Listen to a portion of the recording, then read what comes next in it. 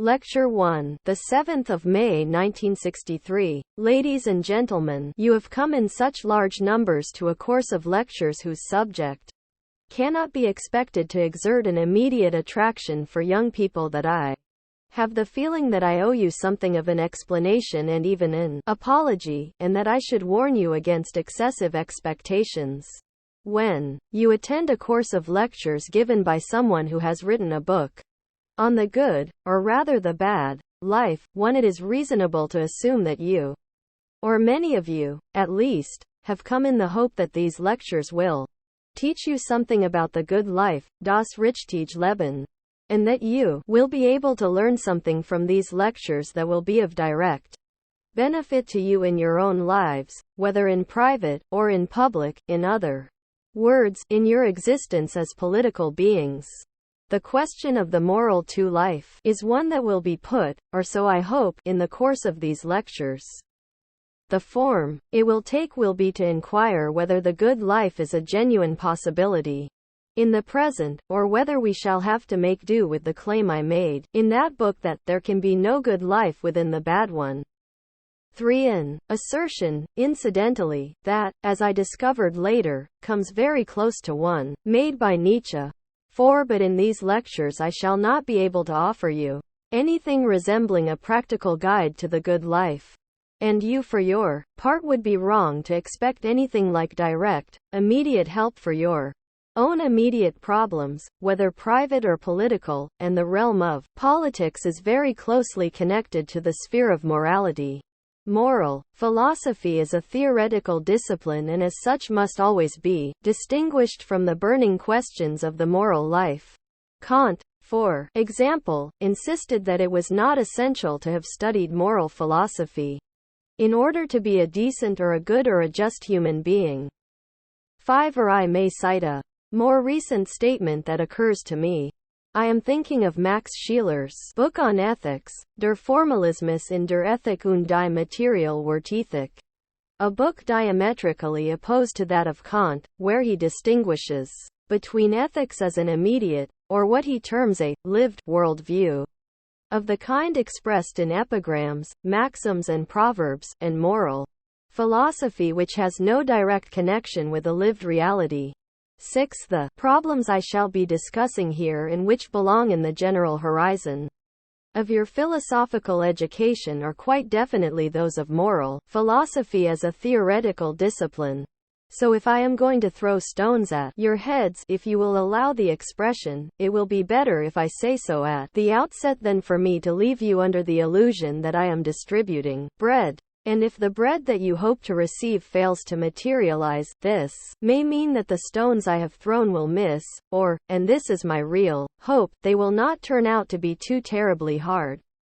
For the theorems that I shall lay before you will not be too rigorously scholastic. When I say that I hope that the stones will miss you or that they will not prove to be too terribly hard, I have something particular in mind that may, in a certain sense, help to re-establish that link with your own living interest. For even though I am quite clear in my mind that a course of lectures on moral philosophy can be of no direct assistance in your lives, I am no less convinced that you are justified in your desire to learn about the good life. The only problem here is that I do not in any sense feel authorized to hold forth to you about that. And precisely because I am aware that very many of you have great confidence in me, I would be extremely reluctant to abuse that confidence by presuming to slip into, even if it were only through my lecturing style, the false persona of a guru, a sage. I should wish to spare you that, but I should also wish above all to spare myself the dishonesty of such a pose. Nevertheless, when I say that there will be a link to you and your vital interests, I would like to indicate what it will not consist in. 4. However justifiable your interest in gaining useful knowledge from a course of lectures on moral philosophy, there is nowadays a great danger of what might be termed an illicit shortcut to practical action.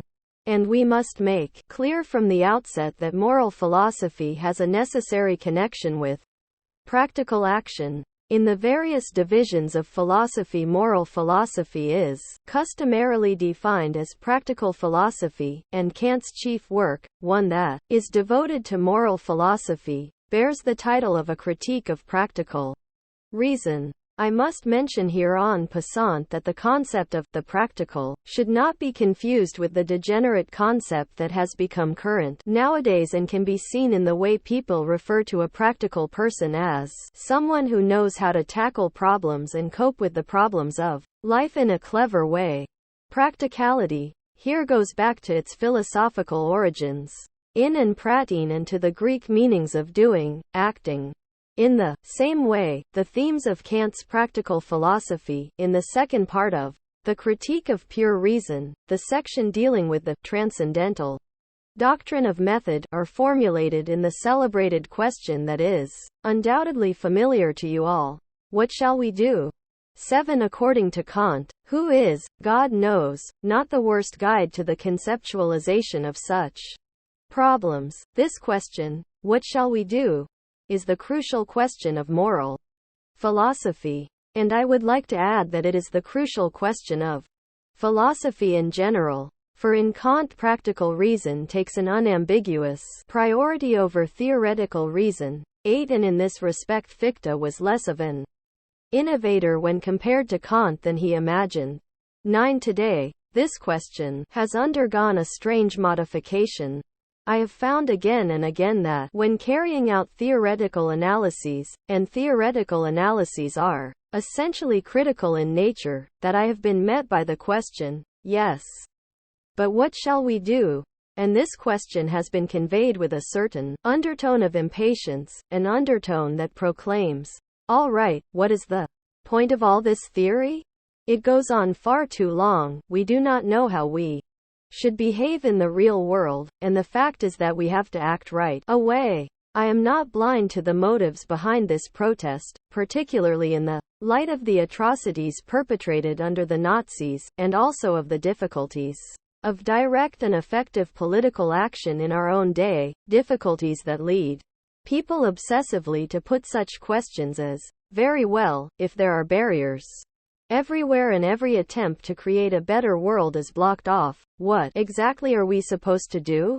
But the reality is that the more uncertain practical action has become, the less we actually know what we should do, and the less we find the good life guaranteed to us, if indeed it was ever guaranteed to anyone, then the greater our haste in snatching at it. This impatience can very easily become linked with a certain resentment towards thinking in general, with a tendency to denounce theory as such. And from there it is not very long before people start to denounce intellectuals. Golo, man, for example, has attacked theoreticians and intellectuals in a whole series of publications, including one that is aimed at me personally, and especially my theory of half-education. 10. The question of what half-education is, and has argued in particular that you cannot really do anything with theory. 11. This reproach about the uselessness of theory, this impatient need to hurl oneself into action without delay, spells the end of any kind of theoretical work and contains within itself, teleologically, as if it had been assumed from the outset, a relationship to a false, in other words, an oppressive, blind and violent form of practice. Ladies and gentlemen, I urge you therefore to exercise a certain patience with respect to the relations between theory and practice. Such a request may be justified because in a situation like the present, one about which I do not entertain the slightest illusion, and nor would I wish to encourage any illusions in you, whether it will be possible ever again to achieve a valid form of practice may well depend on not demanding that every idea should immediately produce its own legitimating document explaining its own practical use. The situation may well demand instead that we resist the call of practicality with all our might in order ruthlessly to follow through an idea and its logical implications so as to see where it may lead. I would even say that this ruthlessness, the power of resistance that is inherent in the idea itself and that prevents it from letting itself be directly manipulated for any instrumental purposes whatsoever. This theoretical ruthlessness contains, if you will allow me this paradox, a practical element within itself.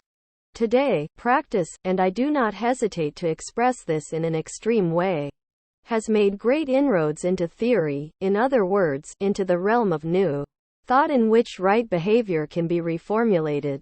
This idea is not as paradoxical and irritating as it may sound, for in the final analysis thinking is itself a form of behavior. In its origins thinking is no more than the form in which we have attempted to master our environment and come to terms with it. Testing reality is the name given by analytical psychology to this function of the ego and of thought, and it is perfectly possible that in certain situations practice will be referred back to theory far more frequently than at other times and in other situations. At any rate, it does no harm to air this question. It is no accident that the celebrated unity of theory and practice implied by Marxian theory and then developed above all by Lenin should have finally degenerated in Stalinist, dialectical materialism, to a kind of blind dogma whose sole function is to eliminate theoretical thinking altogether. This provides an object lesson in the transformation of practicism into irrationalism, and hence, too, for the transformation of this practicism into a repressive and oppressive practice. That alone might well be a sufficient reason to give us pause and not to be in such haste to rely on the famous unity of theory and practice in the belief that it is guaranteed, and that it holds good for every time and place. For otherwise you will find yourself in the position of what Americans call a joiner, 12, that is to say, a man who always has to join in, who has to have a cause for which he can fight. Such a person is driven by his sheer enthusiasm for the idea that something or other must be done and some movement has to be joined, about which he is deluded enough to believe that it will bring about significant changes. And ultimately, this enthusiasm drives him into a kind of hostility towards mind that necessarily negates a genuine unity of theory and practice. Ladies and gentlemen, what is at stake here is that you should be aware that Fichte's famous assertion that morality is self-evident cannot be upheld, at least not in the way that Fichte intended at the time, even though the statement undoubtedly contains a grain of truth. 13. To be more specific, we may say that a particular historical conjuncture plays a role here. What I mean by this is that morality may very well appear to be self-evident in a world in which people feel themselves to be the exponents of a class in the ascendant, together with all the concrete ideals it wishes to make real, as was the case with the great bourgeois thinkers around the turn of the 19th century. The situation is quite different when every important practice whose theory one tries to grasp has the unfortunate and even fatal tendency to compel us to think in a way that conflicts with our own real and immediate interests. So in these lectures what is at issue is that we should reflect on the problems of moral philosophy, and not that I should present you with any specific norms or values or whatever other ghastly terms may offer themselves. To put it in another way, the subject of moral philosophy today requires that we do not naively respond to such questions about how to lay down absolute rules about behavior, about the relation between the general and the particular in reference to behavior, and about the immediate creation of a moral good. Such questions cannot simply be accepted at face value, or as they appear to so-called feeling, which often may turn out to be a poor guide. Instead, they must be raised to the level of conscious reflection, so far as that is possible. Moral philosophy in this sense means making a sustained effort, without anxieties or reservations, to achieve a true, conscious understanding of the categories of morality and of the questions that relate to the good life and practice in that higher sense. Instead of continuing to imagine that this entire complex of issues must be excluded from the realm of theory on the grounds that it is practical. 4. When people take this latter view, what it usually amounts to is that practice, which is commonly claimed to be superior to theory, and purer than it, is then taken over ready-made from some authoritarian source, whether it be the traditions of one's own nation or another prescribed ideology. And in consequence they never reach the point that in Kant's eyes constitutes the locus of right action, namely the moment of freedom in the absence of which the good life cannot even be properly conceived. Such a formulation of the task of reflecting on moral philosophy of the kind I have just given you, however fragmentary, would moreover be in tune with the present stage of advanced psychological knowledge, that is to say, of psychoanalysis. For the essence of the latter is that, where the id is, in other words, where the unconscious, where darkness rules, there, ego shall be, in other words, there shall be consciousness. 14 Put differently, something like a true practice is only possible when you have passed through theory. Ladies and gentlemen, I should like to show you at this point, or rather I should like to express something that may well have occurred to you in a more or less well-articulated form. This is the awareness that we cannot simply assert that all you need to arrive at correct practice is a correct theory. And those among you who have been kind enough to listen to me attentively will have observed that I did not in fact make any such claim. Instead, all I claimed was that there was a greater and more urgent need of theoretical intervention at the present time. On the other hand, it is no less true, and I believe that this must be asserted no less bluntly than the need for theory, that theory and practice do not slot into each other neatly, that they are not simply one and the same thing, but that, if you will forgive the hackneyed image, a kind of tension obtains between the two. Theory that bears no relation to any conceivable practice either degenerates into an empty, complacent and irrelevant game, or, what is even worse, it becomes a mere component of culture, in other words, a piece of dead scholarship, a matter of complete indifference to us as living minds and active, living human beings. This even holds good for art, for, however mediated, however indirect or concealed it may be, such a link must nevertheless exist. Conversely, as I have already pointed out, a practice that simply frees itself from the shackles of theory and rejects thought as such on the grounds of its own supposed superiority will sink to the level of activity for its own sake. Such a practice remains stuck fast within the given reality. It leads to the production of people who like organizing things and who imagine that once you have organized something, once you have arranged for some rally or other, you have achieved something of importance, without pondering for a moment whether such activities have any chance at all of effectively impinging on reality. 15 This brings me to a fundamental theme of moral philosophy, namely the distinction between norms that simply relate to the pure will, as Kant taught, and norms that in the course of reflecting on moral questions also include the objective possibility of being made real in practice, as Hegel maintained in opposition to Kant.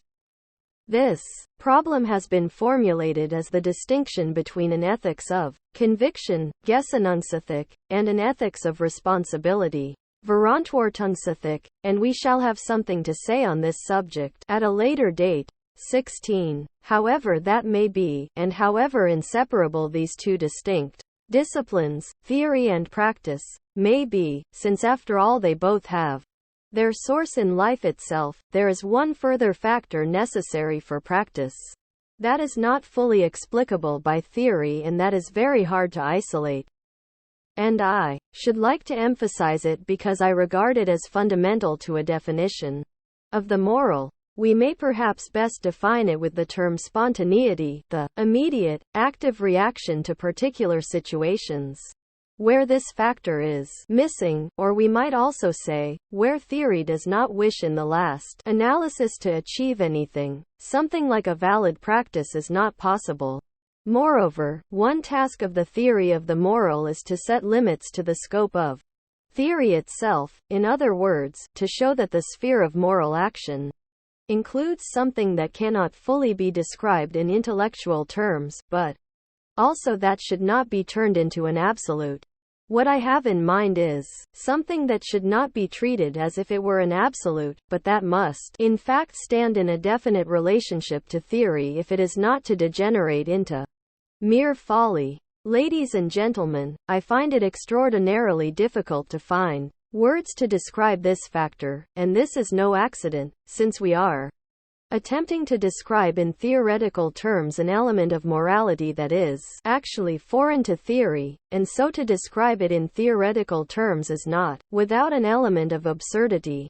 But I believe that we found a clue to it a little while ago when I was telling you about the concept of resistance, even though what I was saying then was that resistance today should be sought in the drive towards theory. For that something should be done is a belief held by everyone nowadays. What is found to be problematic is when someone decides not to do anything for once, but to retreat from the dominant realm of practical activity in order to think about something essential. Now what I wish to emphasize is the factor of resistance, of refusing to be part of the prevailing evil, a refusal that always implies resisting something stronger, and hence always contains an element of despair. I believe that this idea of resistance, then, may help you best to see what I mean when I say that the moral sphere is not coterminous with the theoretical sphere, and that this fact is itself a basic philosophical determinant of the sphere of practical action. Perhaps I can illustrate this with something I experienced, a very simple experience, in the first few months after I returned to Germany. It is now almost 14 years ago, from emigration. I had the opportunity to make the acquaintance of one of the few crucial actors of the 20th of July 17 and was able to talk to him. I said to him, "Well, you knew very well that the conspiracy's chances of success were minimal, and you must have known that if you were caught you had to expect a fate far more terrible than death. Unimaginably terrible consequences. What made it possible for you to take action notwithstanding this?" Whereupon he said to me, "You will all know his name, but I do not wish to name him here, but there are situations that are so intolerable that one just cannot continue to put up with them, no matter what may happen and no matter what may happen to oneself in the course of the attempt to change them." 18 He said this without any pathos, and I should like to add, without any appeal to theory. He was simply explaining to me what motivated him in that seemingly absurd enterprise on the 20th of July.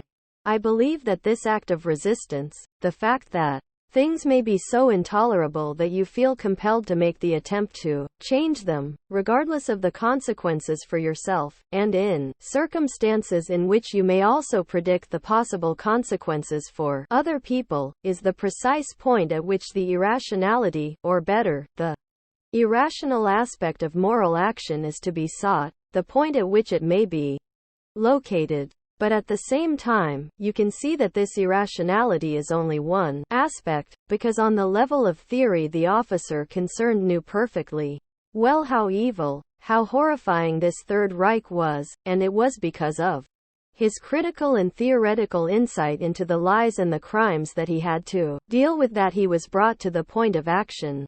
If he had not had this insight, if he had had no knowledge of the vile evil that prevailed in Germany at the time, he would quite certainly never have been moved to that act of resistance. But we then find that this other factor comes into play. The conviction, for whatever reason, that things cannot go on like this. I cannot allow this to happen, regardless of what might happen to me or others in consequence. This will perhaps help to give you something of an idea of the complexities of what is meant by moral philosophy in a concrete instance. This feature that I have just described introduces something alien into moral philosophy, something that does not quite fit, precisely because, as a theory, moral philosophy tends to overlook such matters. It is difficult to express this, but there is something shameful about my standing here in the comfort of a lecture room, making comments of this sort to you who are all sitting more or less comfortably in your seats, about situations like that of the men of the 20th of July, which, God knows, have been the stage on which the moral dialectic of our age has been acted out. When you confront this with practice, and practice is when it hurts, when it really hurts, there is something cynical here that is hard to ignore. This cynicism can also be detected in the concept of moral philosophy as a theoretical discipline, which I began by describing, simply because moral philosophy almost compulsively ignores this element that I have just described and that theory cannot accommodate. To that extent, we might even say that because the moral involves action, it is always more than thought, and that moral philosophy, the reflection on moral questions, stands in something of a contradiction to the object of its own reflections. Moreover, there are situations, and I believe that we find ourselves still living in such a situation, in which the contradiction involved in thinking about something, when we should be doing something about it, is especially flagrant. But on the other hand, this contradiction is not one we can simply ignore. And when I said to you that our task was to achieve a greater consciousness, and the task of moral philosophy today is above all else the production of consciousness, it was precisely such things that I had in mind. In other words, where we find contradictions, where we find ourselves unable to eliminate contradictions through the stratagems of theory or conceptual devices, what we have to do is to become conscious of them, to generate the strength to look them in the face, instead of arguing them out of existence by more or less logical procedures. This sense of the inappropriate of which I have been speaking is particularly prominent in the terms morality and moral philosophy, which, as you all know, were subjected to scathing criticism by Nietzsche, who may be said to have echoed a discontent with the terms which goes much further back in time. Only a few days ago, to my great surprise, I found the term moralistic being used in a pejorative sense as early as Hölderlin, which shows that the problematic nature of the term goes right back to the age of so-called German idealism. 19 Morality derives from the Latin word mores, and mores means, as I hope you all know, custom. Sit. In consequence, moral philosophy has been translated as Sittenlehre, moral teaching, or Lehre von der Sittlichkeit, doctrine of morality. 20 If we refrain from emptying this concept of custom of meaning from the outset, to the point where the word no longer conveys anything at all, we will doubtless be reminded of the customs that prevail within specific communities, i.e. among specific nations. What I would say is that the reason why the question of moral philosophy has become so very problematic today is that the substantial nature of custom, the possibility of the good life in the forms in which the community exists, which confront the individual in pre-existing form, has been radically eroded, that these forms have ceased to exist and that people today can no longer rely on them. And if we act as if they did still exist, this will only lead to the preservation of specific spheres of life in which a little of the old order still appears to have survived in a provincial form, as if this were in itself the guarantee of a good or moral life.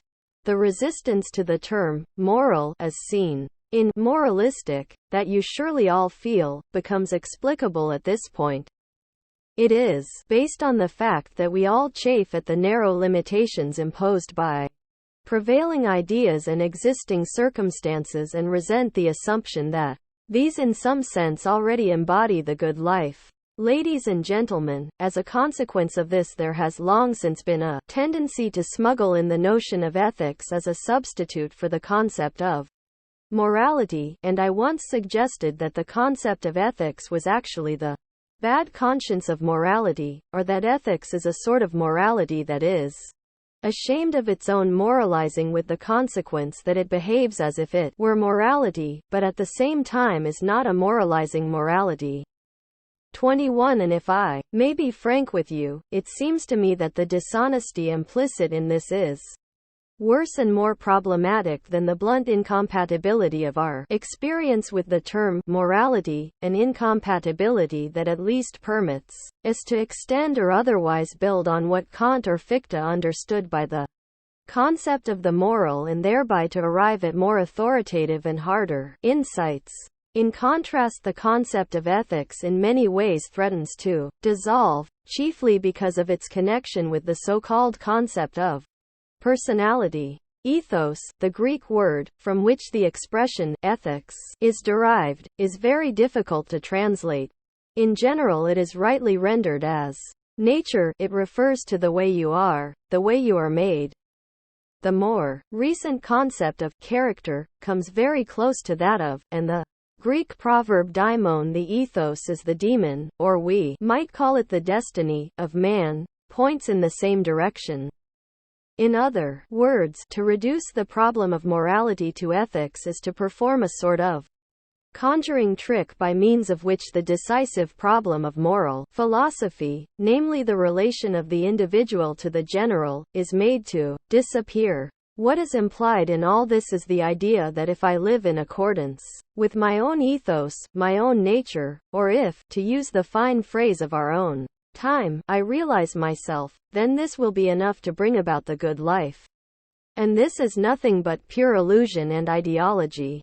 An ideology, moreover, that goes hand in hand with a second ideology, namely the illusion that culture and the adaptation of the individual to culture brings about the refinement and self-cultivation of the individual, whereas culture stands opposed to moral philosophy and is actually open to criticism from that quarter. For all these reasons, I believe it is better to retain the concept of morality, albeit critically, than to soften up and obscure its problematic nature from the outset by replacing it with the sentimental concept of ethics. But I think I need to spell out these last ideas more precisely in the next lecture to make certain that you all see what I mean. Lecture 2, the 9th of May 1963. Ladies and gentlemen, in my last lecture I promised that I would follow up in greater detail my hurried comments in the last few minutes on the concepts of morality and ethics. This is because we need to gain a better understanding of the general field we are about to explore, and perhaps to make it easier to grasp the direction of the subject as a whole. You will recollect that the concept of morality is problematic above all because it has its origin in mores, in other words, because it postulates a harmony between the public customs in a country and the moral, ethically correct behavior, the moral life of the individual. And I explained to you then that this harmony, or what Hegel called the substantial nature of the ethical, this belief that the norms of the good are directly anchored and guaranteed in the life of an existing community, can no longer be assumed today. The chief reason for this is that the community has now acquired such overwhelming power in its relations with the individual, and that countless processes have forced us to conform so utterly that harmony can no longer be produced between our own individual destiny and what is imposed on us by objective circumstances. However, when I reflect on what I said to you last time by way of criticism of the concept of morality, I find it unsatisfactory because it does not really get to the heart of our feeling of discomfort with morality. The issue is not really the verbal, philological connections between custom, sit, and individual morality. What is at stake is rather what Simmel would have called the cachet of the term morality. A philosophical concept like morality, and it is important that you should understand this, is not simply identical with its pure meaning. Over and above that, it has an aura, a layer of connotations which are not necessarily reducible to that meaning. And the concept of morality is in fact bound up with a particular notion of moral rigor, of conventional narrowness and conformity with a whole series of given ideas that have now become problematic. So if you reflect on the fact that in ordinary usage the terms moral and immoral have come to be associated with questions of sexuality, and that these in their turn have long since been superseded by psychoanalysis and by psychology in general, you will have some general idea about the constraints that are at work in the concept of the moral. This has been articulated by Georg Buchner in a very profound and also witty passage in Wojciech, where the captain rebukes Wojciech, a man who radiates decency. with every fiber of his being, for having an illegitimate child, and he goes on to oscillate between the assertion that Wojciech is immoral and that he is a good man. When he tries to explain why Wojciech is immoral, he finds himself reduced to the tautology that he is immoral because he lacks morality. So in the captain we find that this notion of morality has become completely separate from the idea of moral goodness. He sees absolutely no contradiction in claiming both that Wojciech is a good man and also that he is immoral. Nietzsche's entire objection to what is known as morality is based on ideas of this sort. If I were to formulate the matter in Nietzschean terms, I would probably say that the concept of morality has been severely compromised by the fact that, consciously or unconsciously, it carries around a lot of baggage in the shape of ascetic ideals. Furthermore, it is not really possible to find any justification, or at least any profoundly rational justification for these ideals. They are no more than a front behind which all sorts of more or less murky interests lie entrenched.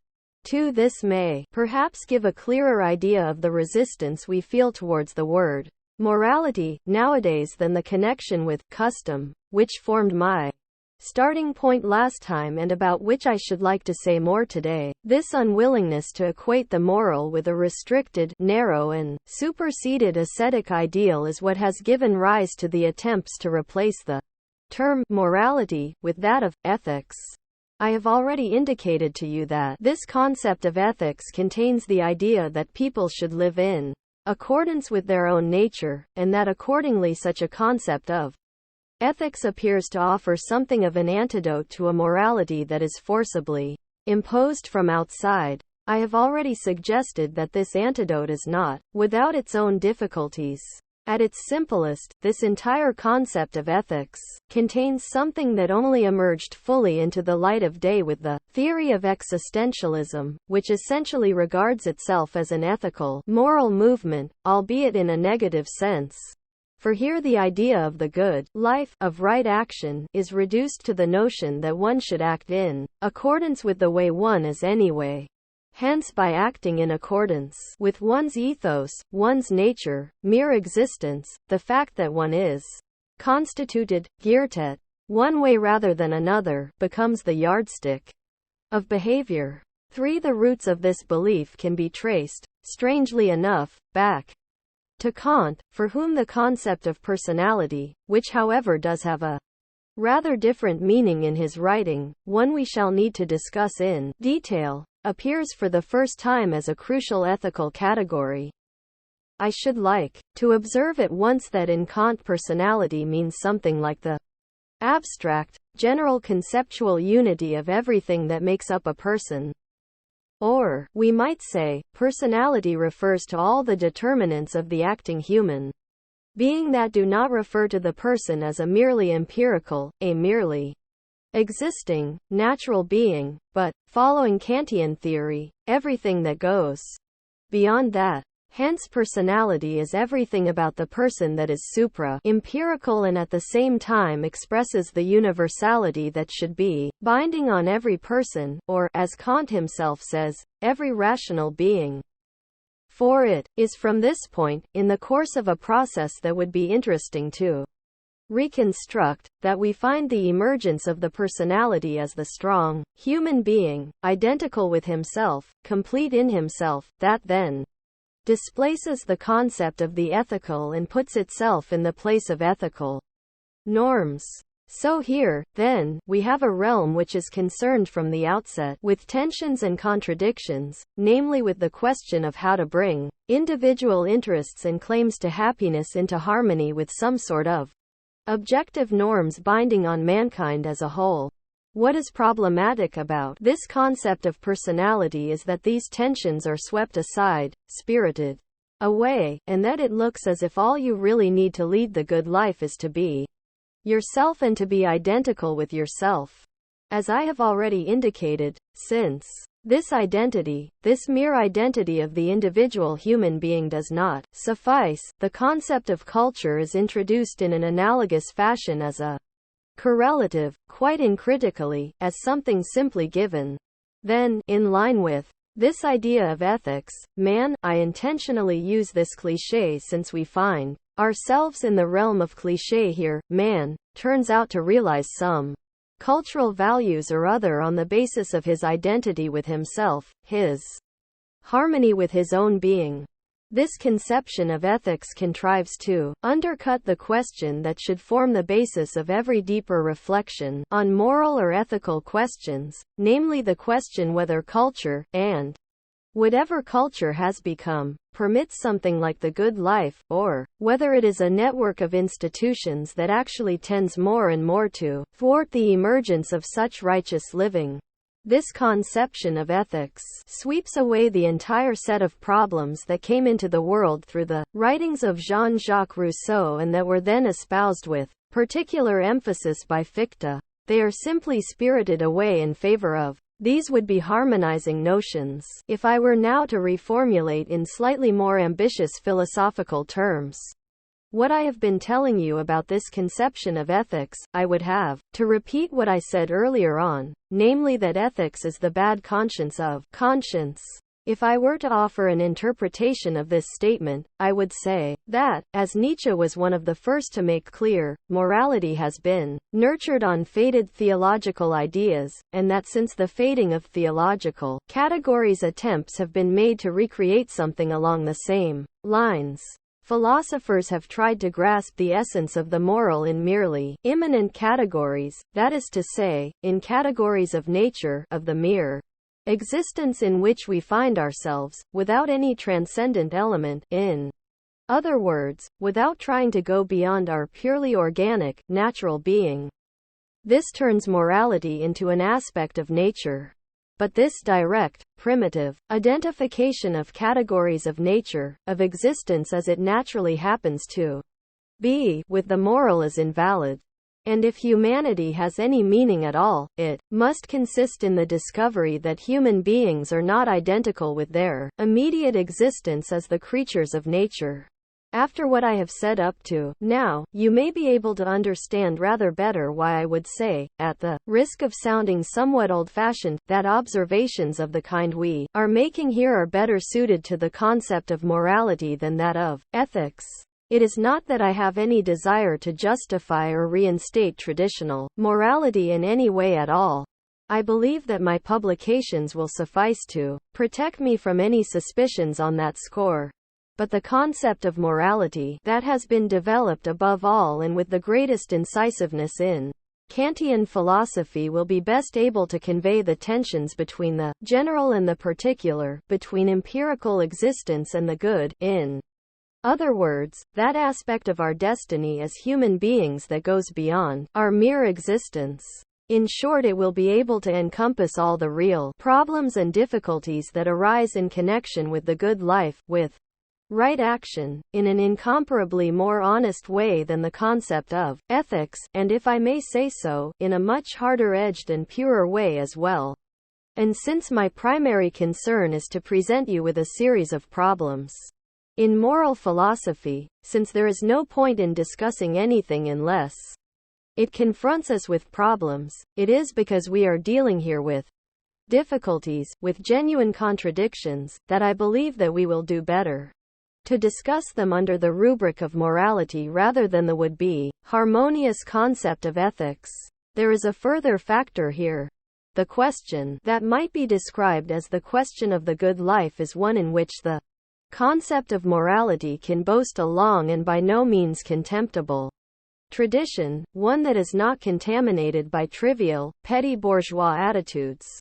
This is the tradition of the so-called French moralists that goes back to writers like Montaigne, and whose most famous representative is the Duc de La Rochefoucauld. La Rochefoucauld can surely be described as a moralist in the sense that he analyzed the mores, the conduct and customs of human beings, but he was certainly no moralist in the pejorative sense of the term. He was not a preacher or, to cite Nietzsche once more, a moral trumpeter of Säckingen. 5. So much for the question of terminology that we have been concerned with up to now. I have been saying that in order to deal with moral problems, the problem of morality, that is to say, the relation between freedom and law, in a serious way, we must at all costs avoid smoothing over the difficulties.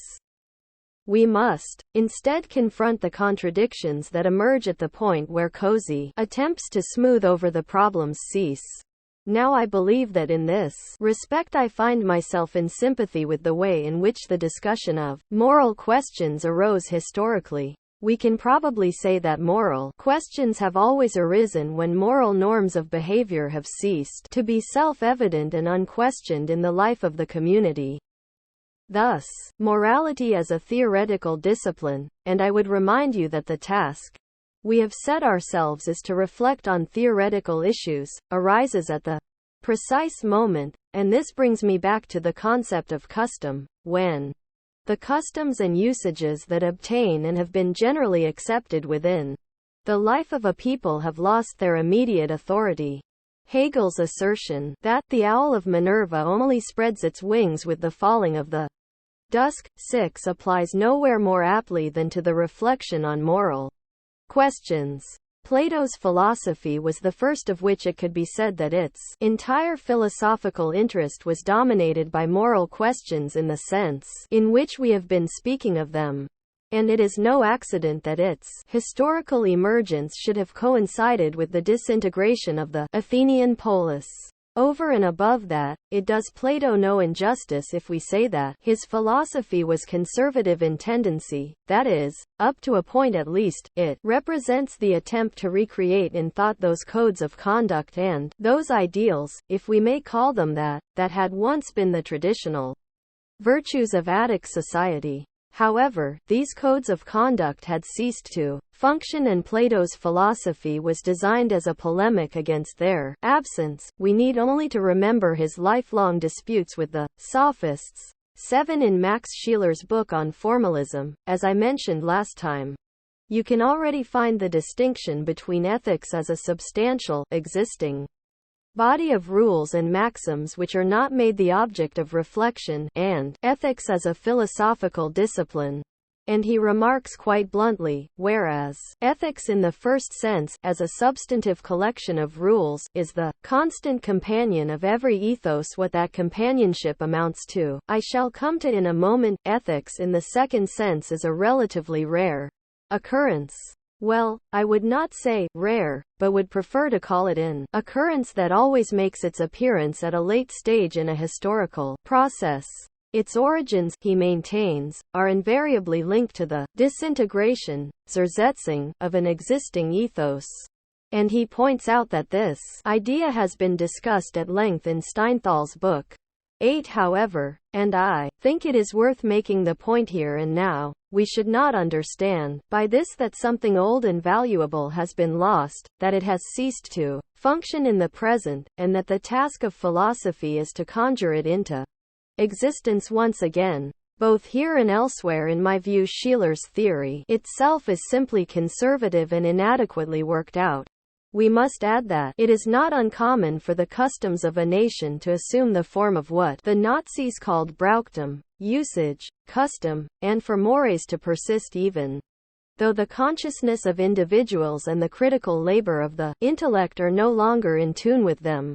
But the moment such customs continue to assert themselves in the face of a confrontation with liberated, autonomous reflection, it ceases to be possible to regard them as the vestiges of things that are old, good and true, because they then assume the features of something poisoned and evil. In the passage I have referred to, Scheler talks about the disintegration, Zersetzung, 9 of ethical ideas, an expression I do not at all care for, in which his philosophy turns into a theme in its own right. You will find that this expression recurs again and particularly in treatises on morality. And whenever you hear it, it suppresses the fact that in all likelihood nothing is more degenerate than the kind of ethics or morality that survives in the shape of collective ideas even after the world spirit has ceased to inhabit them, to use the Hegelian expression as a kind of shorthand. Once the state of human consciousness and the state of the social forces of production have abandoned these collective ideas. These ideas acquire repressive and violent qualities. And what forces philosophy into the kind of reflections that we are expressing? Here is this element of compulsion which is to be found in traditional customs. It is this violence and evil that brings these customs, sitten, into conflict with morality, sittlichkeit, and not the decline of morals of the kind lamented by the theoreticians of decadence.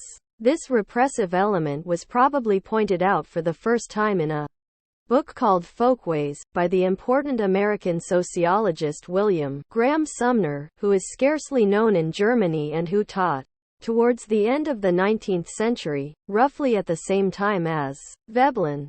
And in general, the sociologists have been more conscious of this repressive dimension than the moral philosophers. Durkheim, too, who went so far as to equate the social and the moral, was thinking along the same lines when he remarked that the social could always be recognized by the fact that it hurts, in other words, that some collective norms conflict with the interests and claims of individuals. 11. This would include the popular customs that survive to this day in country districts which still possess so-called vigilante courts where outsiders or others who refuse to conform to local customs are ridiculed or attacked or molested. 12. A direct path leads from these customs to the practice of cutting off the hair of girls who fraternize with enemy soldiers in occupied countries, whatever nation the occupying force may have come from, and from there to the persecution of people for Rassenschande 13 and to all those other excesses.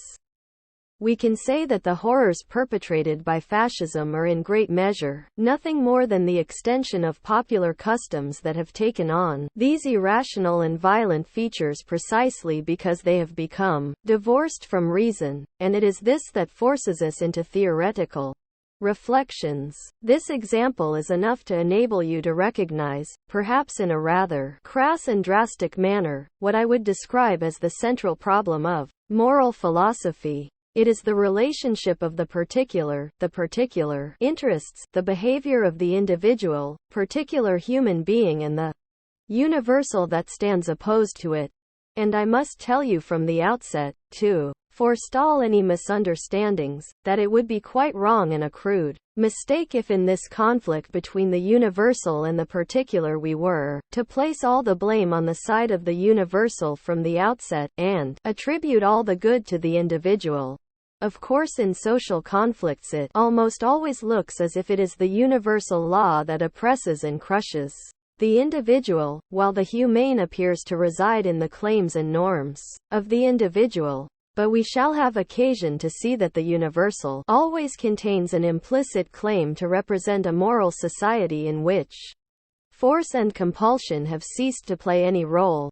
And on the other hand, we shall see that the very same mechanisms of repression and force are at work in the claims of the individual, in the self-assertion of the individual, that the individual is wont to encounter in his relation to society.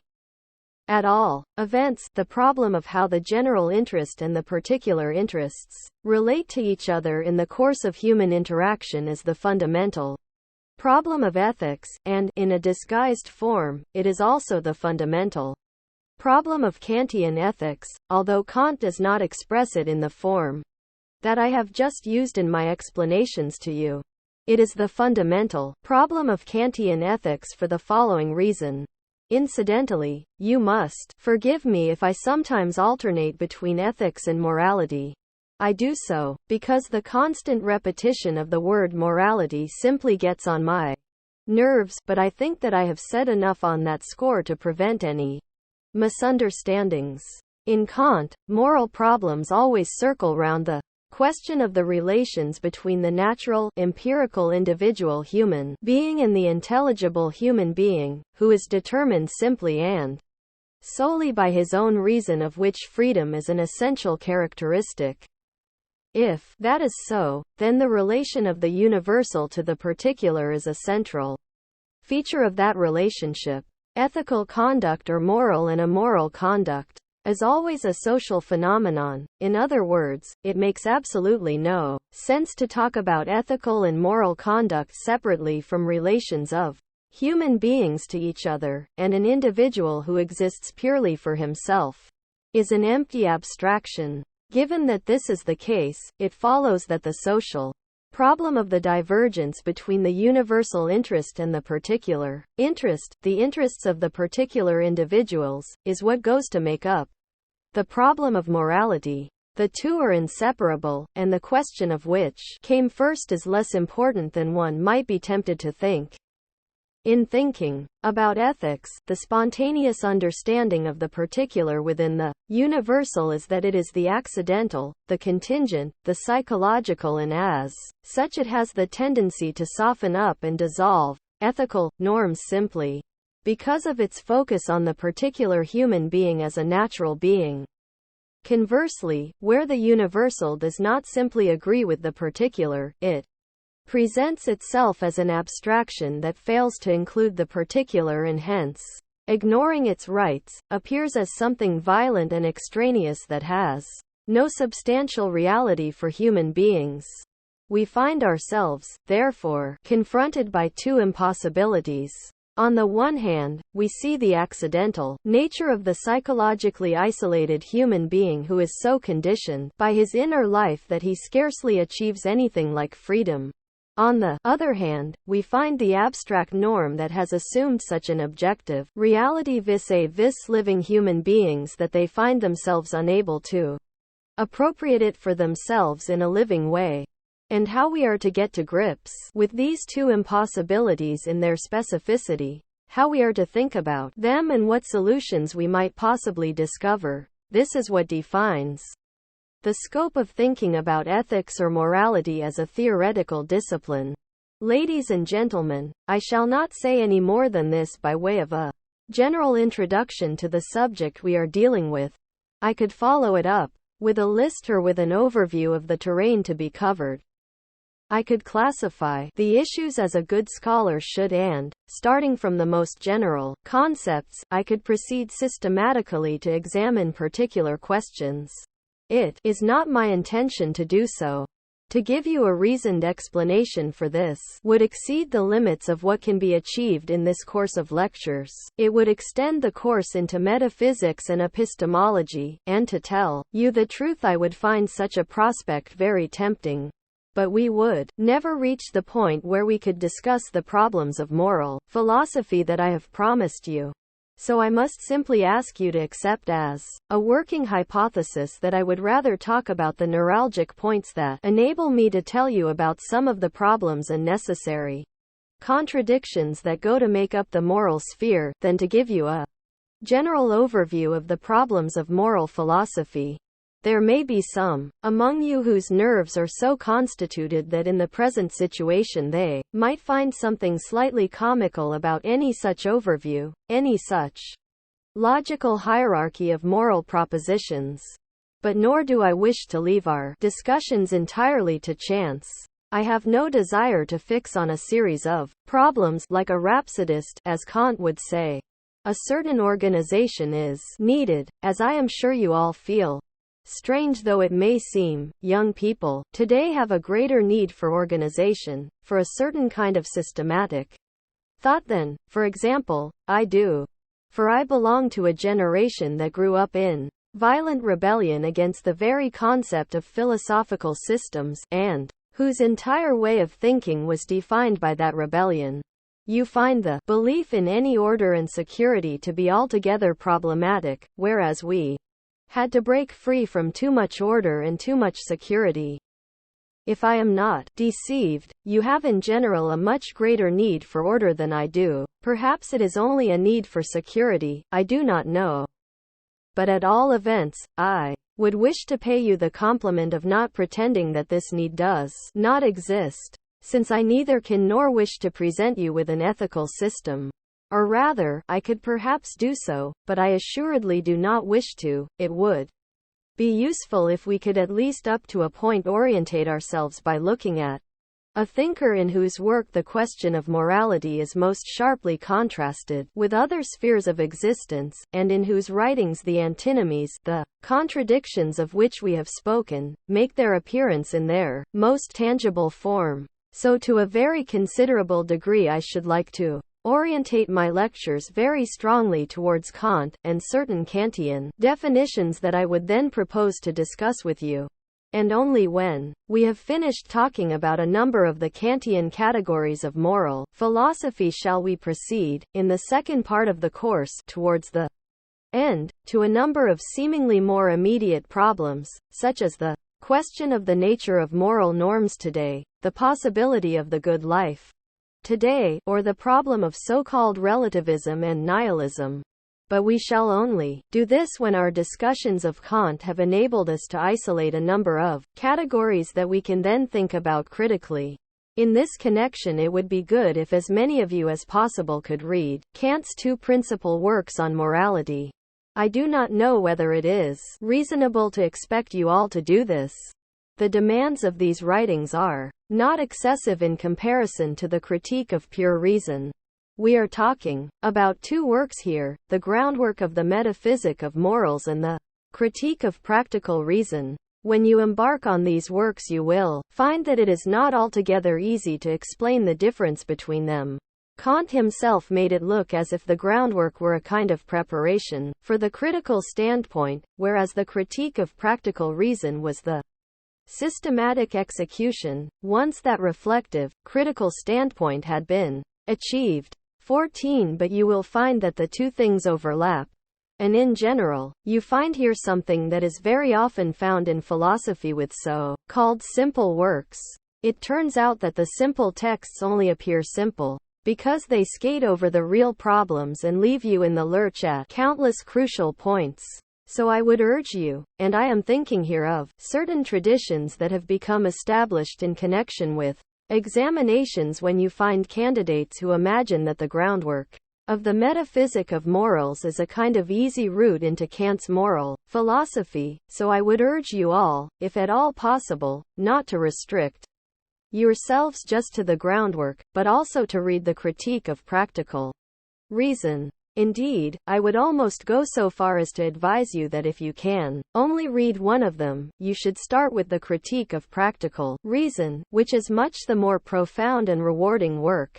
I should tell you, however, that in these lectures you will also encounter a whole series of formulations taken from the groundwork. In the next lecture we shall take a look at Kant's starting point in his discussion of ethics, namely, with his question, "What shall I do?" and with the problems that arise from this question, which incidentally is to be found in the Critique of Pure Reason, in the Transcendental Doctrine of Method. We shall have to think about this before we enter into the problems of his so-called practical philosophy. Thank you. Lecture 3, the 14th of May 1963. Ladies and gentlemen, I promised you last time that we would provide our discussions here with something of a framework by linking them with Kant's treatment of moral philosophy, and I shall stick to my promise. However, in this context I should like to say a few words about method, not about method in general, but more ad homines, and by homines I mean me as much as you. In particular, I am referring to a certain difficulty that evidently makes its appearance in connection with my lectures in particular. Outwardly, this difficulty takes the form that people who attend my lectures find they are unable to take notes as they can in other lectures and hence have nothing in black and white to take home with them. I have on various occasions heard and seen that this is the case, and recently it has even found its way, barely disguised, into a novel. I would like to dwell a little on this matter for a moment. I can understand very well that you feel the need to have something hard and fast in your hands, particularly since at the very start of your studies you will not have had much opportunity to reflect on the distinction between mere learning and learning philosophi, which, according to Kant, is nothing other than learning how to philosophize. 2. On the other hand, you have to be aware that there are some very serious and very considerable difficulties here. and you can take my word for it that the approach I have chosen is neither rhapsodic nor arbitrary, but that if I decline to proceed with, firstly, secondly, and, thirdly, and if I fail to give you a set of definitive statements, this is bound up with the essence of what I stand for philosophically. Those of you who have taken the trouble to look at my writings beyond what you can learn in this course of lectures will have seen quickly enough why this is the case and why it cannot be otherwise. But I should like to make 2 further comments, or perhaps a whole series of further comments. I believe that it is good for these matters to be aired, for us to take a frank look at them, rather than letting them fester in a murky realm halfway between whispering and fascination. 3. My view is as follows. Firstly, philosophy consists in reflection on knowledge, and not in the immediate transmission of information, and anyone who becomes seriously involved with philosophy, and I assume that this applies to you, has to be prepared to submit to the process of reflection. And to reflection, moreover, conceived as free, without any spoon-feeding, and cannot expect philosophy to provide the kind of solid subject matter that is normal elsewhere. This applies with particular force in the present situation in which the concept of so-called systematic philosophy has become profoundly problematic. I cannot go into the problematic nature of systematic philosophy here and now, if only because we would never get on to anything else, but I assume that you are all more or less aware of this problem, which was radically formulated as early as Nietzsche, who talks about the dishonesty of the system, or the dishonesty involved in creating systems. But at all events, in such a situation, and especially when one's own thoughts are so critical of the concept of system, it would be inappropriate to clothe one's ideas in a form that in reality does no more than mimic a non-existent system. Instead, I at any rate think it the task of philosophical discourse to attempt as far as possible to express as discourse, in other words, through the form in which it is presented, something of the content it wishes to convey. It is an essential feature of philosophy that form and content cannot be separated from each other, as is supposed to be the case in the various branches of learning, although it is my view that an expert on German literature, for example, who used phrases such as roughly speaking in his texts would thereby disqualify himself as utterly as any philosopher who indulges in linguistic waffle and thinks it acceptable to talk in phrases and generalities. I have told you that I would think it contemptible were I to formulate my ideas in terms of, firstly, secondly, and, thirdly, since this would amount merely to the pretense of a systematic treatment that is inappropriate to the subject matter.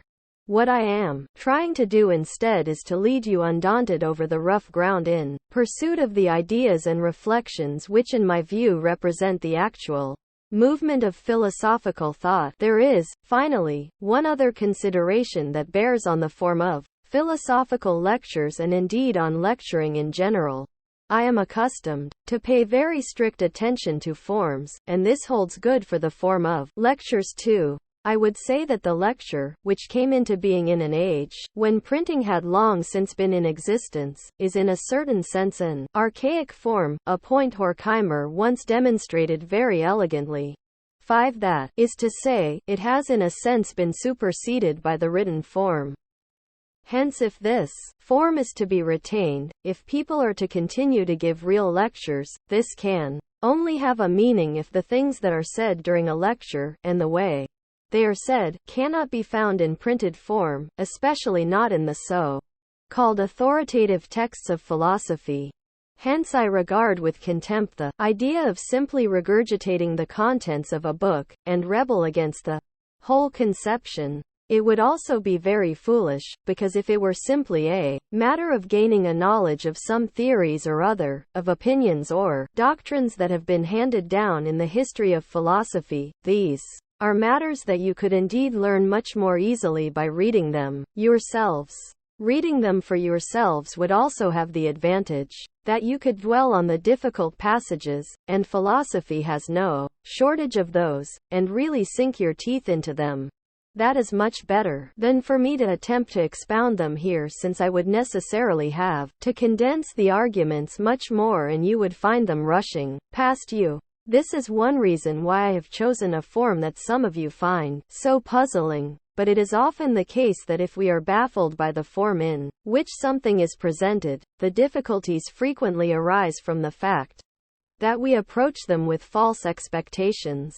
In this instance you have come with the expectation that I shall deliver something like a system of ethics or a philosophical system, or something of the kind, and you then measure what happens against your expectation and end up feeling disappointed. There is a similar situation in modern music. Such music is misunderstood by many people simply because they expect it to exhibit the same kind of symmetrical patterns as Twinkle, Twinkle, Little Star, and when such patterns fail to make their appearance, they react by saying, well, this is simply not music at all. 6. For this reason I believe that, if I may give you some advice to make our discussions here easier to understand, something that of course matters as much to me as it does to you, that advice would be not to come to these lectures with those expectations, or indeed with any fixed expectations of the kind you may have acquired from elsewhere in your philosophical studies. Instead, you should try merely to give your attention to the matter in hand, and to what I shall try to tell you about it as well or as badly as I am able. You should try and follow the argument and spontaneously think along with it, instead of being constantly on the lookout for nuggets that can be conveniently picked up. If you do that, I think I can promise you that there will be enough to satisfy you by way of subject matter, for I have no wish to underestimate, or to disparage, the hunger for information. It is the case rather that in intellectual matters, as well as elsewhere, the purely material elements, in other words, the raw data of thought before they have been thought about, have what might be called a certain vitamin content which stimulates the brain. And the need for this stimulation is not without considerable justification. But the compromise I seek is one which, si parva licet, componere magnus 7 was chosen by Kant himself. For in his lectures Kant never attempted to teach his own philosophy directly, but always did so in the context of traditional ideas, and in actual fact these were the ideas of the selfsame philosophy of Leibniz and Wolff that were the target of the critique in the title of the Critique of Pure Reason. I am using Kant in a similar fashion, namely as a vehicle, in order, on the one hand, to introduce you to the problems of moral philosophy by telling you about his problems and his way of tackling them, and, on the other hand, to lead you to go beyond Kant through my critical and other reflections on him. At all events, that is my intention in the first part of this course. And, as I believe I have already told you, what I wish to do in the latter part of the course is to discuss with you some at least of the burning topics in moral philosophy at the present time. If we now turn to Kant's moral philosophy, we find ourselves confronted by an astounding fact. This is that his approach is anchored in his theoretical philosophy, in the Critique of Pure Reason. This has to do with Kant's own tendency to lean towards theoretical systems, that is to say, with his predilection for inferring more or less everything else that goes by the name of philosophy from certain basic premises, from certain fundamental insights of his so-called transcendental philosophy which are thought to be incapable of being overturned. This includes moral philosophy, which in his thought is grounded in a certain sense in cognition. To this extent there is a conflict between his approach and what I talked about briefly in our preliminary remarks. I said then that the distinguishing feature of the sphere of practice, that is to say, the sphere of action that is covered by moral philosophy, lies in the fact that it cannot be translated without remainder into the realm of theoretical reflection. Now this second aspect is indeed expressed by Kant, albeit indirectly, in a thesis which is astonishing, even paradoxical, for a thinker who insists so strongly on the primacy of reason. It is expressed in the thesis in which he actually credits moral philosophy with primacy over theoretical philosophy. This thesis states that the so-called supreme questions of metaphysics as a theoretical discipline, the questions that figure on traditional lists and include God, freedom and immortality, are really only relevant as questions of practice, while theoretical reason regards them with a certain detachment. 8. I can tell you at once, since I believe it is the key to an understanding of Kant's moral philosophy in general, that the factor that unifies Kant's theoretical and practical philosophy lies in the concept of reason itself.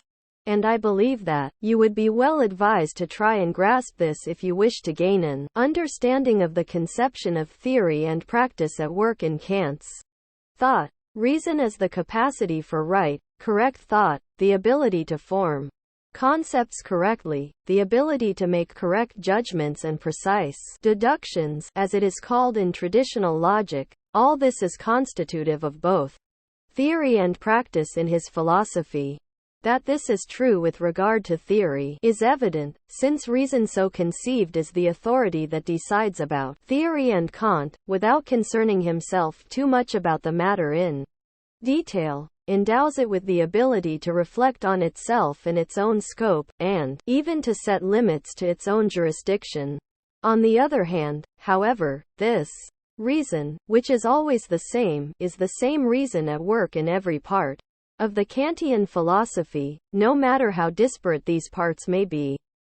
The reason that we encounter there, the organ of reason that is sometimes called judgment and sometimes understanding, is simply the organ of correct thought and is always the same in Kant.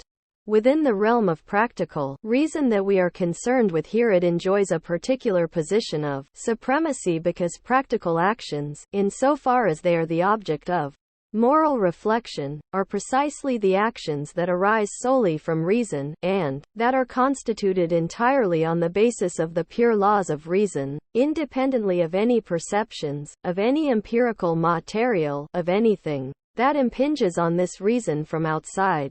9. Moral conduct in this sense is conduct that is literally pure. The word pure has a very profound double meaning in Kant. On the one hand, pure means in accordance with reason, undistorted by any matter in any way connected with the senses. But also, because it is nothing but action purely in accordance with the laws of reason, it necessarily has the character of the formal and the abstract that, as you are all aware, has been the reproach that has constantly been leveled at Kantian ethics. This may enable you to understand why Kant, in whose thought the primacy of reason is as predominant as in any Enlightenment thinker, nevertheless insists on the primacy of practical philosophy. For practical philosophy is the philosophy that exists in pure conformity with reason, without the need for its laws to pay heed to any material that impinges on the knowing and acting subject from outside, morally speaking, such material, and hence to the consequences of my acts, are a matter of indifference in Kant, as compared to their ability to satisfy the laws of reason. When I tell you that in Kant morality is grounded in the theory of knowledge in a very precise way, you will hear more about this in a moment, but that at the same time, morality has primacy even over reason's interest in knowledge, you will feel the full force of the Kantian dualism of which I have been trying to give you at least the flavor. We might characterize Kantian philosophy as a whole by saying that it is the mountain pass linking the motif of epistemological enlightenment with the attempt to salvage metaphysics, to recuperate metaphysical meaning, which is concentrated for him in the highest universalities not only of knowledge, but also of ideas and hence too of the laws of morality. This will perhaps clarify for you this peculiar oscillation in the relative status of theory and practice. We could no doubt attempt to explain it away somehow or other, perhaps by saying that the theory is the foundation, but that morality, as the loftier, human dimension, stood higher than knowledge, or something of the sort. But in general I find it more profitable to trail my code a little when dealing with complex systems of thought, of which the Kantian system is surely an instance, to reveal the fissures they contain, to chart them and to try and understand their origins and their meaning, rather than to explain such fissures and conflicts away more or less elegantly in the interests of a superficial harmony. In this respect, too, I believe myself to be operating in the spirit of Kantian thought, since his starting point, particularly in moral philosophy, is the consciousness of necessary and unavoidable contradictions, namely the so-called antinomies. Now, the problem of moral philosophy in Kant generally, and this is the first point you must grasp, is the problem of freedom, the freedom of the will. What this means in the first instance, just so as not to give you any exaggerated ideas about the question, is no more than a form of behavior that is not ruled by the causality of nature.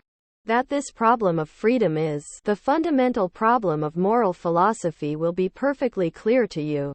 But it is far less obvious how we should think about the definition of this freedom, the definition of causality and the relations between the two. But we shall say more about this once we have obtained an initial clarification of the simple concepts that are involved here. I have said that it is obvious that freedom is the problem of morality in Kant. Very simple and, consequently, very clear. I have used the word I, and I do so with something of the cavalier largesse that was also characteristic of Kant in the same context, since he too did not dwell overlong on what was meant by the word I, but simply followed pre-philosophical usage. So it is obvious that I can only act freely if I am not blindly subject to causality in the sense that this book is. For when I drop it, it will fall on the table and perhaps even come unstuck, since it is rather old. It is only then that we can speak of something like moral action, of good and just, right or ethical action, or whatever other terms come to mind. For if I simply act in conformity with causality, I shall not actually be present as the agent that somehow has to make decisions about an action. And it will be obvious to you that all ideas of morality or ethical behavior must relate to an I that acts. I think that what I am saying here is simply to remind you of something that has even succeeded in establishing itself in the criminal law. For example, take the case of a person who is mentally disturbed and who then wreaks havoc of some kind or other, but only because he is acting under the compulsion of blind impulses that are independent of his reason, so that the idea of freedom becomes quite inapplicable. In such a case we say that this man cannot be held responsible for his actions. He is not responsible. This means that in a certain sense he stands outside the problem of good and evil. This problem of freedom is presented by Kant in an intensified form in the doctrine of the antinomies, more specifically, in the third antinomy. I may add that it actually makes its appearance in the fourth antinomy too, but if you take a closer look at the fourth antinomy you will find that it largely overlaps with the third. There is no essential difference between the two, so it makes sense to restrict oneself to the third antinomy when thinking about the antinomy of freedom and causality. After what I have said about the dual nature of Kantian philosophy, you will perhaps be in a position to think about Kant's doctrine of the antinomies, which we need to examine a little more closely, in a rather broader context. Not quite so narrowly as it would appear to you by focusing directly on the text. The essence of this doctrine of the antinomies is that it represents a conflict between that Enlightenment spirit of critical rationalism which I have already mentioned and, on the other hand, the intention of salvaging metaphysics. Because both these impulses, Kant does not speak of them in so many words, but they are well developed in his philosophy, or equally powerful in reason, because they make themselves felt in equal measure in reason. The ambivalence they express leads to insoluble contradictions. You can find a very fine summary of this doctrine of the antinomies as a whole. A really elegant and simple formulation of the doctrine of the antinomies in the Kant commentary of my old teacher Cornelius, and perhaps I may read you the few relevant sentences that will show you very lucidly just what is at stake. We are talking here about the section of the Critique of Pure Reason entitled Transcendental Dialectic, Book 2, Chapter 2, the Antinomy of Pure Reason. I shall now quote the passage from Cornelius. Wherever a constituent of the world we experience shows itself to be determined by a series of conditions that we are unable to follow through to their endpoint, our thinking becomes entangled in an insoluble contradiction as soon as this series of conditions turns out to be one that exists in and for itself, and, we must add, one that has not been produced by our own consciousness. Since this, that is to say, the fact that we perceive the infinite series of causes in our problem as one that exists in and for itself, inevitably happens given our ordinary view of the world, which Kant calls transcendental realism, this world view is unable to discover any escape from the contradictions in which it finds itself entangled. 10. Now, you can easily convince yourself of this by reflecting that if your thinking is still at a pre-philosophical, pre-critical stage, you will conceive of causality not as a function of our reason, but as a tendency that actually belongs objectively to external objects. Hence you will find that you will trace the cause of a condition, and the cause of its cause, back to what might be regarded as the primary cause. This process goes on to infinity. This infinite regress leads then to the contradictions that Kant treats of in the theory of the antinomies. Kant entitles the entire doctrine of these contradictions in the Critique of Pure Reason the transcendental antithetic. This is the doctrine of the antitheses in which reason is said to become embroiled. We are speaking here of reason in its unphilosophical usage, that is to say, in the active postulation of an infinite that is itself the product merely of consciousness. Here is the relevant passage from Cornelius by way of further explanation. The antithetic, this is contained in section 2 of The Antinomy of Pure Reason, does not, therefore, deal with one-sided assertions. It treats only of the conflict of the doctrines of reason with one another and the causes of this conflict. The transcendental antithetic, and it is with this that we are concerned, is an enquiry into the antinomy, that is to say, the necessary contradictions of pure reason, its causes and outcome. If we do not merely put our reason in the service of the principles of the understanding, Verstand, and apply it to the objects of experience, but venture to extend these principles, that is, the principles of the understanding, beyond the limits of experience, that is, the objects of experience, then we shall see the emergence of what he calls pseudo-rational Vernunfteln doctrines, which can neither hope for confirmation in experience, nor fear refutation by it. Each of them is not only in itself free from contradiction, but finds the conditions of its necessity in the very nature of reason, except that, unfortunately, the assertion of the opposite has, on its side, grounds that are just as valid and necessary. 11. Ladies and gentlemen, I should like to underline this motif of the necessary nature of the contradictions in which reason becomes entangled. Kant himself is not quite so unambiguous on this point. Even in the Critique of Pure Reason, there are very powerful motifs that cannot readily be reconciled with the idea that the contradictions in which reason becomes involved are necessary. For if this really were necessity in a strict sense, then the kind of resolution of the antinomies that Kant is attempting would not be possible, and nor would the fundamental line of thought that I have sketched to you. This second idea, that is to say, the idea that the contradictions can be cleared up, implies that for Kant the term dialectic, that is, the doctrine of necessary contradictions, or the doctrine of the contradictory nature of theorems in general, is a negative term, a word of abuse. For Kant dialectic is always, necessarily, something false. This is why elsewhere he refers to dialectic as the logic of illusion. Schein. 12 and embarks on the elimination of the antinomies.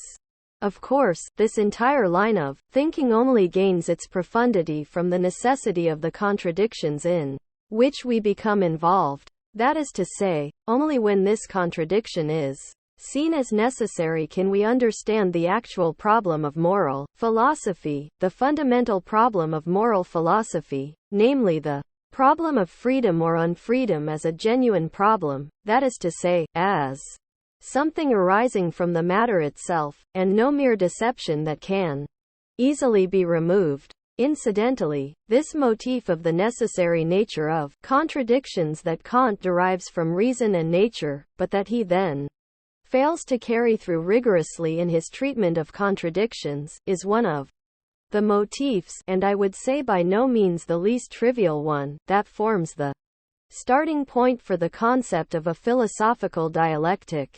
That is to say, the idea of a dialectic as a medium of thought and a way of discovering objective truth acquires a sufficient impetus only when reason necessarily falls into contradiction, and only when it makes advances in the course of resolving contradictions, instead of dismissing them once and for all as errors of logic. And this is why I would like to place such great emphasis on this point. It would be a fascinating task, incidentally, and a task that to the best of my knowledge, has not really been attempted, to follow up this peculiar duality of the Kantian dialectic as a concept that implies necessity on the one hand, and a mere failure of thought, on the other, and to examine it in the context of a theory of philosophical dialectic.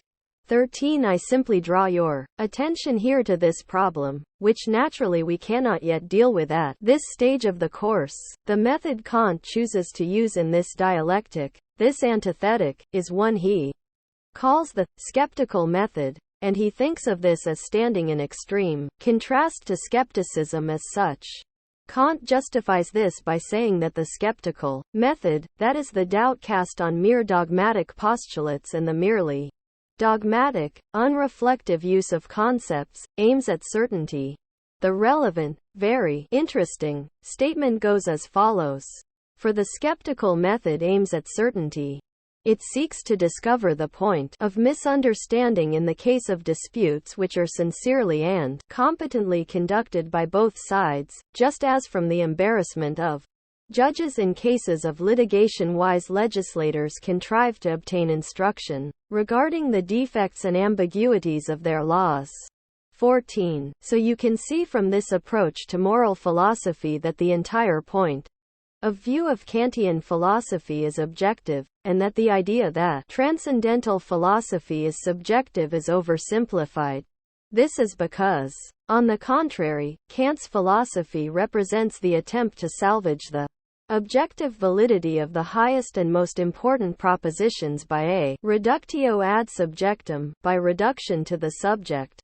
This fits in precisely with the general thrust of Kantian moral philosophy, since what that amounts to is the reduction to the purely subjective principle of reason in order simultaneously to salvage the absolute, unimpeachable objectivity of the moral law. This makes it possible to say that the supreme principle of morality, namely the categorical imperative, is in fact nothing other than subjective reason as an absolutely objectively valid thing.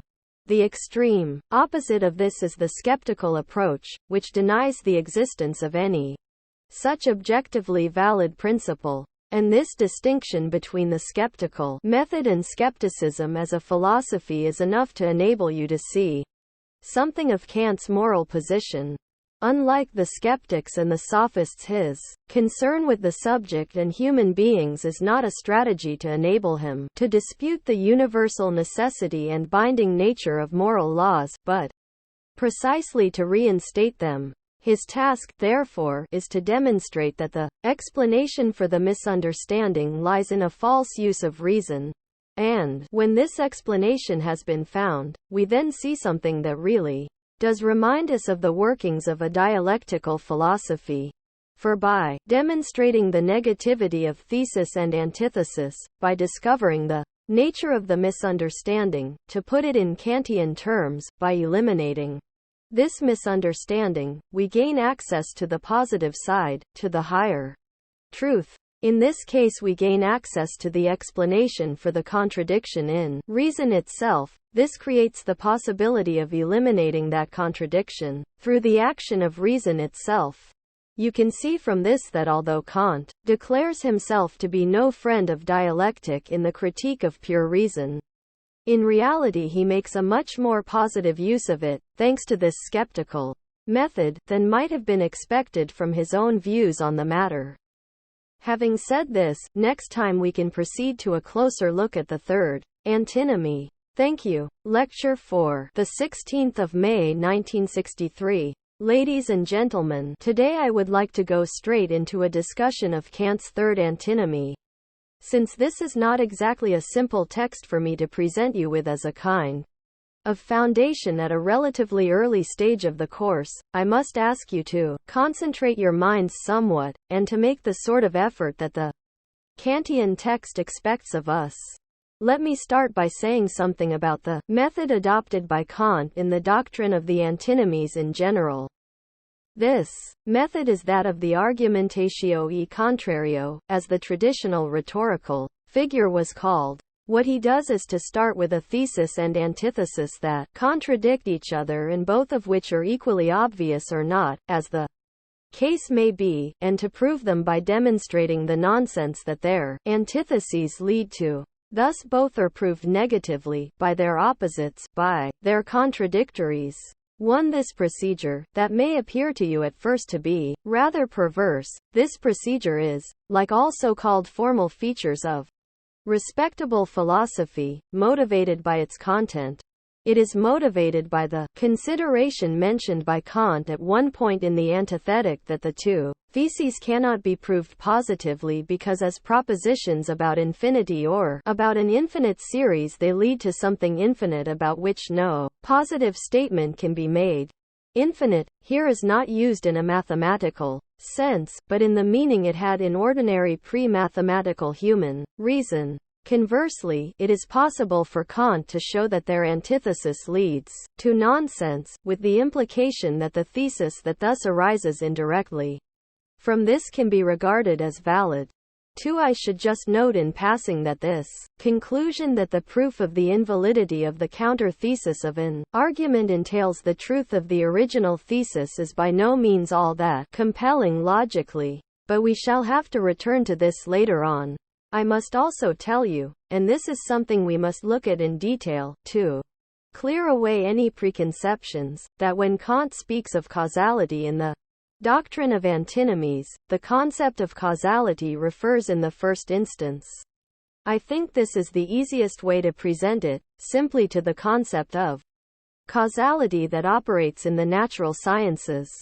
I may remind you, or draw to your attention the fact, I cannot actually remind you, since we cannot deal with the matter here, that one of the peculiar features of the Critique of Pure Reason is that the mathematical natural sciences are not deduced from anything, but are somehow presupposed, that is, their validity is presupposed. Kant then goes on to investigate the conditions of their validity, with the consequence that the scientific concept of causality is what counts, at least to start with.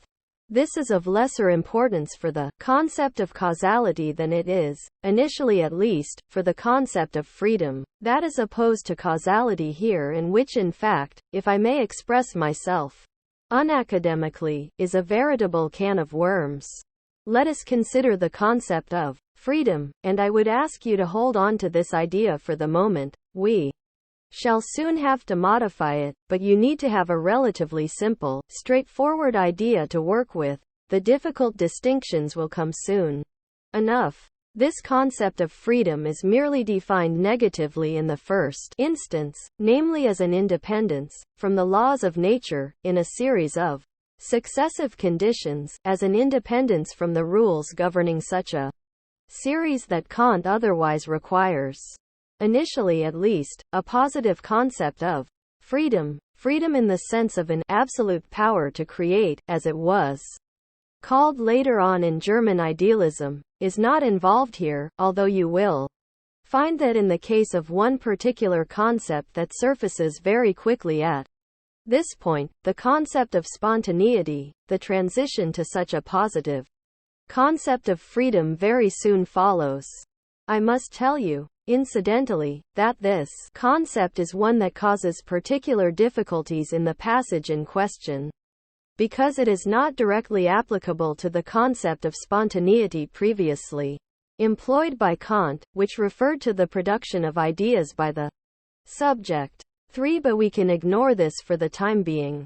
Here I should just like to draw your attention to one point before we look at Kant's treatment of the antinomy, so that you can gain something of an idea of the problems involved. For what I have promised you is to introduce you to the problems of moral philosophy, and this means that I shall not just tell you about this fundamental line of thought in Kant, and explain it as well as I can, but I should like to show you that behind these arguments, which may or may not strike you as persuasive, there are a number of conflicting motifs that are hard to grasp and are often incompatible with each other.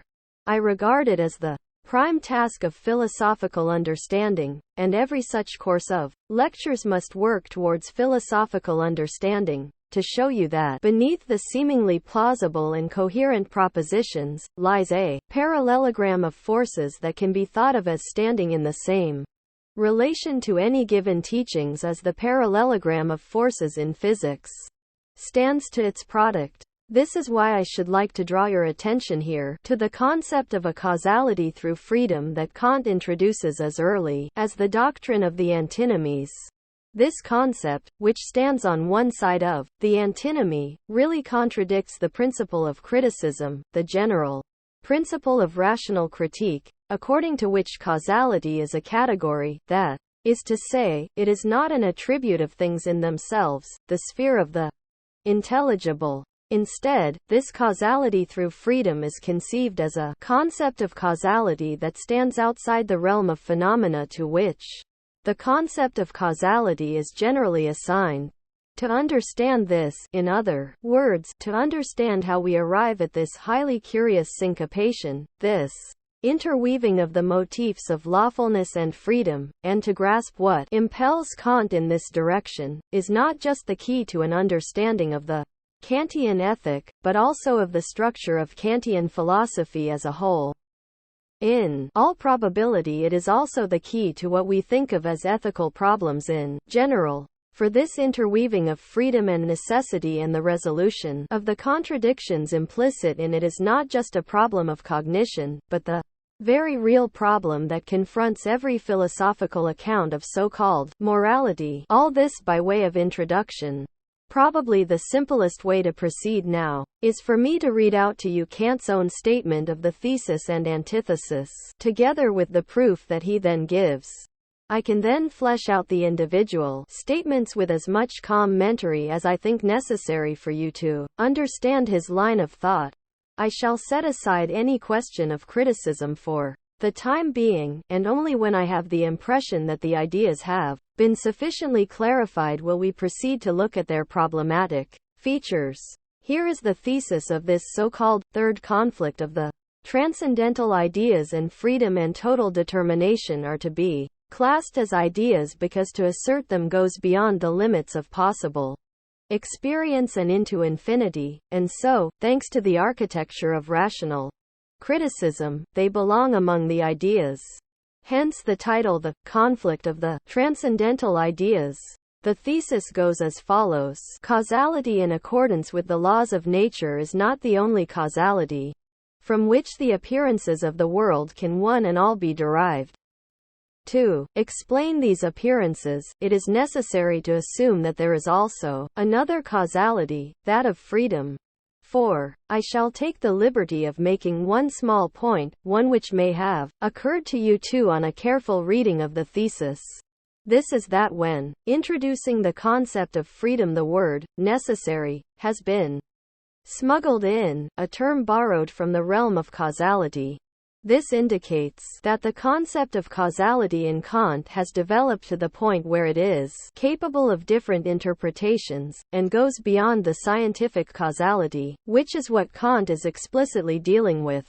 On the other hand, we can see that it is a symptom of the impossibility of eradicating the contradiction we have been discussing. It is simply not possible for him to prove what he wishes to prove, or what he wishes to express, because what he wishes to prove, namely the principle of necessity, is in a sense already presupposed. This feature, incidentally, is very prevalent throughout Kant's philosophy, and since I have advised you to read the Critique of Practical Reason, and would be delighted if you were also to read the Critique of Pure Reason, this pointer will perhaps be of assistance to your understanding of those texts. The fact is that you will only do Kant justice if you stop believing that everything in him can be deduced from something else.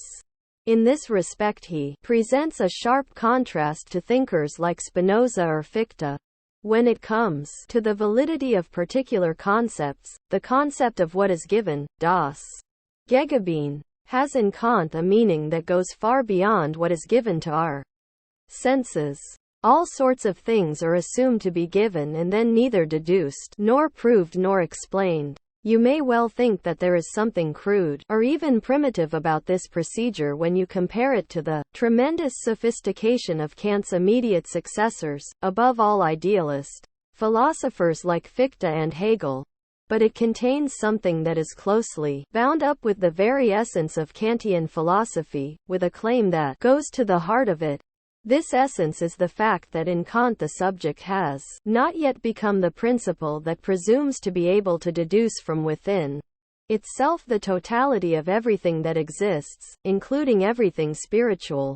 Instead, the content of Kantian philosophy, insofar as it has a negative content, lies precisely in the limits it sets to the absolute claims of the subject. These limits also imply a limit to what can be deduced from this philosophy, even though, on the other hand, it presents itself as a deductive system. To take this one step further, this curious tolerance of elements that cannot be deduced from elsewhere, either from other concepts or from any supreme axioms, is a particular feature of Kant's thought. Moreover, this remarkable method does not confine itself, as we might first suppose, to the so-called material of our knowledge, but extends to the very forms of our consciousness which, despite their derivative nature in Kant, have in a sense simply to be accepted, and to be respected. This has the consequence that he can speak of necessity, and necessity is one of the categories in his system, as if it is something given. I cannot provide the evidence for this here. To do so would take us too far away from our present concerns. But I would just like to draw your attention to the so-called deduction of the pure concepts of understanding in Kant, where you can find a series of statements that explicitly confirm the existence of these givens. 5. Moreover, he even treats as givens things that are actually not given, but are supposed to be pure functions, pure activity. Let us proceed now to the proof of the thesis e contrario. Therefore, let us assume the opposite, namely, that there is no other causality than that in accordance with laws of nature. This being so, everything which takes place presupposes a preceding state upon which it inevitably follows according to a rule. 6. Ladies and gentlemen, what you have in this sentence is the famous Kantian definition of causality, and you should note it as the succinct antithesis to the Kantian doctrine of freedom. In the sense in which it is discussed here, causality is the succession of states in accordance with rules. Therefore, this concept of causality is, as you will have noticed, extraordinarily broad, so broad that it is capable of the most divergent interpretations. You can even, though I leave this to the natural scientists among you, reflect on whether this concept of causality is so general that it even leaves room for the most recent criticism of causality in the natural sciences, namely in quantum mechanics, and you may consider whether the contradiction which is alleged to exist between Kant and modern science is not based on an over-narrow interpretation of the Kantian idea, but this is merely an aside for the benefit of those who have a particular interest in the concept of causality. Kant continues, but the preceding state must itself be something which has taken place, having come to be in a time in which it previously was not, for if it had always existed, its consequence also would have always existed, and would not have only just arisen.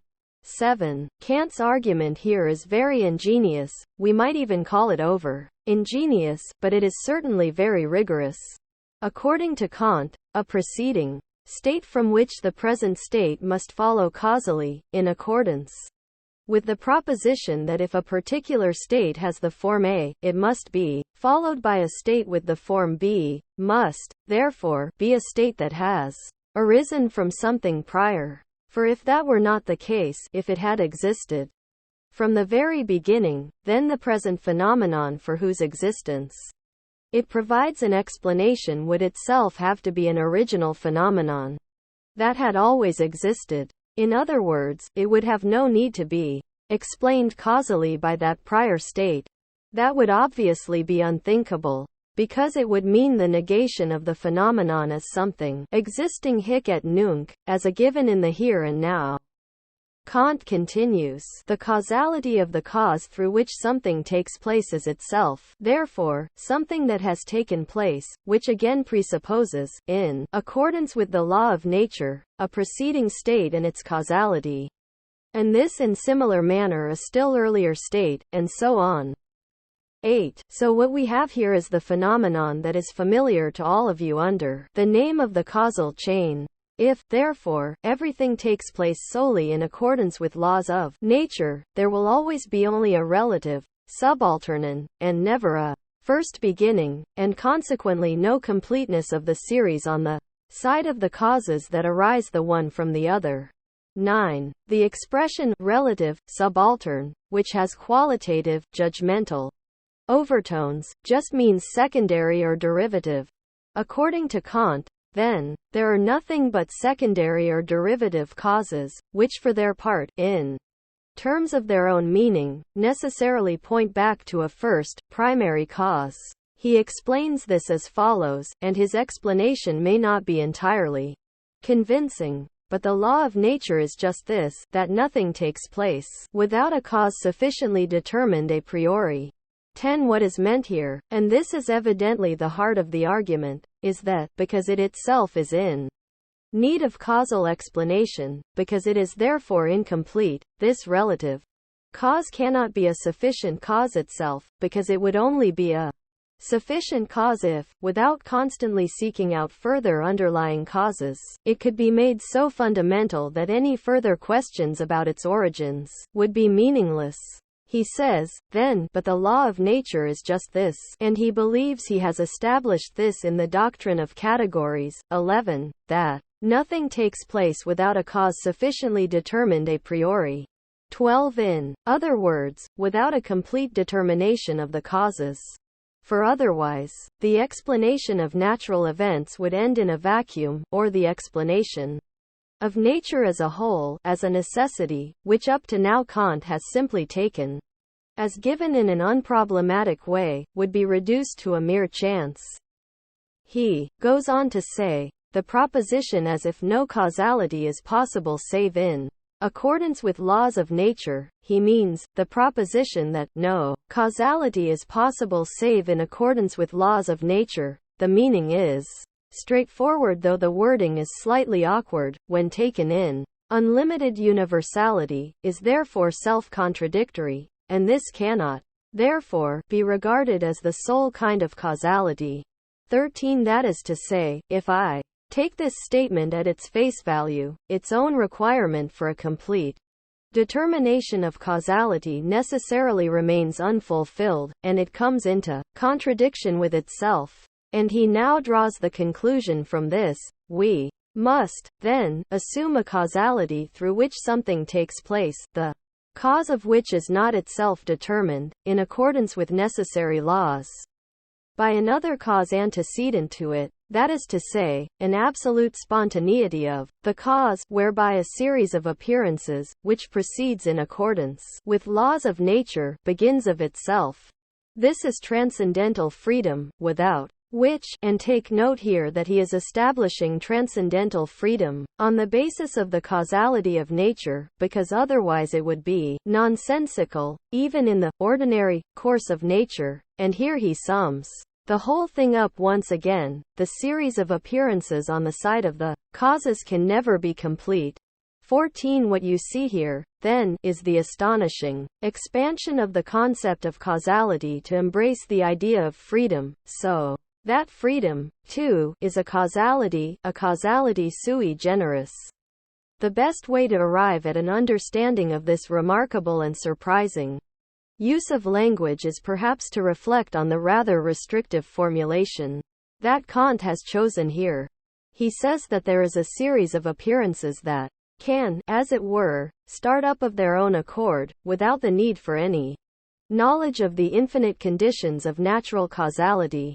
I think it would be as well to tell you what Kant had in mind here, since one of the principles of philosophical understanding is, and this is a rule that applies particularly to the later idealists, and especially Hegel, that we truly understand these apparently very formal arguments of the kind I have just given you only if we do not just follow the train of thought through to its logical consequences, but also succeed in imagining the real situation which underlies it and provides the model for it. Without a doubt, in this case the real situation is the individual's own experience, quite simply, the fact that I can experience for myself, whatever implications this may have within the framework of a universal determinism, that I have the ability to set series of causally linked events in motion through an action that, as Kant terms it, has an element of independence, whatever its objective connections may be with the causality of nature. Hence, if I once more pick up this unfortunate book, and drop it again, then the fact that it does fall is a matter of natural causality. It takes place in the macro realm, in accordance with the good old rules of cause and effect. But the fact that I take this decision, however foolish it may be, to lift this book up and drop it, the fact that I intervene, brings a further element, an independent one, into this causal chain. We might say that with this decision a new causal series is inaugurated. And how this series then becomes incorporated into the totality of causal conditions, that is something about which Kant would say, or rather it is wrong to say he would say it, because he does say in fact, this is a cura posterior, this belongs to a theory of human nature as far as its characters likewise form part of the empirical world. 15. But the immediate position for our own experience, the factor that stands out in opposition to the chain of causality, is this initial act, the beginning of a second series of determinants which likewise for our own experience is not wholly determined empirically in its identity with, or its dependence upon, the universal chain of causes. 16. This is what Kant has in mind at this point, and he speaks of an absolute spontaneity of the cause, without, however, defining the concept any further at this point. However, spontaneity here means something like an originating activity, independent activity for which no further conditioning factors can be positively given in the first instance. Indeed, in the critique of pure reason generally, spontaneity is the faculty concerned with the production of ideas, and so represents the productive faculty of consciousness and hence of the human mind as such. As you can read in the Transcendental Doctrine of Method, Kant is, like all respectable philosophers, no great friend of verbal definitions. 17. He introduces this concept initially in a fairly restricted sense, limiting it to the ideas, because it is a matter of one of the fundamental motifs of subjectivity, and we might even say, the fundamental motif of subjectivity. He takes the liberty, rightly, of applying this activity of mind more broadly. 18. This is the argument Kant advances in opposition to universal causality and in favor of the causality born of freedom, and hence also of the concept of freedom as the fundamental concept of ethics. The antithesis goes as follows: there is no freedom. Everything in the world takes place solely in accordance with laws of nature. 19. You can see here in the formulation of the antithesis that in defining causality in contrast to freedom, Kant explicitly equates it, as I have already indicated, with causality in nature. The proof goes as follows. Assume that there is freedom in the transcendental sense, in other words, the freedom which emerges from the proof of the thesis, as a special kind of causality in accordance with which the events in the world can have come about, namely a power of absolutely beginning a state, and therefore absolutely beginning a series of consequences of that state. It then follows that not only will a series have its absolute beginning in this spontaneity, but that the very determination of this spontaneity to originate the series, that is to say, causality itself, will have an absolute beginning. 20. I should explain that on the premise that he is subjecting to criticism here, freedom in the transcendental sense is tantamount to being a category. In this it resembles causality. That is to say, freedom, and this includes action, the course of events independent of laws, would then become a basic category in accordance with which our knowledge and with it the phenomenal world is organized. If we now connect this to this explanation of the term transcendental, Kant's thinking is quite simply this: the categories, that is to say, the fundamental concepts, the basic furniture of my mind which I need if I am to be able to bring order at all into my experience, are nothing but the conditions that enable me to organize the world in accordance with laws and hence experience the world as governed by laws. Now if freedom, and this is the nervus probandi, is turned into a category, to a transcendental principle, a fundamental precondition of my knowledge of objects in general, this would mean that the opposite of conformity to law would itself be made into one of the categories, that it would therefore form the foundation of lawfulness as such, and that freedom would become the epitome of conformity to law, an evident nonsense. This is his basic thought. If you keep this in mind, you will, I think, have relatively little trouble in following the rest of the argument. We shall move on to the second stage soon enough. This means that if I were to accept the idea of freedom in its transcendental sense, freedom as category, then, Kant continues, this will lead to causality itself having an absolute beginning. There will be no antecedent through which this act, in taking place, is determined in accordance with fixed laws. 21. This would mean accepting a principle that would have nothing to do either with a knowledge in conformity with law or with any laws operating in nature, but every beginning of action presupposes a state of the not yet acting cause, and a dynamical beginning of the action, if it is also a first beginning, presupposes a state which has no causal connection with the preceding state of the cause, that is to say, in no wise follows from it. 22. Therefore, this conformity to law that according to Kant ought to follow from the principle of freedom, or that is to be introduced with the principle of freedom, would itself be in contradiction to the concept of conformity to law. Transcendental freedom thus stands opposed to the law of causality, and the kind of connection which it assumes as holding between the successive states of the active causes renders all unity of experience impossible. It is not to be met with in any experience, and is therefore an empty thought entity. 23. What he has in mind here is obviously the old idea of an ultimate, original, creative principle as handed down by Aristotle and the scholastics. The ultimate root of this idea is the Aristotelian doctrine of the panta, the unmoved mover of all things. 24. That would be assumed and that would for its part fall outside the causal series in order to provide causality with a foundation. In consequence it would stand opposed to the principles of conformity to law. In this line of argument, then, the argument in support of the antithesis, Kant speaks as the consistent and rigorous man of the Enlightenment whose whole striving is to eradicate the last vestiges of scholastic, and ultimately Aristotelian and ontological, ideas from philosophy. And as a correlative to that, the argument in support of the thesis aims at the rehabilitation of the metaphysical principle.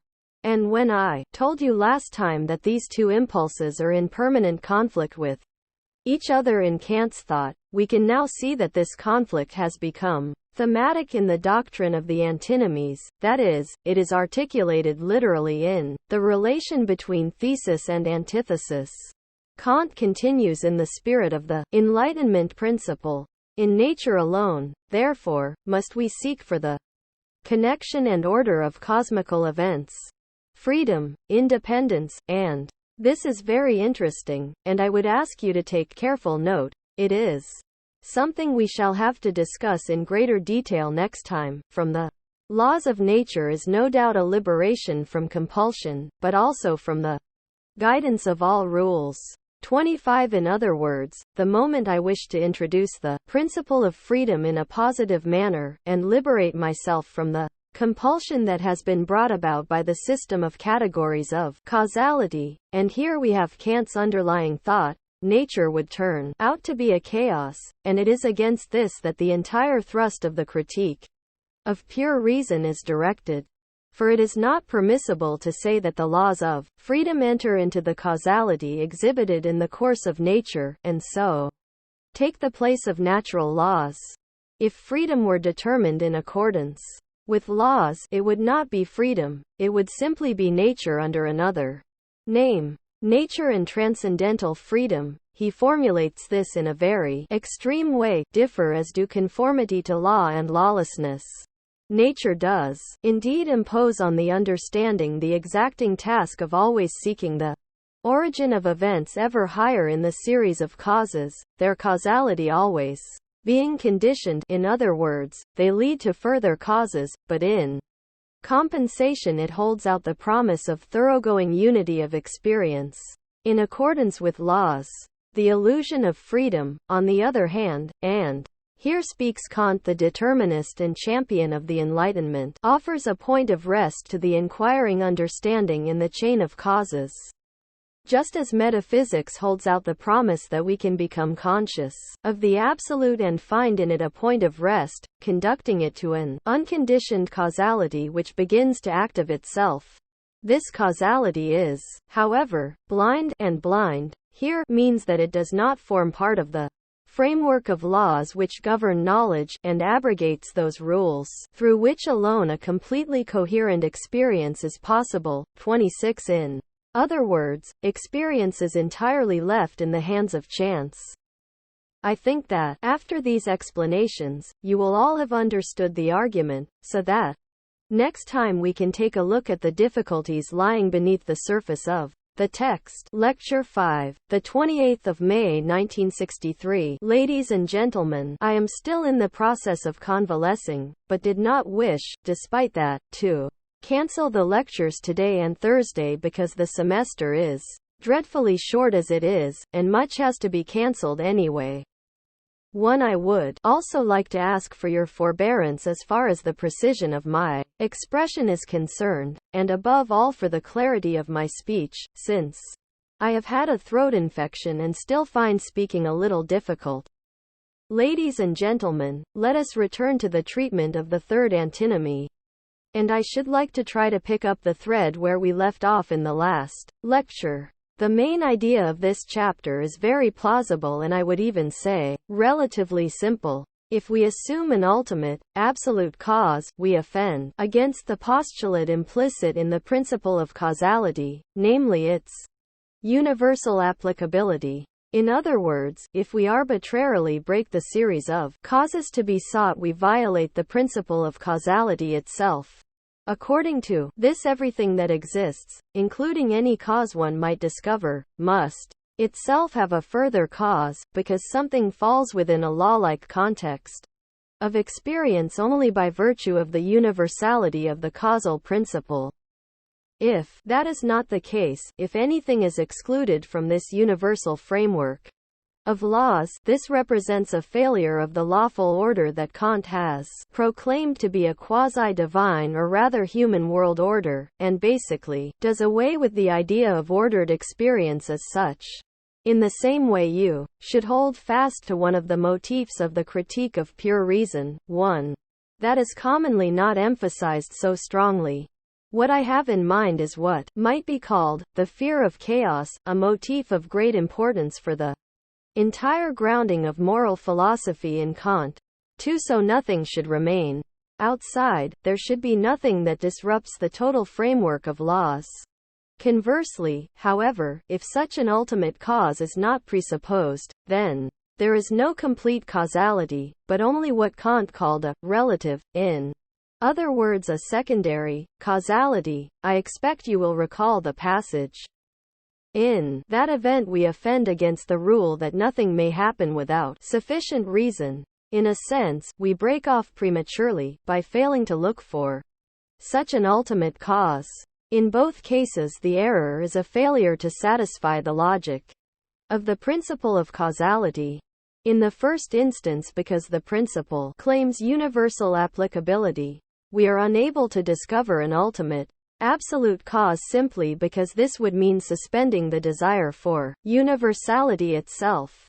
The alternative is to decline to assume the existence of such a cause, and act as if there is no such thing as an ultimately accessible cause, but only a secondary cause, so that the concept of causality remains forever unfulfilled. It is important, therefore, and I wish to emphasize it as strongly as I can. You may perhaps regard this as a somewhat formalistic point and be tempted to ignore it, but believe me, I have my reasons for making such a meal of it.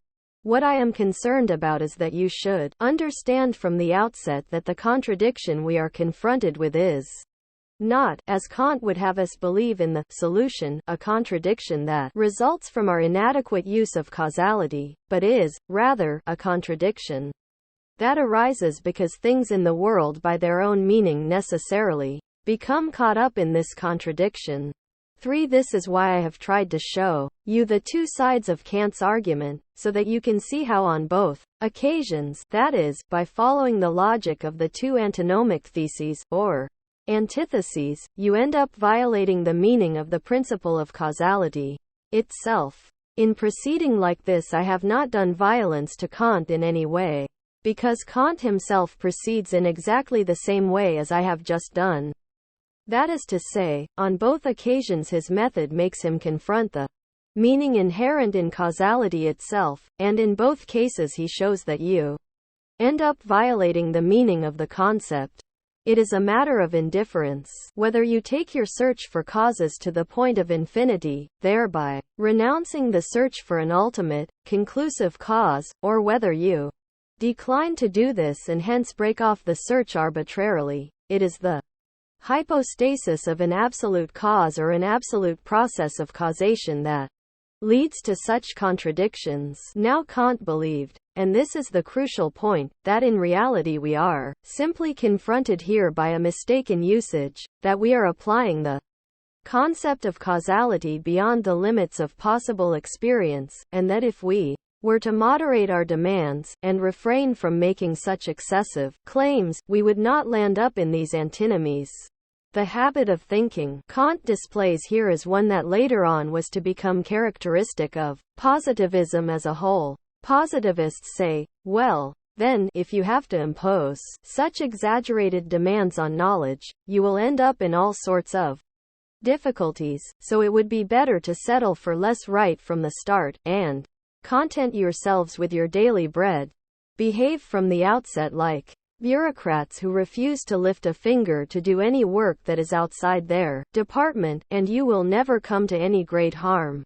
However, let us assume that what I have told you is correct, and that, as I believe is implicit in the Kantian line of thought, these antinomies actually arise from confronting the application, the possible application, of the category of causality with its meaning. In that event this would show that the rather comfortable construction that Kant puts on the matter, one which tends to stay within the framework of the existing division of labor in the spirit of dwell in the land and lead an upright life, for that this interpretation contradicts the depth of understanding that he has himself achieved at this point.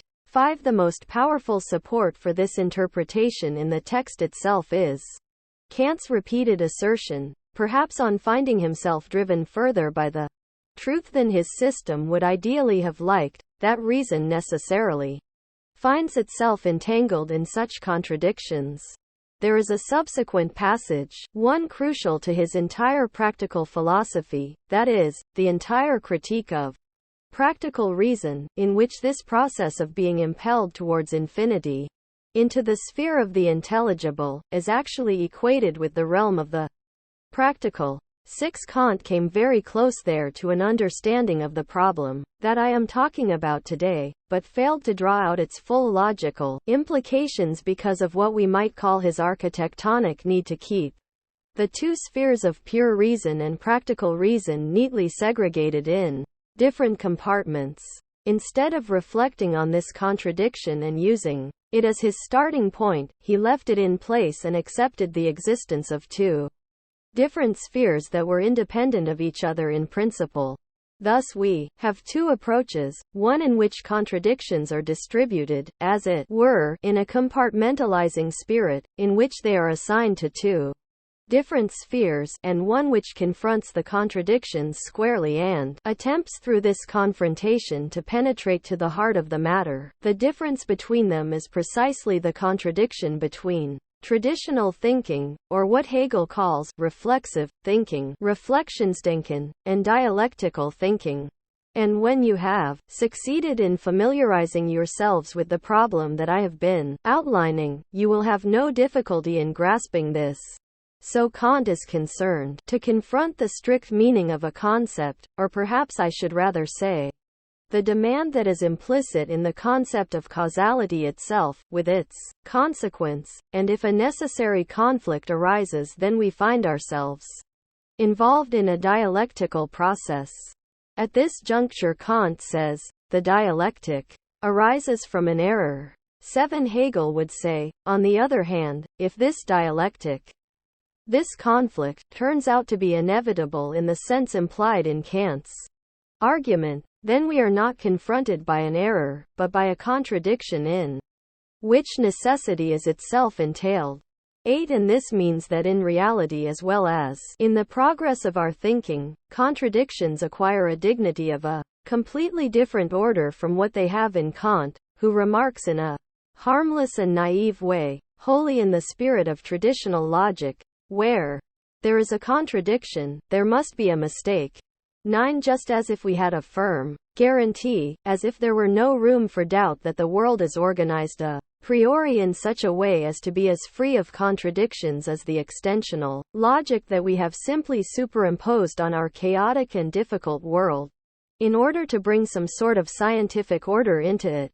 Ladies and gentlemen, I should like to draw your attention to a further important point. Kant was also poised on the threshold of another problem, one that might be called the problem of the prima philosophia, or better, the problem of the very first thing.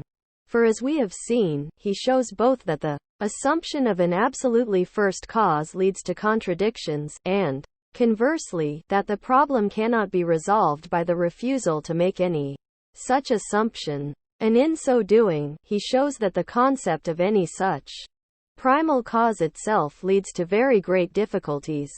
On the other hand, however, Kant was a Cartesian in that, like Descartes, he searched for a residue of absolute certainty and at the same time, for a second, free element 10 that one could hold on to firmly and from which everything else followed. And he did this in preference to drawing the conclusion that is really implicit in the doctrine of the antinomies, namely that the search for any such primal cause might itself be a fallacy. 11. You see here once again the peculiar Janus face of Kantian philosophy, and you see it moreover at the very source of his practical philosophy. You can see, on the one hand, how he is driven by his own analysis to the realization that giving any such absolute status to the primal thing, whether it be the category of causality, or that of the freedom that necessarily precedes it, leads inexorably to contradictions that prove to be insoluble. On the other hand, he nevertheless refuses to relinquish the idea of something absolute and primary. 12. This leads him, and this is why this issue is so important for practical philosophy, by a coup de main to establish freedom as a law sui generis, that then stands absolutely at the beginning, conferring a sort of primacy on practical reason. For you shall learn soon enough that within the Kantian system there lies hidden a dominant factor that later on comes to the surface, in ficta in a rather crass fashion. This is the idea that practical reason, that is, action, is accorded an absolute priority over theoretical knowledge. Kant finds himself, therefore, like Hegel, incidentally, in a precarious situation. On the one hand, thanks to the extraordinary vigor with which he pursues his philosophy of origins, he comes up against the outer limits of that philosophy, that is to say, the fact that the concept of the prime mover is antinomic, while, on the other hand, he clings to the idea while refusing to follow through the logic of that antinomy. Those of you who will move on to the study of Hegel will discover that this contradiction remains intact in Hegel. It is not resolved there either, but is simply taken over as it stands. For all his dialectic, Hegel too, just like Kant, accepts something like the dominance of an absolute prime mover, only in his case it is the infinite subject, absolute spirit. 13. We might perhaps consider the issue in more general terms, by saying that there is a first thing as an aspect of the immediate, but really only as an aspect, for what has been caused, what has become, is always mediated precisely through its having become something, and the causa itself is likewise mediated, since the causa can only be the cause in so far as it is the cause of its effect, and not a cause in general. But this element or moment of immediacy, this first cause of something given, cannot be an immediate given in an absolute and positive sense. This dialectical consequence is one that can likewise be inferred from the Kantian doctrine of the antinomies. Even if we set aside these considerations that I have attempted to distill from the doctrine of the antinomies, there remains a great mass of difficulties. These difficulties pertain in the first instance to the relations between the concepts of causality, law and freedom that Kant introduces.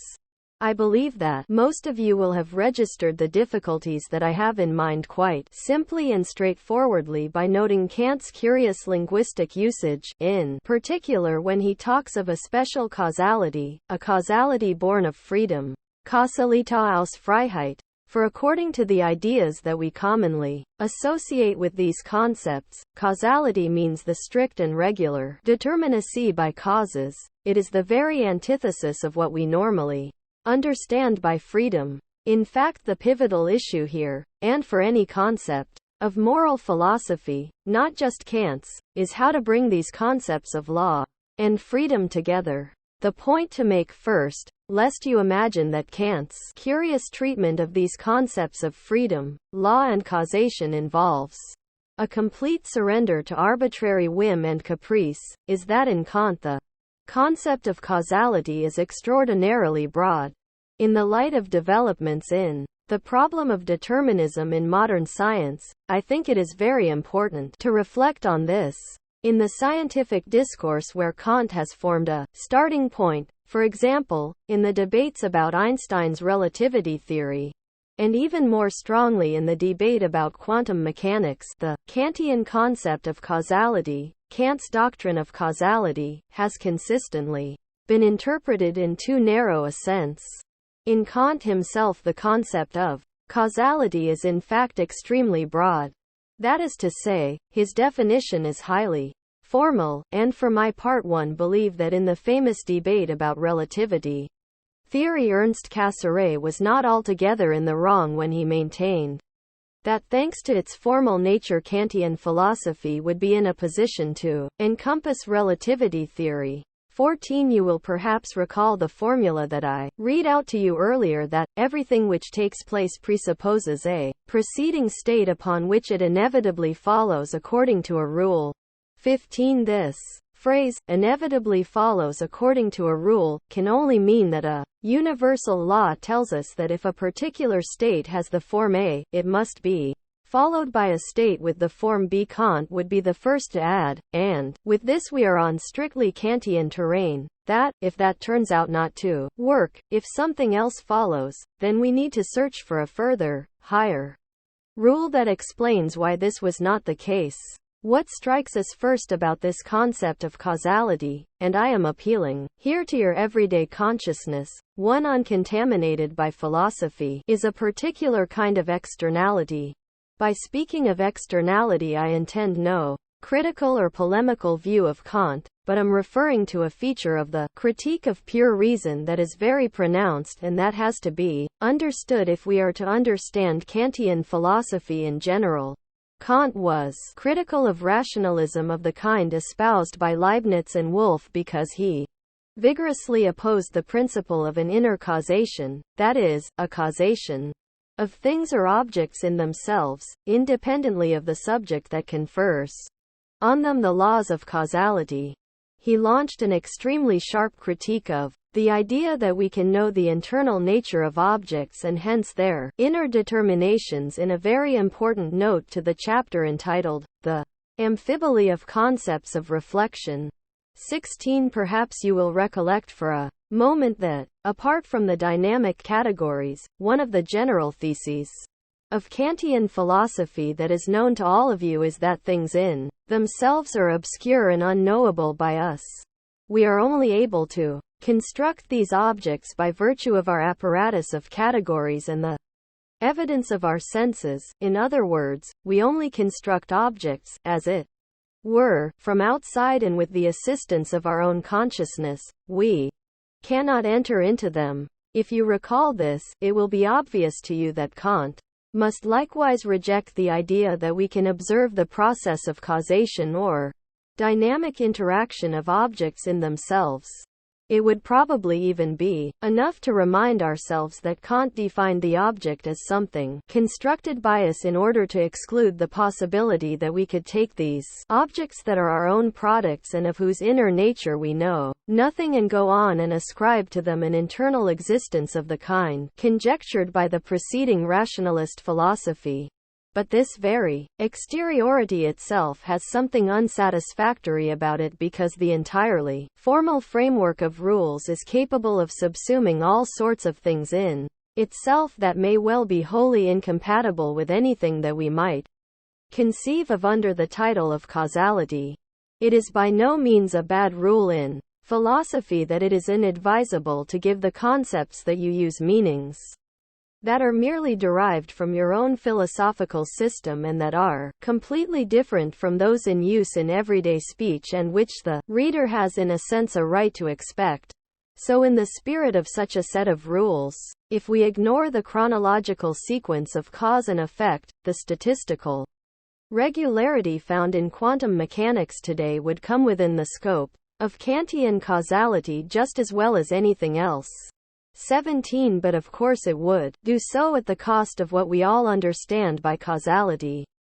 The answer to this, on the part of the progressive sciences, is simply that our minds have not advanced beyond the level of mythology, that in our everyday consciousness we are lagging behind the stage reached by scientific criticism and that we are still operating with a basically animistic conception according to which things have an inner soul and an inward determinacy, conceptions which have ceased to be tenable now that the concepts of knowledge have been filtered as they have in philosophical criticism. This so-called external nature of causality, which incidentally is something that the whole of later scientific thought and the whole of positivism shares with Kant, and which, as in Hume, has been taken incomparably further than it was by Kant himself, arises from the fact that causality does not reside in things in themselves. It is, rather, an ordering principle according to which the subject combines successive states with each other. 18. This means then that causality has nothing to do with the explanation of motivation, which sets out to further our understanding of successive events from within. It aims to achieve this on the basis of our inward awareness in which subject and object, that is, our experience of ourselves and we ourselves as the thing we experience, coincide, or are supposed to coincide so that the problem of the opposition between inner and outer disappears. In consequence of this, and this is a motif that was brought up in criticism of Kant, particularly by Schopenhauer 19, it was claimed that there was a special form of causality that Kant had really ignored, namely a causality from within, and this was in fact what motivation was. 20 However, in Kant, and this is why I have made so much of the remarkable breadth of the term causality, the concept of causality, that is, this sequence of states in accordance with rules, is broad enough to leave room for something we can call motivation. This remains true even without taking any such coincidence of inner and outer into account. That is to say, there is space for subjective certainty or immediate certainty to explain why two states should follow on from one another. Why this should be the case is not a matter that Kant reflects on, but he does draw certain inferences from it nevertheless. For example, he says that causality has a number of possibilities. We might put it in scientific terms, and say that there is a special case of causality in which the kind of externality of which I have told you does not exist, but that instead there is a kind of causality in which we can instigate a series of events linked by cause and effect from within our own consciousness. What Kant has in mind here, he does not say so explicitly, but there is no doubt about what he meant, is simply the basic fact of some decision or other.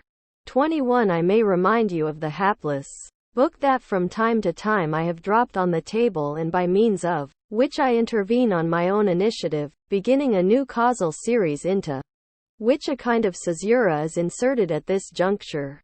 I am trying to express myself very cautiously here. 22 For in this very difficult gray area, Kant himself expressed himself anything but clearly, and for the very good reason that it is very hard to be clear about it.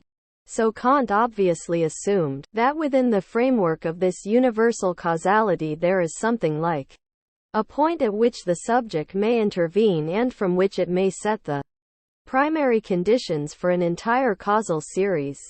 He believed, further, that, within this realm of practice, of practical action, the point at which this new causal series begins could be specified. For this reason he thought that we can speak of something like an exceptional situation in the realm of practice, that is to say, in the motivated behavior of human beings. Now, Kant was an extraordinarily honest man and just as sharp in his thinking as he was honest, and he by no means overlooked the question that is on the tip of your tongues at this point. This concerns the fact that an action initiated in freedom, in which I independently intervene in something, thereby enters for its part into a new causal chain. So if I may come back once again to this idiotic example of dropping a book, this is in the first instance my own free decision, but it may at the same time be regarded as the product of a whole series of other events. For example, I find myself under the necessity of demonstrating to you this phenomenon of a so-called free act, and have nothing else to hand but this accursed book. So I drop it, and this can in its turn be referred back to all sorts of other things such as the internalization of the concept of duty and God knows what else. So, what I want to say is that major factors and trivial ones are all tied into each other in the strangest way. Kant would not deny any of this, and there is a passage, we shall look at it closely, in which Kant readily concedes that so-called free actions are themselves subject to universal determination. 23 But Kant's way of dealing with this question, and indeed with a number of other analogous questions elsewhere in his philosophy, is to proceed phenomenologically, to use a term that came into being very much later. What that means is that he is not concerned to make a final, definitive statement about the nature of such an action. In this respect, too, we might say that he would cultivate a certain externality. But instead what concerns him is that at this particular moment, I have this particular experience. I can drop the object now. That is an immediately given reality, and it is quite different from my turning a tap on, and as long as it is on, the water pours out. No matter how we may think of these two events within the total or universal network of causality, there is a real distinction at the level of personal experience. So there is in Kant. I have already said this, and perhaps you can see here why it is so important. For an understanding of his philosophy, something over and above the systematic impulse, the desire to construct as coherent an overall totality out of discrete units as is possible. There is in addition, and you come across it in all sorts of places, this respect for given realities, for everything that cannot be inferred from something else. In fact, in his practical philosophy he treats freedom, or rather its supreme principle, the moral law, which demands nothing other than that I act purely in accordance with reason, as such a given. He treats it as something that in a sense cannot be inferred from anything else, simply because it is identical with the very same principle of reason which alone would be capable of drawing such an inference.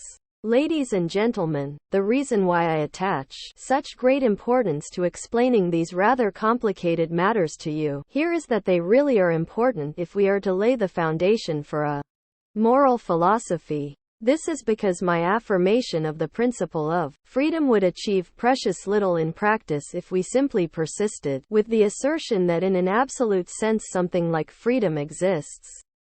But as soon as I enter the limited realm of experience, the finite sphere of experience, I find it under the domination of causality, and there is no freedom in sight. For practice is always the practice of empirical human beings, and it pertains to things given in empirical reality. Here, too, Kant finds himself caught up in a certain contradiction.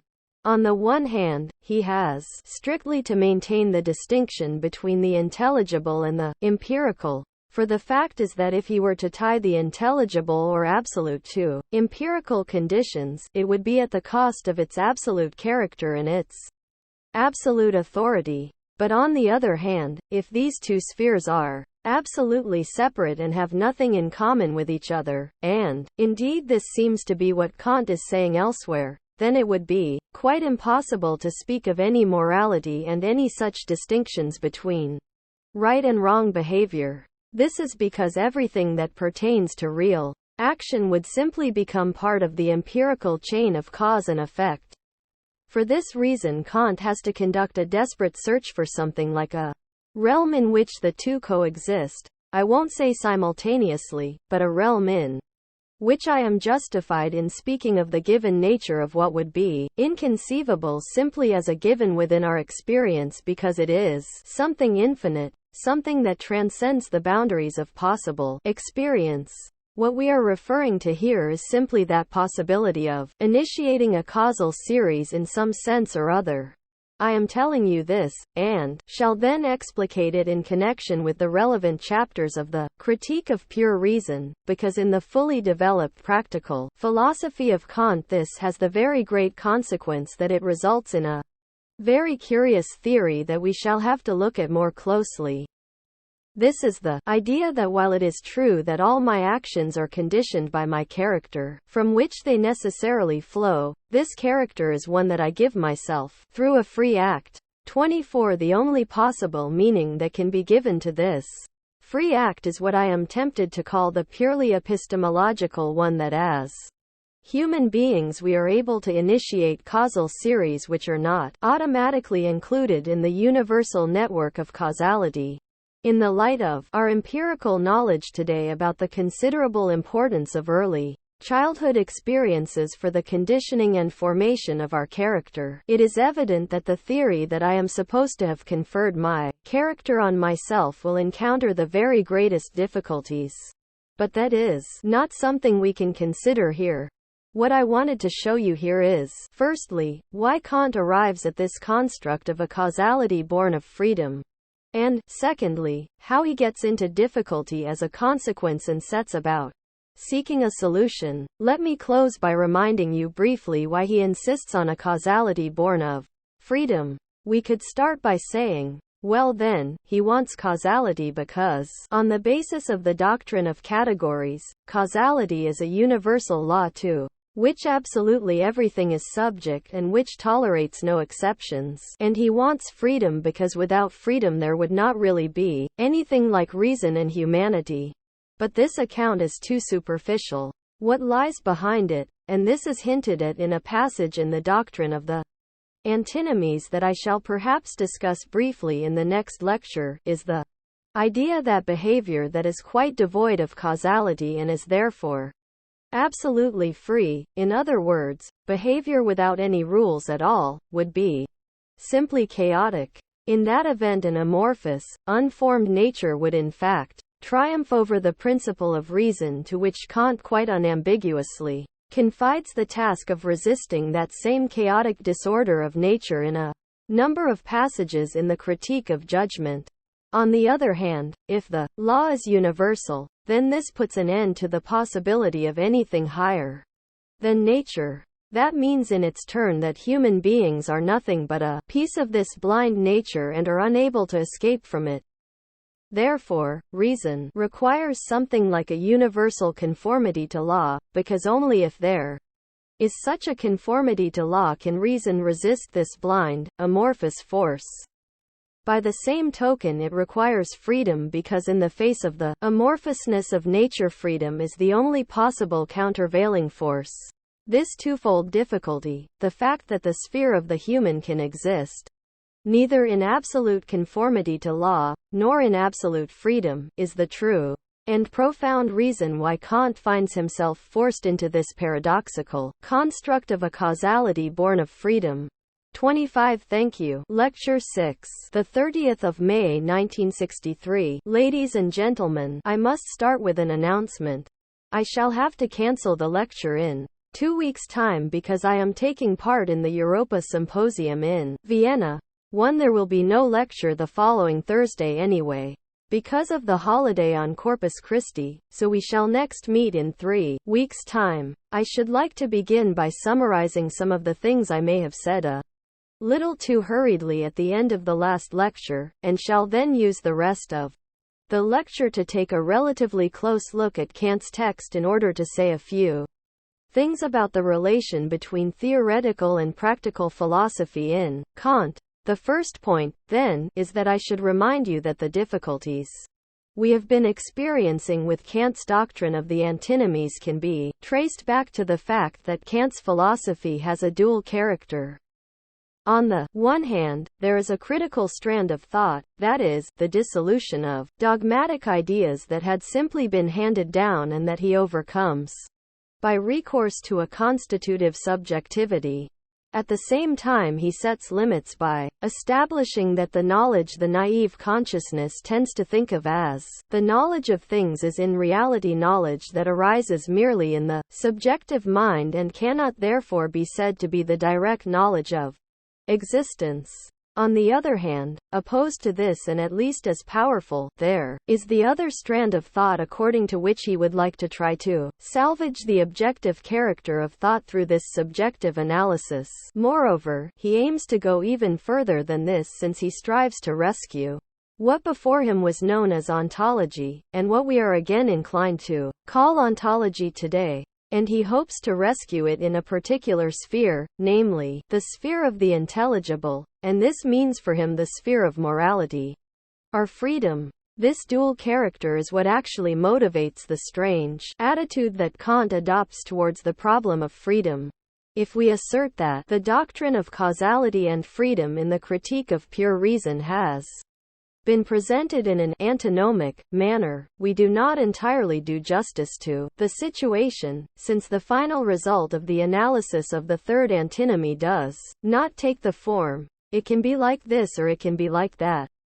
Instead, given the general thrust of the analysis in the Critique of Pure Reason, the situation is rather that the discussion of freedom and conditioning is broken off.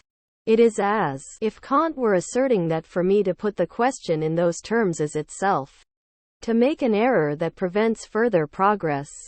The implication is that if I am debarred from putting the question, I shall remain trapped in the empirical realm in which causality rules, and that the only claim I may not make on behalf of this causality is that it is absolutely valid in the realm of empirical objects. Notwithstanding this, in the critique of pure reason, at least in the doctrine of the antinomies, the crucial decision was really made in favor of causality, in the spirit of the theoretical use of reason, only, with the caveats we have already discussed.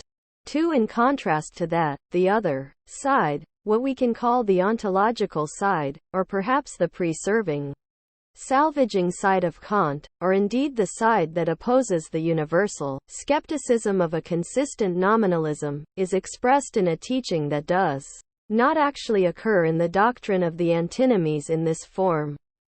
This is the doctrine that the moral sphere is in principle separate from that of knowledge and, positively, that it is the sphere of freedom.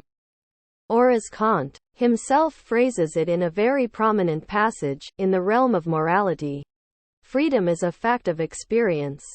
3. I tried to show you last time what meaning can be given to this strange thesis about the experience of freedom, when we set out to examine aspects of the concept of motivation, and the dual character of law. But at any rate we can summarize once more the meaning of the doctrine of the third antinomy, the antinomy of causality and freedom. If causality rules absolutely, if, in other words, there is nothing but the law of cause and effect, this would make an absolute of the laws imposed by human beings on the things in themselves of which they actually know nothing, that is, of everything that is needed to control nature, both human and extra-human. This would confer on that absolute the same quality of blindness and externality which, as I explained to you last time, is characteristic of causality in nature and knowledge in terms of the categories as developed in the spirit of Kant.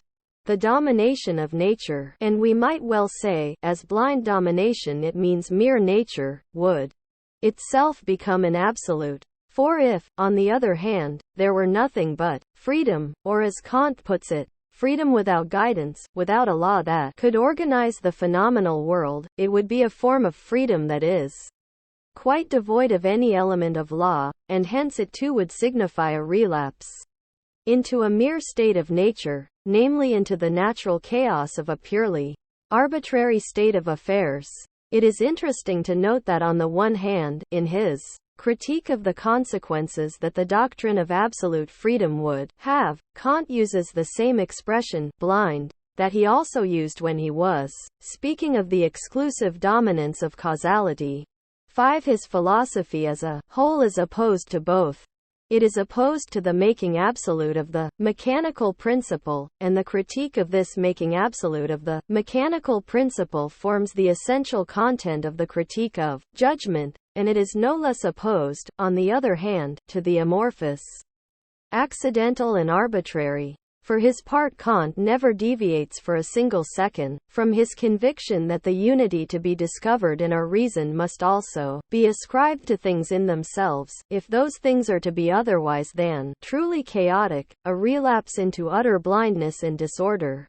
I do not wish to discuss here the idea that the unity imposed on the world by the organization of the rational logos must necessarily also constitute a determination of the world itself. But it does appear to me that at this point there is a crucial fallacy in the Kantian philosophy itself, one which had a calamitous influence throughout the whole of post-Kantian philosophy. It arises because the category of absolute unity was hypostatized and conflated with the absolute, and this was something against which the most significant and the most free-spirited of the German idealists made the most energetic protests. What I have in mind here above all is what might be called the philosophical substance of Hölderlin's thinking. He, foremost, among others, interpreted this idea of the absolute nature of the one and of unity in such a way as to insist that the true unity was the reconciliation of the many, and not a mere identity which came into existence by riding roughshod over the many of which it is composed.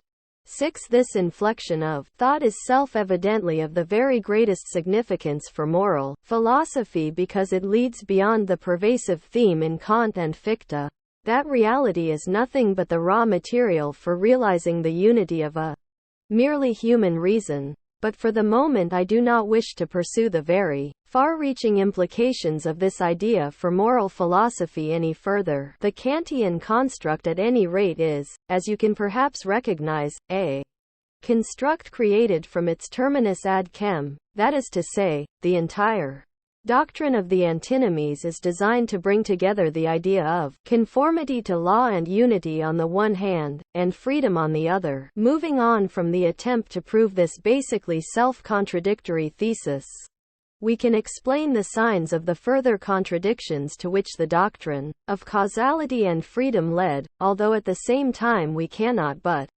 acknowledge the fact that Kant's greatness manifests itself in the completely frank and open way in which he makes these contradictions explicit. I have said that this dialectic is not just a dialectic which exposes our false use of reason, but a dialectic inherent in the situation itself. We can see this plainly in one of the later chapters of the Critique of Pure Reason that I would like to discuss in some detail, partly because its fundamental significance for Kant's grounding of his moral philosophy has been extraordinarily underestimated. It is to be found in the Transcendental Doctrine of Method, and the chapter bears the title, The Canon of Pure Reason. This entire second part of the Critique of Pure Reason is in general far too little studied. The relevant section here is entitled, The Ultimate End of the Pure Employment of Our Reason, ch. 2, Section 1, pp. 630-4. This doctrine of the ultimate end of pure reason makes a major contribution to the doctrine of contradiction and our understanding of the contradiction with which we were concerned in the previous lectures, because the ultimate end of the pure employment of our reason turns out to be practice, action, and not theoretical knowledge, or what Kant consistently refers to in this section as speculation. 7. This is how the strange and genuinely contradictory element arises, even more contradictory than the contradictions of the doctrine of the antinomies. In the spirit of the doctrine of the antinomies we can say that causality triumphs, because in the realm of experience we can only think causally, because once we go beyond the realm of experience we end up in insoluble contradictions, regardless of whether we affirm causality or deny it. Whereas here, from the standpoint of the primacy of practice, the triumph of freedom, if you will allow me this strategic trope of speech, gazes out at us in an equally unambiguous way. We can say, therefore, that, while Kant criticizes the antinomies of pure reason, the necessity of these antinomies becomes manifest in the Kantian theory itself. It does this because his own philosophy amounts to the statement that in the realm of theory causality is dominant, while in the practical realm only freedom counts. The contradiction this implies is never resolved other than in a remote and vague hypothesis. So we have the situation that the antinomies that result merely from the false use of our reason have seemingly been resolved to everyone's satisfaction, but they then turn out to have the last word, since each side of the antinomy reappears in the very constitution of the two principal spheres of philosophy, namely in theoretical and practical philosophy. So much by way of introduction. I would like to pass on now to this chapter. In the Doctrine of Method, Kant speaks here of the ultimate end of the employment of our reason. He says, reason is impelled by a tendency of its nature to go out beyond the field of its empirical employment, and to venture in a pure employment, by means of ideas alone, to the utmost limits of all knowledge, and not to be satisfied save through the completion of its course in the apprehension of a self-subsistent systematic whole. 8. When we read here in Kant of the tendency of its nature, if we understand correctly the concept of nature as Kant borrowed it from the 18th century as a whole, and especially from Rousseau, we realize that it means more than something psychological, more than the idea that our nature is such that we ourselves impel our reason to the point of the absolute. Instead, nature here has to be taken in its strict sense to mean that reason is impelled by its own essence to go beyond the possible limits of experience. This thought, ladies and gentlemen, is in fact extraordinarily plausible and extraordinarily illuminating. If you cast your minds back to Kant's treatment of the third antinomy, you will recollect that it amounts to breaking off the argument that would run on into infinity.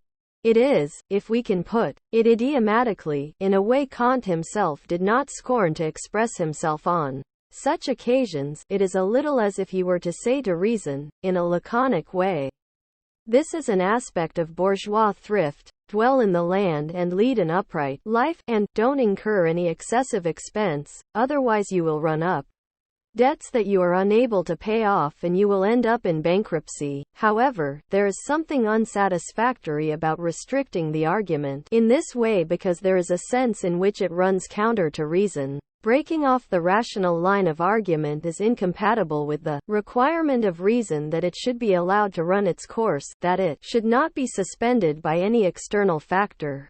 This is the case because the corollary of reason is the idea of truth. Reason is essentially the embodiment of consciousness which has truth as its goal, or so we might define it. If it is interrupted, broken off, suspended, and if it is told that it has to surrender its own true purpose, the search for truth, then reason is prevented by pure rationality, in order to make it see reason, from satisfying the requirements of its own nature.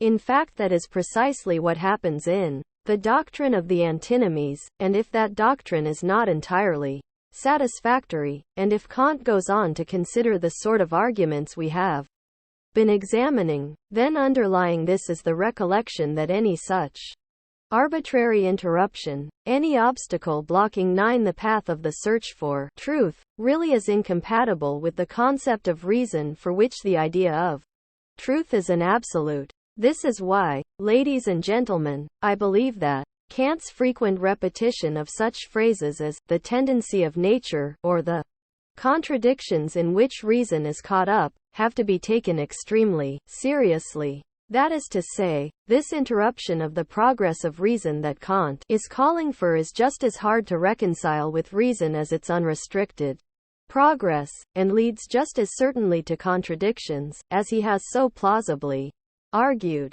I believe that it is only when we examine this other side of the entire problem of the antinomies that we properly understand what is actually at stake here. He speaks here, without comment, of the speculative interest of reason, when it is really a matter of a theoretical interest, although we may say of his terminology that he always calls theoretical reason speculative, when it goes beyond the realms of possibility, when it is used transcendentally. This means that the concept of the speculative has for him pejorative, contemptuous overtones, whereas his successors reinstate it, and perhaps you will be able to understand why. It is because they realized, Fichte and Hegel, that the self-limitation that Kant here expects from reason is actually incompatible with its own concept. He goes on to say that he wishes to leave aside the success which attends pure reason in its speculative exercise, that is, in its reference to transcendental ideas, and sets out instead to inquire whether or not these ultimate concepts, God, the freedom of the will and the immortality of the soul, have any theoretical interest at all. He formulates the issue as follows, and this may perhaps give you some idea of what I meant earlier on by the hypostatization of unity in Kant. I shall, for the moment, leave aside all question as to the success which attends pure reason in its speculative exercise, and inquire only as to the problems the solution of which constitutes its ultimate aim, whether reached or not, and in respect of which all other aims are to be regarded only as means. 10. He goes on to make an astonishing statement that he completely fails to follow up. These highest aims must, from the nature of reason, have a certain unity in order that they may, as thus unified, further that interest of humanity, which is subordinate to no higher interest. 11. You can see that here he takes the principle of unity that is inherent in reason and hence lies on the subjective side of things, and transfers it to the outside world in the form of a postulate about the absolute. In other words, we are looking here at something like a unified world order based on the unified will of a creator. In a sense, this is the suture joining Kantian philosophy and the Christian theology, which in fact comes to permeate the closing sections of the Critique of Practical Reason. He says then that the final result of speculation concerns three objects: freedom of the will, the immortality of the soul, and the existence of God, and he adds the very remarkable consequence of this that I should like to read you now. In respect of all three, the merely speculative interest of reason is very small, and for its sake alone we should hardly have undertaken the labor of transcendental investigation, a labor so fatiguing in its endless wrestling with insuperable difficulties, since whatever discoveries might be made in regard to these matters, we should not be able to make use of them in any helpful manner in concreto, that is, in the study of nature. 12. This passage is so very remarkable because it introduces into Kantian philosophy, at least into his theoretical philosophy, a highly unusual, pragmatic tone that is perhaps the last thing we might expect to encounter in Kant, although it may be more explicable when we recollect that the Critique of Pure Reason is preceded by a motto from Bacon, from whom we would sooner expect to hear sentiments of the kind I have just read out to you. Nevertheless, this is the situation. Kant defines the realm of theory in the Critique of Pure Reason as that of theoretical physics and mathematics, in other words, the mathematical sciences as a whole. It is a little paradoxical that this sphere should turn out to be synonymous with practice in the somewhat narrower and more restricted sense, we might almost say the more Philistine sense that prompts such questions as, what's the use of that? What can I do with that? Or, how can this take me any further in the technique of mastering nature? For this is very much in the spirit of the empirical sciences and the ways in which the possibilities of controlling nature are defined in Bacon's Novum Organum, a work which I recommend that you should inform yourselves about. These two concepts of practicism and the domination of nature converge here to the point where, and here we see the paradox emerging clearly, it is theoretical reason in its preoccupation with the knowledge of nature that is linked in a particular sense in Kant's philosophy to the measuring rod of practice. The sense in which this is true is indicated by such questions as, what's the use of that? How does this take me any further? What do I get out of the whole thing? In my opinion, it is very beneficial for us to distance ourselves from Kant sufficiently to obtain a clear view of such consequences and to see that they lead him to make an extremely remarkable statement, one that is really quite astounding. He says in effect, very well, then, the existence of God, the possibility of immortality and the freedom of the will, since I can do nothing with these things in the world of experience, they can be a matter of perfect indifference to me. This view of things completely ignores the fact that if death is the ultimate reality, if there is nothing but the brief life that we have, and if we surrender entirely to a blind principle, or rather a non-principle, a dead end, then our lives are exposed to a degree of meaninglessness of which modern philosophy, even in its less rigorous variants, has made an all too liberal and all too popular use. What I mean to say is that my inability to make any sense of God, freedom and immortality cannot blind us to the fact, ladies and gentlemen, that our entire life, every moment we are alive, assumes a very different complexion depending on whether or not this is all there is. It is barely comprehensible that a thinker of Kant's insight into metaphysics should have simply ignored this basic reality, while the wicked, anti-moral and anti-Christian Nietzsche should have drawn attention to it with his assertion, but all joy wants eternity. 13. In other words, Nietzsche was aware of the crucial insight that what happens in the world is dependent on immortality, if I may express it like this, and conversely, we might add, the theory of such ideas is bound up with what we experience here. But this is really the heart of this Kantian line of argument, namely the belief that these ideas are a matter of indifference to us because we cannot do anything with them in terms of our knowledge of nature or the domination of nature. Hence we find in Kant only the sphere of the knowledge of nature, in the sense of an unrestrained pragmatism which asks, what can I do with this? On the one hand, while on the other, there is the sphere of morality, which is a sphere in which the laws of reason hold absolute sway. But these two spheres are so far apart from each other that, thanks to this split, even genuinely simple and urgent questions like the ones I have just told you about sink without trace as if into a pit, and are lost to view. Ladies and gentlemen, many of you may have already have come to philosophy with the expectation and hope that you would discover answers to such questions as, is that everything, then? Or, what will come next? Questions which Kant has dismissed as irrelevant for theory. These hopes have now been dashed. I shall not be so bold as to offer you anything better, but I can at least show you at this point the mechanism that has led to this disappointment. It is that even in Kant, who is one of the thinkers from whom you can rightly expect the very greatest things, this strange division into pure practice and pure natural science, which is conceived as the pure domination of nature, spirits away these matters of essential interest. He simply does not perceive them and even says explicitly, God, insofar as we are thinking about theory, is of no concern to us, but as far as our practical behavior goes, well, we do need him there as a working hypothesis. However, on the question of our practical behavior we are no longer concerned with knowledge, but only, as he remarks later on, with the question, what shall we do? This has the consequence that at the very point where we are faced with the most crucial interest of reason conceivable, the system of philosophy he has constructed leaves us high and dry. If you wish to complain about philosophy, and you may be justified in so doing, you can at least perhaps see what motives and mechanisms within philosophy itself, and after all, Kant and Hegel are philosophy, have led to this disappointing outcome.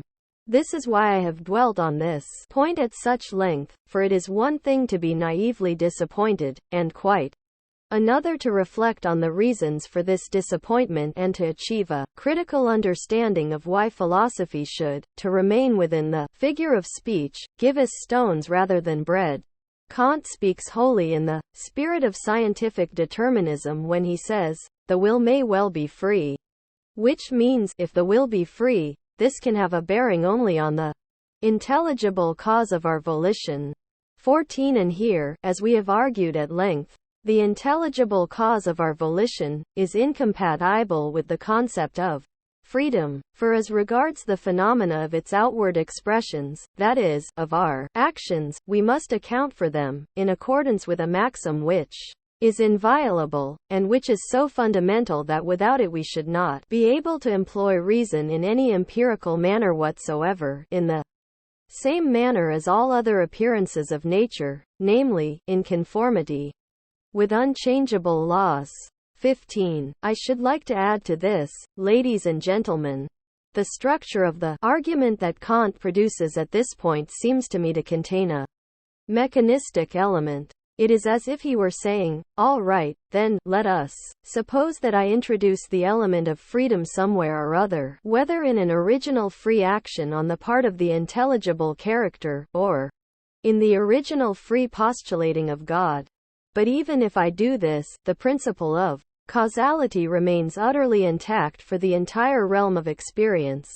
Now, if it is really true that the principle of causality can lay claim to the universality Kant ascribes to it, we might well inquire at this point whether the whole system must not come crashing down if we are forced to concede the existence of the minutest gap, the smallest exception.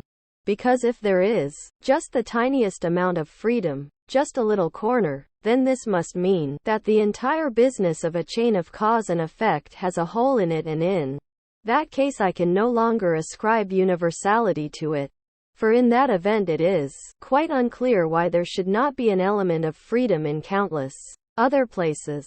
But this question, that certainly seems on the face of it to be a question of knowledge, or, as Kant calls it, of speculation, is simply swept under the table, when he remarks, causality remains in force in the realm of experience, even if somewhere, in far-off Turkey, where nations come to blows, in the realm of the absolute there is an element of freedom. 16 Well, modern science appears at this point to have paid Kant back in full for his strange procedure, by proving to him that in the realm of our progressive understanding of nature, in other words, precisely at the point where he supposed the laws of cause and effect to be absolutely inviolable, this concept of universal causality no longer holds good in the traditional manner. I have now told you a certain amount about the attitude of indifference that characterizes the speculative interest according to Kant, and I have also said that no matter how we act, nothing is more important for us than those ideas which Kant claims are only of significance for our actions. In certain circumstances, for example, they may prevent us from taking any action at all, and the concept of action may fall by the wayside, as is the case with monks of various kinds, with quietist movements, or else with Schopenhauer's philosophy. So these are ideas that can no longer be sustained. Kant then goes on to say, if, again, we should be able to obtain insight into the spiritual nature of the soul, while in the chapter on paralogisms in the Critique of Pure Reason this was the very thing he had doubted, we could make no use of such insight in explaining the appearances of this present life.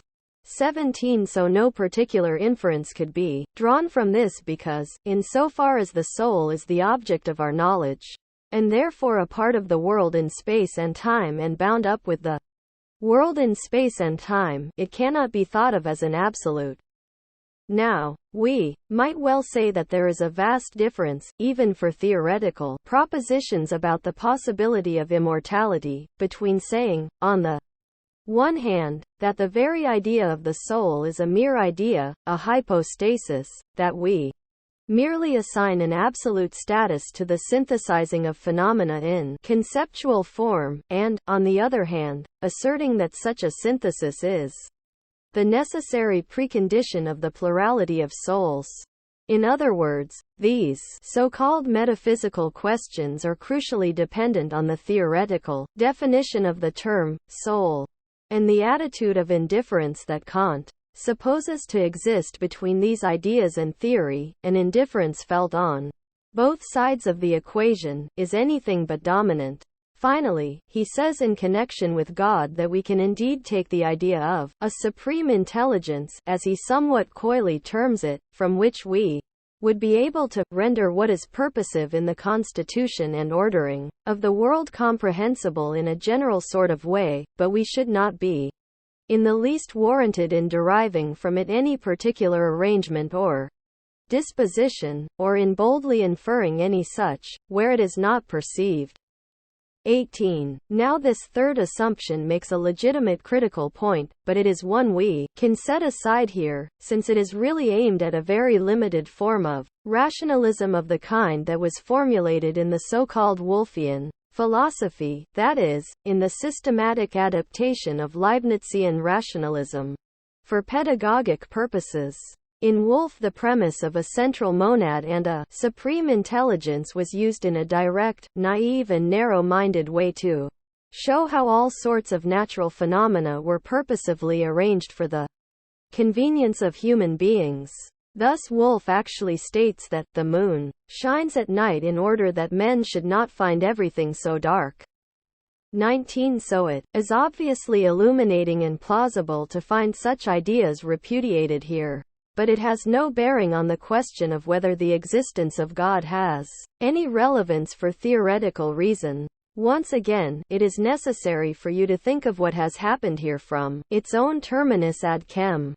For this entire, really rather strange line of argument with its dallying over genuine abysses can really only be explained by pointing out that what he wants to say, come hell or high water, is that these three cardinal terms, the existence of God, freedom and immortality, are not necessary for our knowledge, that is, in theory.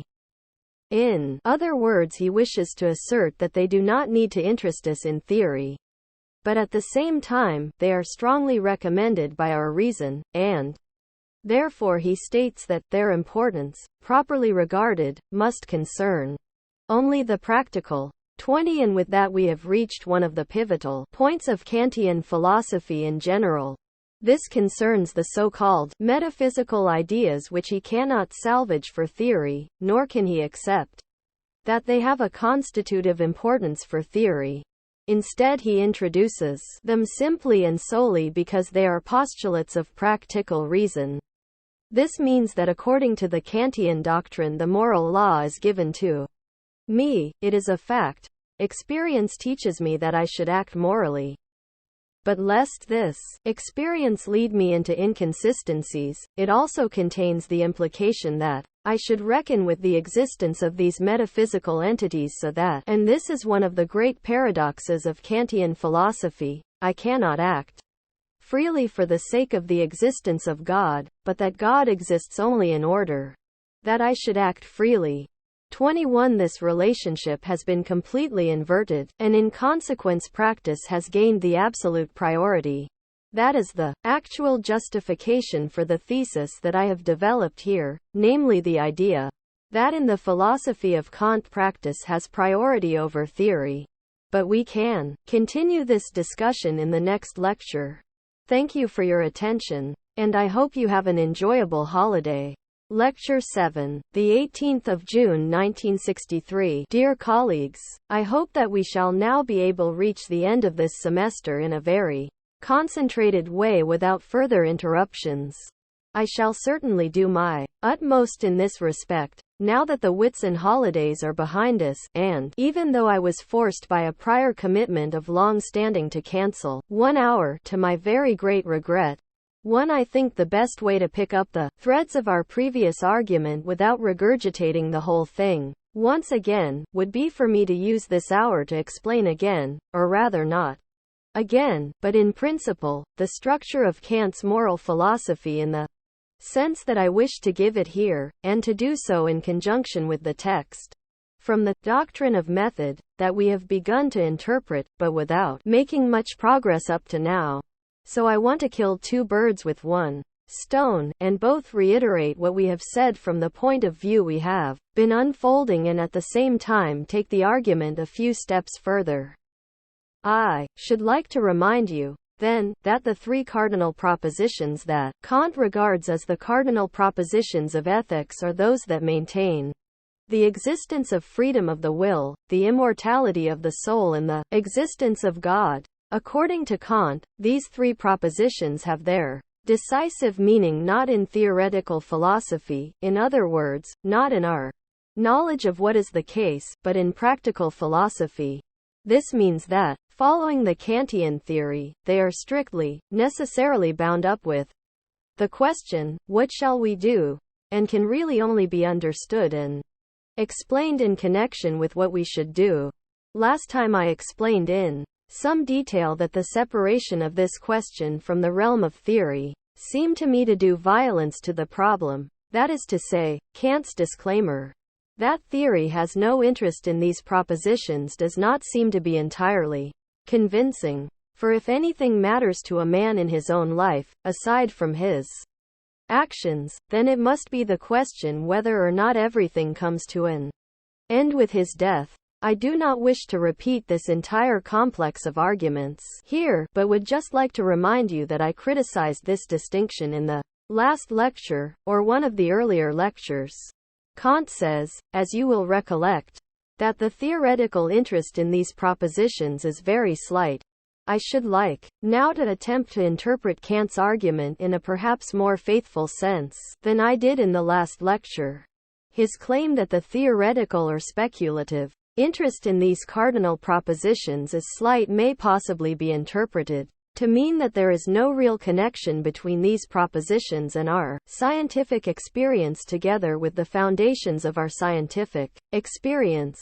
The question of interest relates simply to the idea that these propositions fall outside the framework of theoretical knowledge, and that it is in fact a matter of indifference to us what their status is. What Kant's way of formulating the matter leads to can indeed be linked to the general tenor of Kantian philosophy, and specifically, with the priority he gives to practice. In such a context, knowledge that has no consequences may well appear nugatory, but it is probable that Kant would not have spoken quite so insistently on this point as I did last time, and that all he meant was that theoretical reason, that is, our knowledge of nature, has no great interest in those propositions because it could not hope to provide a proper explanation of them. There is something in Kant's philosophy that intimates to us that the ideas that we have been discussing are matters that we should not concern ourselves about, that it cannot be in our interest to pursue questions that appear insoluble from the outset in the sphere to which we have assigned them. I regard this line of thought as highly problematic. In the course of the development of modern philosophy, it is this line of thought that has increasingly led to the elimination of those questions worthy of human beings, the questions that have led people to philosophy in the first place. And while in this way what we might call the process of converting philosophy into a science has advanced inexorably, philosophy itself has increasingly declined in interest, to use Kant's term, that is, it refuses increasingly to make any statement or judgment on those matters about which we expect philosophy to have something to say. Now this rejection of the three crucial propositions, the three cardinal propositions, relates both to experience itself and to the constitutive forms that organize it. In other words, according to Kant, we can neither obtain any answer to these questions from our experience, nor do they really enter effectively into the apparatus of our categories, that is, the preconditions in whose absence it would not be possible for us to experience anything at all. This in its turn brings a particular difficulty in its wake. This is the difficulty that our practical philosophy cannot really be separated from experience in any absolute way because it is related to our actual actions, which are inevitably concerned with the material of experience. You will, all of you, have the obvious riposte on your lips. Of course, if anything at all is connected with experience, it must surely be whatever has to do with my own actions. And you are all aware that in the realm of ordinary behavior we are accustomed to talk about our experience, for example, when we make distinctions between good and evil. That is to say, if you are inexperienced, as it is called, you may do all sorts of things that turn out to be highly dubious, whereas convention would have it that if you are experienced and able to grasp a situation as a whole, you ought to be in a better position to act rightly, including in a higher sense. I need not enter into a discussion about whether or not there is any truth in this piece of popular wisdom. I would only point out to you that here as elsewhere the rationale of moral philosophy in Kant does make formidable demands upon us.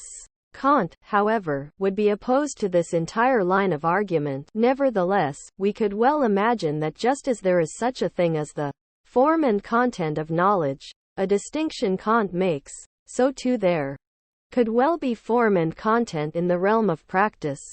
That is to say, I cannot imagine any action that does not, by the very fact of becoming an action, relate in some way or other to empirically existing beings, be they things or people. I mean to say that even the noblest, most sublime action is only possible because, in becoming the sacrifice of the man who carries it out, it presupposes his sacrifice as an actual empirical person, and the very worst action involves empirical realities in the same way.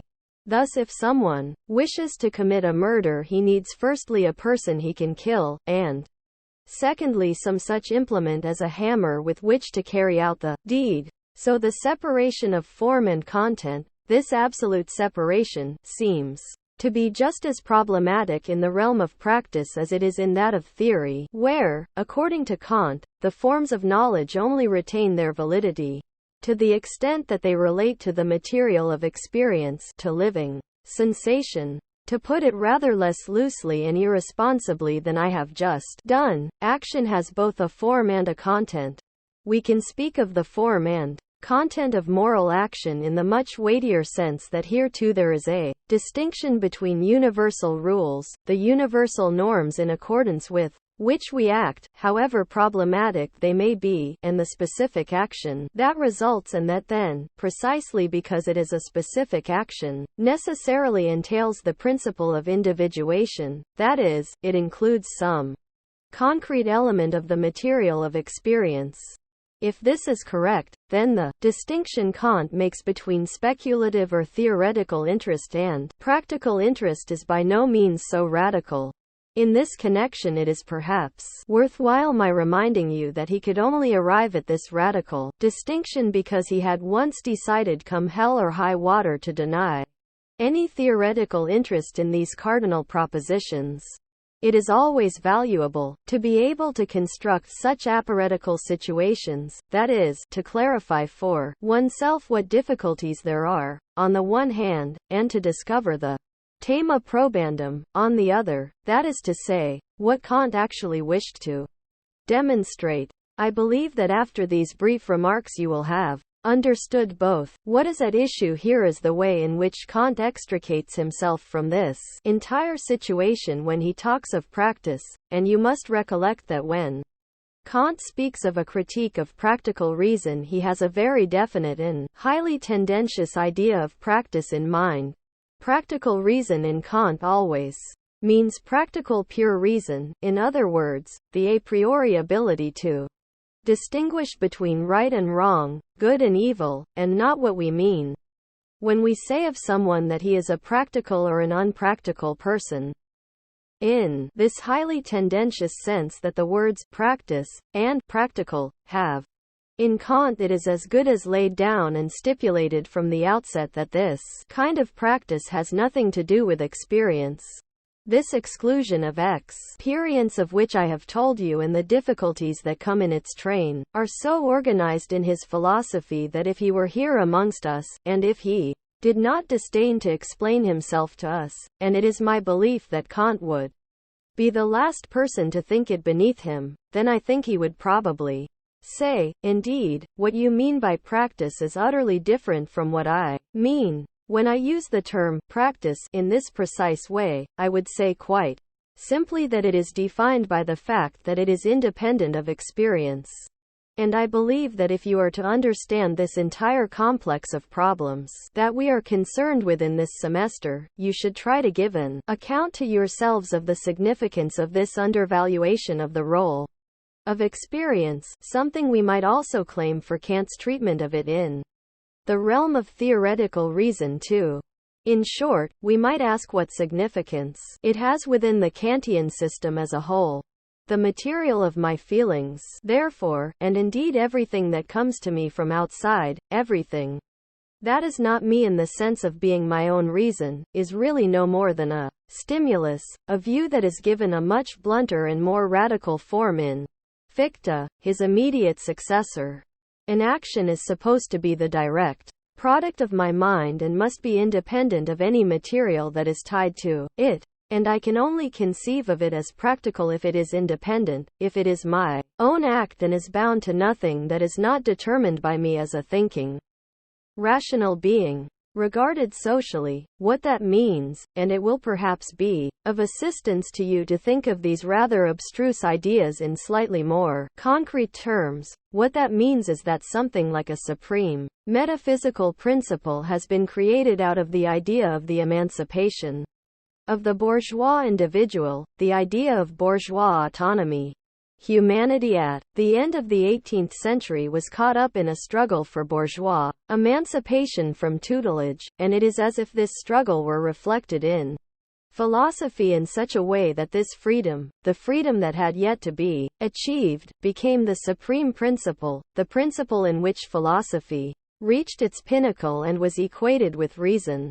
You can only understand Kant and particularly Kant's practical philosophy properly once you realize that for him freedom and reason are actually the same thing.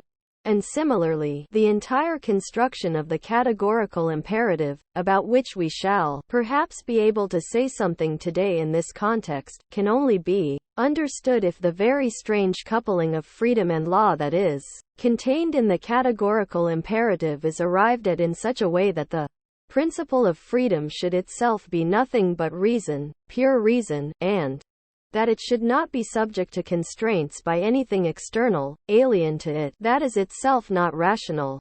And the kernel of the Kantian idea here is that everything that I do not recognize as a purely rational being, and every rule that is not derived from my own reason actually restricts the principle of freedom. It does this because it binds me to something that is not myself, something that is alien to me and upon which I make myself dependent.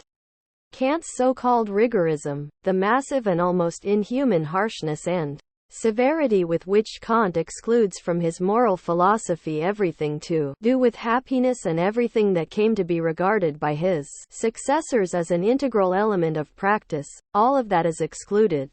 Essentially for the sake of freedom. You have this very curious and paradoxical construction in Kant that in a certain sense the two conflicting impulses of moral philosophy, namely the idea of freedom and the idea of suppression, no better word occurs to me, the suppression, above all, of every natural impulse, the suppression of affection and the suppression of sympathy, both are really suppressed for the sake of freedom. The entire realm of impulses and interests, all of that is suppressed by Kant with a theoretically very cruel harshness, and really only so that I should not make myself dependent on anything that is incompatible with the principle of my own freedom, my own reason. I should draw your attention en passant to the fact that this system is predicated on the idea that we live in a world in which the fulfillment of my natural impulses, or whatever we may call them, my need for happiness, affection and everything else, is incompatible with reason as a universal principle.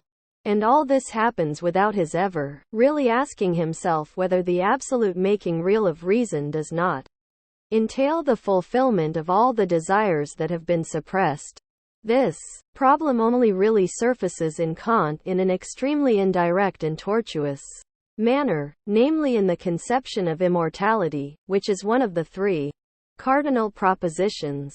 It emerges here when Kant finally does concede that the world would be a hell 3 if it were not possible to achieve, and were it only in a transcendental realm, something like a unity of reason and the impulses it has suppressed. It would be a hell if this were not to lead to the absolute elimination of that dualism which reflects in Kant's philosophy the antagonistic, dualistic nature of the world in which we live. Therefore, if as acting human beings we make ourselves dependent on some material factor or other, if my action does not depend solely on my idea, and more particularly on my idea of the universal law, then it really ceases to be practical. It is no longer free. Thanks to this line of argument, the sphere of morality in Kant is in general construed as the sphere of freedom, because it would otherwise come within the sphere of mere nature, in which, as you have now heard at some length, causality holds sway to the exclusion of freedom, and which for that reason belongs entirely to theoretical reason and not to pure practical reason. With that in mind, ladies and gentlemen, we can consider a sentence from the chapter we are examining here, the ultimate end of the pure employment of our reason, from section 1 of the Canon of Pure Reason.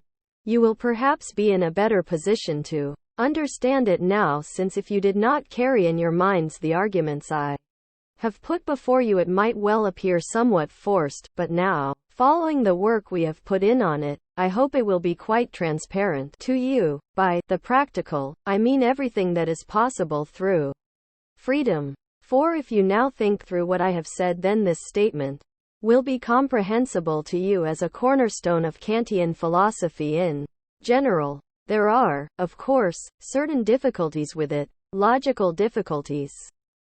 For the situation in Kant is that the material of theoretical reason, insofar as it is mere material, is supposed to be quite indeterminate. It only assumes particular shape through me as a thinking being, thanks to the apparatus of the categories. This contradiction can itself only be explained in terms of the tension we have repeatedly returned to between the enlightened strand of thought in Kant that desires to expand the frontiers of nature as far as possible, and his wish to reinstate an earlier state of affairs, to call a halt to enlightenment in which nothing would remain but blind nature and the blind domination of nature. The entire problem that Kant's moral philosophy now finds itself confronted by is how to derive from his practical philosophy those three cardinal propositions or principles about which I spoke to you at the outset. I should draw your attention to the fact that Kant is continuing here a historical trend that began with Descartes. In this tradition, the absolute itself, the existence of God, is not placed at the very starting point of philosophy, but instead has to be inferred from that initial philosophy. In short, the existence of God has to be proved. This has the truly remarkable consequence, one that strikes the unprejudiced observer as paradoxical in the extreme, that the very thing that ought to be the very first thing in the hierarchy of ideas is reduced to the status of something secondary and derivative.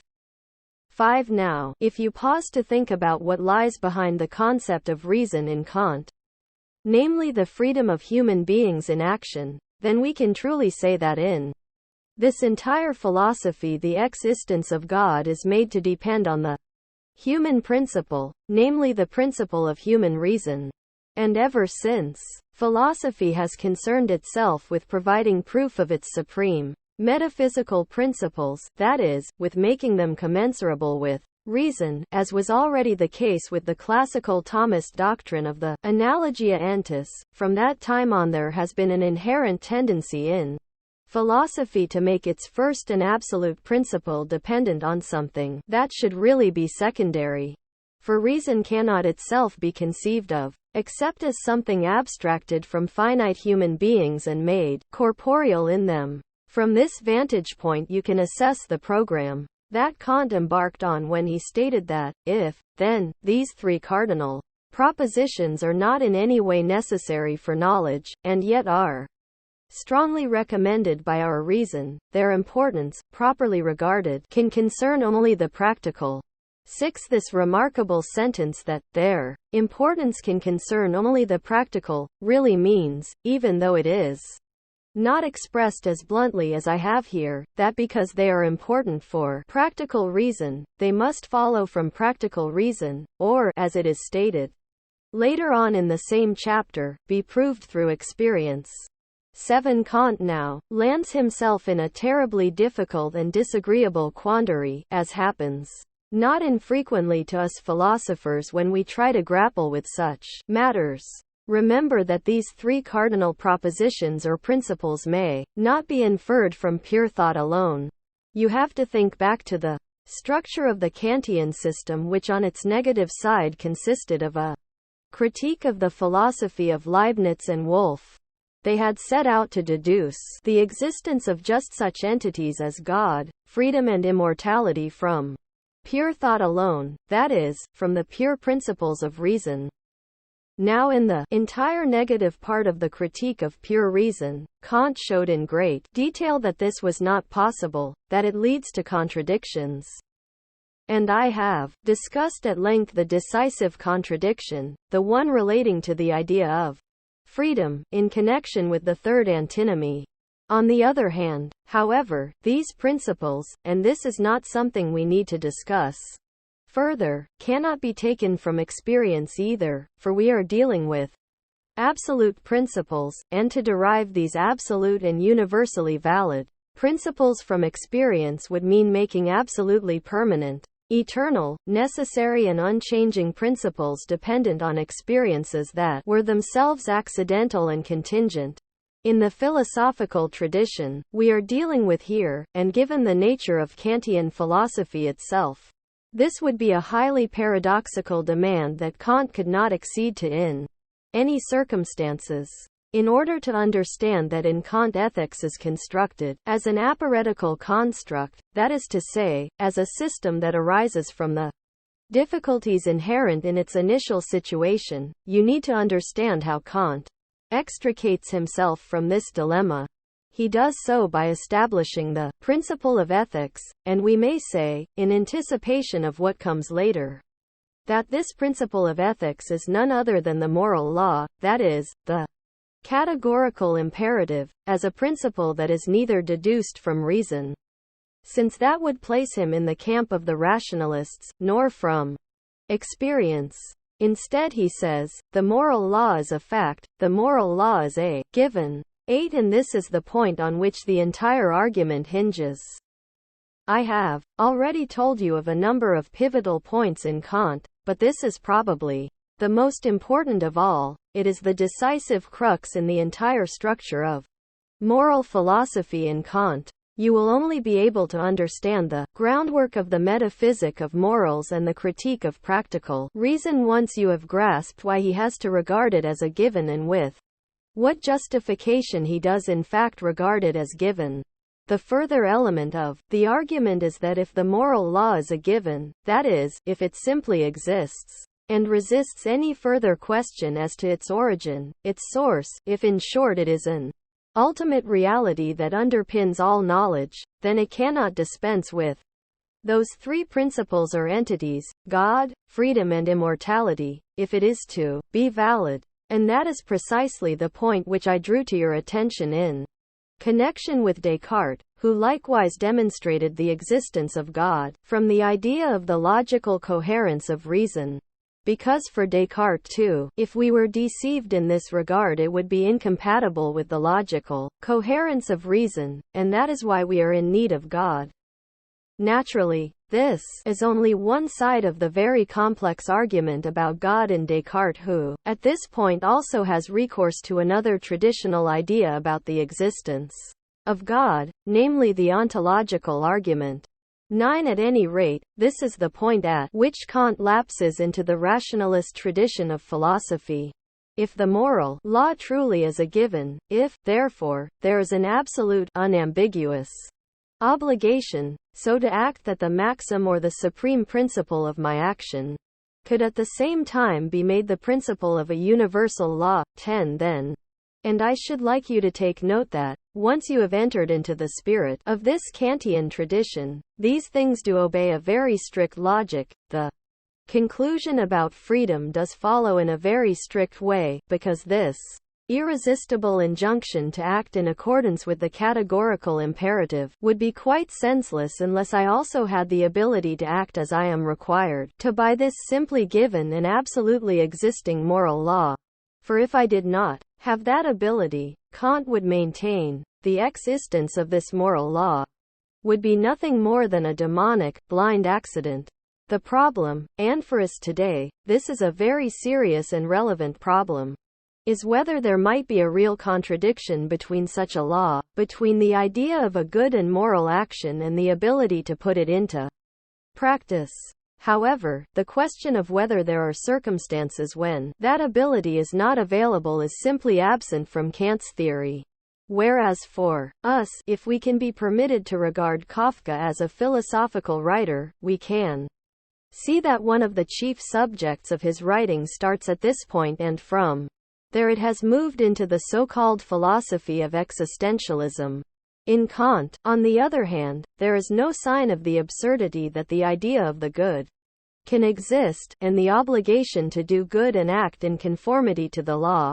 Likewise, but that human beings might be denied the possibility of so acting by the general social context from which they cannot escape. When Kant says, I must be free so that the moral law can be fulfilled, he is expressing an indescribable and to our ears almost naive optimism that is in fact the optimism of the early bourgeoisie. We can hear it in the music of the young Beethoven, which also contains the idea that, indeed, everything is possible. And if the good must exist, then it must also be possible for it to be put into practice. 11. Here we encounter the magnificent, fascinating, and we could almost say inspiring aspect of this Kantian philosophy that dwells side by side with its naivety, its limitation, that is so evident today.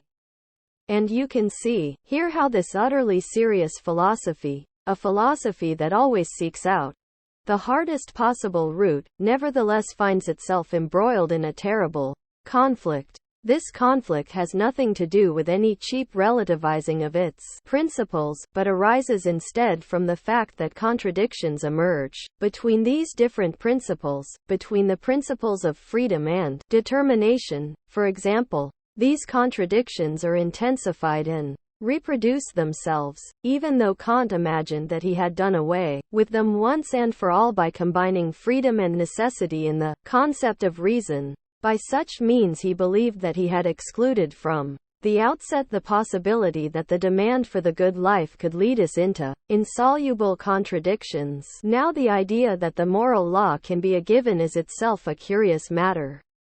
All of you, especially if you have some experience of philosophy, and particularly of epistemology, will be bursting to raise an objection at this point. You will say to me, "You have not told us, or rather you have now given us an interpretation of Kant, and believe me, I have been faithful to Kant on this issue, according to which the practical is pure behavior, pure freedom, that is, a mode of behavior that is supposed to be absolutely independent of all experience."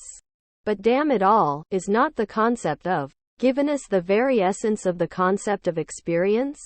Hasn't empiricism, the whole empiricist philosophical tradition, always insisted that it proceeds from facts that are givens, the data of immediate sense experience that it bases itself on? And hasn't it always claimed that anything that is not so given, but has been created by the subject, and produced, is supposed to be no more than an optional extra? This objection will have occurred to all of you, and you will all want to say, Kant starts off by making a huge fuss about throwing out everything to do with experience. But he then goes on to claim that a moral law that absolutely transcends experience is itself no more than a given, and in saying this he smuggles experience back in through the back door. And if you are feeling malicious you will add, these philosophers are a fine lot to present us with tall stories like this and try to pull the wool over our eyes. Ladies and gentlemen, there are all sorts of things that can be said about this. To this day we do not have a really adequate account of Kant's concept of the given. I believe that my colleague, Wilhelm Sturmfils, at one time worked on such a study. If I am correctly informed, this project was never completed. 12. It would be of the greatest importance for this concept of the given to be properly investigated, if there were any real Kant research going on that went beyond questions of a philological nature. Schopenhauer was perhaps the first to point out that the given is not limited to sense data, but in some fashion also contains the deity who is supposed to have been the cause of whatever is given. 13. To that extent, then, the concept of the given has other roots than just the empirical. And I should like to conclude by saying that this concept of the given does not, of course, refer to immediately given sense data, but refers to quite a different order of things without its being in any sense a mere sham. I shall attempt on Thursday to discuss this concept of the given more thoroughly. Thank you. Lecture 8, the 20th of June 1963. Ladies and gentlemen, you will perhaps recollect that last time we at least made a start with our examination of the concept of the given in Kant with its manifold meanings, and above all of the problem that arises when the moral law, which he formulates in a highly general way, is presented as a given. Now you will remember no doubt that I began by saying that in moral philosophy what Kant regards as given is in truth nothing but reason itself, and to that extent the adversary of experience, even though it is only through experience that I can know of the existence or givenness of this reason. This is the famous problem, one that constantly recurs in Kant's philosophy, of the division into the consciousness, which is observed, reason which is to be observed and the reason which does the observing. This is a problem that only became fully thematic with post-Kantian philosophy. To act morally, according to Kant, means as much as to act in accordance with pure reason. What is meant by this sphere of the given nature of the moral law and, ultimately, of reason itself can perhaps best be expressed in terms of the structure of the system as a kind of neutral zone between a priori knowledge and experience. What is meant, on the one hand, is the given nature of reason. Reason is given in the sense that it cannot be pursued any further, it is irreducible to anything else. On the other hand, however, what is also meant is the attempt to justify this givenness by saying that just as with other experience I am supposed to be able to appropriate reason and its laws directly. So if you will permit the image, we are talking about a kind of no man's land between a priori and a posteriori knowledge. It contains the entire thematic contents of post-Kantian idealism, which strove to synthesize a priori and a posteriori in one, and labored with equal consistency to synthesize the two realms of theoretical and practical reason, which Kant had likewise separated, and to unite them by virtue of their common root in what then became known as spirit, Geist. Underlying this, in Kant there is an unfathomable problem, namely the problem of how to justify a priori knowledge itself, the problem of how I know about a priori knowledge. This problem is intractable because I can only obtain a priori knowledge through experience, by apprehending some form or other, even though the rightful source of this a priori knowledge, namely experience, is incompatible with a priori knowledge. It might be said that this is not the least of the very many forces impelling the Kantian philosophy in the direction of dialectical thought. We may summarize the problem in this way. On the one hand, the concept of knowledge a priori precludes experience because a priori knowledge is a kind of knowledge that is absolutely independent of all experience, but on the other hand, I can only obtain a purchase on this a priori knowledge through experience, through perception of one kind or another. And here we have a contradiction that cannot be resolved by the procedures of ordinary, traditional logic. The consequence of this is that philosophy can have no other recourse than to make this contradiction a theme in itself. For if I may attempt to define dialectical thought from this standpoint, we might say that it is the refusal to accept the denial or elimination of contradictions, if these contradictions make their appearance as forcefully as this, but instead it makes contradiction into an object or theme of philosophical reflection itself. And, in this instance you can see how powerfully we are driven along this path. To act morally, according to Kant, means in effect to act in accordance with pure reason. And the supreme determining feature of pure reason in Kant is the a priori, the synthetic judgment a priori. A synthetic judgment a priori, and thus the shape in which we apprehend the a priori, is defined for Kant by two qualities. You must forgive me here if I take you back to a fundamental definition from the Critique of Pure Reason, but you will soon see that it stands in a very compelling relation to practical reason. These two characteristics are necessity and universality. If we transfer these two principles of necessity and universality to practical reason, we then arrive automatically at that feature of Kant's practical philosophy that he introduced under the name of the categorical imperative. From this point of view, the categorical imperative is simply the maxim governing action, the supreme principle of every practical action that combines the two elements of necessity and universality with each other. It must be universal, and the a priori judgment is universal because it may not be restricted by anything individual or particular. We should remind ourselves here that for its part, any determinate individual phenomenon only becomes individual in time and space, that is, as a thing that contains something material or a sensation in itself. This contradicts the principle of purity to the degree that it is tied to such material, that something is given to me as material which is distinct from me as a pure form of consciousness. As for the concept of necessity, this is implicit in the concept of law. That is to say, reason generally makes its appearance with the claim of deductive necessity, with the claim that everything it implies follows in accordance with the propositions of logic.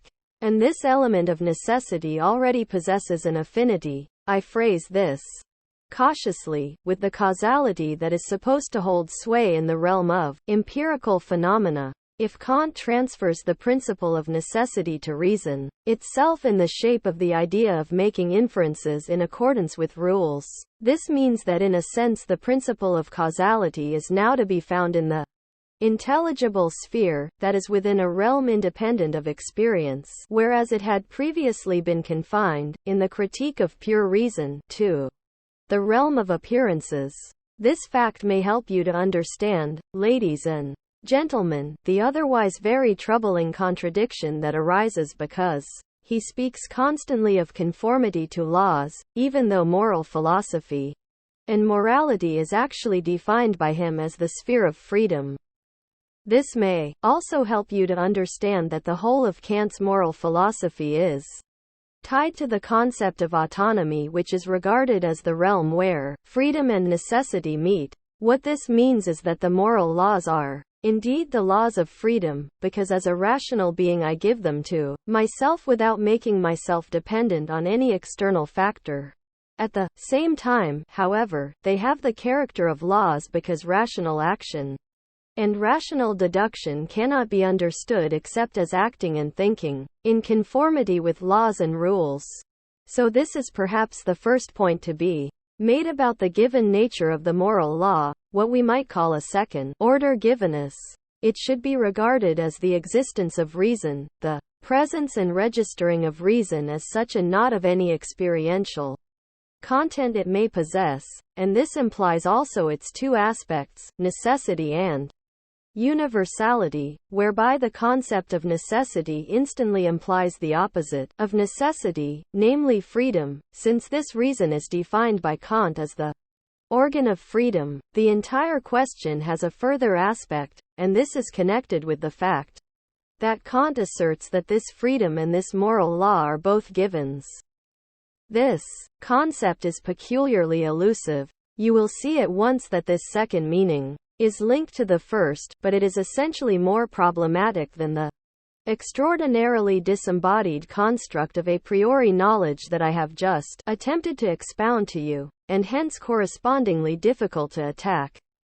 The fact is that, in the practical philosophy, givenness is based on obligation, that is the coercion that proceeds from moral principles.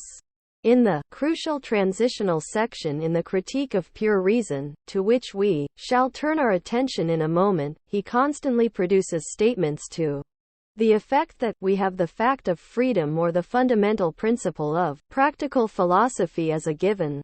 And if he makes such statements, this is not just based on the memory of this second-order givenness, in other words, on the fact that we have something like reason, but on something even more specific and substantial.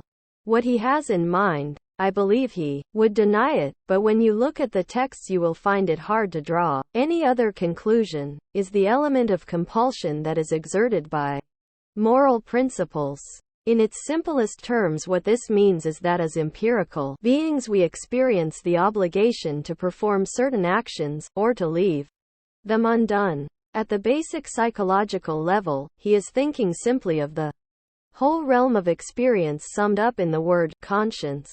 If we constantly speak of the fact of the moral law, a very considerable role is played in this by the phenomenological or descriptive discovery that human beings act in accordance with obligations of this kind, that there are things that they respect, however much they may find themselves in opposition to particular moral ideas or systems.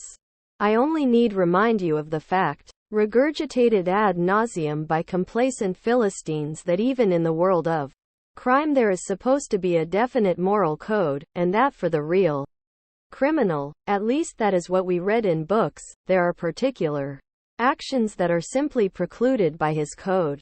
From this every moralist infers a justification for his own moralism, For even absolutely amoral people are supposed to have a morality of their own, as if such a morality could provide a justification of other, superior moral codes.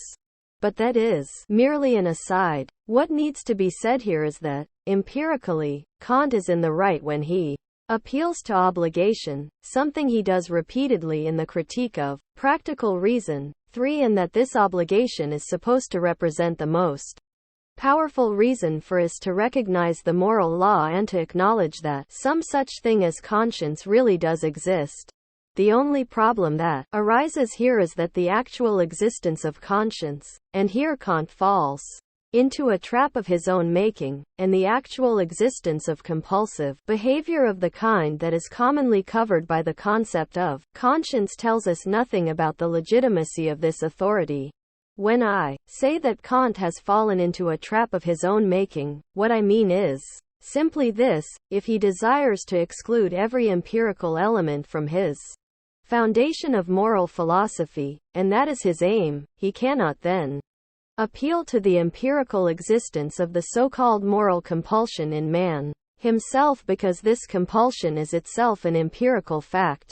In Kantian terms, it is a mere fact of psychology which therefore lacks the dignity he must give it. I say must give it, because the fact of this moral obligation is the most powerful argument in favor of the idea that something does exist that I must respect. This is one of the points at which empirical science has made a definite advance over Kant, and as the man of enlightenment that he was, he would surely have been the last to deny this. Psychoanalysis in its strict form has shown that these compulsive mechanisms that we are subject to are phylogenetic, that is to say, they are internalizations of actual power, internalizations of dominant social norms. These norms are transmitted to us through the family, and we generally appropriate them by identifying with father figures. By the strict form of psychoanalysis I mean its Freudian version and not the adulterated versions, the attempts at depth on the part of people like Jung and Adler which result only in greater superficiality. Moreover, psychoanalysis has shown something that would not have been to Kant's taste at all. This is the idea that the authority known to psychoanalysis as compulsive character, or in Freud's later writing as superego, is irrational insofar as it is pathogenic. That means that this compulsion tends to be transmitted to things that are irreconcilable with reason. An instance, I suppose, would be when a man can only go to sleep once he has performed a certain ritual like smoothing out the pillows, or the kind of compulsive actions performed incessantly by particularly pedantic, sadistic or miserly people in the name of an orderly life. For in short, the unity of moral obligation and reason that Kant insists on is not altogether unproblematic if we reflect a little more deeply on this obligation. Indeed, it becomes highly dubious. Needless to say, Kant would himself resist this argument. He would reply, I can concede all that as far as it concerns the empirical world, and as long as it fails to touch the absolutely valid formal shape of the moral law as such. However, this formal, abstract shape of the moral law is itself detached from these actual obligations, and when we find it assuming a somewhat more tangible form in the Critique of Practical Reason under the name of duty, we can see its origins all too clearly. If every connection with the real modes of behavior expressed by the ideal of duty were absent, that would also do away with the essential content of what Kant meant by obligation. On the other hand, it can scarcely be denied that the obligation Kant postulates as absolute, as formally absolute, is not itself unconditioned, as it seems to be in his work, but contingent. It cannot, therefore, be regarded as the rightful source of the moral. Moreover, these perceptions owe nothing to modern psychology. They are rather the discovery of Friedrich Nietzsche, and it is not the least of his merits that he was able to articulate them so incisively in the course of a purely philosophical analysis. He had a keen eye for the limitations of Kant's concept of duty and an incredibly sure instinct for the element of heteronomy at the heart of Kant's so-called doctrine of autonomy. 5. Having said all this by way of introduction, ladies and gentlemen, I should like now briefly to examine the text we have been considering. I believe that these remarks will have made it much easier for you to understand, that is to say, I can now read you the relevant passages while referring you to what we have said. In the first place, you will now know what is meant by the statement, by the practical, I mean everything that is possible through freedom. 6. This is because freedom means nothing more than a form of behavior that is guided simply and solely by reason, and because action in the strong sense is characterized solely by that, whereas action, in the fully subjective sense of acts determined exclusively by subjectivity, ceases to exist the moment an act becomes dependent on anything other than subjectivity. Kant then continues, when, however, the conditions of the exercise of our free will are empirical, reason can have no other than a regulative employment in regard to it, and can serve only to effect unity in its empirical laws. Thus, for instance, in the precepts of prudence, the whole business of reason consists in uniting all the ends which are prescribed to us by our desires.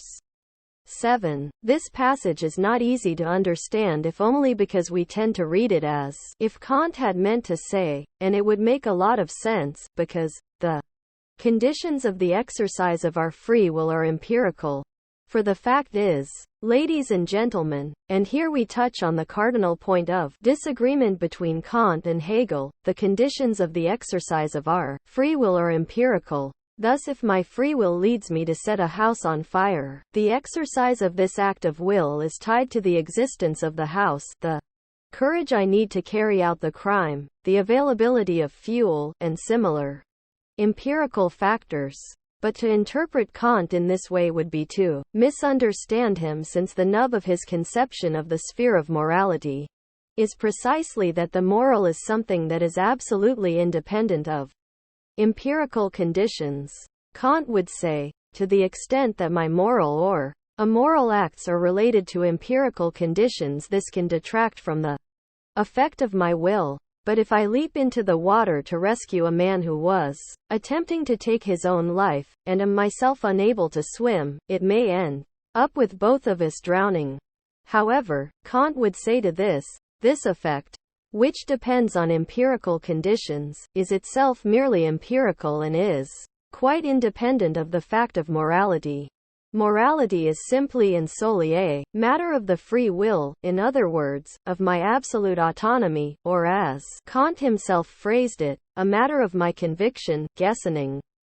And this will enable you to understand why in a significant sense Kant's ethics is an ethics of conviction, in contrast to what has been called an ethics of responsibility, in which empirical conditions have to be taken into account.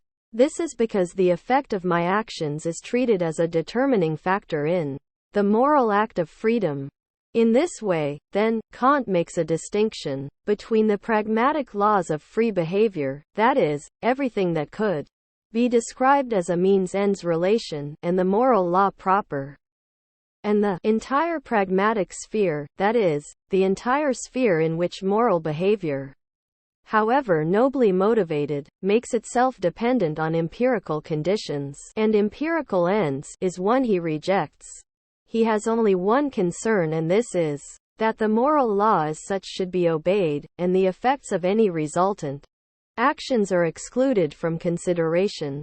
This is the ultimate explanation for the fact that Kant's ethics has been described, not without a certain justice, as rigorist. He goes on to say, in contrast, laws of this latter type, pure practical laws, whose end is given through reason completely a priori, and which are prescribed to us not in an empirically conditioned but in an absolute manner, would be products of pure reason. 8. I am certain that after what I have told you, you will have no difficulty in understanding these crucial statements without further elucidation.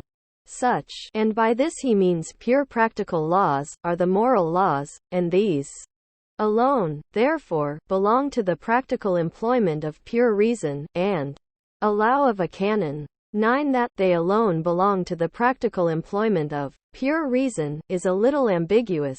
We might surely believe, when we recall our discussions of earlier passages, that they rightfully belong not to theoretical reason but entirely to practical reason, but after what we have heard and understood, we see that something else is intended, namely that the moral laws proper are only those that are valid for the practical employment of pure reason and its canon. What are not valid, on the other hand, are the pragmatic laws of action that ultimately are only the laws of prudence and are therefore heteronomous. This is because they bind us to external conditions and external consequences, and for that reason they make us unfree in a certain sense and dependent on something that is not our own reason. Kant continues, the whole equipment of reason, in the discipline which may be entitled pure philosophy, is in fact determined with a view to the three above-mentioned problems. These, you recall, are the problems of God, freedom and immortality. These, however, themselves, in turn refer us yet further, namely to the problem of what we ought to do, if the will is free, if there is a God and a future world. As this concerns our attitude to the supreme end, and this supreme end is the moral law, it is evident that the ultimate intention of nature in her wise provision for us has, indeed, in the constitution of our reason, been directed to moral interests alone. 10. Ladies and gentlemen, you have here the explanation of everything that, as early as the Critique of Pure Reason, can be described as the primacy of practical reason.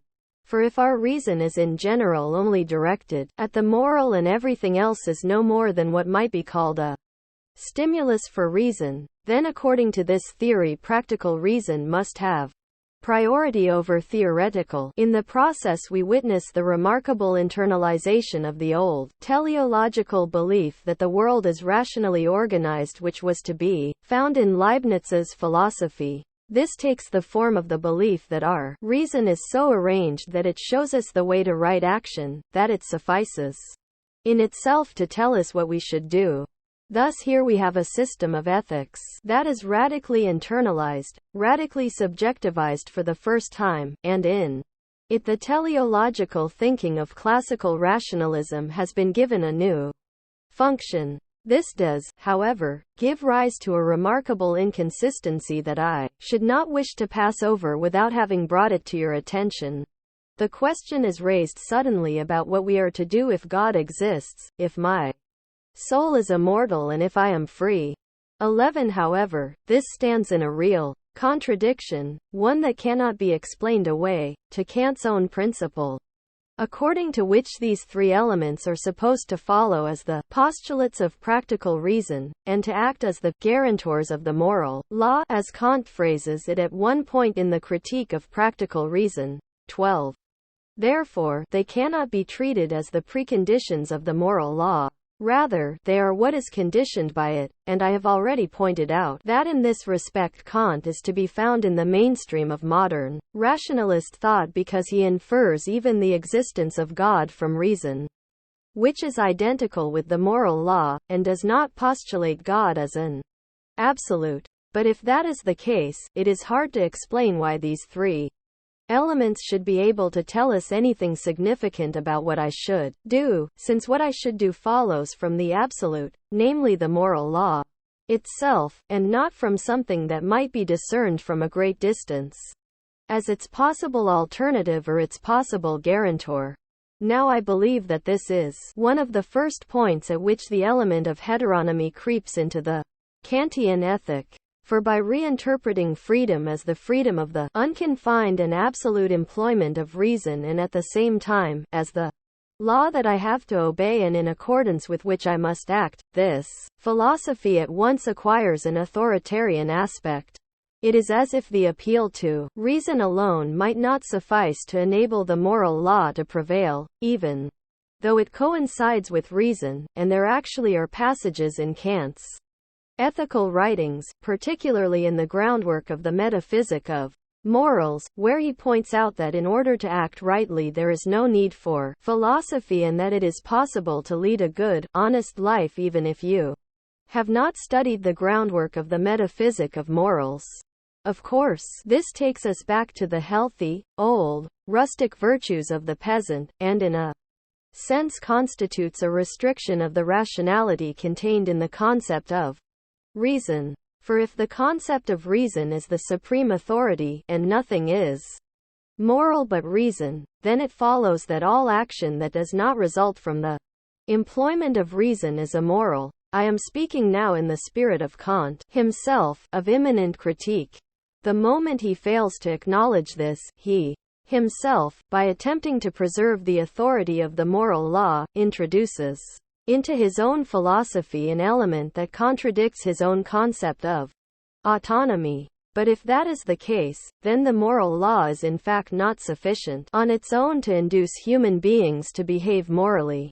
Here again, in so far as we are arguing pragmatically, in the realm of moral experience, Kant is in tune with the psychological observation that has taught us to accept the reality of something like conscience in the sense we have already discussed, and the existence of what we called obligation. But at the same time the resistance of the instincts to this secondary, derived aspect of the superego that has been imposed on us is so powerful that it makes our own attitude problematic to the point where we are constantly tempted to break out. In this respect, Kant is an authentic spokesman of bourgeois society and its discipline, above all, of the bourgeois work discipline, and wherever we speak of bourgeois morality we think in the first instance of bourgeois work discipline. For he evidently feels it necessary to mobilize assistance in order to din into people the need for strict adherence to the moral law, because the appeal to pure reason does not suffice on its own.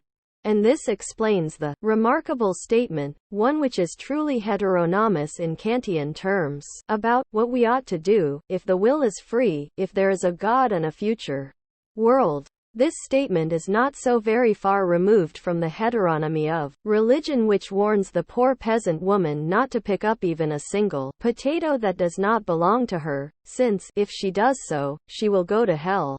You can see how in Kant's philosophy the most sublime motives sit cheek by jowl with the most narrow-minded ones. I do not mean this genetically, but in their own immanent meaning. Freedom, he goes on to say, exists, in this practical sense only. 13. And at this point Kant really does say something that sounds highly paradoxical at first sight, but that I hope that my interpretation has made completely clear to you, namely, the fact of practical freedom can be proved through experience.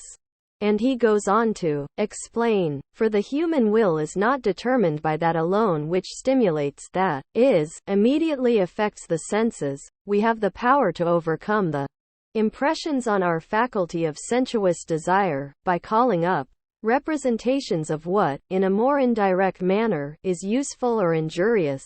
14. Here too we find an important point, namely the possibility of controlling the id, the instincts, through the ego when they come into conflict with reality. But these considerations, as to what is desirable in respect of our whole state, that is as to what is good and useful, are based on reason. 15. So, here we find it clearly stated that the so-called empirical proof of our freedom is provided by the fact that reason is given us as the faculty by means of which we can test reality. It is extremely interesting and once again provides proof of Kant's immense honesty that in this passage, when it comes to the crunch, he does not postulate reason as a logical faculty floating in a vacuum. Instead, his thoughts here are very much empirical, thoughts concerning the actual employment of reason as a faculty that enables us to test reality and, if necessary, to defer certain gratifications if they conflict with our overall interests. You see, then, that here, where he really has to argue in order to demonstrate the existence of reason, he ignores the absolute antithesis between the pragmatic laws of reason and the actual moral laws. He ignores it because he is perceptive enough and truthful enough to realize that reason as the pure organ of truth and reason as the organ of our self-preservation are not two absolutely separate things that have nothing to do with each other. he can see that the reason that makes itself autonomous and focuses entirely on truth is a dialectical product. It is the child of the selfsame, self-preserving practical reason in the ordinary sense, which he had tended to dismiss as merely pragmatic in the preceding section. Reason, therefore, he continues, provides laws, which are imperatives, that is, objective laws of freedom which tell us what ought to happen, although perhaps it never does happen. You see here his indifference towards effects, therein differing from laws of nature, which relate only to that which happens. These laws are therefore to be entitled practical laws. 16. I have only quoted these somewhat paradoxical statements of Kant's in order to highlight and confirm the interpretations I have given. I hope that these laws will now begin to be transparent to you, and to acquire as much meaning as I have attempted to suggest to you in my discussion of them. Thank you. Lecture 9. The 27th of June 1963. Ladies and gentlemen, our lecture course has had to be interrupted once again, but you may remember that we were in the middle of our reconstruction of Kant's approach to moral philosophy, and I want simply to continue where we left off. 1. I should like to start by reminding you of the assertion that reason provides laws which are imperatives, that is, objective laws of freedom.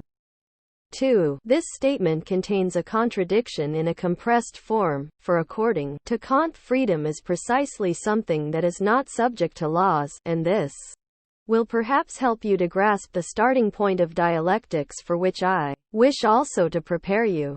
For I have been attempting to show you again and again, from the most varied angles, that what dialectics does is to take such a contradiction as we find compressed in a single statement here and to follow out its implications and resolve it. Thus one of the merits of Kant's philosophy, and this is the reason why I place such great stress on such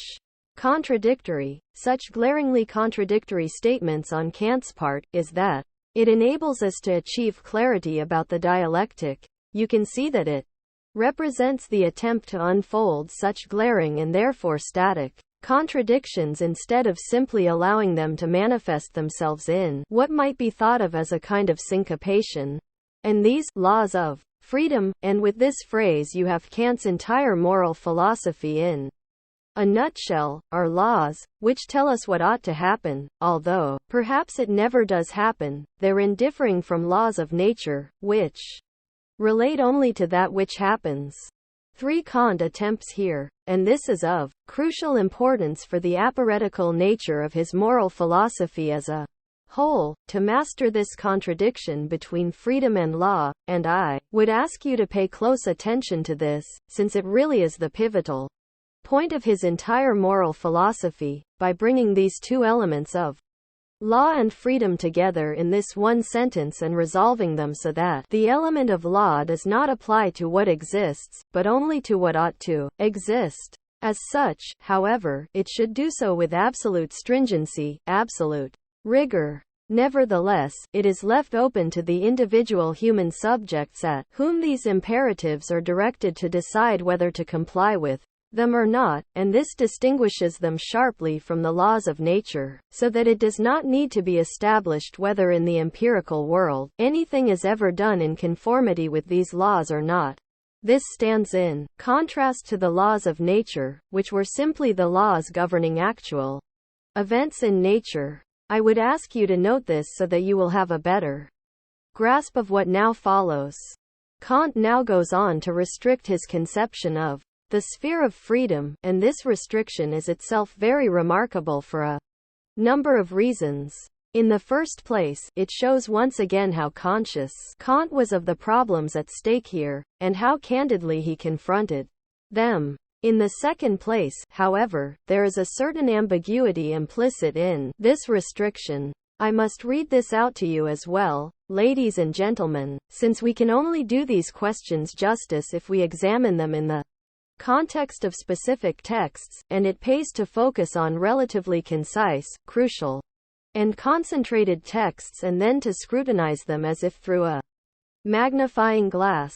I believe that the only fruitful approach lies in the collaboration between such a micrological method and the construction of a philosophical system, whereas the average comprehension of so-called larger relationships within a system contains the risk of an over-deferential attitude from the outset. At all events, Kant continues, whether reason is not, in the actions through which it prescribes laws, itself again determined by other influences, and whether that which, in relation to sensuous impulses is entitled freedom, may not, in relation to higher and more remote operating causes, be nature again, is a question which in the practical field does not concern us, since we are demanding of reason nothing but the rule of conduct. It is a merely speculative question, which we can leave aside so long as we are considering what ought or ought not to be done.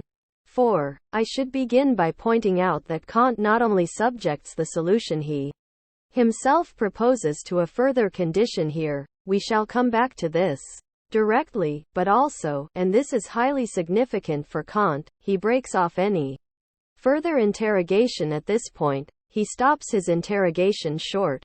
This peculiar tendency to interrupt his own analysis is something we shall have to return to. What Kant means here by these other influences, and whether freedom may not, in relation to higher and more remote operating causes, be nature again, is capable of two mutually opposed interpretations.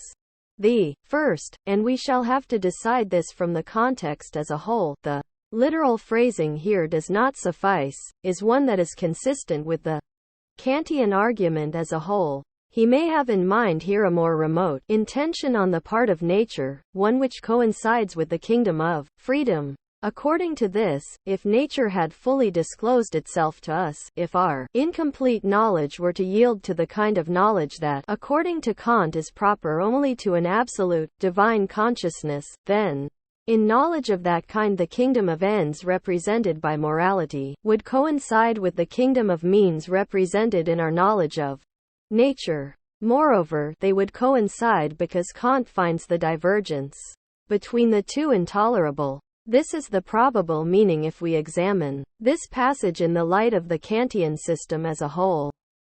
However, and this is often the case, if you cleave to the literal phrasing of the text, then a second interpretation emerges, one that we have already touched on.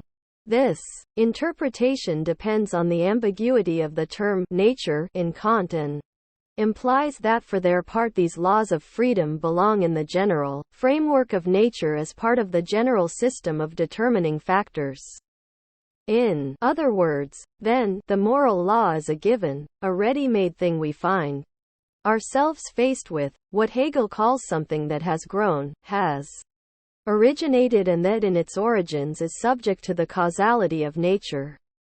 We may compare it with the situation in psychoanalysis where the superego, the conscience, can be explained in terms of the dynamics and the economy of the drives, in terms of a mechanism of identification, that is, by means of categories that themselves belong in the realm of nature.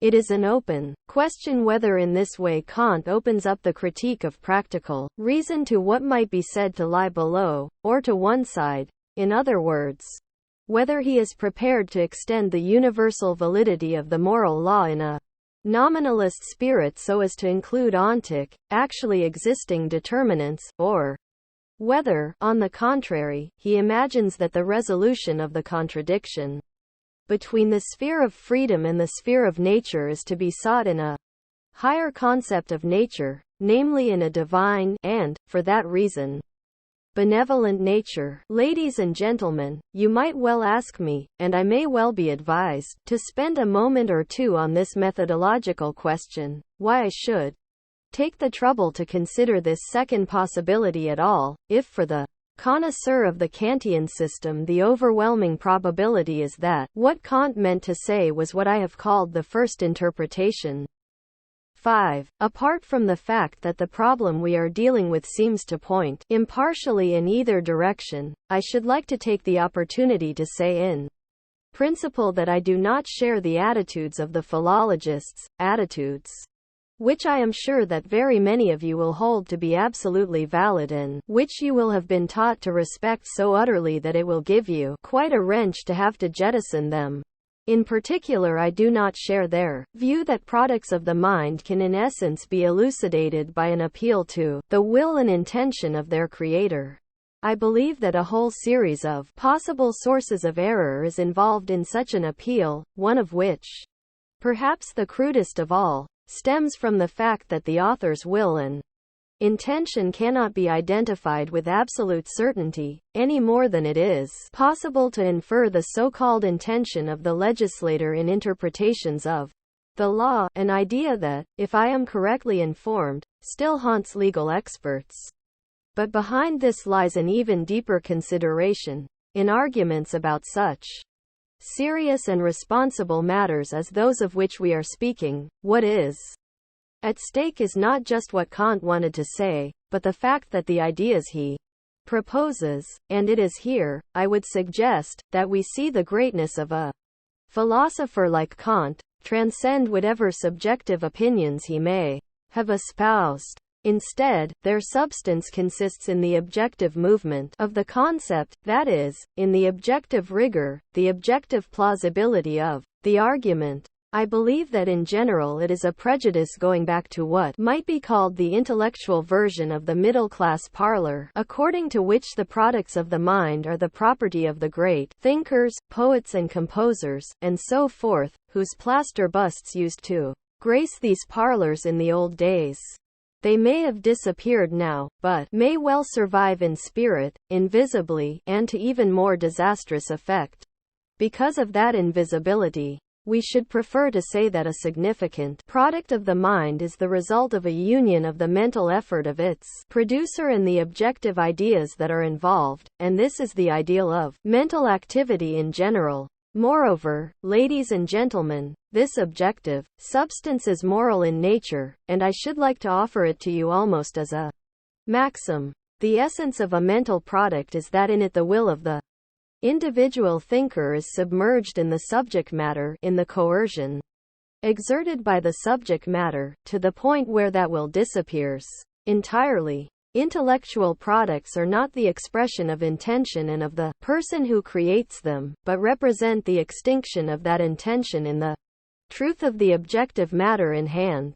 6. And this is why I believe that this objective matter has a force and a weight even in the texts themselves that is greater, particularly in significant texts, than the force of whatever the author's own purposes may have been. In consequence, I would say that the task of a philosophical interpretation of a text is to do justice to this product of conflicting forces as it happens to be formulated, rather than to anything the author may have thought on the subject, since these thoughts represent no more than a particular, and in a sense ephemeral viewpoint. This is why I have been concerned to explain this matter at such length, and I hope at the same time that it will also shed some light on my interpretive approach in general. I have told you that what Kant seems to be concerned with is the higher intention of nature, whose objective is the union of the two dualistic principles themselves. But I have also said that the other interpretation may also have been intended. You will then have realized that the decision about which interpretation is correct will depend on the meaning we give to the term nature, and it would be a matter of great importance for someone to investigate the different meanings of the concept of nature in Kant's philosophy and to show what he means by nature in general, a piece of research that would be primarily philological and which we have not had the benefit of up to now. Kant's concept of nature is ambiguous. You may perhaps find a clue to this ambiguity in the ambiguity of the word thing in Kant. On the one hand, it means the Ding in sich, the thing in itself, that is, the unknown, so-called cause of all the things I perceive as phenomena. Thus it is something transcendent, something never fully given to me. On the other hand, a thing is something constituted, an object which comes into being as something that endures through the interaction of my sensations, that is, of the material of existence with my forms of perception and thought. If nature is nothing but the embodiment of everything that occurs in the realm of things, or if nature is a world concept, to use the term Kant employs in the essay on enlightenment, then the same dualism that applies as is generally known, to such concepts as the thing in itself, could also be extended to the concept of nature. 7. This would mean that in his philosophy, nature would be as ambiguous as the world viewed as the totality of all things, which as such is never present to me. Therefore, nature in Kant is on the one hand that which is constituted, conditioned, the embodiment of experience, and in religion within the boundaries of mere reason, as an internal human principle, the faculty of desire. It is even bluntly equated with radical evil. 8. On the other hand, however, as a thing in itself, it is the very foundation of existence, if you will permit me this rather kitschy expression. In other words, it is the absolute that holds sway in us all and is supposed to indicate to us what is good and what evil. And these indications are themselves equated with the good because they have their origins in what characterizes mankind as such, namely his reason. In this context you must recollect that in Kant reason is itself the organ of the good, and in his moral philosophy there is no organ of the good other than reason. It follows that reason cannot be divorced from self-preservation, from the satisfaction of human needs. For reason is supposed to provide us with the law that, according to Kant, is unconditional and absolute, and Kant is the last person to have deceived himself about this, given that the entire history of philosophy in modern times has asserted it. I need only remind you of Spinoza and his extreme opposite, Hobbes. The essence of that reason is self-preservation. We can even hear this principle of self-preservation in the Kantian concept of the I think that must be able to accompany all my representations. 9. Even though here it appears sublimated into the purely logical principle of identity, the idea of self-preservation, of the preservation of an identical self. On the other hand, this same self-preservation is actually denounced by him as an inferior principle. There is a celebrated passage in the groundwork of the Metaphysic of Morals where he describes the efforts to preserve one's own life as wise and rational, but as non-moral, in an exalted and even absolute sense, because they do not follow purely from the moral law. 10. So here we have the contradiction that, on the one hand, reason cannot be separated from the interest in preserving one's own life because reason is really the identity of the self-preserving subject, while, on the other hand, reason should be able to oppose the interests of self-preservation. This simple, even flagrant contradiction will perhaps enable you to see clearly why Kant cannot tolerate the dualism of the two concepts of nature which we have been discussing, and why he feels impelled to sublate them, aufheben, to use a term that came into use subsequently, into a higher concept. It is not so much the need for harmony or synthesis in a higher principle or unity, or any of these things about which the histories of philosophy regale us with such platitudes by way of explanation. It is rather the case, quite simply, that he finds himself confronted by the ambiguity of the concept of reason, as something that is based on the model of self-preservation, on the one hand, and on the need to restrict the particular manifestations of that self-preservation, on the other, because of the calamitous consequences and contradictions it leads to. And this ambiguity compels us to go beyond that dualism and at least to consider carefully whether such a procedure would suffice to eliminate this entire glaring contradiction. In other words, the element of reconciliation arises not so much from the famous need for harmony or for a coherent system or anything of the sort, as from the fact that a contradiction of the kind I have been describing is intolerable to the process of rational thought and is simply not to be endured.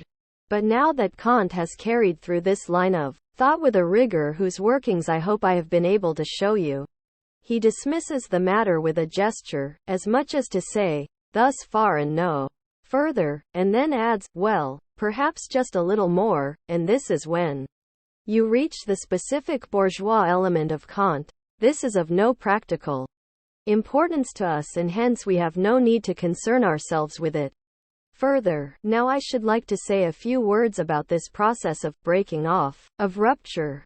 First, because it is such a ubiquitous feature of the structure of Kant's philosophy, and because it is precisely this aspect of Kant that his successors rebelled against. For I would say that if we wished to summarize the distinction between Kant and Fichte and all succeeding idealists in a single gesture, it would be this moment of rupture, the moment when Kant says, "This need not concern us," that they were unable to stomach. And what they said was, "What you have said about this being of no concern to us is precisely what concerns us most. Moreover, the reason I have given you for this rupture is not even the most important one, for in essence it is the entire structure of his moral philosophy itself that is founded in a decisive way on this rupture, that is, on his insistence that the given nature of the moral law should not be open to further questioning. In this respect it reminds us, somewhat paradoxically, of the situation with sense data such as read. For here, too, no further debate is possible when it manifests itself, simply because it is there. This gesture of breaking off is so pivotal for the structure of Kant's entire moral philosophy that we need to dwell on it for a few moments, for it represents a condensed version of highly complex elements. What will strike you at once after what I have said already is the authoritarian gesture that asserts that when the moral law tells you to do your duty, you must not dither, or as Kant is wont to express it, you should not quibble, vernunftellen, further, but should treat it with the same respect that you would show to any other given fact. In other words, you should just dwell in the land, and lead an upright life. This should not be taken to mean you should just obey the moral law and not bother your head about why it is there. It means rather that the fact that it exists is actually the most powerful proof of its validity. Of course, we must be entitled to ask not only about the nature of its prescriptions but also about its legitimation. If, horrible dictu, a psychologist were to scrutinize Kant's argument at this point, he might say, not unreasonably, that we are in the presence of a defense mechanism. We perceive that Kant feels a little queasy when he contemplates the origins of duty and conscience, because here at the heart of autonomy an element of heteronomy has become entrenched. It is for this reason that he reacts defensively and says, "For God's sake, let's stop here. Otherwise my entire effort to rescue universals will slip into the realm of what ought to be, and that will wreck the whole top floor of my carefully constructed philosophical hierarchy." We might go on from there to a critique of all the mechanisms of coercion whose validity Kant simply takes for granted. Indeed, at a time when psychoanalysis really did provide something like a social critique, as opposed to a technique of psychological massage, at that time it really did object to the idea that all ethical norms should be granted recognition merely because they existed, as opposed to making them transparent and providing them with a rational justification. To that extent we might say that Freud's psychologism was more Catholic than the Pope, that he was more consistently Kantian than Kant himself, whom, incidentally, he presumably never read. But this is not the end of the story. This Kantian rupture also contains an element of truth. To start with, Kant, unlike his successors, possessed what we might call in shorthand the consciousness of non-identity, a feature of great importance for his moral philosophy. The Kantian system of transcendental philosophy, and I am speaking here of Kant's philosophy as a whole, does not presume to deduce everything from some supreme principle, as Fichte did in a quite strict sense. For since knowledge in Kant's view is composed from a deducible and a non-deducible element, the interaction of these elements, and the embodiment of knowledge and the embodiment of action cannot themselves be deduced in any pure manner. So Kant's curious attitude of resignation when faced by things that positively exist, the given world, does not just contain this element of heteronomy. Viewed from the other side, it contains the idea of setting limits to the absolute claims of reason, in so far as reason makes the claim that everything that exists and every action is nothing but its own product. Paradoxically, then, even though Kant criticized heteronomy so fiercely, everything that is non-ego, and is thereby heteronomous, is more revered in a certain sense and is allowed to assert itself more powerfully than in the idealist philosophies. The latter do indeed concede a greater recognition of the non-ego than does Kant, but since they absorb it into the ego, in effect they dissolve it there and hence strive to vindicate and legitimate it as rational. But there is a different, and even more profound aspect of this rupture. This aspect is one that I mentioned at the very beginning of this course of lectures, but it has its rightful theoretical place here. 11. I do not know whether you will recall it, for I undoubtedly introduced it prematurely. It was the assertion that the division into theoretical and practical philosophy implies that moral action cannot be wholly translated into its theoretical determinants without remainder. If we were to attempt to set up an absolute law and to ask the laws of pure reason to explain why on earth it would be wrong to torture people, we would encounter all sorts of difficulties. For example, the sort of difficulties many Frenchmen have encountered in Algeria, where in the course of the terrible concatenation of events in this war their opponents did resort to the torture of prisoners. Should they follow this example and torture their own prisoners, or should they not? In all such moral questions, the moment you confront them with reason, you find yourself plunged into a terrible dialectic. And when faced by this dialectic, the ability to say, stop, and you ought not even to contemplate such things, has its advantages. For example, consider the moment when a refugee comes to your door and asks for shelter. What would be the consequence if you were to set the entire machinery of reflection in motion? Instead of simply acting and telling yourself that here is a refugee who is about to be killed or handed over to some state police in some country or other, and that your duty therefore is to hide and protect him, and that every other consideration must be subordinated to this? If reason makes its entrance at this point, then reason itself becomes irrational. And the idea that an action, that which we do, is not fully coextensive with theory because we would never reach the point of performing a right action unless that action contained an element of the absurd. This idea is expressed in this Kantian principle. I believe that we can only think meaningfully about the entire sphere of moral philosophy if we are conscious of its twin aspects. First, that the entire sphere must be permeated by reason, and second, that, notwithstanding this, reason is not the sum total of morality. This aspect is expressed in the commandments of religion, as contrasted with philosophy, and I would say that this happens from a purely philosophical motive, namely because it represents the frontier of reason in the realm of the moral. It follows that, however problematic their moral norms may be, there is something valid in the religions, and the injunction, go, and do thou likewise, 12 contains something that, formally at least, is no less essential a part of moral theory than the rationality that requires me to be able to explain why I should go and do likewise. Moreover, I believe that it is appropriate, particularly for a secular and enlightened philosophy, not simply to undermine such religious ideas by subjecting their authority to critical scrutiny, but also, in the course of reflection on the nature of thought, to salvage them as ingredients of moral action and to incorporate them into one's actual conduct. In the passage that I have read out to you, you can see very clearly the element of shock, or Schutterung, and absolute self-certainty in pure autonomy. These are features that Kant would subsequently, in the Critique of Judgment, bring together in the concept of the sublime. You can see how this becomes intertwined with its exact opposite, namely with an element of bourgeois narrowness and insularity.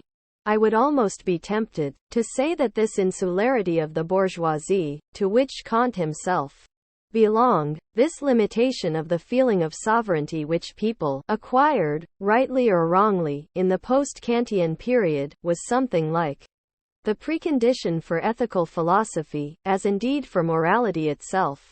We should inquire whether in the absence of this insularity such things as moral philosophy and moral action are even possible if we are not able, and I hope I have no real need to add this, to turn back the wheel of history, to conjure up this narrowness by main force and hold fast to it, now that it has been swept away by the movement of mind, by what Hegel called the fury of destruction. 13 Hegel himself, for example, foresaw the coming catastrophe that lay in the removal of this narrowness, but his reaction, and this is by no means to his credit, was to try and justify it as a growth in freedom. This landed him in a contradiction which cannot be salvaged as a dialectical contradiction. This brings me to the point that Valéry has perhaps expressed more succinctly and magnificently than anyone with his question, is morality itself growing old? 14 In the same spirit we feel that the concept of virtue has taken on an archaic sound that it certainly did not have for Kant. This in its turn prompts the question of how we can still respond to this entire Kantian moral philosophy, now that the concept of virtue is obsolete. I owe it to you to give you at least some explanation for the historical dialectic to which the concept of morality has been subjected. In so doing, I shall ignore the obvious facts, visible to you all, and in particular, the progressive concept of enlightenment to which more and more allegedly eternal moral categories have succumbed. I have in mind here Nietzsche's critical analysis of the idea of an eternally valid moral law. 15 What this means, I believe, is that such things as moral philosophy or virtue are only possible in a circumscribed universe, in contrast to the immeasurably expanding universe of today which is incommensurable with our experience. This is because it is only where our universe is limited that something like Kant's celebrated freedom can survive. In the immeasurably expanded world of experience and the infinitely numerous ramifications of the processes of socialization that this world of experience imposes on us, the possibility of freedom has sunk to such a minimal level that we can or must ask ourselves very seriously whether any scope is left for our moral categories. Particularly since, even if someone were to live his life as an individual in the spirit of the categorical imperative, it is extremely uncertain how far even such a moral life would be able to assert itself given the objective snares and entanglements of modern life. Let me conclude by illustrating this with an aesthetic analogy. The situation in music is that as long as there had existed something like prescribed, established, given forms that corresponded to the prescribed, established, given forms of bourgeois life, it was possible for musicians to improvise.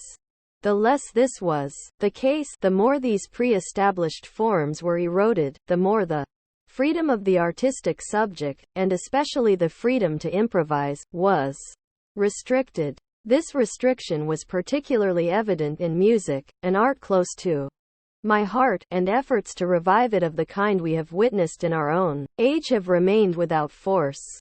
Thus music that is seriously contemporary and that no longer tolerates the pre-established forms which were the precondition of absolute freedom finds that it is no longer confronted by defined objectivities. In consequence, its freedom to improvise, its freedom to behave as it wishes, has shriveled to the point of no return. It is my belief that something similar has taken place in the realm of morality. After all, to concern oneself with moral philosophy and reflect on these matters means also that we must give an account of the historical status that questions about moral action and a moral life possess today. Compared with the status they enjoyed in the age of the great philosophers, their importance has been infinitely reduced in magnitude today. Thank you. Lecture 10. The 2nd of July 1963. The one consciousness of the paradox implicit in experiencing what we call freedom as an apparent natural cause has been conceded by Kant in his statement that a problem remains between freedom and necessity, between the kingdom of nature and the realm of practical reason. 2. In other words, Kant finds the dualism we have discussed unsatisfactory and, according to his own argument, incapable of resolution. I believe that I must dwell on this a little in order to explain why it is unsatisfactory.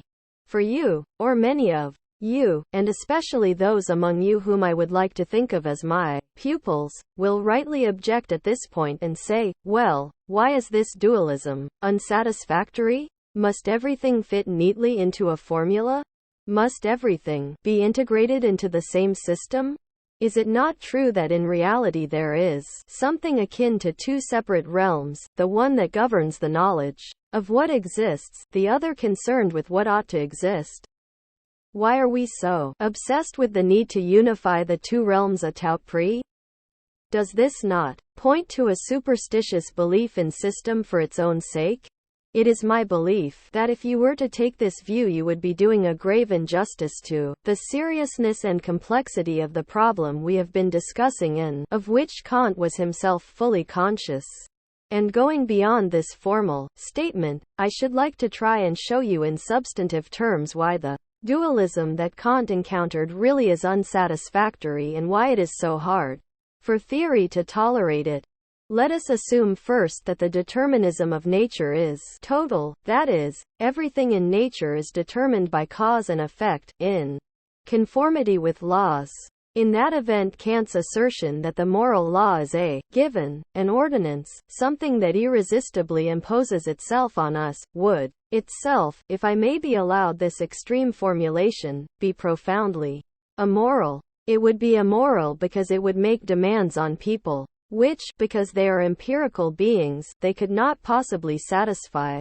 You must bear in mind here that in his critique of the psychological paralogisms, instead of proposing a rational theory of the soul that would have turned the basic determinants of the soul into something non-empirical, Kant insisted that the soul, insofar as it is embedded in the world of time and space, is an empirical phenomenon.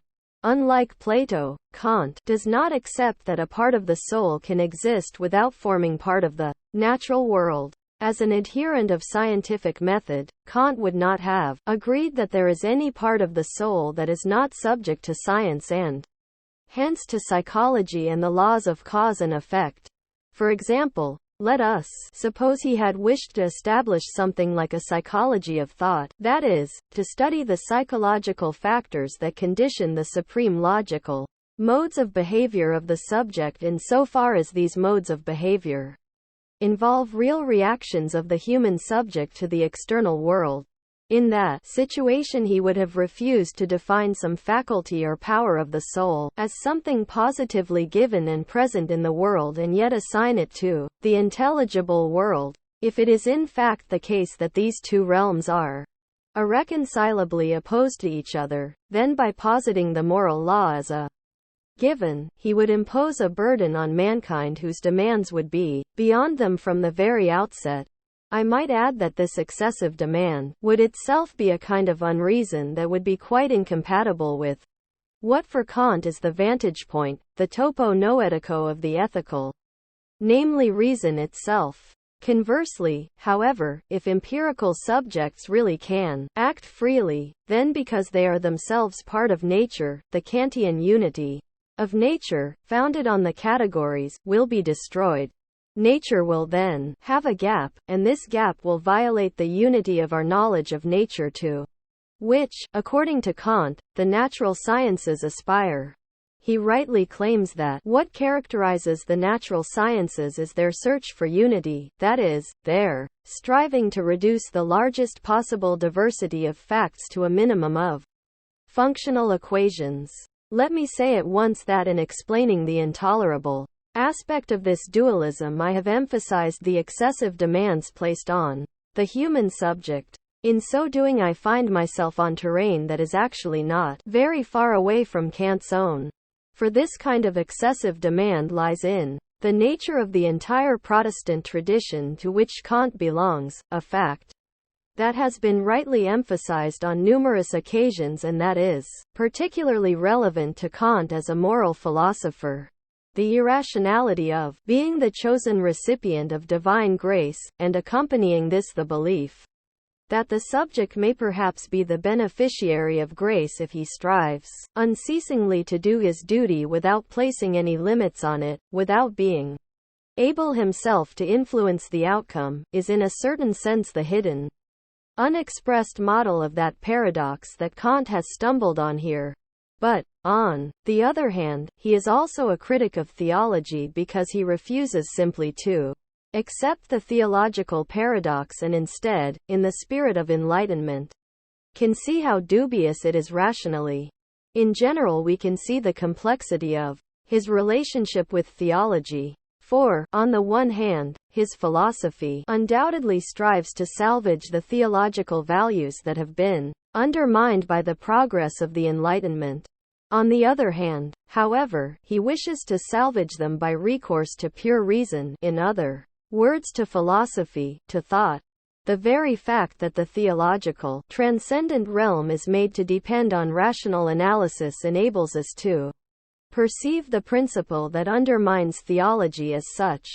You will have to give some thought to the very complex and unresolved nature of Kant's relationship to theology if you wish to acquire an adequate grasp of the complexities of his moral philosophy with which we are dealing in this course of lectures. If we are not satisfied with such explanations as those I have briefly pointed to, we shall doubtless need to have recourse to the experiential core of what Kant had in mind with his theory of two worlds. I would ask you not to push the term experience too hard. It is not the empirical concept of experience that I have in mind here.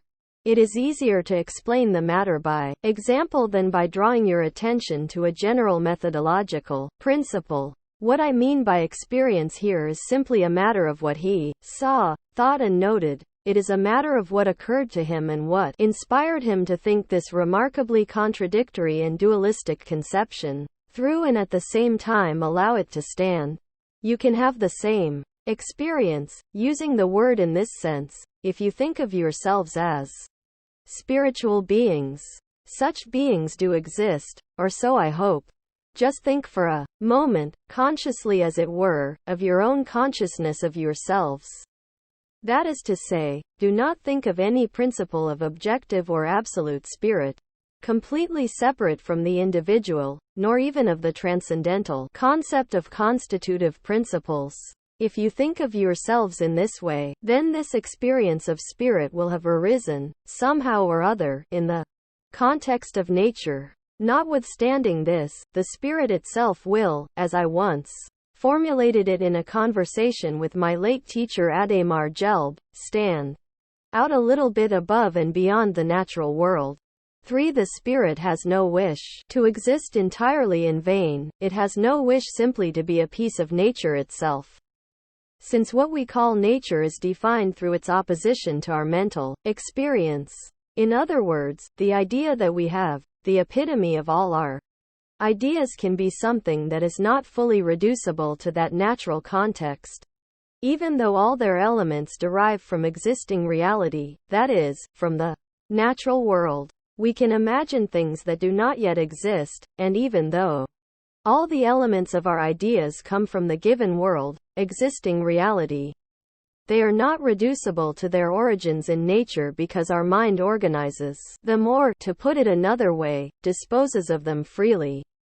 And I believe that if you want to go back to the origins of what Kant actually meant by freedom, if you want to obtain a precise picture of the model that underlies his concept of freedom, a concept which in general we use in a fairly casual, imprecise manner, then it will turn out to be simply this remarkable faculty that enables us to organize in our imagination the various components of the natural world or of existing reality, and to rearrange them in different ways from those in which we found them initially and in which they exist in reality. This fact, this readily observable fact, that in its origins and its content mind points back to nature, but at the same time is not reducible to it, is, I believe, what Kant probably means by this entire doctrine of freedom in the midst of nature. Moreover, this is something that cannot be expressed adequately in a logic devoid of contradictions of the kind Kant advocates an either or logic, since in such a logic this situation can only be contradictory. It can only be expressed adequately in a dialectical logic in which the product of thought does not resemble the premises from which it sprang. I would say, incidentally, that this is the crucial distinction between a dialectical mode of thinking and that of the prima philosophia or ontology. And one implication of the dialectical method is that the primacy of origins, the primacy of the first thing, if I may express myself a little paradoxically, is not deferred to in the sense that I have just illustrated with my simple little model. Now this projecting element, this little piece of our nature that is not nature, is in actuality identical with consciousness of self. It thus stands in contrast to delusion, Verblendung, which is the category that designates the state of being utterly enthralled to nature. The truth is that we are no longer simply a piece of nature from the moment we recognize that we are a piece of nature. I think that it is not possible to express this more emphatically, for delusion is really nothing other than that stolid, blinkered pig-headedness that lacks the capacity for self-reflection and that succumbs to the delusion that all is natural conditioning precisely because it does nothing but set out in pursuit of immediate ends, immediate activities. It is not for nothing that delusion is also a category of myth, the category by means of which human beings are represented, as they are in myths, as beings unable to transcend nature.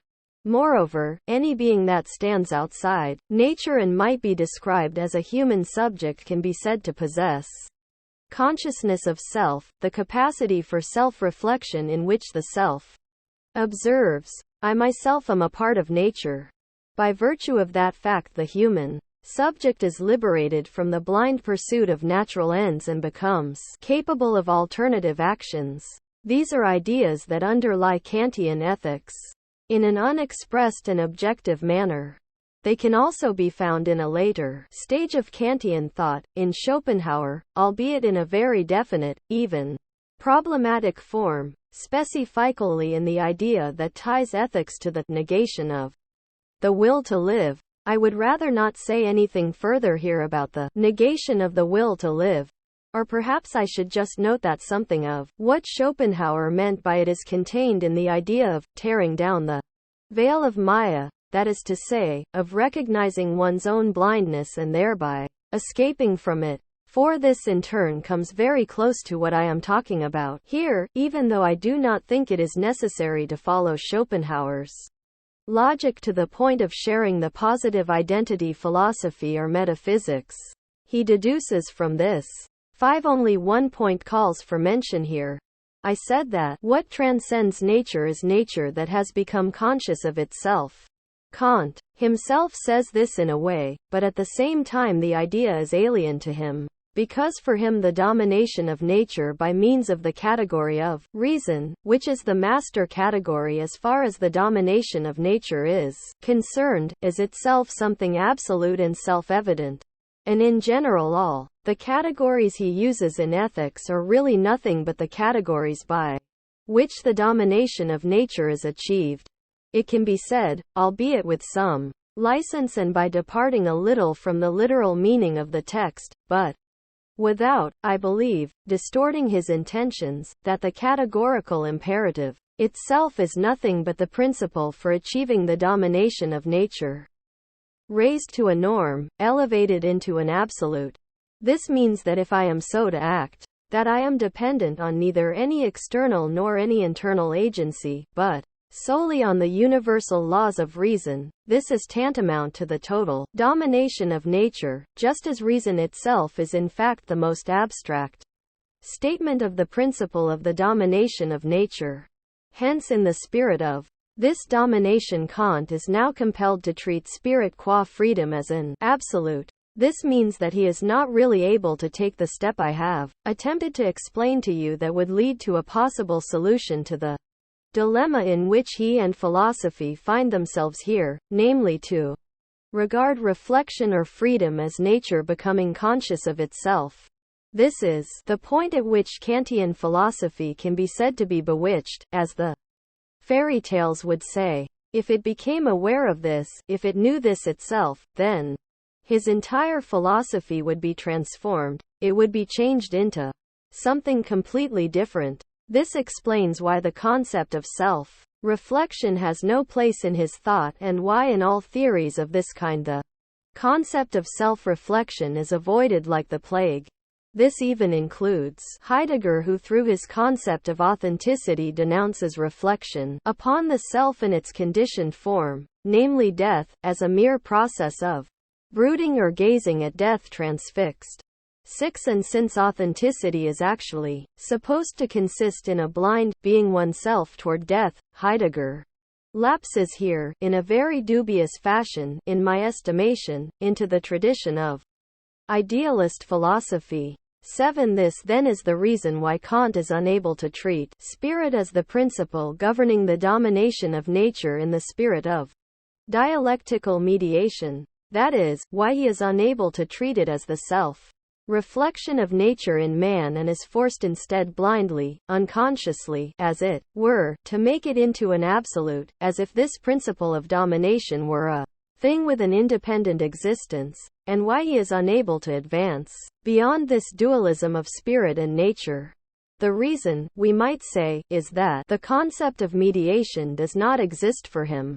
Mediation here is not to be understood as a middle term, but in the sense that through the mediation of two diametrically opposed moments the one becomes conscious that it necessarily implies the other. In this sense we may argue that through this blind domination of nature in Kant, what is constantly reproduced is that portion of nature that is not illuminated. In other words, we may say that Kantian morality is at root nothing other than domination. Ladies and gentlemen, now that I have confronted you with these perhaps rather difficult ideas, albeit ideas that I believe are indispensable to an understanding of our present project, I would like to revert to an earlier promise that I would explain why I have kept so rigorously to the Kantian texts. It is my belief that there is a fruitful tension between the construction of a philosophy of the kind I have undertaken and the literal interpretations, or the interpretation of verbatim passages which frequently say very different things and are able to articulate very much more than they would if they were merely inserted in a general context where their effect is often dissipated. I would like to say that the kind of philosophical speculation that succeeds in going beyond the general intellectual context and that manages to articulate the thought structures that are being investigated and enable them to speak is not one that distances itself from the literal specificity of the text. That is to say, it is not a method that conveys the general spirit of a philosopher as Dilthey does to a simply unbearable degree, but nor is it like Ernst Troeltsche's book on historicism, an otherwise reputable work. 8. The situation is rather that a close examination of a particular formulation, or the scrutiny of a passage like the one we have dwelt on at such length in this particular chapter in Kant, is far better suited to giving you an understanding of the so-called great ideas that go beyond individual insights, than a straightforward survey of what can be found in Kant's theory of ethics. I must add, however, that I cannot spare you that survey, since I recognize that you have a legitimate need to gain a precise knowledge of what Kant's ethical doctrines actually are in the course of these lectures. Even if you only pick that knowledge up by the way and in a relaxed and playful manner, I should like to move on to an exposition of Kant's moral philosophy itself. Now that I have, as I believe, given you a fairly thorough account of the questions of principle, I can concentrate more on specific aspects of his moral philosophy. Perhaps the most suitable way to begin is for me to explain to you why I decided to focus on Kant's moral philosophy almost against my own will. The fact is that we might say that Kant's moral philosophy is moral philosophy par excellence, moral philosophy as such, because it rules out empirical reality from consideration. This chorusis, this extreme segregation of the realms of nature and morality, is what makes possible something like a fully articulated and logically consistent philosophy of morality. It is not by chance that none of Kant's successors, with the exception of Schopenhauer, whom we have already mentioned, had anything like an explicit moral philosophy, and the explanation for this is that they were not minded to accept the dualism that has been preoccupying us. The difficulties that I have outlined to you induced them to abandon this dualistic system. This in turn made it impossible for them to construct a moral sphere as such within their philosophies. This was the criticism that Kierkegaard leveled at Hegel at a later point in time. Kierkegaard saw it as a particular defect, without realizing, however, that this mediation between the different realms characteristic of a thoroughgoing idealism no longer permits the construction of a moral philosophy in its true sense. But this has the grave drawback that as a result, the idealist tradition surrendered to a relativism that subsequently contributed to very sinister consequences indeed. The attempts to purify the Kantian ethics that you find in Neo-Kantianism bear the marks of impotence, precisely because they are attempts at purification.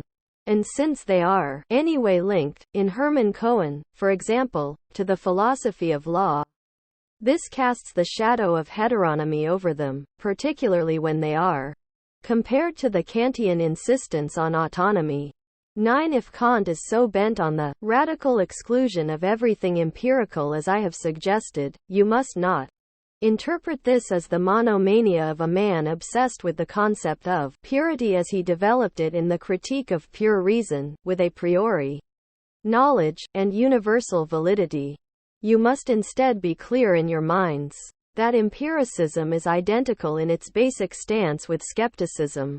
When you come to study the history of philosophy, when you prepare for an examination on Hume, for example, you will at some point realize that Hume's philosophy is essentially skeptical. But I believe that you would be well advised to reflect on the meaning of skepticism in its relationship to empiricism. It means that the more you admit empirical conditions, the more you rule out the possibility of any objective definition of the good life and of moral action. For example, if you follow the arguments of a vulgar empiricism and demonstrate that the sanctity of individual human life is not respected in certain empirically existing cultures, among the fashionable Trobriand islanders, for example, or elsewhere in the South Seas, this will lead you to the inference. Indeed, if all these norms are merely empirical in nature, then we have no authority to insist on their universal validity. And the Kantian formalism that Kant was always being accused of is partly to be explained by the fact that he wished to preserve the possibility of a universally applicable formulation of the ethical despite this aggressive empiricism and despite the skepticism associated with it. His aim was to achieve such a high degree of universality that it would disqualify skeptical arguments to the effect that the values under discussion had to be regarded as the product of mere empirical conditioning. Now, you might well interject here, but if his conception of the ethical or the content of the ethical is nothing more than the idea that I should act in accordance with laws that I have presupposed as universally valid, then that is really terribly feeble and in the practical life with which Kantian philosophy is concerned, it is not likely to be of the slightest interest to anyone. From this angle you will perhaps be able to understand another feature of Kant's philosophy which has attracted only slightly less criticism than that of formalism. This was the objection of excessive rigor, which may indeed be seen as the correlative of formalism, if I may put it in that way.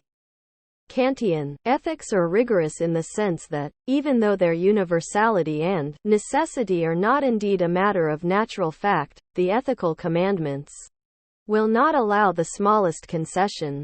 In particular, every action performed out of inclination is regarded as heteronomous and, if not simply condemned out of hand, it is at least treated as something outside the realm of ethical decision. And this is the feature of Kantian ethics that gave rise to the earliest objections. As you probably all know, Schiller espoused this particular deviation, even though he was in other respects a faithful follower of Kant, and we find in his writings something that Kant only hinted at, namely the idea of a union of the otherwise opposed principles of nature and freedom. This union could be said to have been accomplished within the world of Kantian thought by means of the argument that if freedom is the end of nature, then nature cannot be the embodiment of radical evil in a moral sense. There is in short a nature that can be called good, and this good nature can be said, in the shape of art, to have an ennobling effect on humanity. It may be said, therefore, to have an ethical effect, and so we are able to credit nature with ethical qualities. This is a thesis that represents a blunt deviation from Kant himself, who replied to it by saying, and this is a good example of Kant's own rigorist approach, that vice and evil are only too ready to sneak into the retinue of the graces, whom Schiller defended against him. 10. I do not wish to bore either you or myself with the trivial assertion that this Kantian rigorism is linked to the ascetic ideals of Protestantism and is moreover an ideological reflex of the so-called bureaucratic mentality, as the sociology of knowledge has urged. In criticism of Kant, such trivial objections were raised above all by Nietzsche and since then have degenerated into a kind of infantile sneer. Such matters can be safely ignored here. I believe that it will take us further and be more profitable if we attempt to explain this so-called rigorism in terms of the complexion of Kant's thought itself, a procedure I have attempted to adopt with all these concepts. If you recall for a moment that I explained Kant's formalism, that is, the extreme reduction to universalities, as a kind of last-ditch stand against skepticism, as the very bourgeois attempt to keep a grip on something like a moral minimum that is protected against relativism of every kind, then Kant's philosophical genius must surely have been fully aware that the sort of definition he gives here really is a little feeble. His rigorist zeal acts as a complement to this. That is to say, the only way in which these formal definitions go beyond their own formalism, the only way they develop any depth, is through the fact that they absolutely refuse to tolerate any exceptions whatsoever and that Kant ascribes to them what he terms their categorical character, the summons that simply cannot be ignored. If you think back to the concept of duty, you can see that we may think of it here as the expression of the moral law in all its rigor. You will notice at once that this irreducible minimum, this situation, from which I am quite unable to retreat, confers on this extreme moral formalism a kind of concrete specificity. In particular, there is the fact that it is defined at any moment by the exclusion of all desires, impulses and indeed everything to which this norm applies.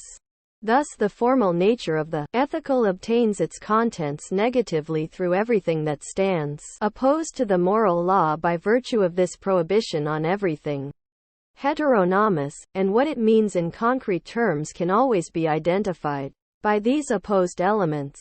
The abstraction or formalism we have discussed here, and this is my final point, is itself the expression of the radical separation of the principle of freedom or reason from that of nature.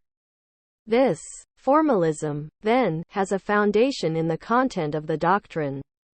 This is no formalistic thinking. Instead, formalism arises from the content of the theory, for theory excludes every specific moral content on the grounds that such contents arise from mere existence, the merely empirical sphere. It is external, alien to morality, something that does not just dwell in the freedom of my mind, since it is quite impossible to imagine anything that did not refer back to empirical reality. Then thanks to this choresis, this dualistic principle in Kantian ethics that I have now expounded to you at some length, it becomes necessary for this principle to be proposed as something quite formal. Fundamentally, it is nothing but the identity of reason with itself. On the other hand, however, and this is what is so remarkable about it and something I can only mention to you in passing, thanks to its being intertwined with the rigor of the Kantian theory, that is, with the stringency and the inexorable nature of the concept of duty, these characteristics almost come to assume a kind of concrete specificity against Kant's will. In consequence, his ethics ends up being rather less formal than it seemed at the outset.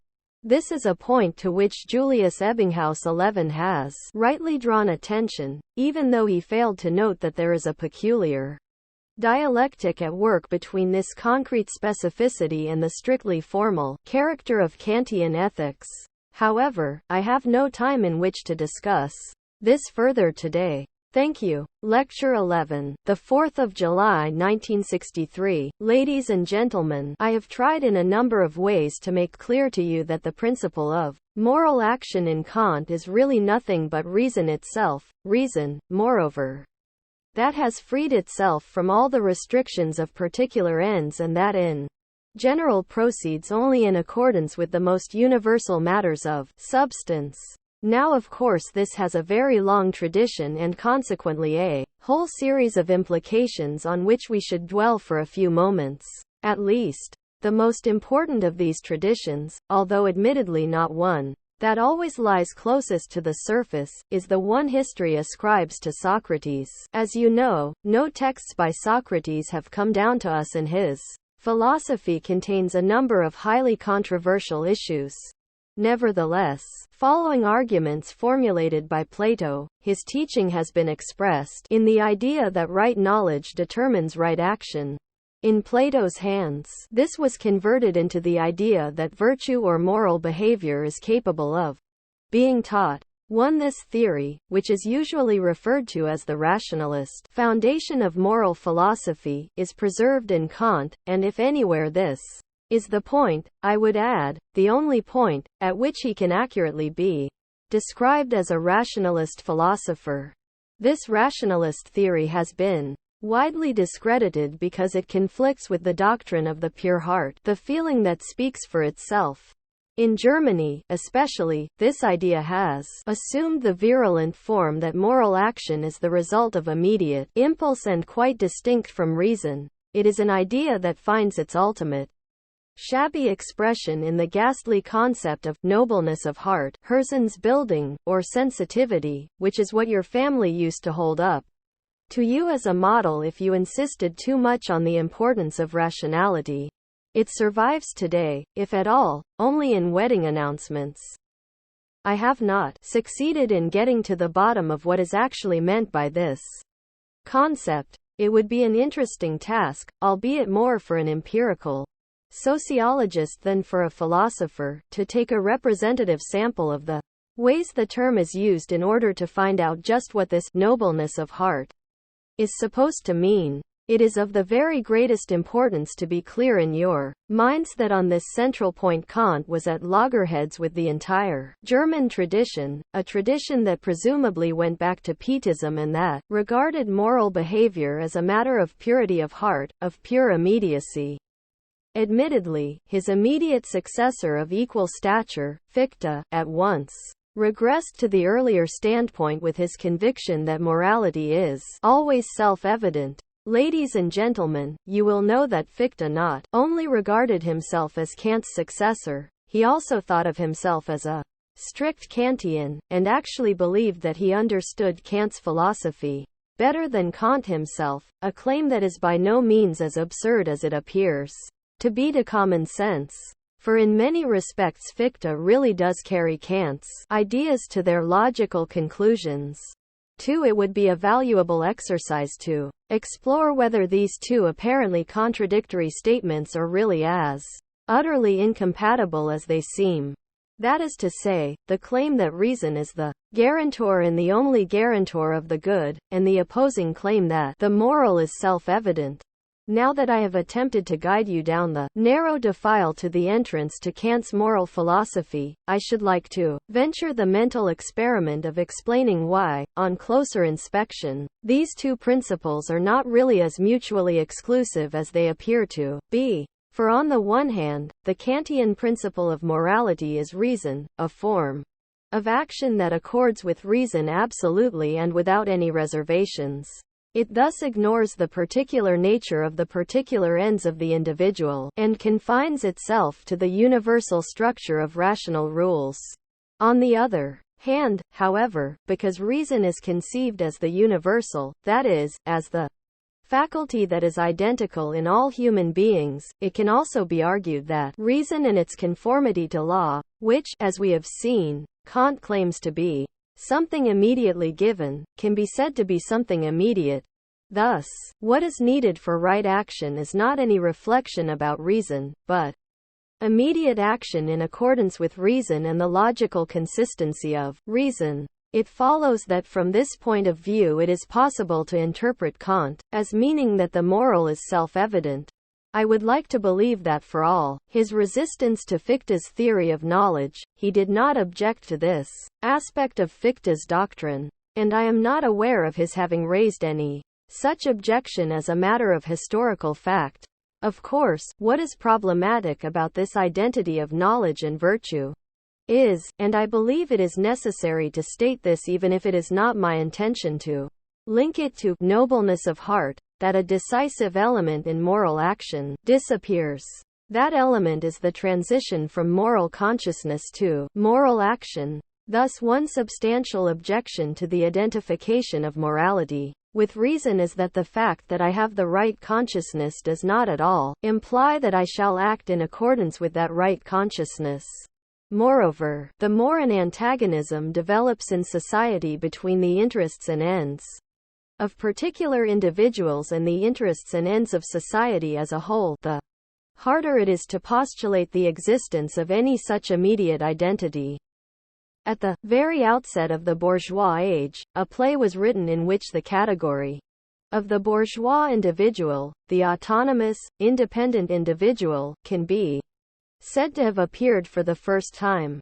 I am thinking here of Shakespeare's Hamlet. It is not by chance that this play contains a character in whom right consciousness and right action enter into an irreconcilable contradiction. It is Polonius I have in mind here. He gives his son the very best advice, even though this advice is in the spirit of what Kant would call prudential advice, rather than of the categorical imperative, and yet he acts like an utter buffoon. We may say in general that this discrepancy, this divergence of consciousness and action constitutes the central theme of Hamlet. This theme can be said to be reflected in Polonius as in a concave mirror, whereas Hamlet is the figure who is destroyed by this conflict between knowledge and action, between the consciousness of the task imposed on him, of what the laws, the moral laws of his time, require him to do, and the possibility of carrying out this task. 3. What I want to say about this famous problem of theory and practice, which has again become such a burning issue today, is that wherever people possess, or imagine that they possess, a true theoretical consciousness, they find that they are prevented from following its logic through in practice, partly, at least, because the problem has its own historical implications. That is to say, the problem of the disjunction between consciousness and action only comes to the surface in a world in which the individual is a being for himself who has become clearly detached from objective social reality and even stands out as its antithesis. We can see this clearly in the great artistic products of the Renaissance. When that happens, this disjunction is accompanied by all those problems of suffering under the burden of knowledge that are not the least significant factor in the subsequent formation of European irrationalism. What I am referring to here is the fact that people suffer from their knowledge because they discover that no direct path leads from knowledge to practice. Instead, they stand in need of a third thing, namely that injection of irrationality, of something no longer reducible to reason, which I have now mentioned several times during this course of lectures. But as we have seen, this problem does not arise until the modern age, until the emergence of the antithesis between individual consciousness and the given historical reality of the society into which that individual enters. I am certain that this problem is one that very many of you will find very troubling, because there really are very many situations when you really do not, and cannot, know the answer to the question, what shall I do? Nevertheless, despite its relative modernity, it is a problem that has a long prehistory, one that is deeply rooted in our society and its structure. Moreover, it is probable that it will only disappear once we achieve a reconciled society. You will all realize that by reconciliation here I am not thinking of any peace or compromise between necessarily antagonistic interests. But in contrast to this line of reasoning, we have to hold fast to the idea that there is some truth in this Kantian conception of the rational nature of right action, notwithstanding its blind spot, the defect that simply cannot be eradicated. The element of truth is, as I attempted to explain to you last time, that only insight, non-blindness, in other words, only self-reflection is capable of raising human subjects out of their purely natural context. There was one further point I wanted to make. For this element of non-identity between the consciousness of right action and right action itself is also made explicit in Kantian philosophy, specifically in a thesis that we have touched on elsewhere, but which I should like to clarify further here. What we discover is that the Kantian distinction between the kingdom of freedom and the kingdom of necessity contains an extremely important insight. 5 More specifically, we discover that we can pinpoint the element of non-identity by saying that in practical philosophy, that is, in Kant's writings on moral philosophy, the moral law is indeed conceived as a strict law, but as a law that merely prescribes what should be the case, and says nothing at all about what is in fact the case. Accordingly, we find that even in the theory the gap persists between moral law and moral practice that I have just been attempting to represent to you as a necessary component of the theory. It is to be found in those assertions in Kant's practical philosophy that describe the categorical imperative and the moral laws in general as obligation, Notwendigung. That is to say, these laws do indeed possess the character of a third thing, the form of necessity, 6 since according to Kant, they confront us in such a way that, as rational actors, we cannot but comply with them. To that extent their character as laws is strictly preserved. But, as Kant repeatedly reminds us, they are not natural laws, not laws about existing phenomena, but propositions about what ought to exist. It remains quite unclear whether or not we really act in accordance with these laws. Thus no decision has been made in advance. And whether or not we comply with these laws depends on a third factor, on something not reducible to the laws of nature. Purely descriptively, that, if you like, is the situation that actually underlies the Kantian concept of freedom. I believe that it is only in this light that you can gain a true understanding of the role of the doctrine of freedom and of the relations between freedom and law in Kant. Thus, when we talk of the prescriptive character of reason, its nature as an imperative, what you need to understand is that there has been a crucial change from the concept of reason in antiquity that I reminded you of in connection with Plato. Reason has now ceased to be merely the ability to form the correct concepts and to articulate concepts in accordance with the nature of the matter to be analyzed in the manner you find illustrated in the Platonic dialectic itself. Instead, reason in Kant is what we might call a productive faculty, a kind of activity. And the entire argument about the autonomy of its laws is based on this idea of reason as an activity in the sense that my reason does not simply lead me to acquiesce passively in these laws, but rather, these laws are laws that I am to produce from within myself. In this respect, too, the doctrine of the moral law is a kind of neutral concept, since the moral law is, as I have already told you, a given. Although not in the primitive sense that you find in the theory of sense perceptions, of sensations, or perceptions, 7, but given in the sense that it is something necessarily created or produced by me. And this stands in complete contrast to the concept of knowledge in Plato, which really amounts to no more than the consciousness of something objectively pre-existing, namely the ideas. This existence in themselves of the ideas, which then are comprehended quasi-passively by reason, is not to be found in Kant. In Kant, even though these ideas are given, they are simultaneously something created by me, they are also, as it were, the product of this active reason. This highlights the affinity of Kant's concept of reason with practice. Thus it is no longer simply the case that I arrive at the knowledge of right action on the basis of a purely rational process, of a more or less logical procedure operating within pre-existing parameters. Instead, this knowledge must, in other words, I must, create the principles on which it is founded. Moreover, if in Kant the concept of the will, about which we shall say something in a moment, occupies such a central position, then you must be aware that we are not speaking here of a different force, a third, additional factor.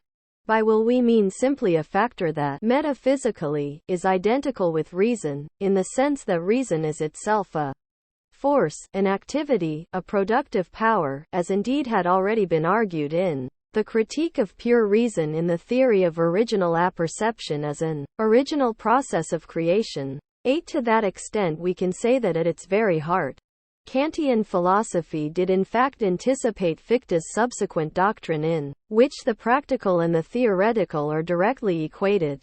It follows that reason in Kant means something quite different now from its meaning for the Greeks. It means, and this is the legacy of Rousseau in Kant's practical philosophy, the possibility of a moral organization of the world of a kind that never appeared in antiquity, so far as I have been able to establish, apart perhaps from certain speculations on the part of leftist strands in Socratic thinking. The reason why the Greeks failed to develop along these lines was that from the outset their concept of reason was far too preoccupied with arranging pre-given material. Furthermore, the idea that reality in its entirety might be produced purely by reason was quite alien to them, since they still conceived of the shaping of reality far too much in terms of a secularized natural religion, rather than as something predetermined by the nature of given structures. 9. In the light of the argument I have just outlined to you, even the conception of a universal state which was envisaged by the Middle Stoics, Panaetius above all, would be separated by an abyss from Kant's tract on eternal peace. 10. The fact is that in all such matters, and I think this is something that has to be said, Christianity, or the entire Judeo-Christian tradition with its concept of discipleship with all that entails, has transformed fundamentally, to their very core, all the ideas that have been handed down to us from antiquity, even those that seem to have come down to us more or less literally.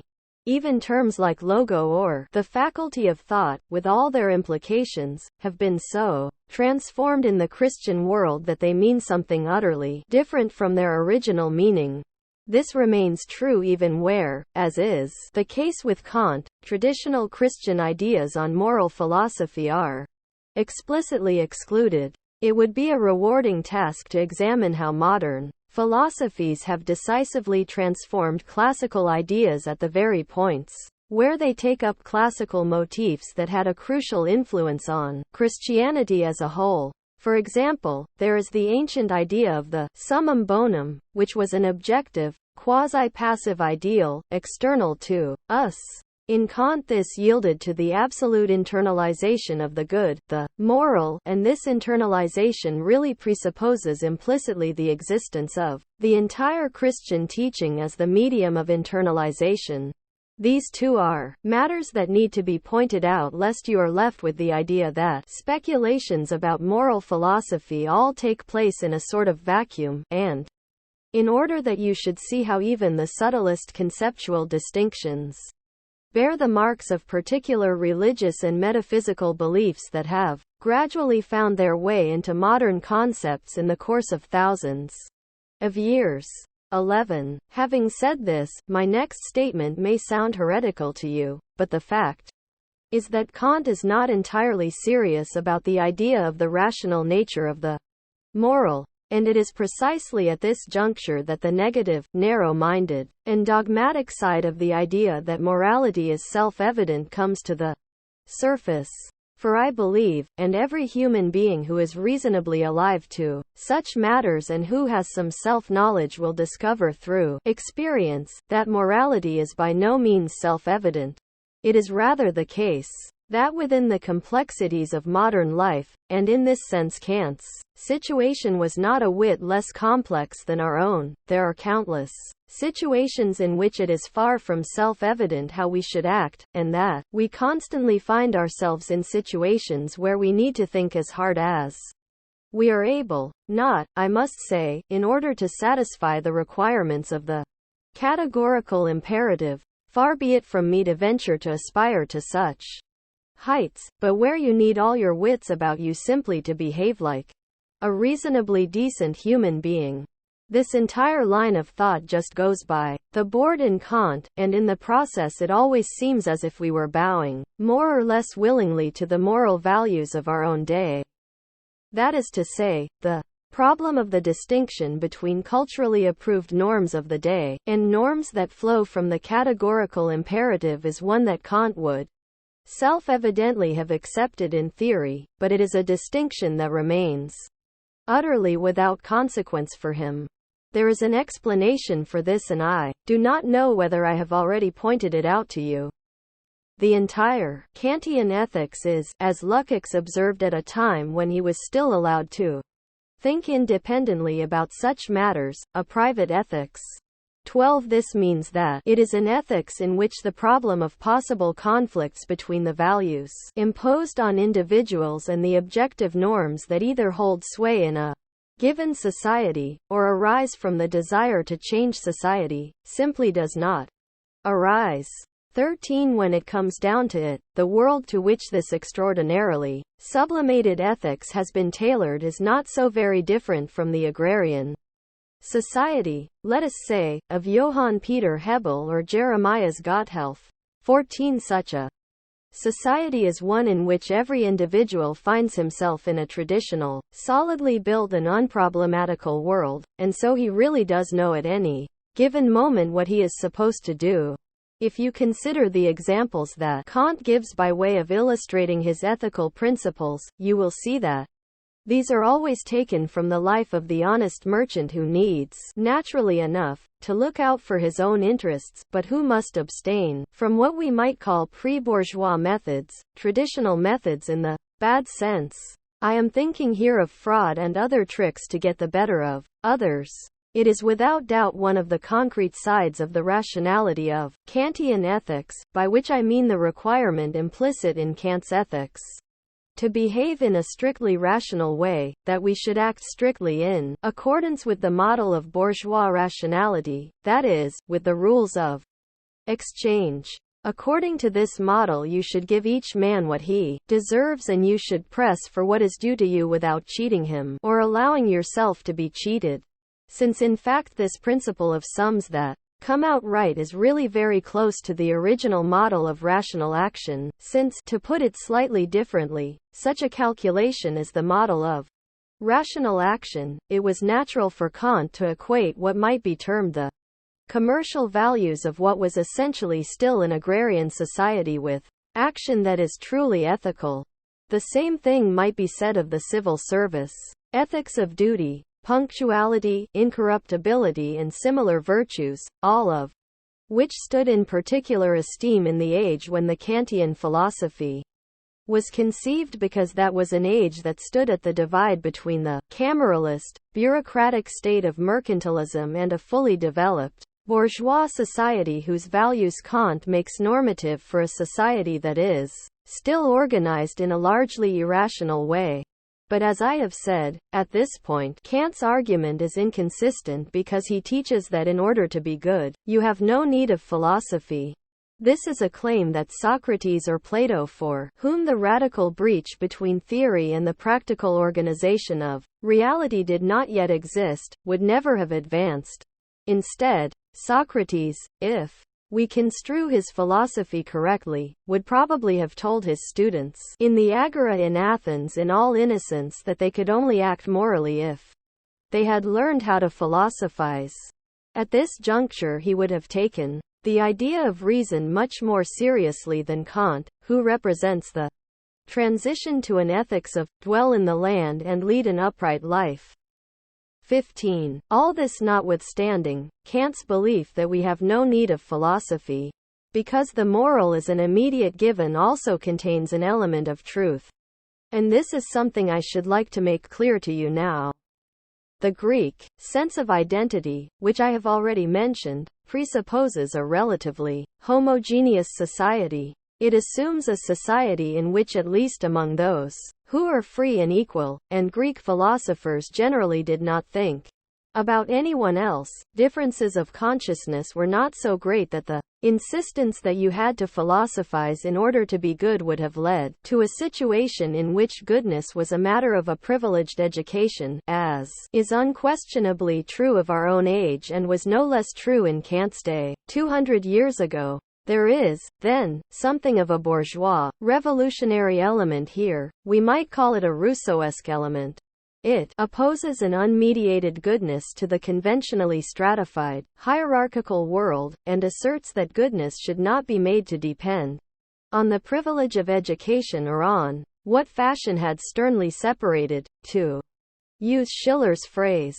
16. Whereas, on the other hand, as early as Kant himself, we find a strange restriction placed on reason, a restriction that then becomes standard for the whole of idealism, which is curiously ambivalent on this question, one which ought to be analyzed thoroughly at some point. This restriction consists in the fact that the greater the emotional investment in reason, that is, the more philosophers strive to derive everything that exists, even the most concrete specifics, from reason itself, the greater the tendency to circumscribe reason and defame it.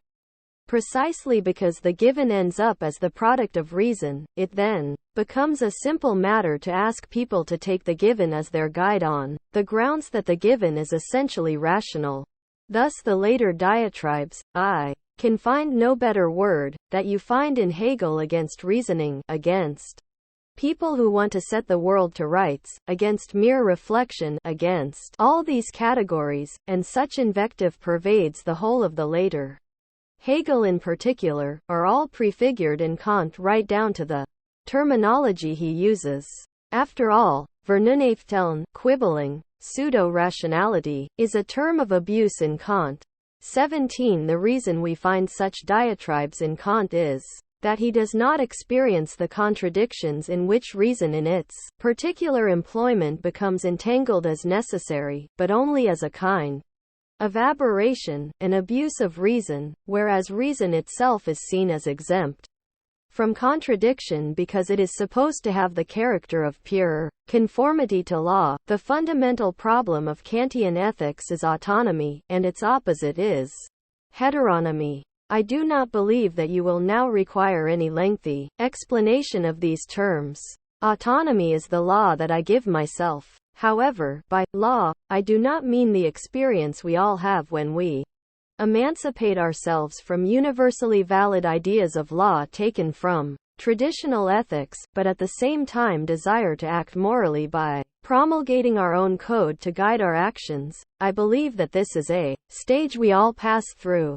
This is not what is meant by autonomy, for in Kant the idea of autonomy contains from the outset the idea of universality.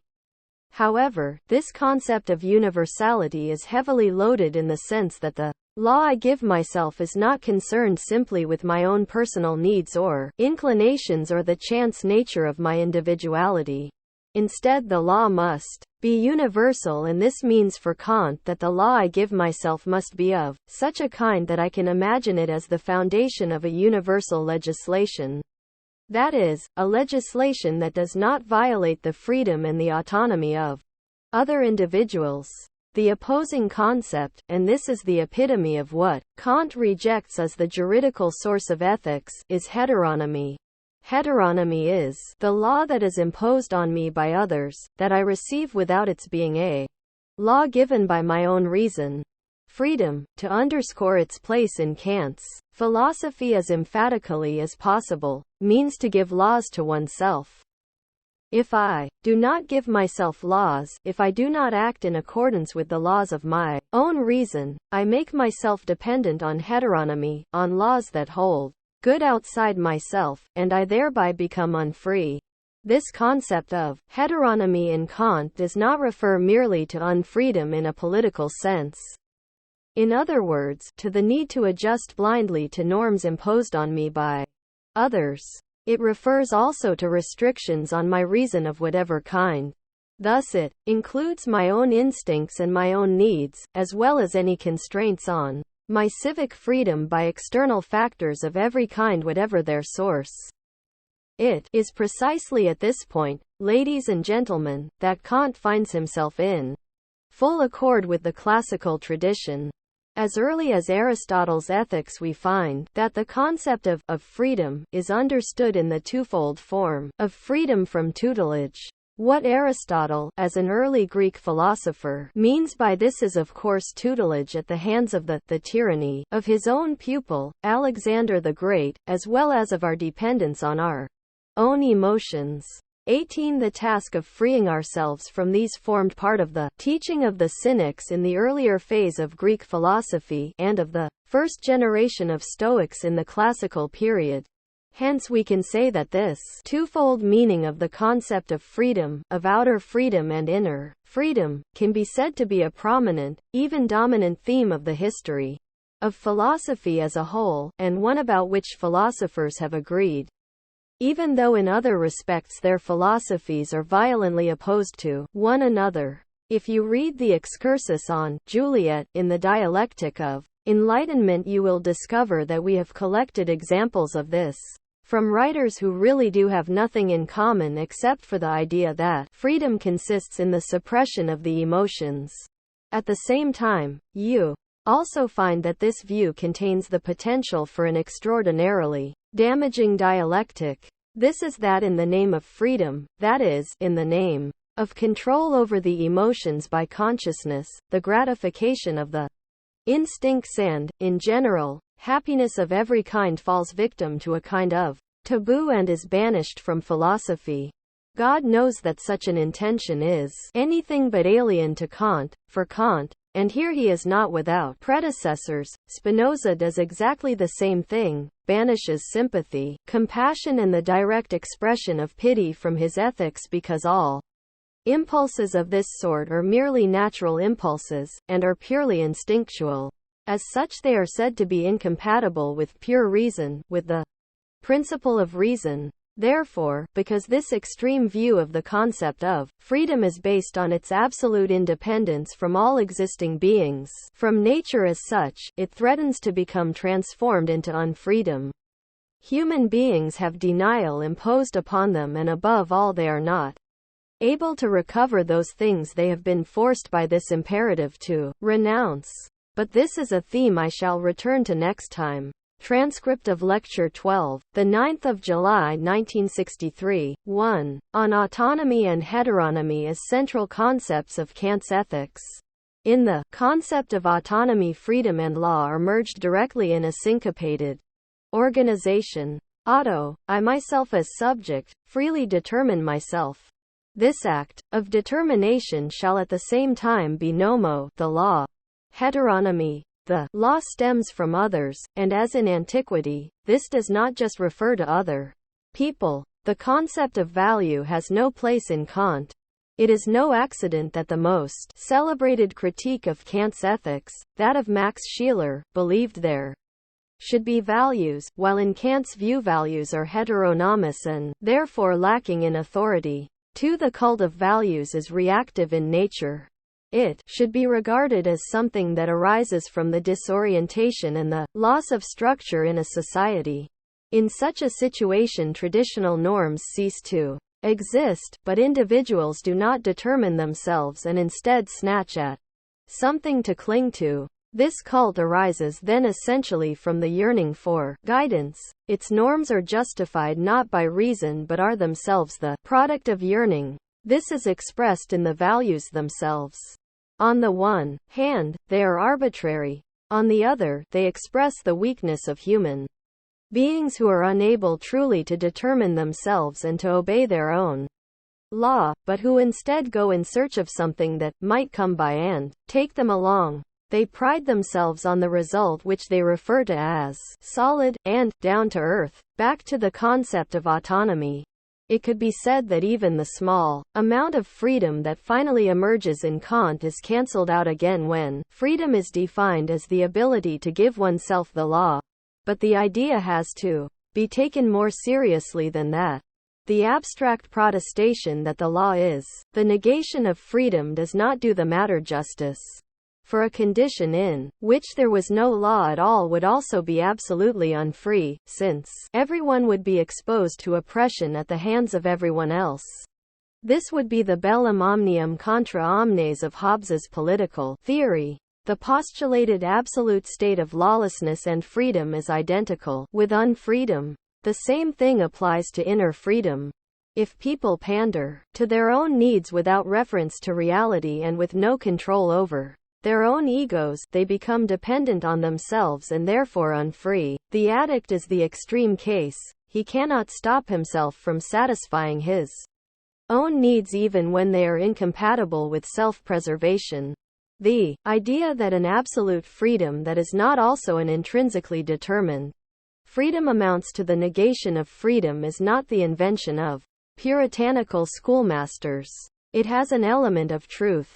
Kant's interlocking of freedom and law is to be taken seriously. It is no mere ideology. On the other hand, the idea of law always contains a potential threat to freedom. The law is an all-embracing regulation that tolerates no exceptions, contains a totalitarian element and acts as a constraint on people even when that constraint lacks the justification of reason. Where freedom is restricted, it stands on a knife's edge, ready to vanish entirely. The sphere of law, even when it formally subserves the idea of protecting freedom and guaranteeing it, contains the tendency to abolish freedom. The relationship between freedom and the law is not a well-balanced, rational compromise, but possesses dynamic elements on both sides.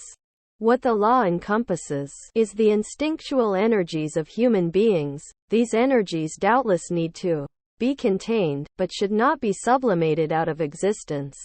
On the other hand, a psychological authority that is nurtured by sources of energy that have been separated off, the superego, for example, tends to turn into an absolute and to abolish freedom. There, too, there is no balance. Since the law tends to assert itself more effectively than freedom, we have to stay on our guard and be constantly vigilant in the face of a fetishization of law, for example, of juridical norms that claim that decisions once taken are irrevocable. We cannot remain satisfied with any so-called order, since no sooner is an order established than it is all up with freedom.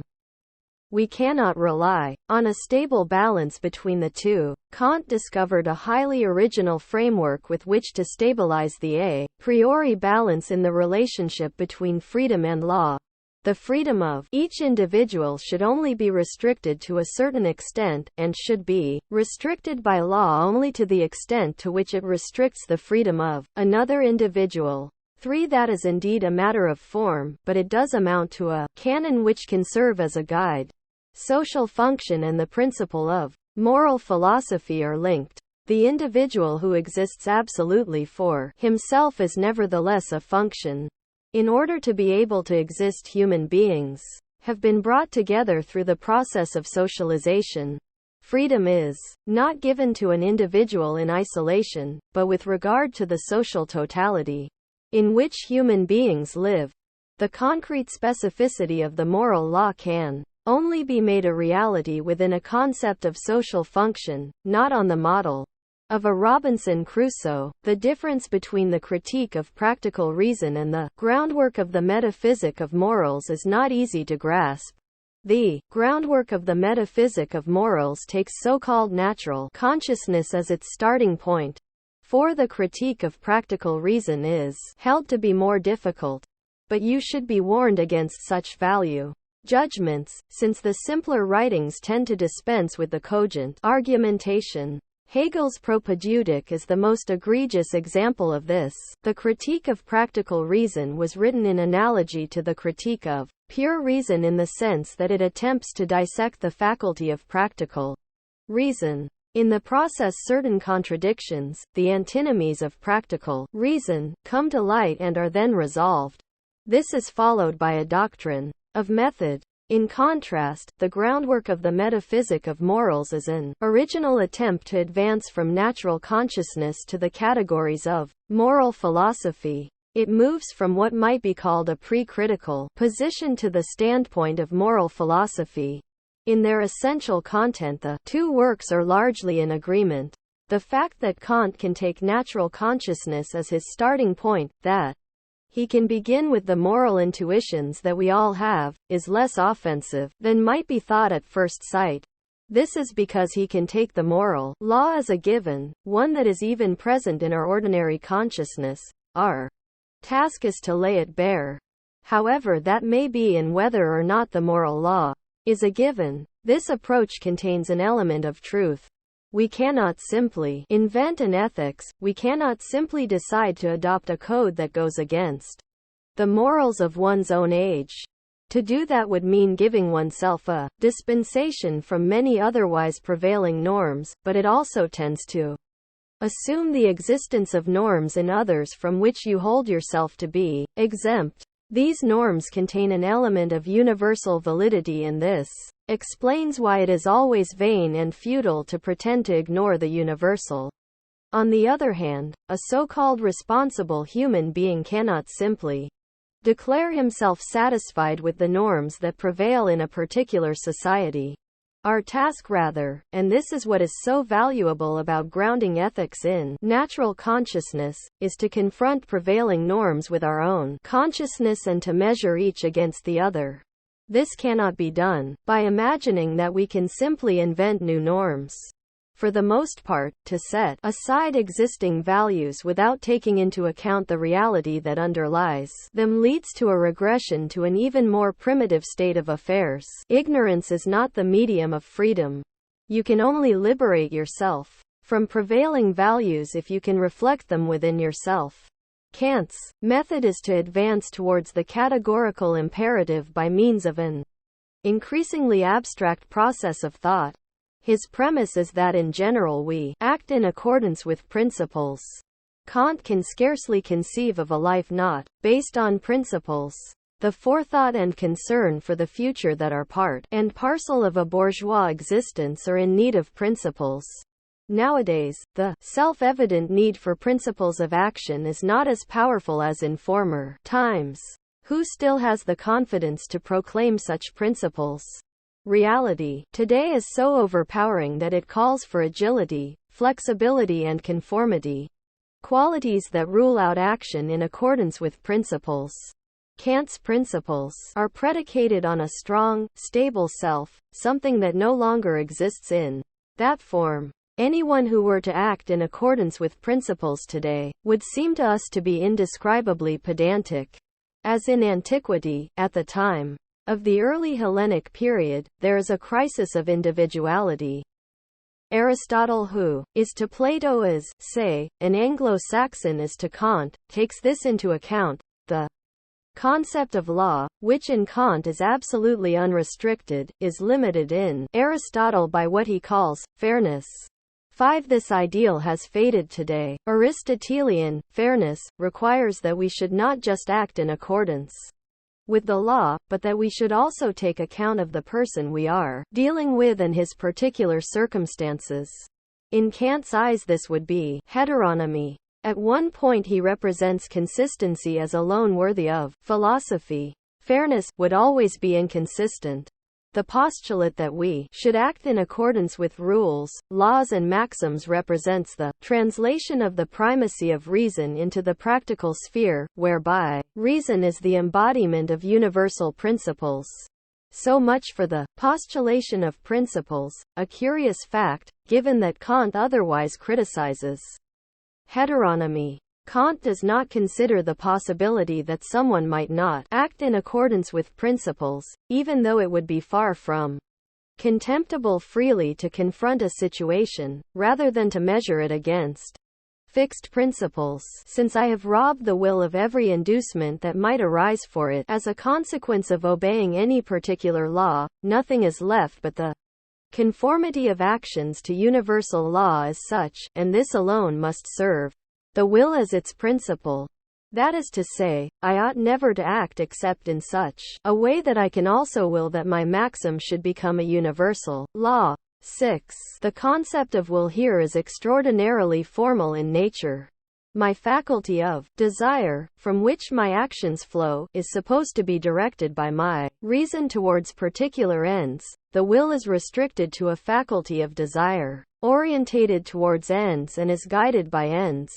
This definition is important because this concept of will deviates so hugely from normal linguistic usage, and is by and large inappropriate to the actual phenomenon of the will. I should act so that the maxim of my will can become the foundation of a universal law. 7. Elucidation of the concept of maxim. Every citizen acts in accordance with principles. Maxim is derived from the superlative of magnus, the highest, the greatest. It is the supreme rule, for example, always be true and honest. 8. Where such a supreme rule is no more than a law of prudence that ultimately serves my own advancement, it is only empirical. On the other hand, such a principle is the form on which my action bases itself as if it had the force of a norm. The problem implicit in the categorical imperative is this: how does the norm I have given myself come to have absolute and supreme authority? Only when this rule coincides with an absolutely universal and necessary rule can the imperative be called categorical. However, the laws that obtain in reality are not that. They reflect power relations and are just as empirical as my own laws. Hence a third factor is required, a court of reason to which I can submit the rules governing my life for approval. This is how Kant arrives at the categorical imperative. Categorical means absolutely valid, in contrast to hypothetical, only conditionally valid. But we are not dealing with laws of nature, for in that case there would be no freedom. The categorical imperative is only a postulate. Nevertheless, as a rational being, I cannot resist its claims. Through abstraction, Kant effects the transition from the individual to the human subject in the universal sense, the subject that appears as the transcendental subject in the Critique of Pure Reason and as consciousness in general in the Prolegomena. 9. Because the supreme principle of pure practical reason is simply a given, it cannot be deduced in the same way as the transcendental unity of apperception. We can leave to one side the question whether that deduction is genuine and not rather the unfolding of the elements of a unity. 10. Lecture 13. The 11th of July 1963. Ladies and gentlemen, I should like to follow up what I was saying last time about the problem of the non-deducibility of the categorical imperative. In this problem we can hear the echo of a theme that is not the least important among the more latent impulses of modern philosophy, in particular of phenomenology. Even before phenomenology proper began to exert an influence in philosophy, its theme was formulated by Georg Simmel in the statement that everything that can be proved can also be disproved. Only what cannot be disproved is irrefutable. When we encounter here the phenomenon of fatigue in the face of argument, this fatigue too has a dialectical structure. It has something of the cumulative experience of problems that cannot be resolved, the so-called scholastic disputes in philosophy, and of the need to leave them behind with the aid of a kind of philosophy that flees from argument and puts a stop to constant refutation and renewed discourse. Philosophy's impulse to transform itself into teaching, that is, to avoid the relativity of, that is so, yes, but, undoubtedly has its legitimate side. But it also has two dangers. On the one hand, there is the danger of bringing philosophy down to the mere acceptance of so-called givens, that is, of banishing genuine thought and transforming philosophy into the investigation of positive facts, just as for its part positivism has attempted to transform such research into philosophy. On the other hand, there is the danger of setting up arbitrary commandments, of exhorting people to do something or other. Both dangers can be detected in the categorical imperative, although it must be said that there is an element of truth in all this. For if the truth does not also have the power to escape from the cut and thrust of argument, if it does not contain something that transcends that bad infinity, then it will be no more its own master than it is when it abides by a decree or by something merely given. We had started to discuss the first version of the categorical imperative as it is formulated in the groundwork of the metaphysic of morals, and I should now like to consider it in somewhat greater detail. In accordance with my custom, I shall take a close look at the actual text. Kant writes, I ought never to act except in such a way that I can also will that my maxim should become a universal law. 2. It is interesting to note that the limiting word, also, is included here. We might almost interpret it to mean that he only wants to say that this maxim does not conflict with a universal law, but without demanding, positively demanding, that every single action should flow directly from that universal law. In this there is perhaps a concession to the conditional nature of action, which consists in the realization that it is wrong to expect an absolutely smooth transition between it and the most universal laws. Such considerations may play a certain role here, since Kant is concerned to ensure that the categorical imperative should not be left suspended in midair, but should retain its validity for real human subjects, even though these subjects should not be reducible to it. But in fact that role is of greater relevance to the concept of volition that he has here, to his concept of will. I should like to emphasize to you once again that the concept of the will has a very specific meaning that is generally overlooked. When we refer to the moral faculty, or whatever we choose to call it, as the will, there is a passage in the Critique of Practical Reason, in Chapter 2 of The Analytic, of the concept of an object of pure practical reason, where Kant writes, reason alone is capable of discerning the connection of means with their ends, so that, and here comes the definition, the will might even be defined as the faculty of ends, since these are always determining principles of the desires, etc., etc. 3. According to this, the will is the faculty of desire, its determining principles lie in its ends. This formulation is very striking because it represents one of those countless acts of self-correction that, I would even go as far as to say, go to make up the Kantian system. To put it another way, in its essential motifs, Kantian philosophy objectively presses on towards dialectics, but it is presented in accordance with the rules of traditional logic.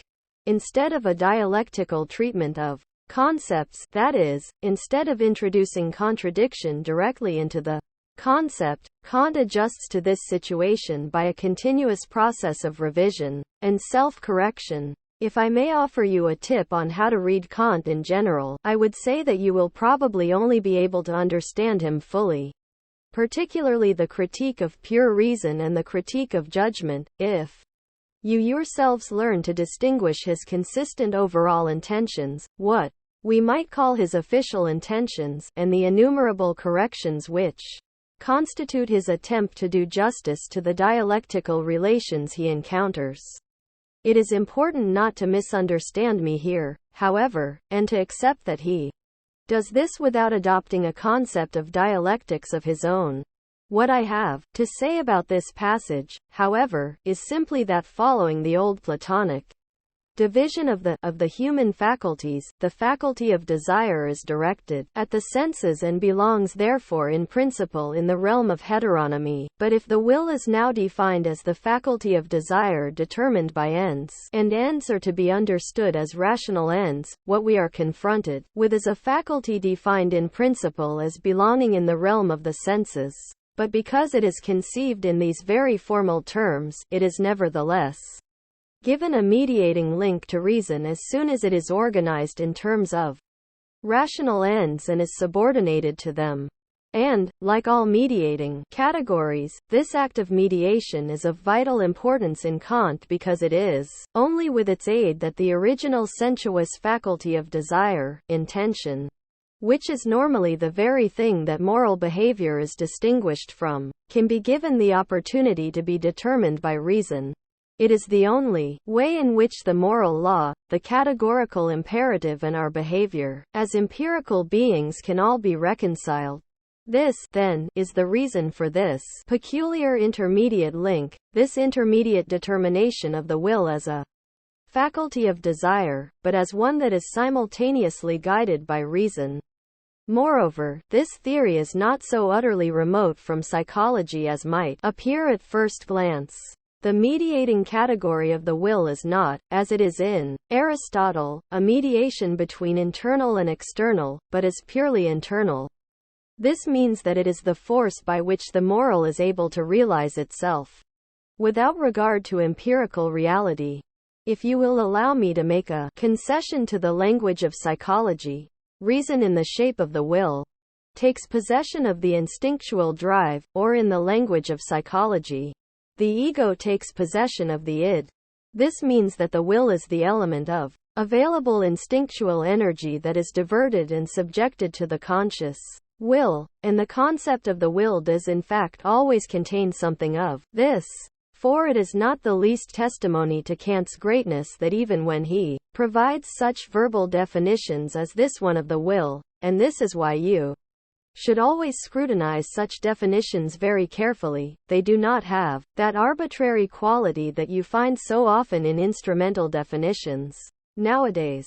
Instead, you could say that they also correspond to a phenomenological reality. In other words, they satisfy as far as possible Plato's old demand that they should strive to resemble the nature of the phenomenon being defined. Thus, what characterizes the moral is that the will should be quite free of any consideration of intentions of any kind. Hence what Kant is concerned with is that I should behave in accordance with the moral law, and that the question of the effects of my actions, if I may put it like that, should not play an essential role in this. According to the groundwork, an action done from duty has its moral worth, not in the purpose to be attained by it, but in the maxim in accordance with which it is decided upon. It depends therefore, not on the realization of the object of the action, but solely on the principle of volition, in accordance with which, irrespective of all objects of the faculty of desire, the action has been performed.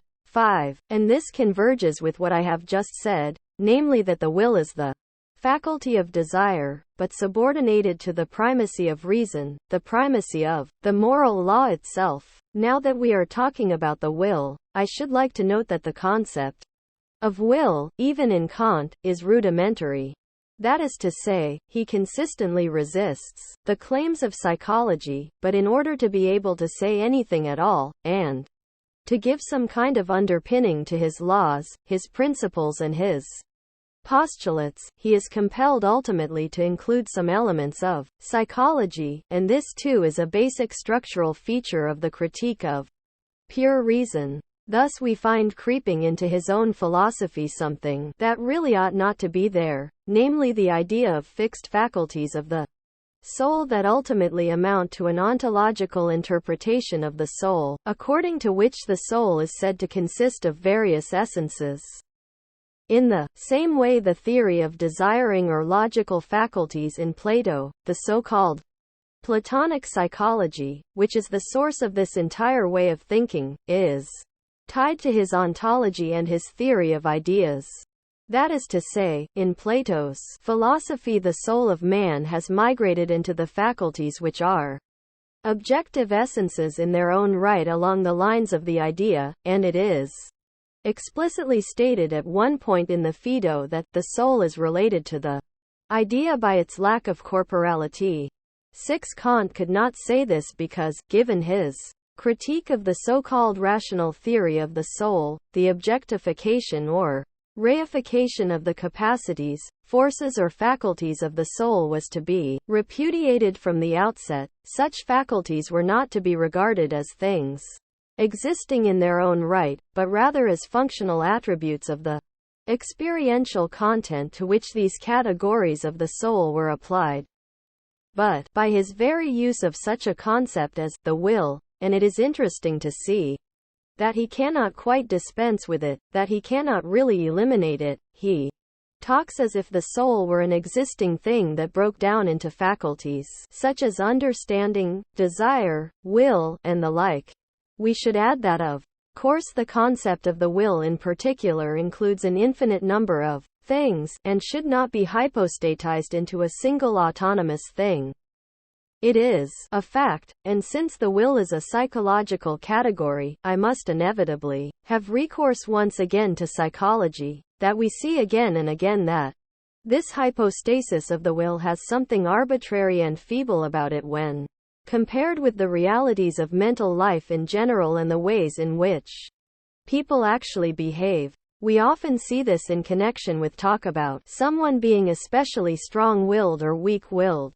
We may think in this connection of Marcel Proust's novel, a work from which we can all learn how to make indescribably subtle distinctions about all such matters, and from which philosophers in particular could profit a great deal.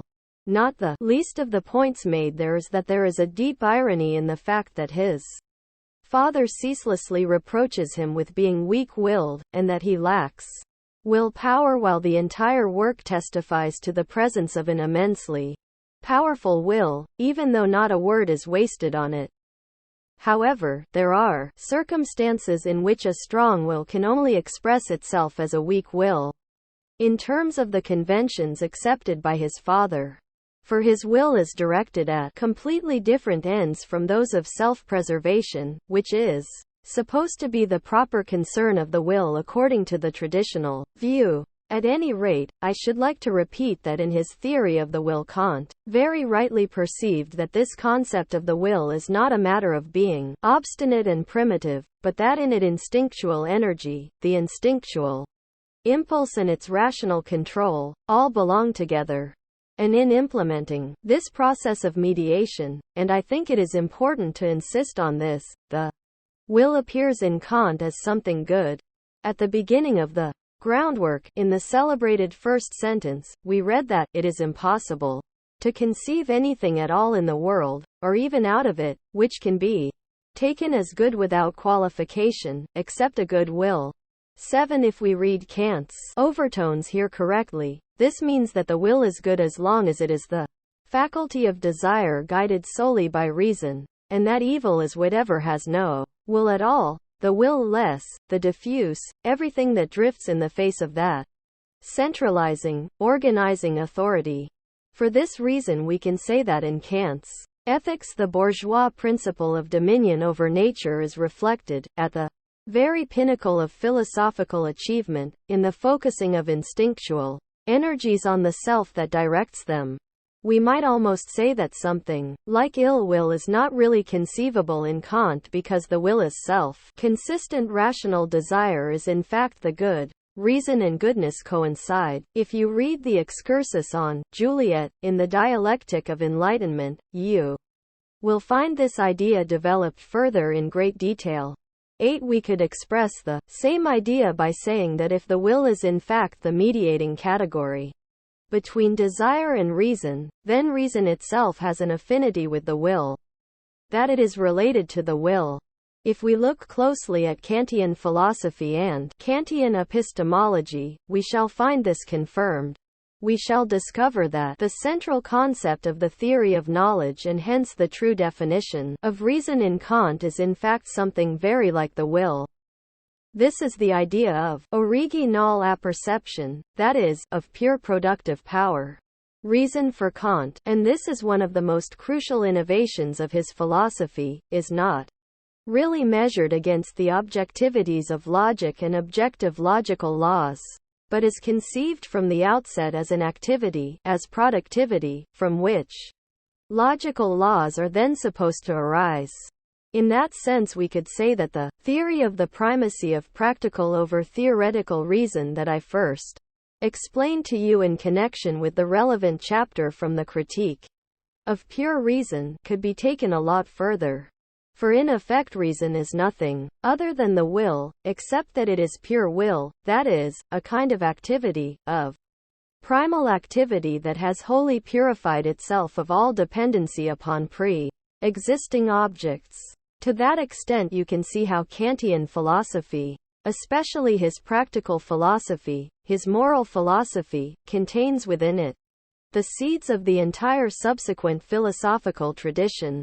This includes Fichte's philosophy, and in particular we can see that in the light of Kant's own position. Fichte's famous or notorious claim that he could interpret Kant's philosophy better than Kant himself is not really as outrageous as it might have first appeared. If we were to express what I have just said in social terms, and that, too, is a way to concretize the abstract or formal Kantian ethic, we might say that what Kant has done is to have taken the work ethic of bourgeois society, that is, the standard governing the process of production of goods that presides over bourgeois society as a whole, and to have adopted it as his own supreme philosophical standard. In other words, the necessity of social labor as the supreme, binding norm has become an abstract principle in his thought, and we would almost have to say that what he really means by radical evil is nothing other than laziness. The failure to satisfy this requirement of bourgeois society. Let me now say a few words about Kant's concept of duty, and in particular, the way in which this concept is introduced in its basic form in the groundwork of the metaphysic of morals. He writes there, duty is the necessity to act out of reverence for the law. 9. Reading once again with a microscope, as it were, I would draw your attention to the two terms for lawfulness in this sentence, namely, necessity, and law. We could say that two kinds of necessity are predicated here. First, there is the idea that the law must be objectively valid, and as I have pointed out a number of times, this objective validity in Kant is identical with universality and necessity. Second, however, it possesses the meaning that I am compelled to act in this manner rather than any other, that I shall not be let off, and hence must bow subjectively to this law, this necessity. The mediating term in this necessity, in this postulate, in this imperative gesture, you must act thus, and not otherwise, is reverence. Reverence, Achtung, is a major category in Kant, and he took immense pains to develop the concept. He did so in a highly ingenious manner, one appropriate to his argument. As he remarks in a footnote shortly after the passage I have just read to you, reverence is indeed a feeling, and as a feeling in the sense of the usual psychological doctrine of faculties, it would fall outside the purview of the primacy of reason, but it would still be a feeling that relates to reason in an essential way. Here is what he says about it. I shall read the relevant passage. Yet although reverence is a feeling, it is not a feeling received through outside influence, but one self-produced by a rational concept, and therefore specifically distinct from feelings of the first kind, all of which can be reduced to inclination or fear. 10. Thus he attempts here, and once again we find him in very close proximity to the phenomenon under scrutiny, to define the distinguishing feature of this feeling. And he defines it as a rational feeling, if you will permit me, this paradox, that is, a feeling that is only aroused when I am confronted by reason, by rationality. We may think of it as being an emotional reflection, a mirroring of the principle of reason itself. In this sense, reverence can be regarded as a mediating link between my freedom and the law, both the law in itself, its own rationality, and also the imperative gesture that proceeds from it to me, that prevails on me by virtue of this reverence. Now you may well ask, and you will be right to do so, as one might of a picture puzzle. All right, you have now told us for hours on end that the central concept of the critique of practical reason and Kantian moral philosophy in general is freedom. But what is left of this freedom now? You are very much in the right to aim both your question and your criticism at me. You have noticed that the imperative we have been discussing is characterized by necessity, that it appears to me in the guise of a necessary commandment, and, finally, the fact that I should feel reverence towards it only reinforces this possibility once again. In reality, the only opening left here for freedom would be for me to extricate myself from this reverence, this conformity to law, this commandment. This would be very strange. For it would mean that if you take his definition seriously, the only scope for freedom in Kantian philosophy would be restricted to this negativity. In that event, I would be free if I really were to behave in a free manner and set aside the idea that the moral law in its universality is supposed to harmonize with the principle of freedom. If I reflect on how to implement this, and on how I should behave in specific instances, what emerges is that nothing remains of this freedom apart from the opportunity I have to behave like an utter swine. There is an additional factor here, namely that thanks to this entire battery of objective rationalities, of imperatives, of the reverence I have to display, I am so hemmed in that my own genuine freedom, even this miserable freedom to do the wrong thing and behave like an utter swine, is reduced to an absolute minimum, to the point where there is really nothing left of it. And this, ladies and gentlemen, has one very crucial implication, that we have to include in any critique of Kantian ethics and that cannot be suppressed. This is that his philosophy starts off by postulating freedom and extracts an immense pathos from it, but in the process of developing its meaning, this freedom dwindles to the point of extinction, and his philosophy ends up by dispensing with freedom entirely, even though this is done in a purely formal manner, without deferring in any obvious way to authoritarian or hierarchical ideas. Of the two factors that are held in suspension here, that of necessity or law and that of freedom, the element of necessity actually devours that of freedom. It is much as in the sphere of economics, where every individual economic subject also has the freedom to act irrationally. Thus, the businessman can squander his money and the worker can oversleep instead of going to work. This is a freedom he does possess. But the businessman will go bankrupt and the worker will be sacked. Let him just try and make use of his freedom. Thus, the coercive nature of reality, of the social reality in which we live, prevails over freedom, while for its part freedom is exiled to the distant horizon, to some far-off war in Turkey, let's suppose, some place where nations come to blows. 11. This, then, is the repressive element that is implicit in the structure of practical reason. Moreover, thanks to its formal character, it proves to be stronger by far than the element of freedom.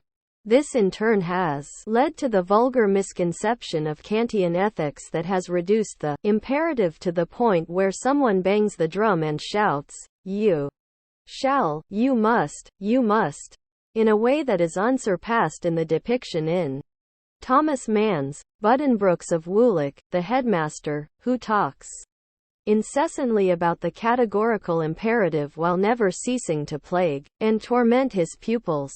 There is also the parody of Kantian philosophy in The Idealism of After-Dinner Speakers, a parody which is not without its justification when you compare Kant's own magnificently sober formulations with the ghastly clichés that were produced in the age of German imperialism. I believe that we have to admit that this is the position with Kant. The reverence we have spoken of refers back to the validity of the law and is therefore grounded in the law itself. Of course, Kant perceives the problem of heteronomy that enters along with this reverence, and this is why he attempts a phenomenology of reverence as a rational feeling, in analogy to the will as a rational faculty of desire.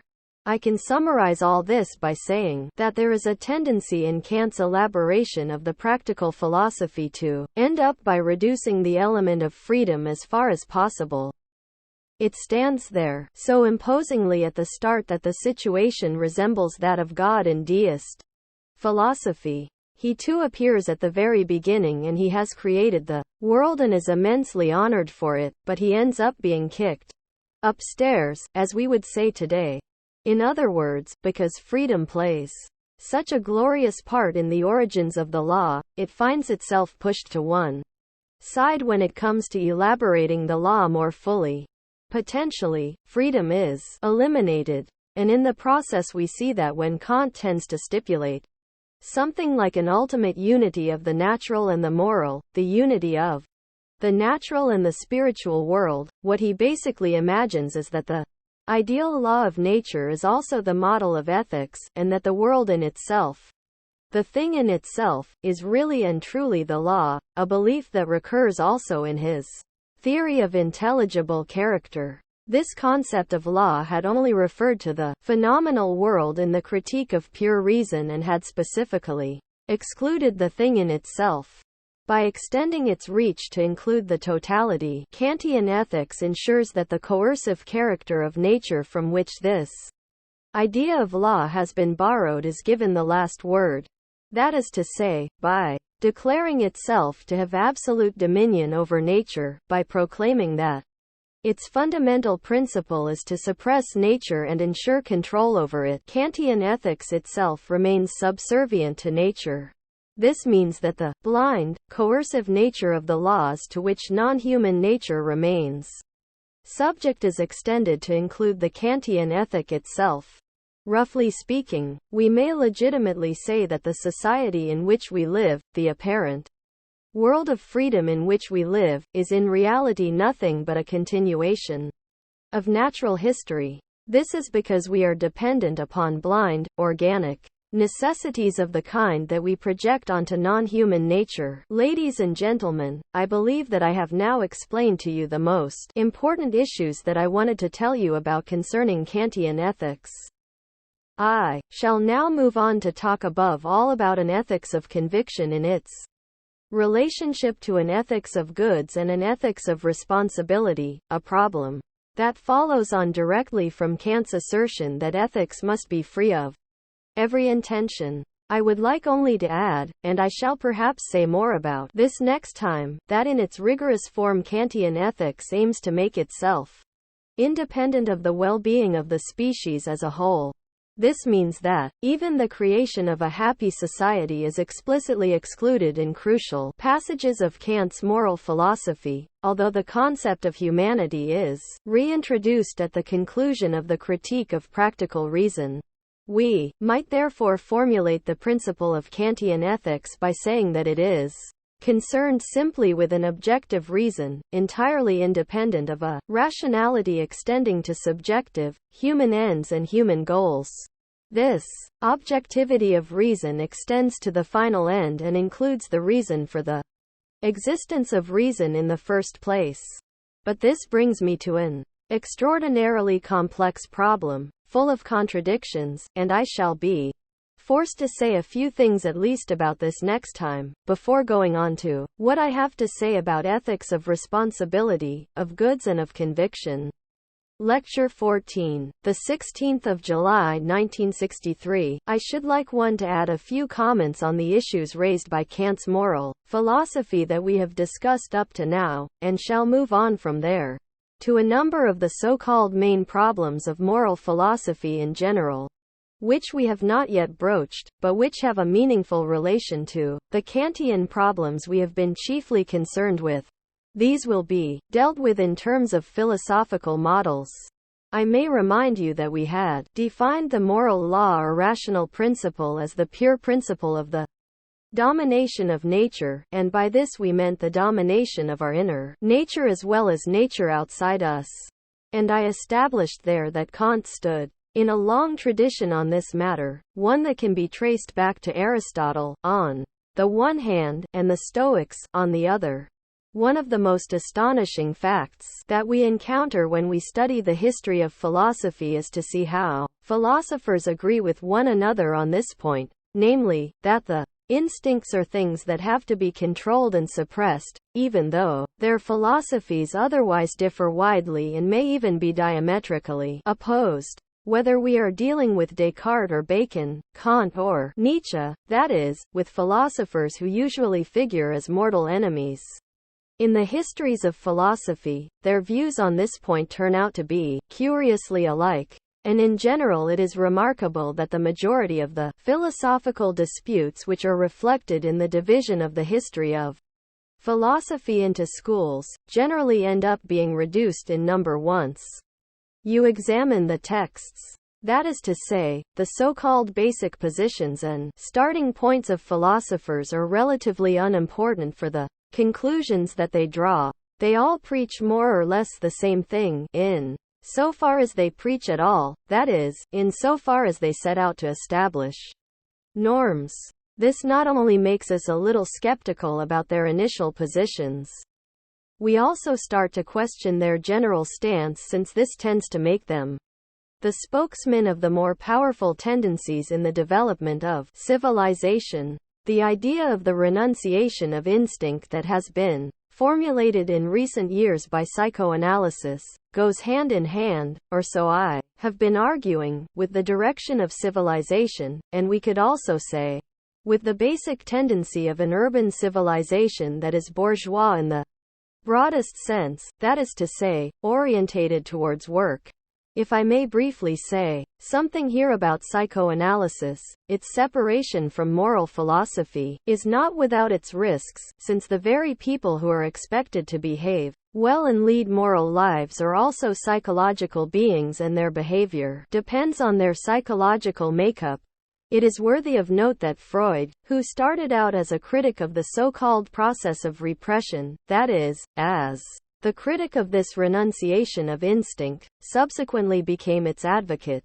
I cannot go into this in detail here, but he committed this volte-face because he came to the view that without a certain measure of instinctual renunciation, that is, without any restrictions on the pure gratification of instinct, he was thinking here above all of sex, something like civilization, an orderly community of human beings, was simply inconceivable. The distinction that he made was between two kinds of renunciation of instinct. On the one hand there is repression. This is a behavior that refuses to look this renunciation in the eye, but instead shifts the instincts into the unconscious and produces in their place some kind of surrogate gratification of a precarious and problematic sort. Alternatively, there is the conscious renunciation of instinct, so that even man's instinctual behavior is placed under the supervision of reason. This is very similar to what happens in Kant's ethics, so that you can see from this example that in a crucial area, that of the rational control of our instincts, the extreme anti-psychological ethics of Kant and the extreme psychological, or, if you like, psychologistical doctrine of Freud are in agreement. 2. Where should we look for the rational underpinning of this renunciation of instinct? Let us give this concept of reason the same meaning Kant gave it in a pivotal passage in the Critique of Judgment, in the Critique of Teleological Judgment, where he states that organisms are constructed for the purpose of self-preservation.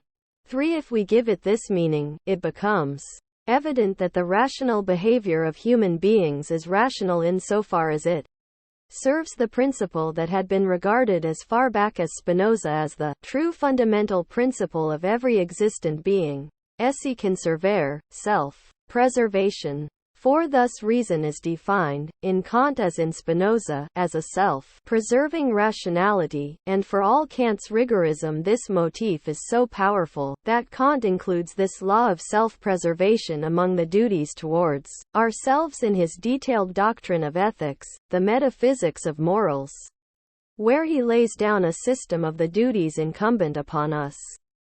5. Moreover, in the groundwork he explicitly states that we have the right and even the duty to pursue our own happiness. 6. It is this that must be renounced if we follow all these moral philosophers. But there is one reservation about this. renunciation in the formulation it is given in the Kantian or Schopenhauerian distinction between a character conceived as a totality and the particular actions of an individual. In other words, the renunciation of instinct that is demanded of individuals is said to be rational because, if you will pardon the vulgar phrase, there is a payoff for the individual conceived as a whole. Looked at in quantitative terms, the individual may renounce momentarily a certain amount of happiness or pleasure, but he gets it back with interest in terms of the rational organization of his life. So happiness is seen in terms of a kind of economy of thrift that underlies all these moral teachings, though, naturally, Kant does not state this in so many words. But when he finally comes to talk about the happiness of the entire human species as the ultimate purpose, something of this sort is involved, and at this point, ladies and gentlemen, you encounter one of the profoundest sources of error in moral philosophy, and I am speaking about social errors. Here, you may observe in this context that the usual distinction between social science and pure philosophy cannot be sustained because social categories enter into the very fiber of those of moral philosophy. Put simply, the sums do not add up. In social terms, the compensation promised by civilization and by our education in return for our acts of renunciation is not forthcoming. Freud himself made this entire doctrine of the renunciation of instinct his own with his principle of the domination of the id by the ego. He was aware of this state of affairs and said so, not indeed in his theoretical and philosophical writings, his metapsychological writings, as they are usually called, but in the so-called technical writings on psychoanalysis. I should like to commend these to your close attention in this context because they contain an extraordinary amount of crucial material that Freud passes over in silence in the great theoretical essays. 7. In these technical writings he notes the precarious nature of the renunciation of instinct and draws attention to something that constantly renders this renunciation problematic and irrelevant, incidentally exposing the precarious nature of psychoanalysis itself. The problem is that the quantum of pleasure, if I may be permitted to speak in such bluntly rationalistic terms, that individuals are required to sacrifice is not subsequently returned to them in a different form, as ought to be the case according to the underlying rational principle. Instead, this entire process of admonition only exists in order to preserve society as a whole. With very few exceptions, individual human beings do not in fact profit from their acts of renunciation. And even where they appear to do so, we may inquire whether they truly profited. In Book 4 of The World as Will and Idea, Schopenhauer remarks that the balance sheet of life is negative, and you can grasp the meaning of this profoundly bourgeois metaphor of the balance sheet almost literally by noting that there is no real equivalence between the renunciation of instincts in the present and compensation in the future. 8. In other words, society is organized irrationally. The equivalent reward it always promises never arrives, and so in a very profound and radical sense the interest of the individual and of all individual human beings diverges from that of humanity as a whole. This casts a curious light on Kant's widening of the renunciation of instinct into an absolute in the shape of the categorical imperative. It is from this angle that you will perhaps be able best to understand that strange separation of the imperative from every possible fulfillment, its so-called rigorism and formalism in one. The situation seems to be that civilization in general demands that we exercise rational control over ourselves and over external nature in the world in which we live, but that it is not able to discover any appropriate reward, while the demand is sustained so that civilization should be preserved. But if that is the case, because civilization cannot prove that such control has benefits for others or is rational in a prudential sense, there is nothing for it but for this demand to become an absolute and to be inflated into something existing in its own right. In fact, an inflation of this sort is precisely what we see in Kant's categorical imperative. You can see quite clearly that it really is a matter of such an act of inflation if you realize that the imperative owes its purity to the fact that morally good acts are now separated from every conceivable gratification, however remote. The balance sheet which forms the foundation of this entire calculus of the renunciation of instinct and the dominion over nature can never be presented, because if it were presented, the irrational aspect of that rationality would become inescapably visible. We might say, and this appears to me to be the decisive criticism to be made of Kant's moral philosophy, that we are faced here with a model case of fetishism. That is to say, the doctrine of the categorical imperative makes a fetish of renunciation. This means that this doctrine makes renunciation independent of its reward, its terminus ad chem, and turns it into something that exists in itself and is a good in itself.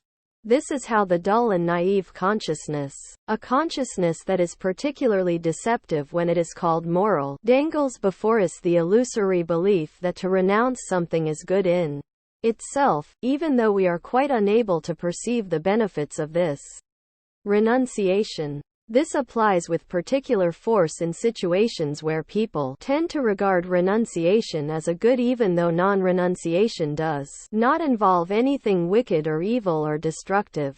Philosophy has been aware of this from a very early stage, particularly in schools of thought that have been deemed heretical. Thus we find it in the genuine, radical version of hedonism, in Aristippus's theory with its rejection of postponement and its insistence on the immediate gratification of desire, on happiness here and now. A moderate, restrained hedonism is not worthy of the name. The moment a thinker does indeed acknowledge happiness or pleasure, Epicurus is a case in point, but then defers it or sublimates it in favor of the pleasure to be found in knowledge or the like, we know that moral philosophy has drifted into the great, and I am tempted to say murky, mainstream of official philosophy. The heretical tendencies I have mentioned have always opposed this, albeit feebly, since as forces of civilization they were relatively impotent. Fetishism of the sort I have been speaking of can be seen in Kant. The crucial statements are to be found in the groundwork of the metaphysic of morals, when he insists at least in principle that moral behavior is purely rational, and when he makes it independent not just of the happiness of the individual, but equally of the well-being of the human species as such. Through his insistence that not even the happiness of mankind as a whole can be taken into account, he makes reason independent of every possible application to the real world, although on the other hand, and this contradiction enables you to see how intractable the problem is, he regards humanity as the final end of reason. It is easier to mock this contradiction and to find fault with it than to grasp its real significance. For, on the other hand, Kant is perfectly right. In the light of his pure principle of reason, for him to identify reason with a global condition of mankind, however distant, would amount to the identification with some good or other, something empirical. This would make the moral law as dependent on a merely existing phenomenon as any theory of virtue that is fixated on momentary behavior. But if every such idea of realizing reason is eliminated entirely, then the concept of reason in the strict sense I have tried to expound to you is reduced to a fetish. This means that because of the mistaken nature of its intrinsic calculus, reason itself turns out to be irrational. And this objectively self-contradictory condition is clearly articulated by Kant, and the greatness of Kant is that such contradictions are not fudged, but are clearly expressed. For he asserts both that the moral law should be adhered to purely for its own sake, and also that something like mankind as such should be regarded as the ultimate end of the moral law. The contradictory nature of his position is even indicated by the fact that he sought somehow to mediate between these two things. If in the process, humanity appears as the ultimate end of reason, you should not confuse this concept of mankind in Kant with the empirical mankind that inhabits time and space, and think that this is what he meant by the embodiment of humanity. What he means is nothing but what he frequently refers to in his writings as a being endowed with reason. This idea that the final end of moral behavior can be equated with reason, which should both subserve this end and at the same time be the absolute, opens up a vista in which such a substantive end, such a substantive goal of the good life might converge with the formal determinants of reason that Kant has given. And I must expound this possibility to you since to a common-sense view it is the most plausible solution to the difficulty that confronts us. We might say that the particular faculty for self-preservation, in other words, that self-preserving rationality of the individual which Kant, with some slight disdain calls prudence, would be identical with the objective rationality of the moral law, once it is made real in such a way that it relates to the entire human species. In short, the two would be the same thing. If you wish, you can also discern this motif in the formulation of the categorical imperative, when Kant states that in my actions I must also be able to will that my maxim, that is, the summation of my subjective prudence, should be capable of becoming a universal law. In other words, it should be capable of being expanded so that it ceases to pertain merely to my particular purposes and interests, and the particular purposes and interests of all individuals, but should instead comprehend in equal measure the interests of all mankind. Furthermore, this inclusion of the particular interests of all in the objectivity of the moral law itself should amount to the mediation between subjective and objective reason. The Kantian principle I recently mentioned to you belongs here. This is that the freedom of each individual should only be restricted at the point where it restricts the freedom of another individual. 9. This, then, would be the idea unifying the empirical realm and empirical mankind and its purposes, on the one hand, with the purely formal, purely a priori principle of the moral law on the other. As is well known, this law is indeed so pure that he thinks it superfluous to apply the concept of pure reason to practical reason because a practical reason that was not pure practical reason could not exist. Kant then repudiates this unity explicitly as far as the individual is concerned, and he does so on the basis of his theologically inspired doctrine according to which individual human beings are characterized by radical evil. However, he seeks out that unity for humanity as a species.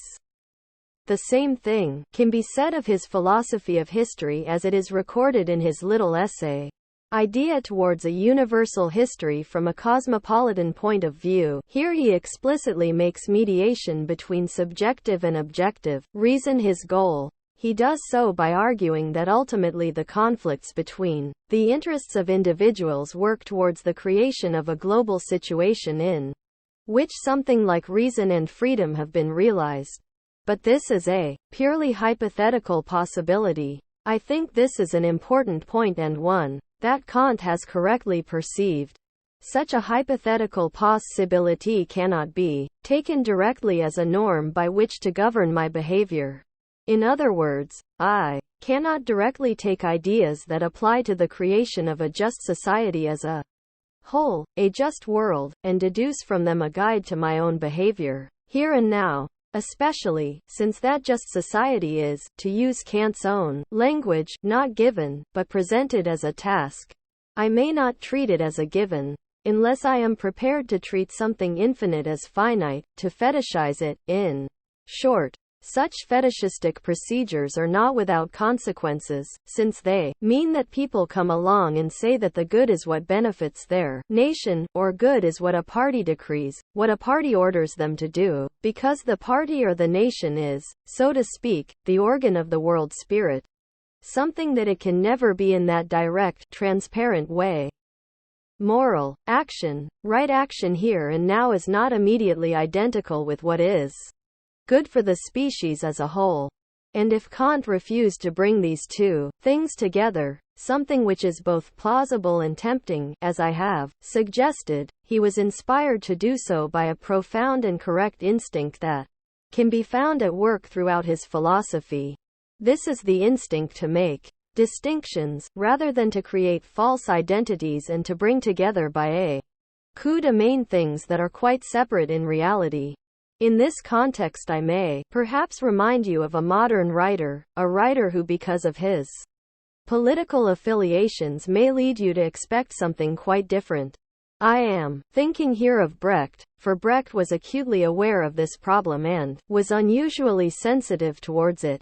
He saw perhaps more sharply than anyone the parting of the ways between the personal or subjective morality and objective morality, the way in which he hypostatized the objective interest and in the process ignored human freedom, above all in such plays as The Measures Taken, which are horrifying in that respect, is not something that need concern us here.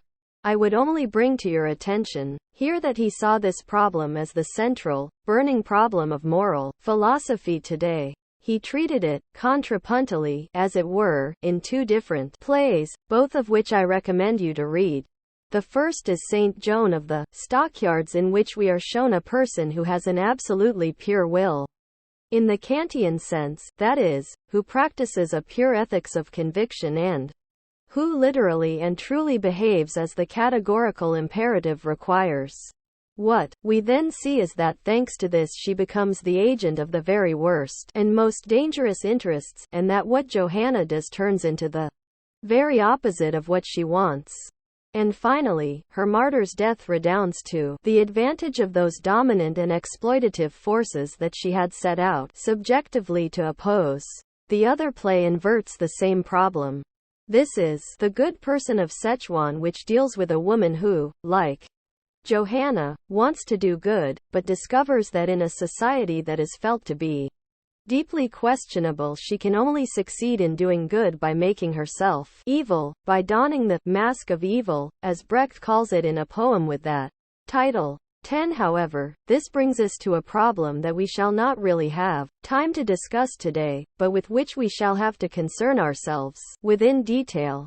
I am speaking of the difference between a so-called ethics of conviction and a so-called ethics of responsibility. This can be seen as the decisive problem of Kantian moral philosophy and of the debates that followed on from it, but a further point has to be made about this problem of the convergence of the subjective and objective elements in moral philosophy. This represents a great danger of the gravest kind, and one that even Brecht was unable to master. I would like to describe it here as the problem of Jesuitism, without wishing at all to refer to the historical order of that name, but simply because it sums up a principle that, rightly or wrongly, has been associated with the Jesuits. This is the principle that the end justifies the means. This theory may be said to acknowledge the divergence between a present good and the good that is required, total goodness, but it imagines it can solve the problem by giving the totality, the ultimate end, priority over the particular and the individual. Plausible though the idea may seem to be at first, we have been able to see it tested out with the most catastrophic consequences in our own age. We now know what it really means to commit crimes in the name of such a primacy of the ultimate end or the social totality. We now know that what it leads to is to strip the concept of the good of every tangible substance, and that it amounts to nothing more than abstract domination on the part of whoever happens to have the greater power. Such rulers barricade themselves behind the idea of the objectively greater good, and claim that merely subjective interests and rights are safe in their hands. Looked at in the context of moral philosophy, we have to say that it is important to protest against all such claims. This includes Brecht's The Measures Taken, which I have just mentioned and which can be said to have furnished such terrible acts with an ideological justification. 11. We can object to such claims by saying that the relationship between the universal that is being advocated and the victims or the objects of what is being done, here and now, must be transparent. It will not do to accept abstract assurances that things are as they are said to be. Instead, the relationship must be transparent in the sense that the particular interests of individual Human beings must be made to prevail here and now, just as much as that global interest, a synthesis that will hardly ever be encountered. At any rate, the ultimate end must not be postulated dogmatically or be conceived as a fixed, objective thing opposed to human beings because, if it were, it would necessarily conflict with the concept of human reason, which of course includes the preservation of self, of the individual person. In this sense, and I believe this can really be maintained, Kantian moral philosophy is incompatible with totalitarian morality, with the totalitarian reversal of morality in which the rather playful principle that the end justifies the means is turned into one that is deadly serious. This remains true for all the vaunted formalism of the Kantian system, by which is meant that it must be independent of a specific moral code. The reason for this can be said to lie in the facts of the matter, namely in the fact that in every single case individual and society point in opposite directions. Moreover, since moral philosophy, as we see in those models, directly and consistently joins the side of society, it necessarily does a wrong to the individual. For the individual could only become free in a just society, but hitherto he has constantly experienced the social constitution as something opposed, antagonistic to himself. He has experienced it as heteronomous. And a moral philosophy and a moral practice that ignore this antagonism between the highly justifiable interests of the whole and those of the individual, between the conflicting interests of the universal and the particular, must inevitably regress to barbarism and heteronomy. Moral philosophy must give expression to this antinomy, just as Kant gave expression to it magisterially. It is not the task of moral philosophy to strive to reduce conflict to harmony. Finally, something should be said about the idea of reason as an ultimate end of mankind. If you take this literally, that is, if you take the idea of reason as it has been established historically and do not use it to reflect on itself, you will be left with the concept of reason as that which exercises dominion over nature. It is the oppressive principle and itself particular in essence. However, it is highly questionable whether this oppressive particular principle, concerned as it is with the self-preservation of man, can be equated with an objective moral rationality as such. In his day, Schopenhauer held it to be the particular merit of his own moral philosophy that it also included a view of our treatment of animals, compassion for animals, and this has often been regarded as the cranky idea of a private individual of independent means. My own view is that a tremendous amount can be learnt from such crankiness. I believe that Schopenhauer probably suspected that the establishment of total rationality as the supreme objective principle of mankind might well spell the continuation of that blind domination of nature whose most obvious and tangible expression was to be found in the exploitation and maltreatment of animals. He thereby pointed to the weak point in the transition from subjective reason concerned with self-preservation to the supreme moral principle, which has no room for animals and our treatment of animals. If this is true, we can see Schopenhauer's eccentricity as the sign of great insight. If we picture to ourselves what an institutionalized reason as the supreme principle of mankind might actually look like, we should surely think of it as something from which this dominant principle has been eradicated. Its eternal chorus of, "This is how things have to be, this is how they should be forced into line, monitored and organized," should be heard no more. Certainly, it would be better to eliminate it than to install it in perpetuity, in order, finally, in the name of morality to establish society itself as a vast joint stock company for the exploitation of nature. This appears to me to be the most powerful objection to the attempt to equate the subjective prudence needed for self-preservation with the supreme universal principle of morality. Perhaps this was one of the reasons that led Kant to separate the two. If, on the other hand, reason becomes purely objective, that is, independent of the interests of human subjects and their self-preservation, as is implied in the Kantian principle of morality, that would be no less problematic. For in that event, human beings would be excluded from the creation of what Hegel called an ethical world, and instead this world would be transformed into heteronomy.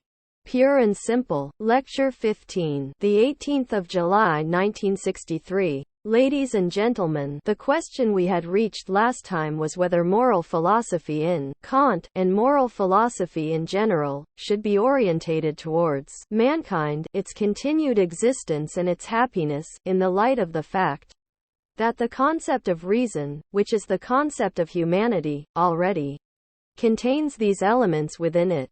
This leads to a fundamental problem of moral philosophy in general that I would like to discuss with you more or less independently of the Kant text, because it is one of those questions that are treated in a dismissive way in Kant and is therefore not susceptible to textual analysis. For I would have the feeling that I would be leaving you in the dark if I failed to go into the main issues surrounding this problem. This problem is that of the so-called ethics of conviction as represented in Kant.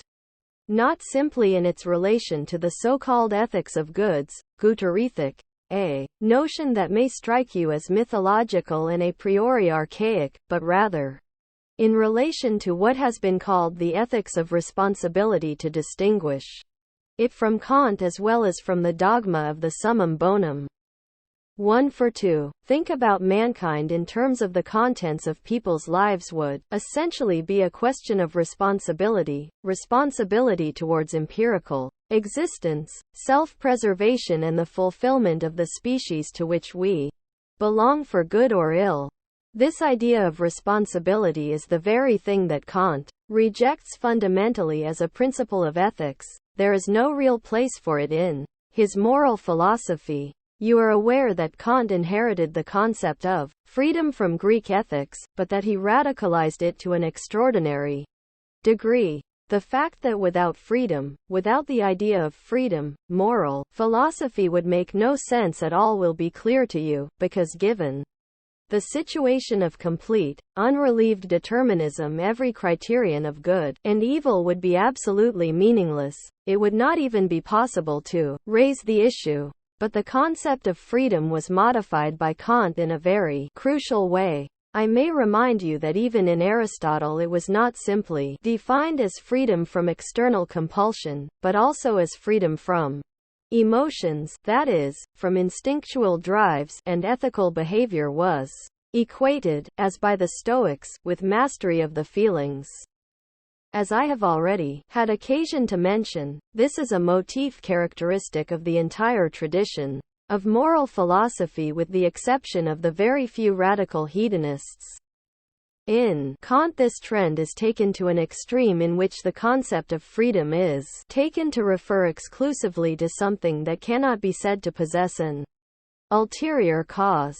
This means that Kant's moral philosophy can be said to be, essentially, an ethics of conviction.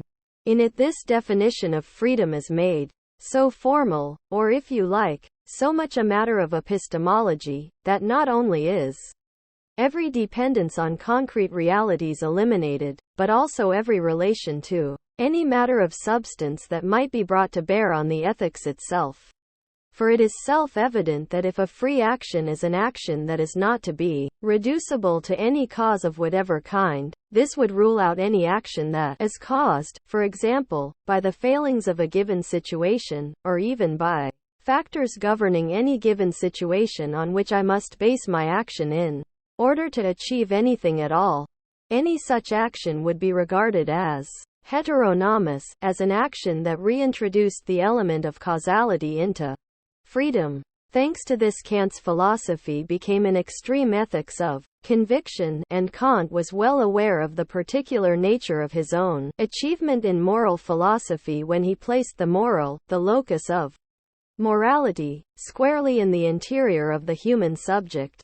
When I use the term interiority, you should not think of interiority in the psychological sense. That will be familiar to you from talk about the internalization of external commandments, the internalization of the superego or other principles of that sort. But since we are speaking here simply of a universal ego, determined solely by reason, the site of this interiority must be described, if you will allow the problematic epithet, as a complete blank. That is to say, this interiority is nothing but the abstract reference point of reason itself, but defined negatively as something radically distinct from everything external of whatever kind. Thus moral philosophy is to be based on a pure reason existing only in itself, and to the extent that it does not externalize itself and remains independent of every factor external to it.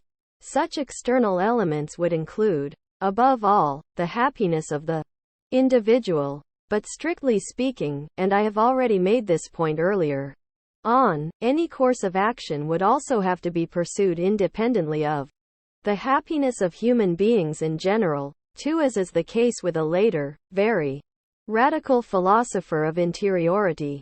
The thinker I have in mind here is Kierkegaard, who goes so far as to say that acts of compassion, for example, and here he differs from Kant, who gives compassion a bad press 3, should only be performed out of compassion, and not in order to remedy any situation that had provoked pity in the first place.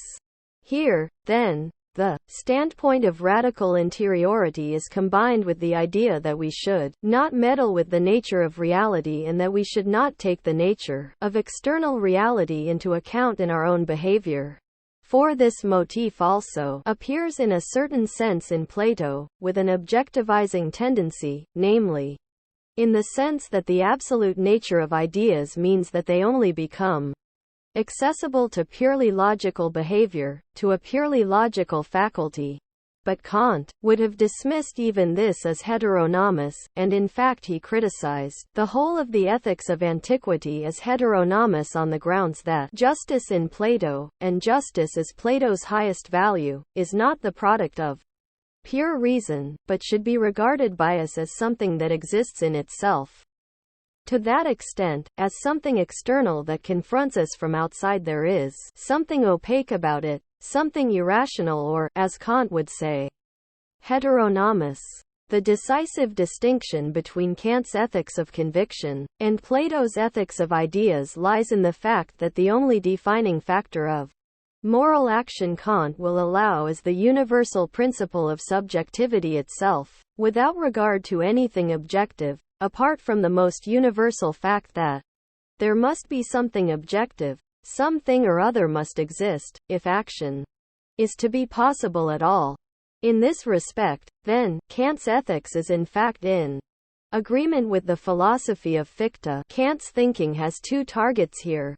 He is opposed not just to the heteronomy of sensual desire in the broadest sense, but also to theology. I believe that you must be clear in your minds that Kant was a metaphysicist, and that he faced in two directions. On the one hand, against empiricism, and thus also against the senses wherever he encountered them, and on the other hand, against heteronomy in the shape of theology.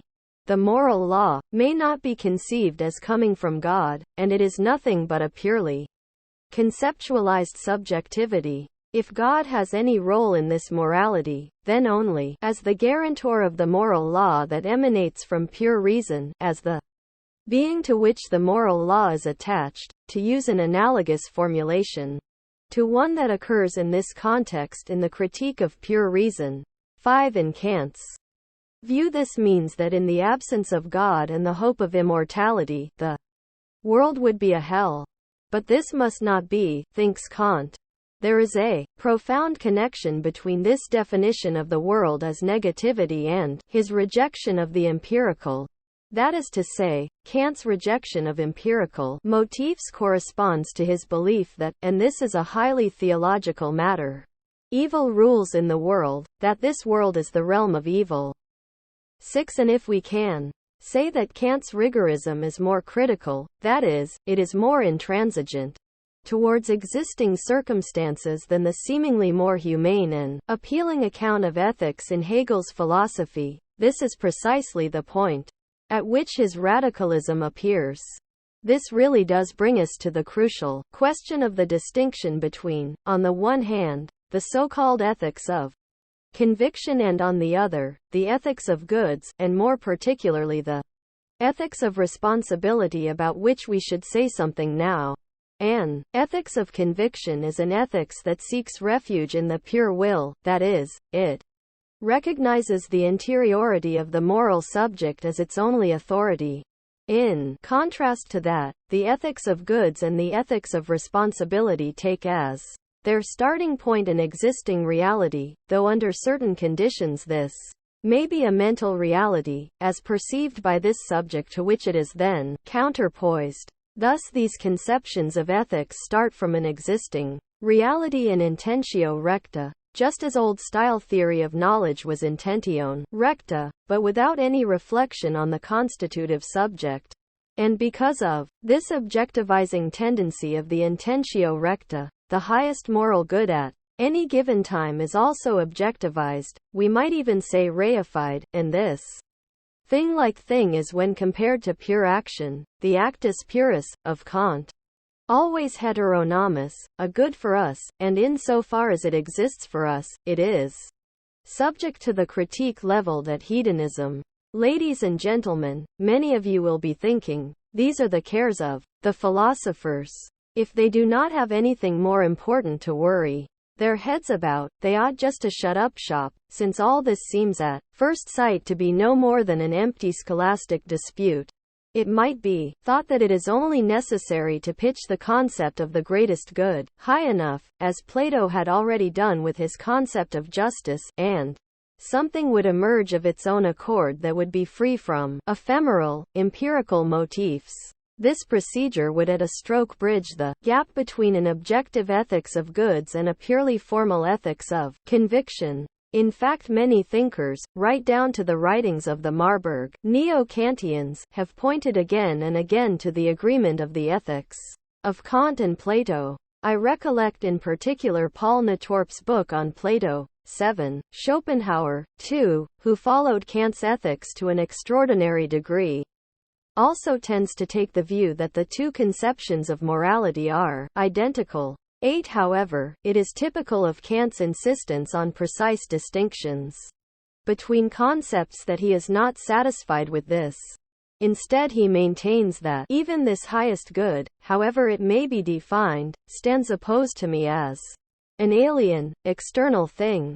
As such, it would render null and void the identity of my moral will with the principle of subjectivity, with the principle of the pure self. As an idealist, he is quite unconcerned about the possible consequences of this moral philosophy, whether, for example, his own moral philosophy coincides with Plato's because of his rejection of sensuous reality in the broadest sense.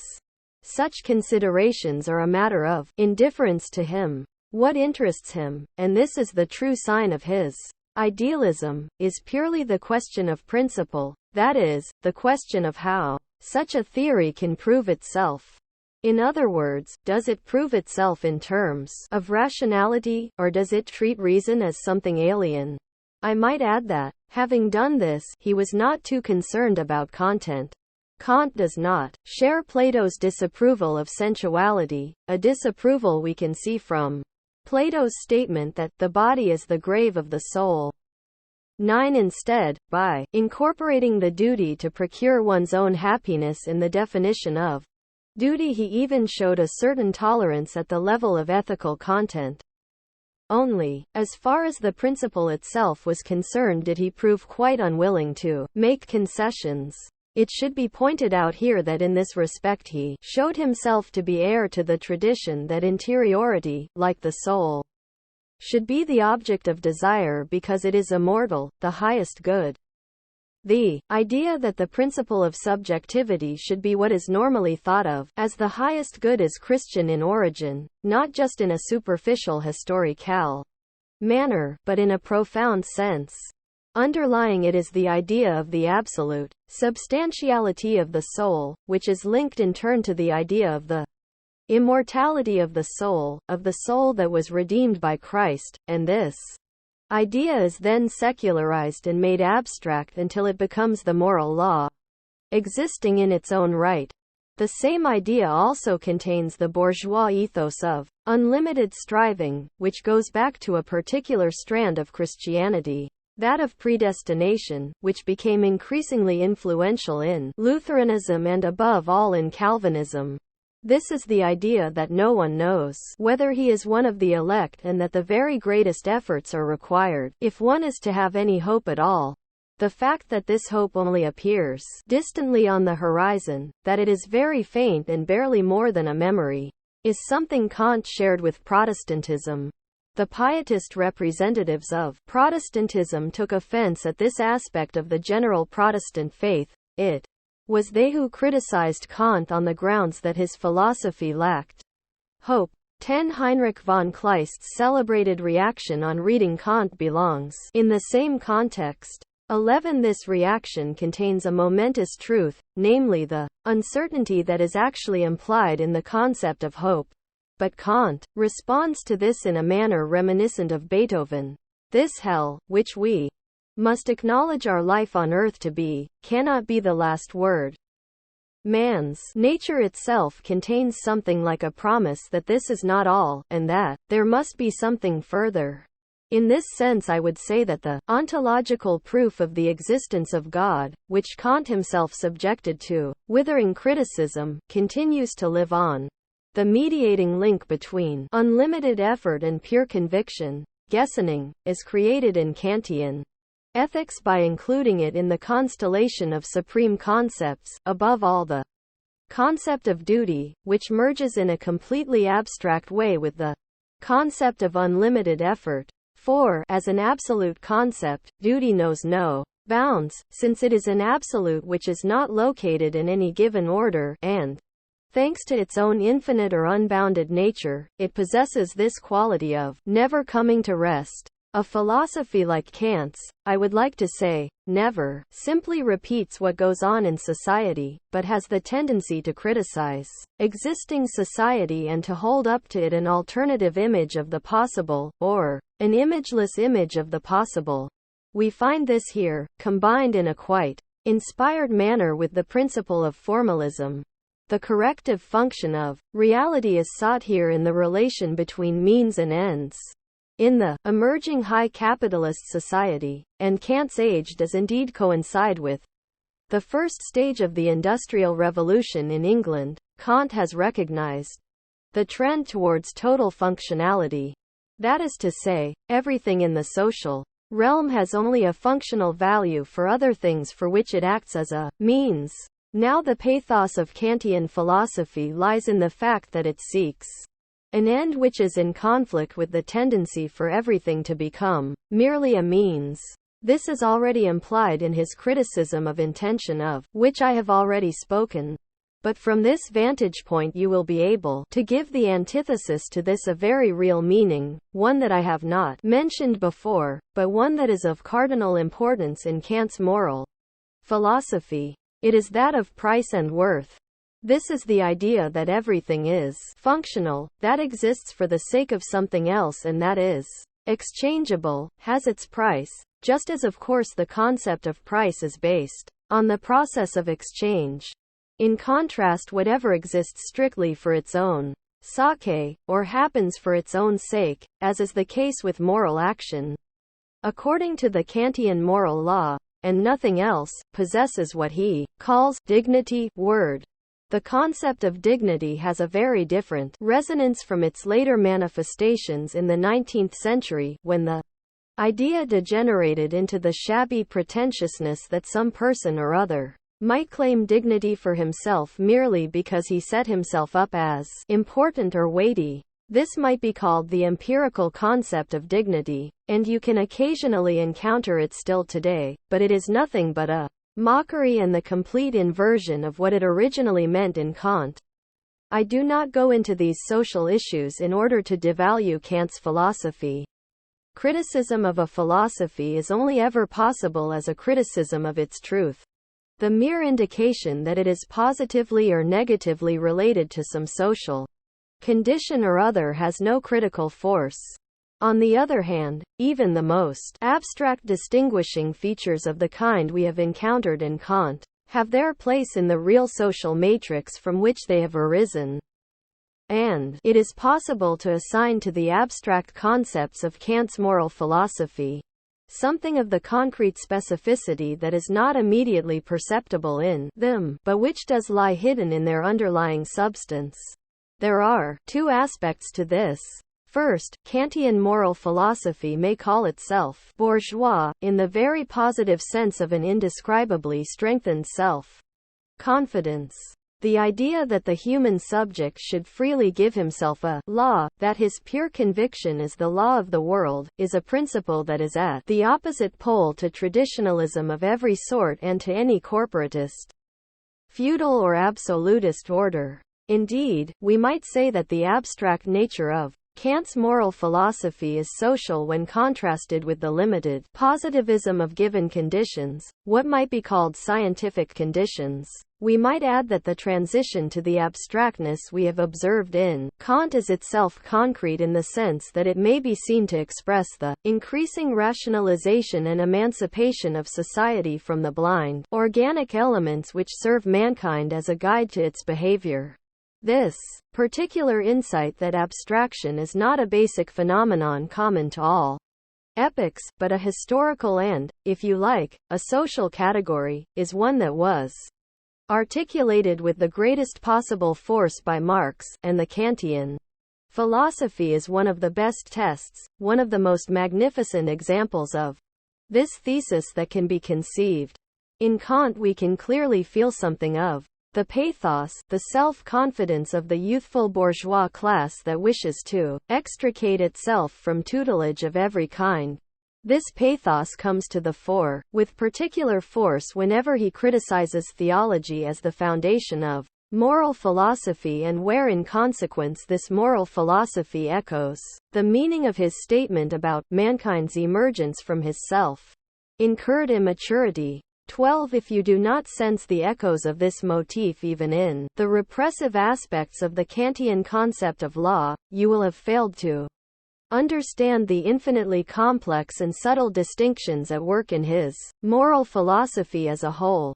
Furthermore, however, his moral philosophy is bourgeois in the specific sense that it reveals the extensive influence of Rousseau. This is generally known, but it is less well known that it gives an interesting and highly original twist to Rousseau's belief that human reason has been unable to bring about a progressive increase in happiness in the world. I think it more interesting to see what Kant made of these Rousseauesque ideas than simply to keep pointing to them in the manner you can see in every history of philosophy. For Kant teaches that in fact the human disposition to reason is not the appropriate instrument with which to procure that progressive growth in happiness for the benefit of mankind, only it leads him to the opposite conclusion.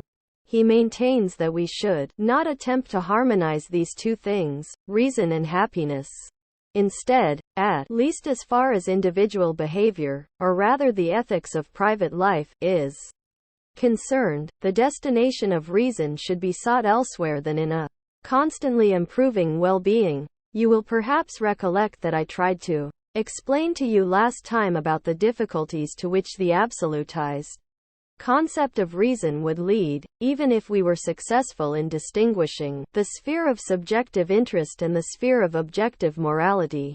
The chief difficulty was that a moral society would lead to the universal suppression of nature. That will show you perhaps where the element of truth is to be found in Kant. We may add that this streak of skepticism about the principle of oppression, about the principle of reason with its hostility to nature and its desire to suppress it, points to the very positive influence of Rousseauian ideas on Kant. The inference he draws from this is that mankind, or at least the single individual, the situation with mankind as a whole is a little different and more complicated, and Kant has no other ultimate end than to live in accordance with the concept of the law, and that this in turn represents the supreme union of all the determining features of reason. I have decided to concentrate today on this aspect of the ethics of conviction, that is, on the interconnections between private life, interiority, and bourgeois society. Having made this decision, I should like to add that Concepts like bourgeois are commonly used in far too vague a manner. The first point to be made is that within bourgeois society itself, interiority should be regarded as a reactive stance, that is, it should be seen dialectically, and not as something quintessentially bourgeois. I have already said something about universal functionalism, and its corollary, the tendency for human beings to withdraw into themselves, as a kind of protest against the overpowering machinery of external reality in which we are all caught up. Interiority becomes a refuge to which the individual retreats as a response to the overwhelming might of the external world.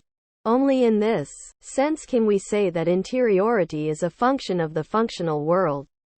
This naturally goes hand in hand with the fact that it was the disintegration of the theological cosmos, an unmediated rupture that was not alleviated by any mediating transition, that was actually the tacit premise for the emergence of interiority in the first place.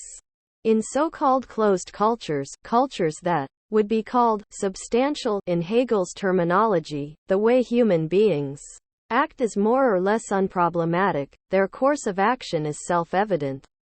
In such cultures there is no room for interiority, and I believe that I do not go too far if I say that the concept is unknown in antiquity, even though I expect that there will be amongst you a classical philologist who will doubtless be able to point to some passage or other in a classical author that could be interpreted in such a way as to show the presence of interiority. Nor would I wish to deny this possibility. I would only make the methodological point that of course all such motifs occur in antiquity, but the air they breathe, the climate in which they exist is so utterly different from the climate of the Christian world that even terms that are identical in meaning come to have a completely different meaning in a climate in which subject-object problems, for example, are quite unknown. Thus if you read writers like Homer and Tacitus, or Boccaccio or Chaucer, or Don Quixote, or the early English 17th-century novels, you will come across the same common nucleus of what today we call bourgeois, namely the direct relation to an organized urban market economy. On the other hand, however, it is particularly important not to forget that in Kant's day, bourgeois conditions were not developed to the same degree in Germany as in other Western nations. It is true that in the realm of thought all the bourgeois categories and ideas had been created, or were at least intimated and alive, but there can be no doubt that economic reality had not kept pace with the self-confidence of the bourgeoisie, and that the latter had not yet attained the positions of power which it had gained in England and France. The concept of the bourgeoisie was in advance of developments in the actual world, and that is very characteristic of the German situation in general. This made it more radical than in the Western nations where a more advanced reality could always act as a brake on the more advanced ideas. But it also made it more limited because the sense of reality had not entered into it to the same degree, and in this sense we may well say that morality is an utterly German object, as Morgenstern says of the moon in his poem 13. That is to say, morality, or rather duty in this narrower sense, really only exists in the realm of German thought. If you read Hume, to name just one contemporary of Kant's, if you read Hume's moral philosophy, you will see that the climate is so very different that you will scarcely have the feeling that they are talking about the same thing. At any rate, the idea that the moral behavior of the individual might decisively impinge on external reality is entirely absent from Kant. And this element of the genuine impotence of the individual in the face of external reality is undoubtedly one of the crucial internal preconditions for the pure construction of interiority in Kant. From the very outset the moral subject plays no part in the construction of the world. He has no influence on the world, aside from some extremely abstract meditations on the shaping of history, in which, however, the relation of the moral subject to concrete historical forces plays no role. Because of this lack of influence, morality is necessarily turned into a matter of conviction, basically, into the form of action of people who are firmly convinced that their action is quite unable to change the course of the world in the here and now. This impotence can be discerned throughout the entire corpus of moral philosophy in German idealism.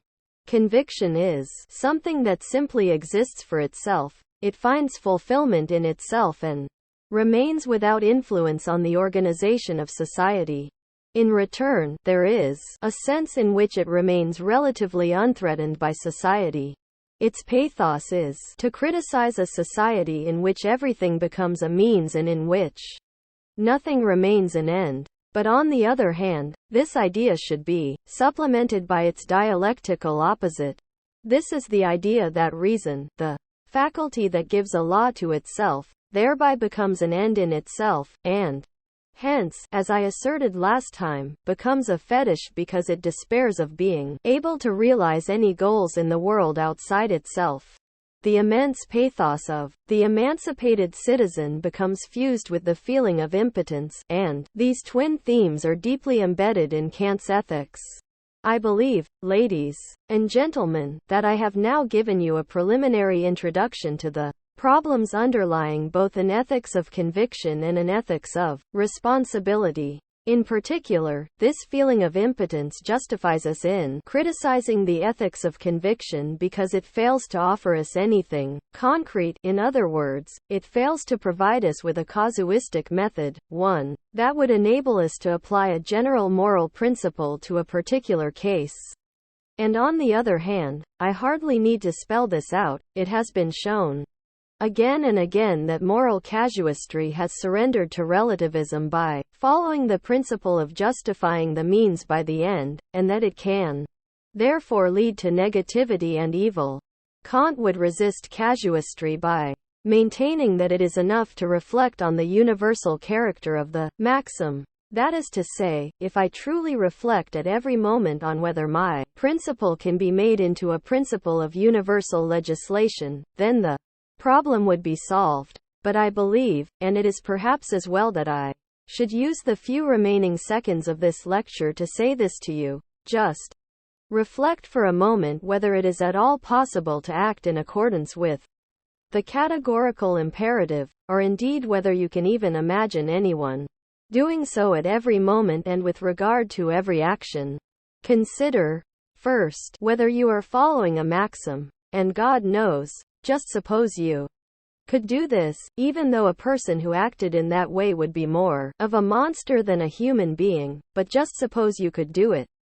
And, second, try and become clear in your own mind whether your maxim can serve as the basis of a universal law.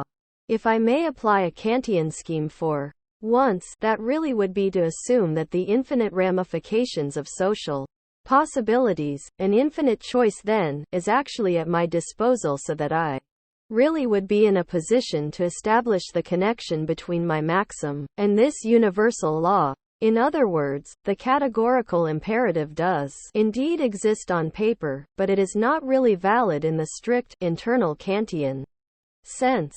This is because it is tacitly assumed that I can verify my judgment, that I can establish whether my maxim is an appropriate basis for such a universal law, whereas in reality my judgment presupposes innumerable reflections which are beyond the capacities of individual human beings. For a vast amount of knowledge would be called for, something which cannot be claimed to exist as a self-evident moral fact. Lecture 16, the 23rd of July 1963. Ladies and gentlemen, I explained to you last time that there is a problem with the categorical imperative. We can describe it in simple terms by saying that the path from the supreme universality of the moral law to the specific case is not as unproblematic as it appears in Kant's moral philosophy. It is quite remarkable that Kant himself does not address this question explicitly, even though it looms large in his theory of cognition.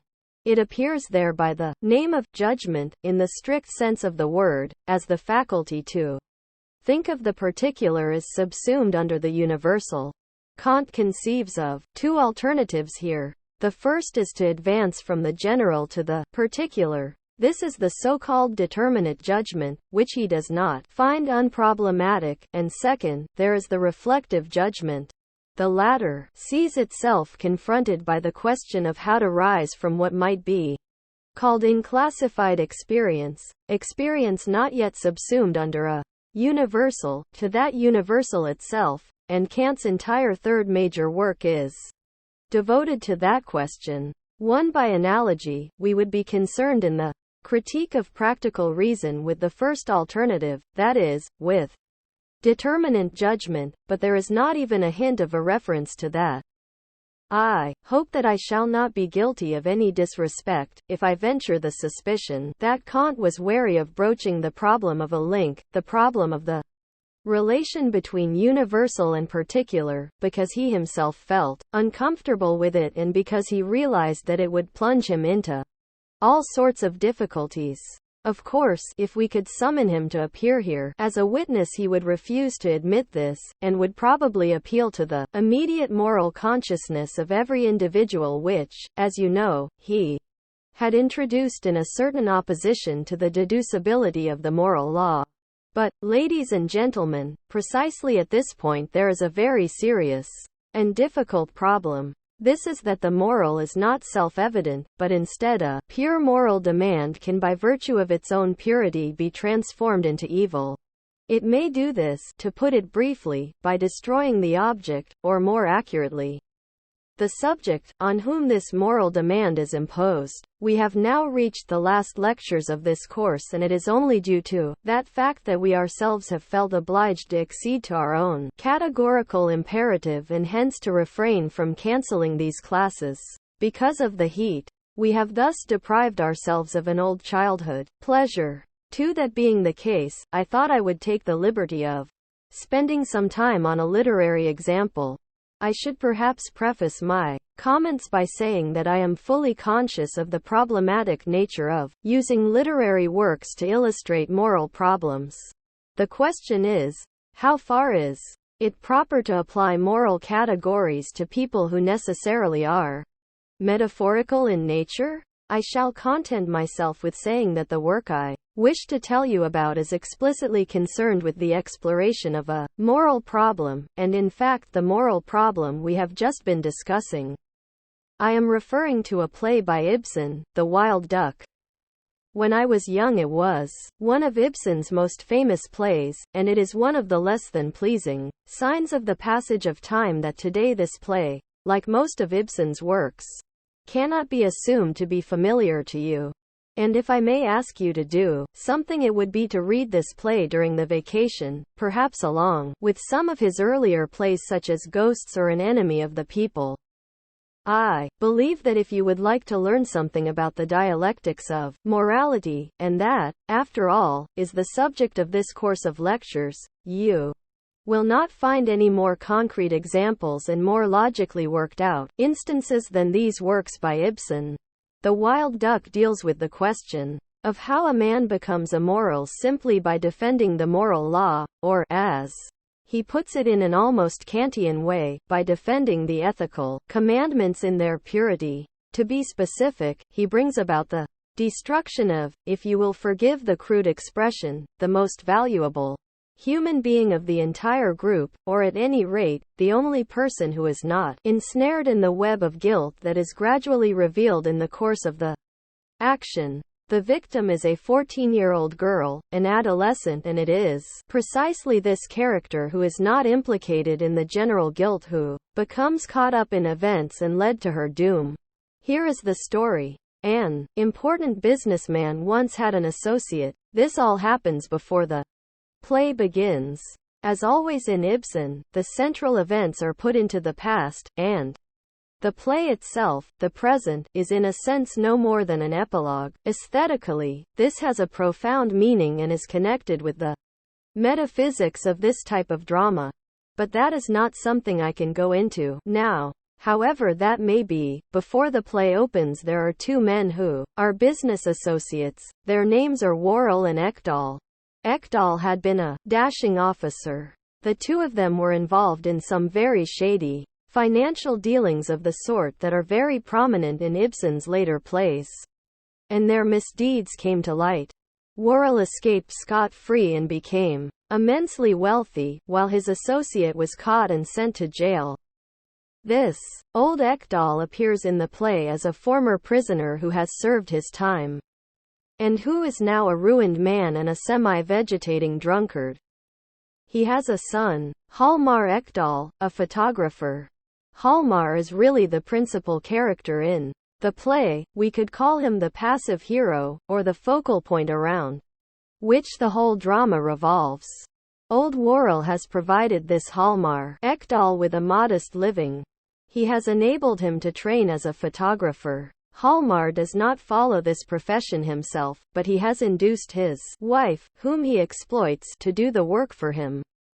In addition, Worrell has married him off to his own discarded mistress, Gina, who was already pregnant with his, Worrell's, child. The rather pompous, self-important and hypocritical Hjalmar Ekdal is led to believe the child is his. Something of an idyllic life is then built up by Hjalmar, this Gina, who is by no means unsympathetically portrayed, and her child Hedwig. It is an idyllic, petty, bourgeois life, though the shadows of the past and of present deprivation weigh on it heavily. Nevertheless, it is a life in which all three feel quite contented, and Hedwig is very attached to her supposed father Hjalmar, perhaps by bonds of adolescent love. Now old Worrell also had a son, Gregers Worrell, and in the play it is he who represents the categorical imperative. He wants to rebel violently against his father, and to show that the life the Ekdals are living is intolerable, not because he is particularly indignant about them, but because he is the closest and indeed the only friend of Hjalmar Ekdal. He cannot bear to see, or at any rate believes he cannot bear to see, his friend living in a life lie, that is to say, in a world in which the real situation gives the lie to everything the participants believe about themselves and their lives. I shall not recount to you the entire, highly complicated plot. The crux of it is that Gregers Worrell falls out with his own father out of what might be called respect for abstract moral principles. He turns down the offer of a partnership in the large firm, and prefers to eke out a life in poverty. In short, he is fully prepared to take the consequences of his actions. After quarreling with his father, he tells the young Ekdal family, Hjalmar and Gina, about everything that has happened earlier on. And little Hedwig hears about it too. The only consequence is that Hjalmar treats Hedwig as if he no longer trusted her now that he knows she is not his child. He acts as if he can no longer believe that she loves him and overwhelms her with moralizing reproaches, whereupon the young girl takes her own life. That is the content of the action. It is a story in which, and I have to add this, the Ekdal family seem to be completely at home in their life lie. The term, life lie, incidentally, comes from this play. Today, it is probably forgotten, though it is no more irrelevant now than it was at the time it was written. And as is suggested by a cynical character in the play, a dissolute doctor called Relling, once the grass has grown over Hedwig's grave, the family will settle down once again in the squalor of their mediocre existence and live as happily and contentedly as they had done before. Ladies and gentlemen, I should like to pass over one problematic point in the play. This is connected with the fact that Gina has brought an illegitimate child into the marriage, something, incidentally, that Hjalmar had presumably half-guessed for himself. This motif reflects the attitudes of the 1880s but was taken very seriously at the time, whereas we are less inclined to find it so terribly shocking. What is really at stake in the play is the campaign of moral purification, that is, the attempt of a man of integrity, of Gregers Worrell, in short, to introduce some order or, as is so admirably said nowadays, to clear matters up. This attempt leads straight to disaster. As someone remarks in another of Ibsen's plays, in Ghosts in fact, yes, conscience, that can be very hard on us sometimes. 3. If you follow the tug of your conscience, you may end up doing something very unconscionable. In the present case, it means actually killing a human being full of gentleness and grace. Now Ibsen shows himself to be a very important writer in his refusal to identify with, for example, the cynical reasoning of Relling. Instead, he demonstrates that the conflict between an ethics of conviction and an ethics of responsibility can be insoluble. In this case, the people in the situation that Gregor's Worrell confronts are in fact horribly hypocritical conformists and intolerable in every respect. On the other hand, his attempt to give morality a helping hand is not only doomed to fail, but is even transformed into an act of injustice. Behind this play there is a further feature that appears much more prominently in some of Ibsen's other plays. This is the idea that morality is equated with a certain kind of puritanical, Protestant narrowness, as contrasted with the more expansive nature of the emancipated bourgeois forces of production of industry and finance capital with which Ibsen evidently sympathizes, simply as the more advanced historical force. In his youth, incidentally, he was not untouched by Hegel's philosophy, which was very influential in the Nordic countries, and we may justifiably regard this aspect of his work as echoing the impact of Hegel. To explain what he achieves in The Wild Duck, I would like to cite a very perceptive comment by Paul Schlenther, whose writing about Ibsen is exceptionally intelligent and sympathetic. The Wild Duck does not solve the contradiction, but instead articulates its insoluble nature. For now, the situation is that Gregor's Worrell, the man with ethical principles, is depicted very much as a man full of resentments. Nowadays, we would call him a man with an unresolved Oedipus complex who feels nothing but rancor for his corrupt, but experienced and, in a sense, very mature father. At the same time, he is an unusually ugly, uncoordinated and clumsy man who feels himself to be the 13th at table, 5, and thus the very type of the misfits Nietzsche wrote about at around the same time The Wild Duck was written. Nietzsche claimed that their resentment-driven morality would poison the world. However, and this is where Ibsen's greatness shows itself, he does not stop at this negative characterization. Gregor's is also shown to have an extraordinary sense of justice. Despite his resentful nature and in general, what might be felt to be unsympathetic features in his nature or his character, he is a man of true integrity. The demands he makes on others he also makes on himself, and he is prepared to accept all their consequences. So we might say that the contradiction I have been at pains to point out to you, the contradiction between the conditional nature of moral action and the categories of the moral itself, the objectivity and authority of moral concepts themselves, all that is encapsulated in this very concrete figure. The ideal he stands for, and this can really be seen as very Kantian, is simply that of truth, or we might call it the ideal of abstract reason. Incidentally, we might note that this is an ideal that as early as Ibsen anticipates the moral ideas of contemporary existentialism, since this rigorous insistence on abstract truth means nothing more in reality than that human beings should be identical with themselves. To be true for Ibsen means as much as saying, no life lies.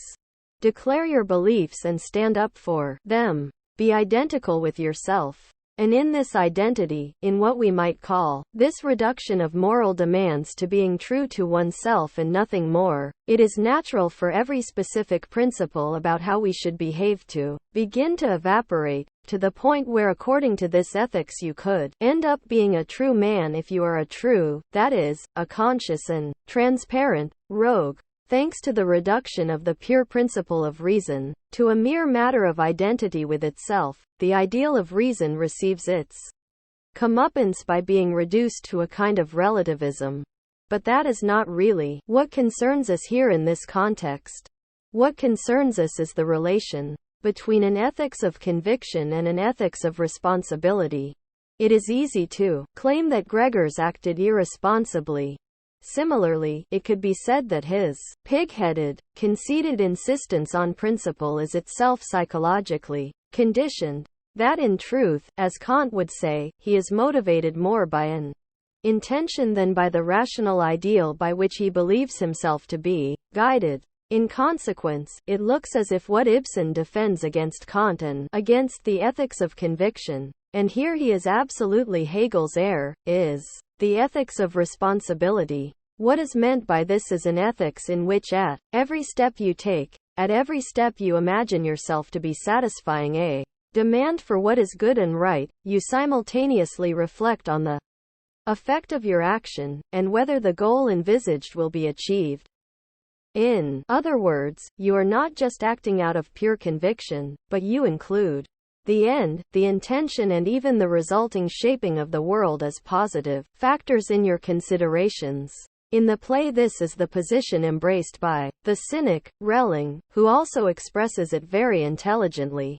But dramatic justice and, you may also think, the really dialectical element lies in the fact that even in this play the ethics of responsibility and the world for which it acts as a sort of apologia are also depicted as so problematic, so bad, and, above all so much in collusion with the existing order, that Gregers Worrell, who is in the wrong as the advocate of abstract morality, is seen also as being in the right. In short, when I told you that Ibsen reveals the insolubility of the contradiction, this means that he has not only perceived, but also succeeded in representing on stage, the fact that there can be no good life within the bad one, if you do not mind my repeating this old quote of mine. 6. I have already drawn your attention to this element of criticism of Gregers Worrell in his moment of defeat. He says, and these are his last words, that his destiny is to be the 13th at table.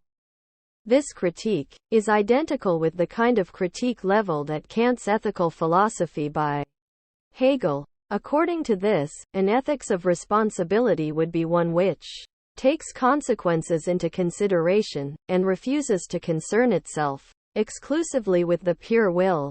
Indeed, both Hegel and Ibsen in their different ways unmask the pure will as a delusion, as something on which we cannot rely. In the pure interiority thrown back on itself that is embodied in this eccentric, Gregers Worrell, who lives on his own somewhere up in the far north and broods, we see a kind of benighted reality. This reality comes to life in his character. Because of the neurotic guilt he feels for being the son of a wealthy man, he becomes entangled in the world of cause and effect, while at the same time he confuses these neurotic guilt feelings with absolute goodness. Ibsen is very well aware that when we imagine that we are impelled by the good, our motives are very frequently nothing more than a hidden egoism, a problem, incidentally, that can already be seen in Kant, in his distinction between the empirical character and the intelligible character. For Kant had a sharp eye for the fact that the motives that we think of as pure, and hence in conformity with the categorical imperative, are in truth only motives whose source lies in the empirical world. They are ultimately linked to our faculty of desire and therefore with the gratification of what I would term our moral narcissism.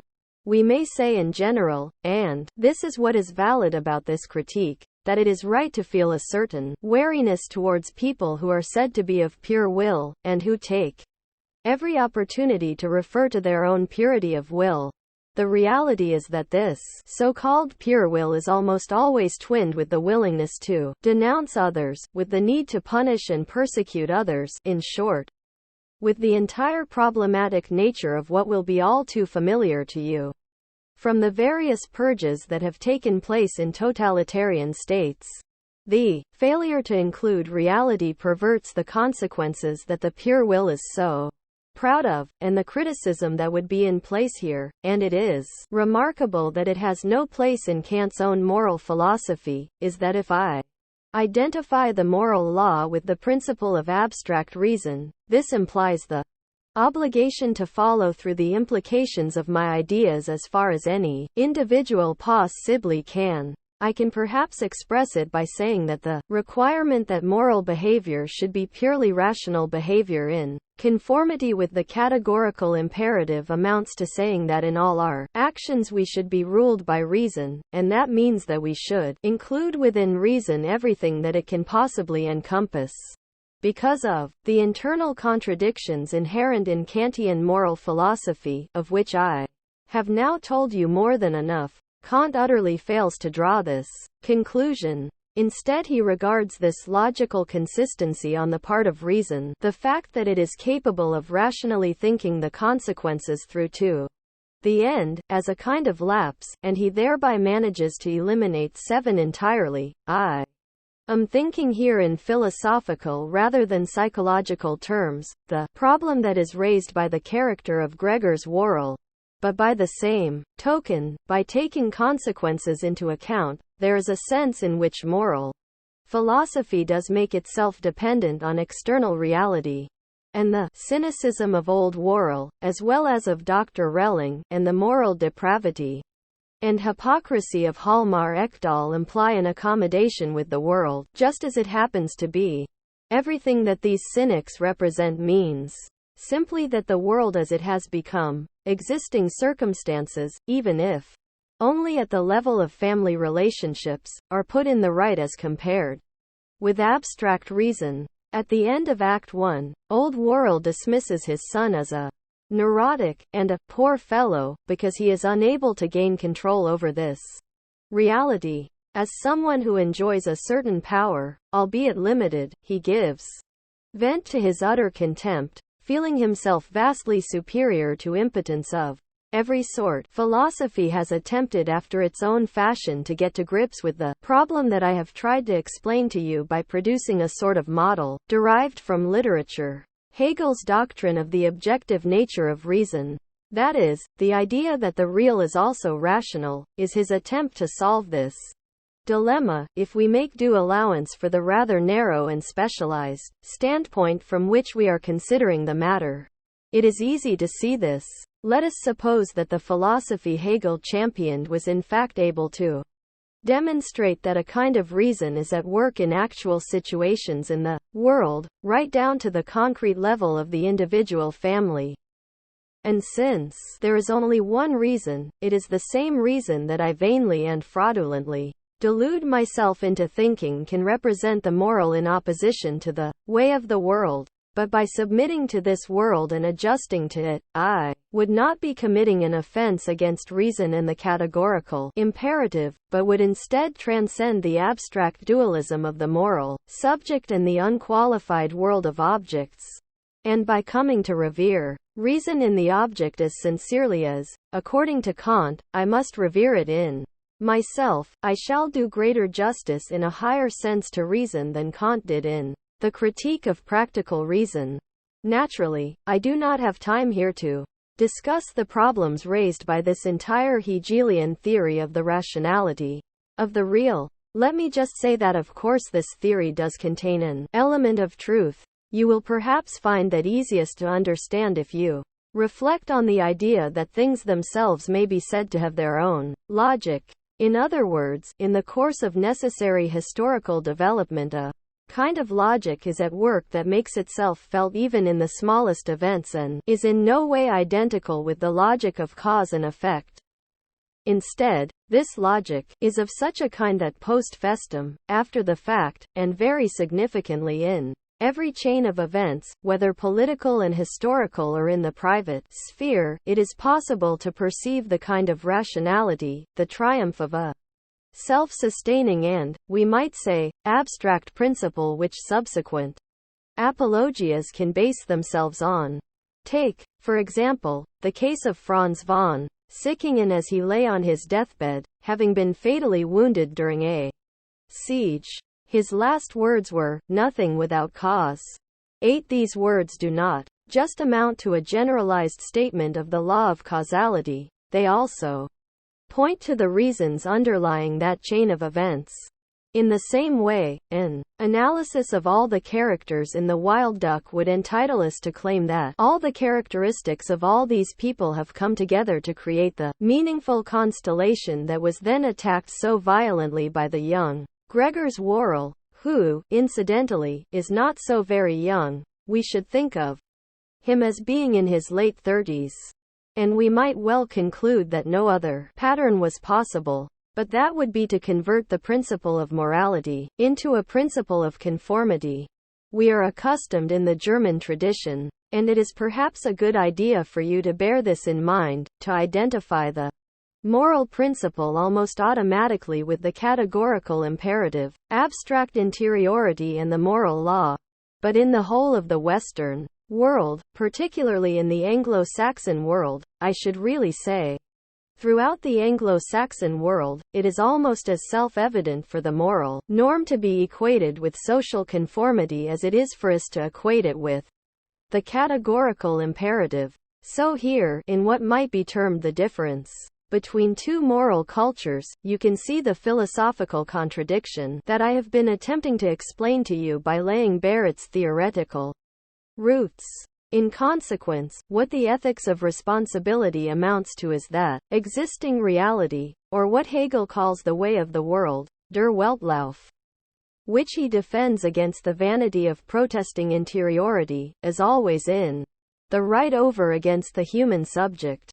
And this theory of morality is in fact the predominant theory in Hegel, one which he defends in his philosophy of right with extreme consistency and indeed with an obviously repressive and politically ultra-conservative rigor along the lines I have described to you. This leads to the very paradoxical consequence that Kant's seemingly formalistic ethics ends up being far more radically critical than the content-based ethics of Hegel, even though Hegel does engage with society and is critical of particular social phenomena.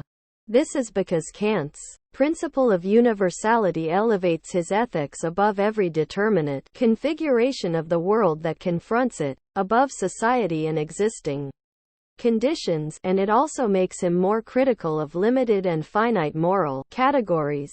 Roland Pelzer has written a very fine dissertation under my supervision in which he shows in detail that the apparent advance that Hegel represents when compared to Kant, together with his critique of Kant and Kant's moral philosophy, in reality redounds to the benefit of repression of the powers that be. 9. Pelzer goes on to conduct a metacritique of Hegel's criticism of Kant's moral philosophy and, if we may say so, of moral philosophy in general.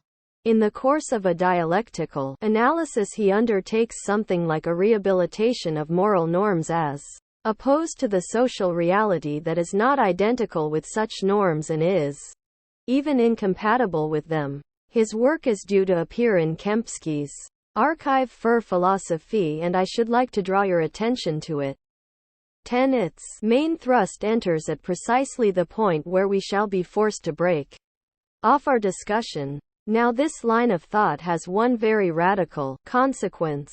For if we suppose that the object really does possess reason, this means that there is a kind of conflict of reason with itself in a far more serious sense than the relatively harmless antinomy of practical reason that Kant examined in the Critique of Practical Reason. In other words, the reason that makes itself objective and gives shape to itself in the world, on the one hand, and critical reason, on the other, are not only not one and the same thing, as Hegel would like us to believe, but they are utterly incompatible with each other. Therefore, in this distinction between a reason that objectifies itself and a reason that thinks subjectively we see the questionable nature of the total reason embodied in a single moral principle, or what might be termed the moral principle. To act in accordance with reason would be abstract self-preservation freed from the self, and it would degenerate into the evil that is the way of the world in which the stronger emerges as the victor. For this reason, then, there is no good life in the bad 1. For a formal ethics cannot underwrite it, and the ethics of responsibility that surrenders to otherness cannot underwrite it either. The question that moral philosophy confronts today is how it should react to this dilemma. And I should like to say something about that next time. Lecture 17, the 25th of July 1963. Ladies and gentlemen, I wanted to use this last hour to say something about the nature of moral philosophy today. This is to assume that it is possible to say anything at all on the subject in the light of the statement I tried to make sound persuasive to you in my discussion of the ethics of conviction and the ethics of responsibility, namely that in the bad life a good life is not possible. Incidentally, long after I formulated this sentence I discovered a similar statement in Nietzsche, although it is very differently phrased. One on the question of whether moral philosophy is possible today. The only thing I would be able to say is that essentially it would consist in the attempt to make conscious the critique of moral philosophy, the critique of its options, and an awareness of its antinomies. In these lectures I have tried to provide you with something like a model with which to do this. More than this, I believe, cannot in all decency be promised.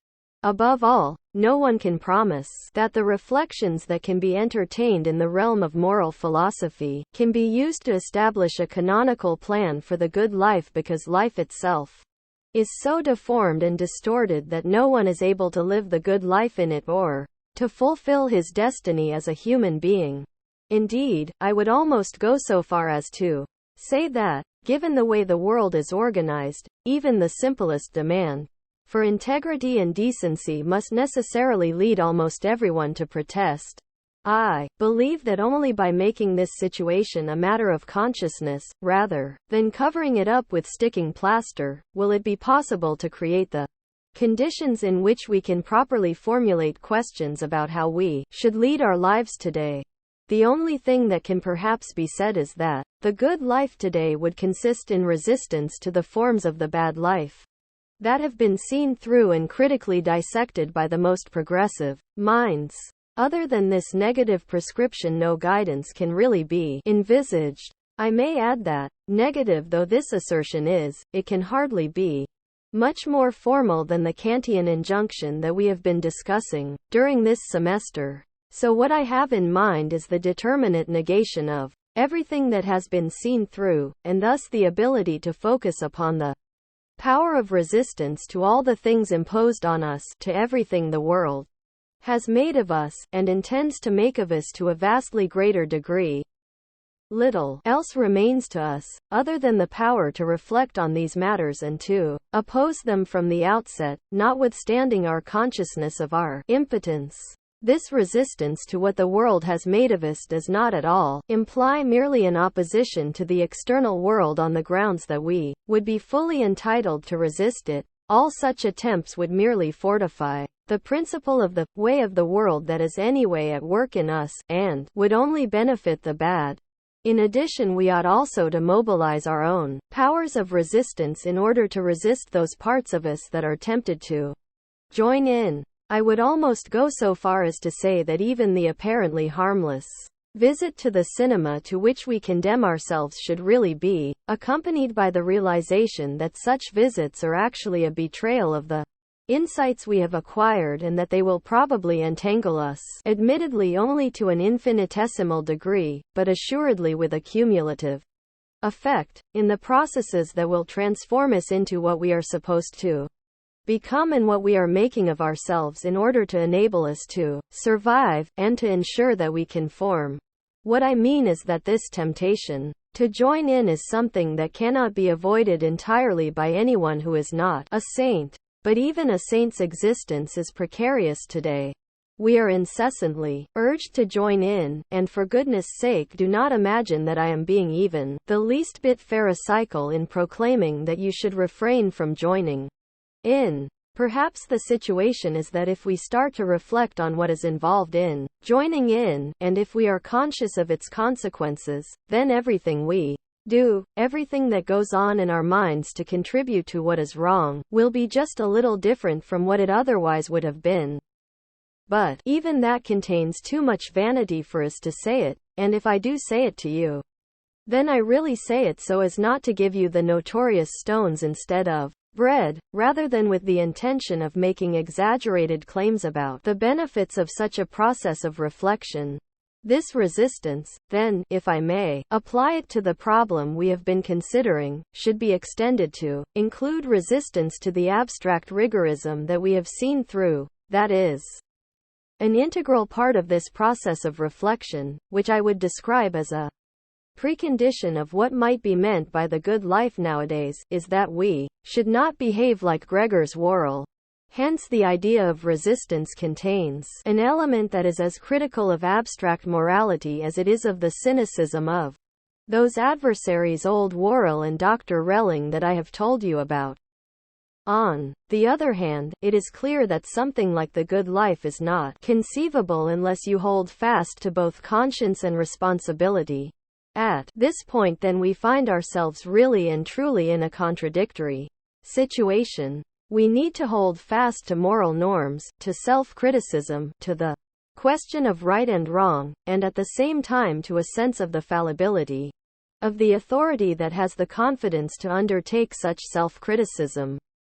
I am reluctant to use the term humanity at this juncture since it is one of the expressions that reify and hence falsify crucial issues merely by speaking of them. When the founders of the Humanist Union invited me to become a member, I replied that I might possibly be willing to join if your club had been called an inhuman union, but I could not join one that calls itself humanist. So if I am to use the term here, then an indispensable part of a humanity that reflects on itself is that we should not allow ourselves to be diverted. There has to be an element of unswerving persistence, of holding fast to what we think we have learnt from experience, and on the other hand, we need an element not just of self-criticism, but of criticism of that unyielding, inexorable something that sets itself up in us. In other words, what is needed above all is that consciousness of our own fallibility, and in that respect I would say that the element of self-reflection has today become the true heir to what used to be called moral categories. This means that if today we can at all say that subjectively there is something like a threshold, a distinction between a right life and a wrong one, we are likely to find it soonest in asking whether a person is just hitting out blindly at other people, while claiming that the group to which he belongs is the only positive one, and other groups should be negated, or whether by reflecting on our own limitations we can learn to do justice to those who are different, and to realize that true injustice is always to be found at the precise point where you put yourself in the right and other people in the wrong. Hence to abstain from self-assertiveness, and this goes right up to the metaphysics of death and the defiant self such as can still be found in Heidegger's resoluteness. Entschlossenheit, too, seems to me to be the crucial thing to ask from individuals today. In other words, if you were to press me to follow the example of the ancients and make a list of the cardinal virtues, I would probably respond cryptically by saying that I could think of nothing except for modesty. Or to put it another way, we must have a conscience, but may not insist on our own conscience. For example, if you find yourself on a committee, just assume you belong on a committee, and nowadays all of you will be a member of some committee or other, that is the name of the game, and hear someone saying, "My conscience forbids me to do this," or that you should make up your minds to treat such a person with the greatest possible distrust. Above all, when we ourselves feel tempted to say that we are making our stand and can do no other, we too deserve to be distrusted in precisely the same way, because this gesture contains exactly the same positing of self, the same self-assertion as positivity, which really just camouflages the principle of self-preservation, while simultaneously pretending to be the moral with which, as I hope I have demonstrated in the course of my critical analysis, it also coincides. On the other hand, resistance also means resistance to heteronomy in its concrete forms. Today this means the countless forms of morality that are imposed from outside. The form positive morality assumes today has escaped from its transparent theoretical underpinning, much as the link with religion has been cut. Moral imperatives used to be embedded in philosophy in a transparent, rational way, but this is no longer the case. Because of these developments, the forms of morality generally prevailing in society have assumed the evil and repressive complexion that always makes its appearance when concepts have been undermined. Their substance has evaporated, but people still cling to them, turning them into fetishes. I believe that the most drastic instances of this are to be found in the realm of sexual morality, and I have attempted to analyze them in a study in Eingriff. For in this sphere of human experience, the religious ideas that used to act as a prop for conventional sexual morality have been severely shaken, as far as the majority of people are concerned. I am thinking here above all of the belief in the sacramental character of marriage. On the other hand, it can no longer be said to be self-evident that the erotic demeans the human dignity of others, as Kant still claimed. This has been exposed as narrow-minded prejudice. Notwithstanding this, a sexual morality that has ceased to have anything to offer is running riot, feasting on the moral indignation that you can see in the articles on Christine Keeler and her friends, 5, but also in the codes of conduct such as the one recently imposed on the ZDF, the second television channel, by its supervisory body, and which you can read in the latest issue of Der Spiegel. 6. Such codes are a disaster because they literally recodify the objective spirit. That is, the embodiment of the opaque and for that reason inexorable and repressive norms to which people today are exposed. If the moral does have a proper point of departure today, it must be the resolute and holy, uncompromising stand against all the manifestations of this spirit that you can find today. I may remind you in this context of slogans disseminated in the current wave of moral indignation, slogans that my friend Habermas has subjected to a measured, but penetrating critical scrutiny in Merkur, 7 and Article 1 would like to bring to your attention. The positive religions have now largely lost their power over people's minds, but what Nietzsche once said about them, all too innocently, has now become universal and has been extended to include objective spirit, cultural consciousness in general. As the religions have declined, their restrictive and repressive power has simply been transferred to the silent, wordless, groundless form of mind that pervades life in our society. We might say that wherever people strike moral poses nowadays and appeal to an idea of the good, this good, wherever it is not resistance to evil, turns out to be nothing but a cover for it. And what I have in mind is not just individuals, but above all everything that is written, publicized, and that echoes through the mass media. Strindberg's statement, "How can I love the good unless I hate the evil?" 8 has doubly proved its validity, but in catastrophic fashion. On the one hand, the hatred of evil in the name of the good has turned into a destructive force. On the other, the good, instead of regarding evil as a foil to itself, has become evil in its own right. And that is in effect the shape of ideology everywhere today, just as everywhere where moral ideologies are at work. I may remind you of the dominant ideology in the East. The idea of so-called positive, good, heroic models prevails. Incidentally, the term models, Litbid, tells you everything about the reality. It is not for nothing that for the National Socialists such terms as purification, Reinigung, restoration, Wiederherstellung, renewal, Erneuerung, and ties, Bindungen, played such a decisive role. While it is true that this ideology has been decapitated politically speaking, and that it is no longer able to attack minorities directly, it can be ready to pounce at any moment, to oppose any deviation and to smash it. Its legacy can be seen above all in the countless forms of anti-intellectualism. One that is by no means amongst the most harmless is the habit of blocking thought by ceaselessly confronting people with demands, without leaving them time to reflect. All right, so what are you going to do about it? What is happening then? Of what use is that to me? Who do you think will be interested in that idea? The elements of Kant's critique of reason that are still alive today probably amount to the critique of all such phenomena. The transition to such a critique was in fact accomplished by Nietzsche. Nietzsche is uniquely important because he denounced the presence of the bad in the good and thereby also criticized the way in which the bad has assumed concrete form within the positive institutions of society and, above all, in the different ideologies.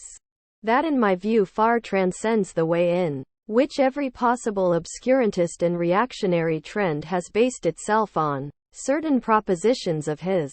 And the critique he has provided has been far more subtle and specific than, for example, Marxist theory, which has condemned ideologies en bloc, but has never succeeded in entering into their inner workings, their lies, as deeply as Nietzsche.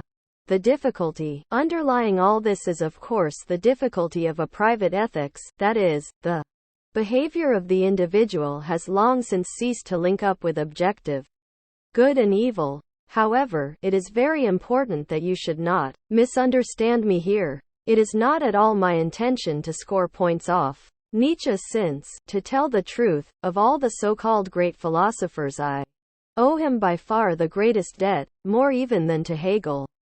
Despite this I believe that particularly in a dialectical course of lectures on moral philosophy I do owe it to you to say a few dialectical words on Nietzsche's criticism of morality. At all events, I would criticize Nietzsche for having failed to go beyond the abstract negation of bourgeois morality, or, to put it differently, of a morality that had degenerated into ideology, into a mask which concealed a dirty business.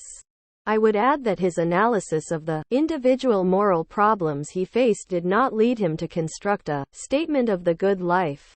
Instead, having proceeded in a summary fashion, he came up with a positive morality that is really nothing more than the negative mirror image of the morality he had repudiated. Even when we have understood what is wrong with a repressive ideology that has been intensified to the point of absurdity, it is not possible nowadays, in the age of the culture industry, simply to read off a true morality from it. A positive morality, he would not have called it morality, cannot possibly exist in Nietzsche because of the absence of a substantive, objective spirit. In other words, given the state of society and the actual state reached by mind in that society, the norms Nietzsche opposed to it were not available in concrete terms and so had simply to be imposed from outside. It is not for nothing that in Zarathustra, his most positive work in terms of actual teachings, the language he employs breathes the spirit of Jugendstil. It is a kind of biblical imitation, a biblical affectation complete with allusions to the Ten Commandments. This is the language in which he speaks of the new values, the new tablets he proposes to erect. Whereas in reality this very attempt on the part of a lone individual to set up new norms and new commandments, based simply on his own subjective whim implies their impotence, their arbitrary and adventitious nature from the very outset. The ideals he has in mind, nobility, Vornehmheit, real freedom, the virtue of generosity, distance, all these are wonderful values in themselves, but in an unfree society they are not capable of fulfillment, or at best can only be realized on Sunday afternoons, that is, in private life. Just let all those at the bottom of the pile try and be noble, for a change. Well, Nietzsche would have said, quite so, and would have brushed this objection aside. But because they control the labor of others, even those who rule are too implicated in the general catastrophe to be able to afford this nobility. If a prominent businessman were seriously to attempt to be as noble as Nietzsche postulates, and not merely as an aesthetic gesture, he would undoubtedly go bankrupt. His business actually pressures him into the opposite of nobility. Nietzsche had sharp ears and they should have told him that the concept of nobility contains within itself the stigma of non-nobility, since the nobleman is the person who is noble in his own eyes and wishes to appear as such to others. Thus in reality these norms are all feudal values that cannot be directly realized in a bourgeois society. They are attempts to recapture lost values, would-be revivals, a romantic ideal that is completely powerless under the rule of profit. But they also benefit this rule of profit. For what Nietzsche means by man, and what he celebrates as the Superman, and it is not for nothing that the latter is based on the model of the appalling and barbaric condottiere Cesare Borgia, would be the go-getter nine or captain of industry today. In other words, while Nietzsche intended these new values as a counter to the Wilhelminian Empire of the years following 1870, they remained objectively against their own intentions, the ideology of an expanding imperialism.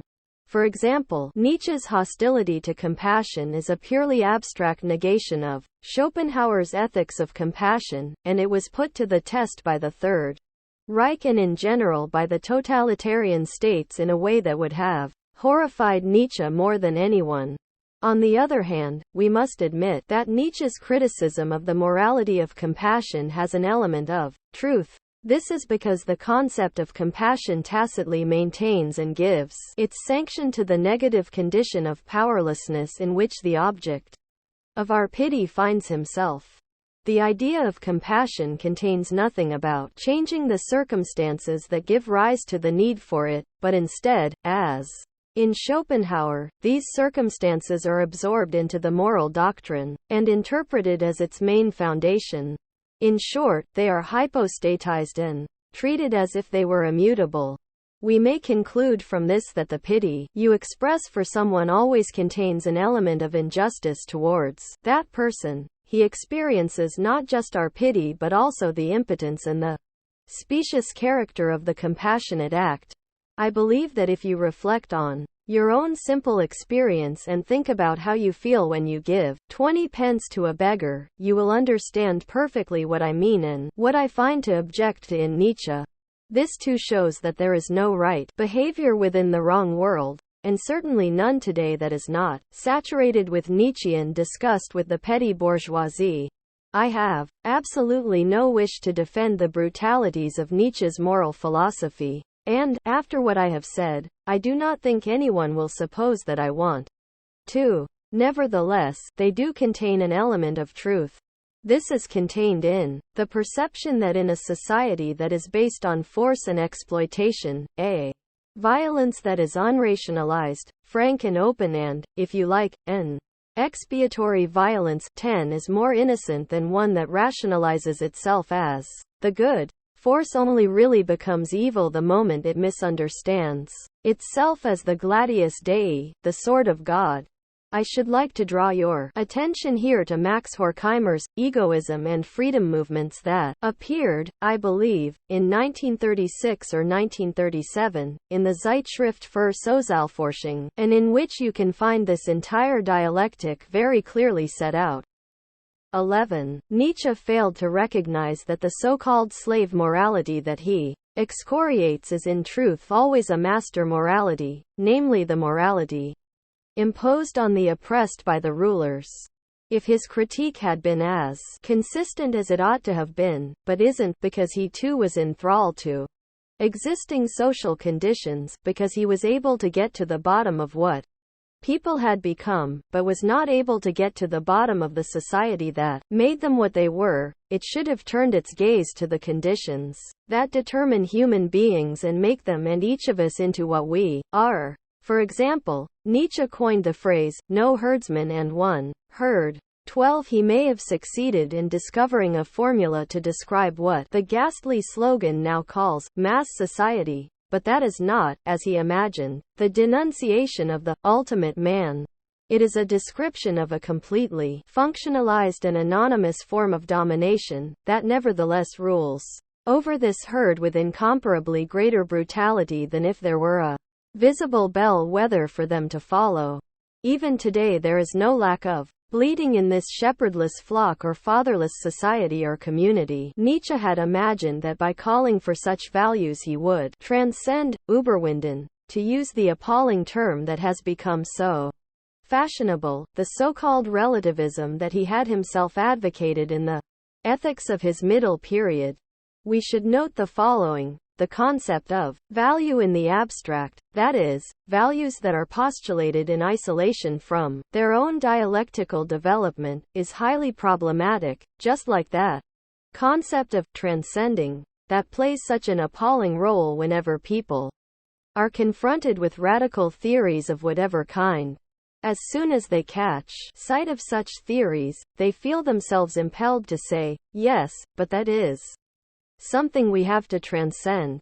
And I can give you an example of moral dialectics here. Whenever anyone expects you to deal with something intellectually uncomfortable by asking you to transcend it, just pause and ask by what authority you should do so. If you were to do that, I think that would be an instance of a right action in a wrong world. But I would like to say a few words at least on the subject of relativism. You will perhaps have noticed that I have not concerned myself over much in these lectures with the famous problem of moral relativism. I have omitted to do so because I truly believe that it is in great measure a pseudo-problem, to use another much abused term, for the positive nature of beliefs, of ideologies, that prevail here and now is not relative at all. They confront us at every moment as binding and absolute. And the criticism of these false absolutes, or what Hegel, the young Hegel, called the positive nature of prevailing moral beliefs 13, is much more urgent than the quest for some absolute values or other, fixed in eternity and hanging from the ceiling like herrings, which would enable us to transcend this relativism, with which, as real living people who are attempting to live decent lives, we have absolutely nothing to do. On the other hand, however, the postulates and values that surface wherever people imagine that they have to overcome relativism, are the products of arbitrary acts, things that are freely posited, that are created and not natural, and thus they necessarily always succumb to the relativism they denounce. In that sense we can say, as indeed I attempted to show in another theoretical piece, in the Metacritic, that the concept of relativism is the correlative of absolutism. Dialectical thinking, on the other hand, if I understand properly what that is supposed to be, is a kind of thinking that, to express it in Nietzschean terms, would persist beyond that alternative. 14. In contrast to this, the concept of determinate negation as you find it enshrined, for example, and I should like after all to mention his name in the last minutes of this course of lectures, in the stupendous oeuvre of Karl Kraus, really does lead beyond this so-called relativism. We may not know what absolute good is or the absolute norm, we may not even know what man is or the human or humanity, but what the inhuman is we know very well indeed.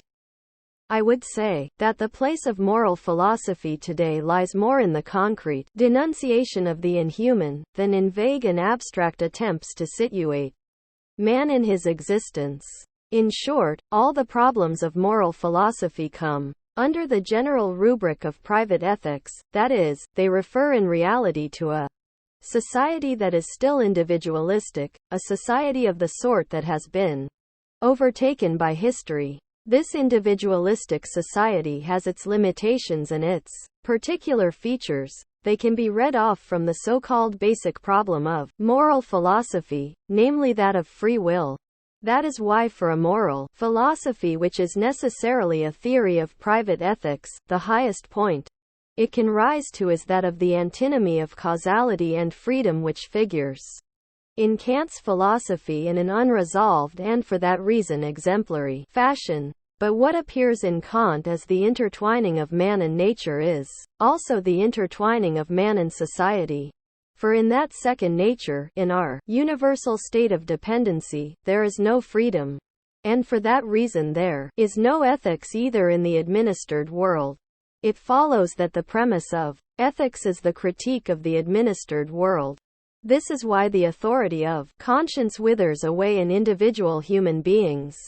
It atrophies, just as the psychologists have observed. Most recently my friend Mitch Sherlock in his book on Society Without Fathers 15. In the same spirit I have shown how the exteriority of the superego has come to confront the interiority of the moral principle that had been the achievement of philosophy at its zenith.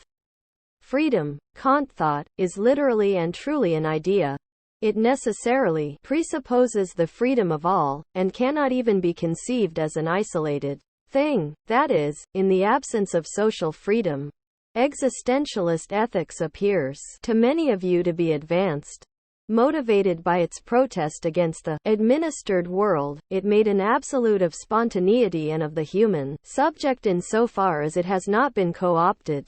That is the error of this ethics, since precisely because this spontaneity lacks reflexivity and is separated from objective reality, objectivity re-enters it, just as Sartre has ended up placing himself at the service of communist ideology. This means that, either this spontaneity will be eliminated, if it is seriously intended, and buried beneath the great ideology, or it lapses into administration.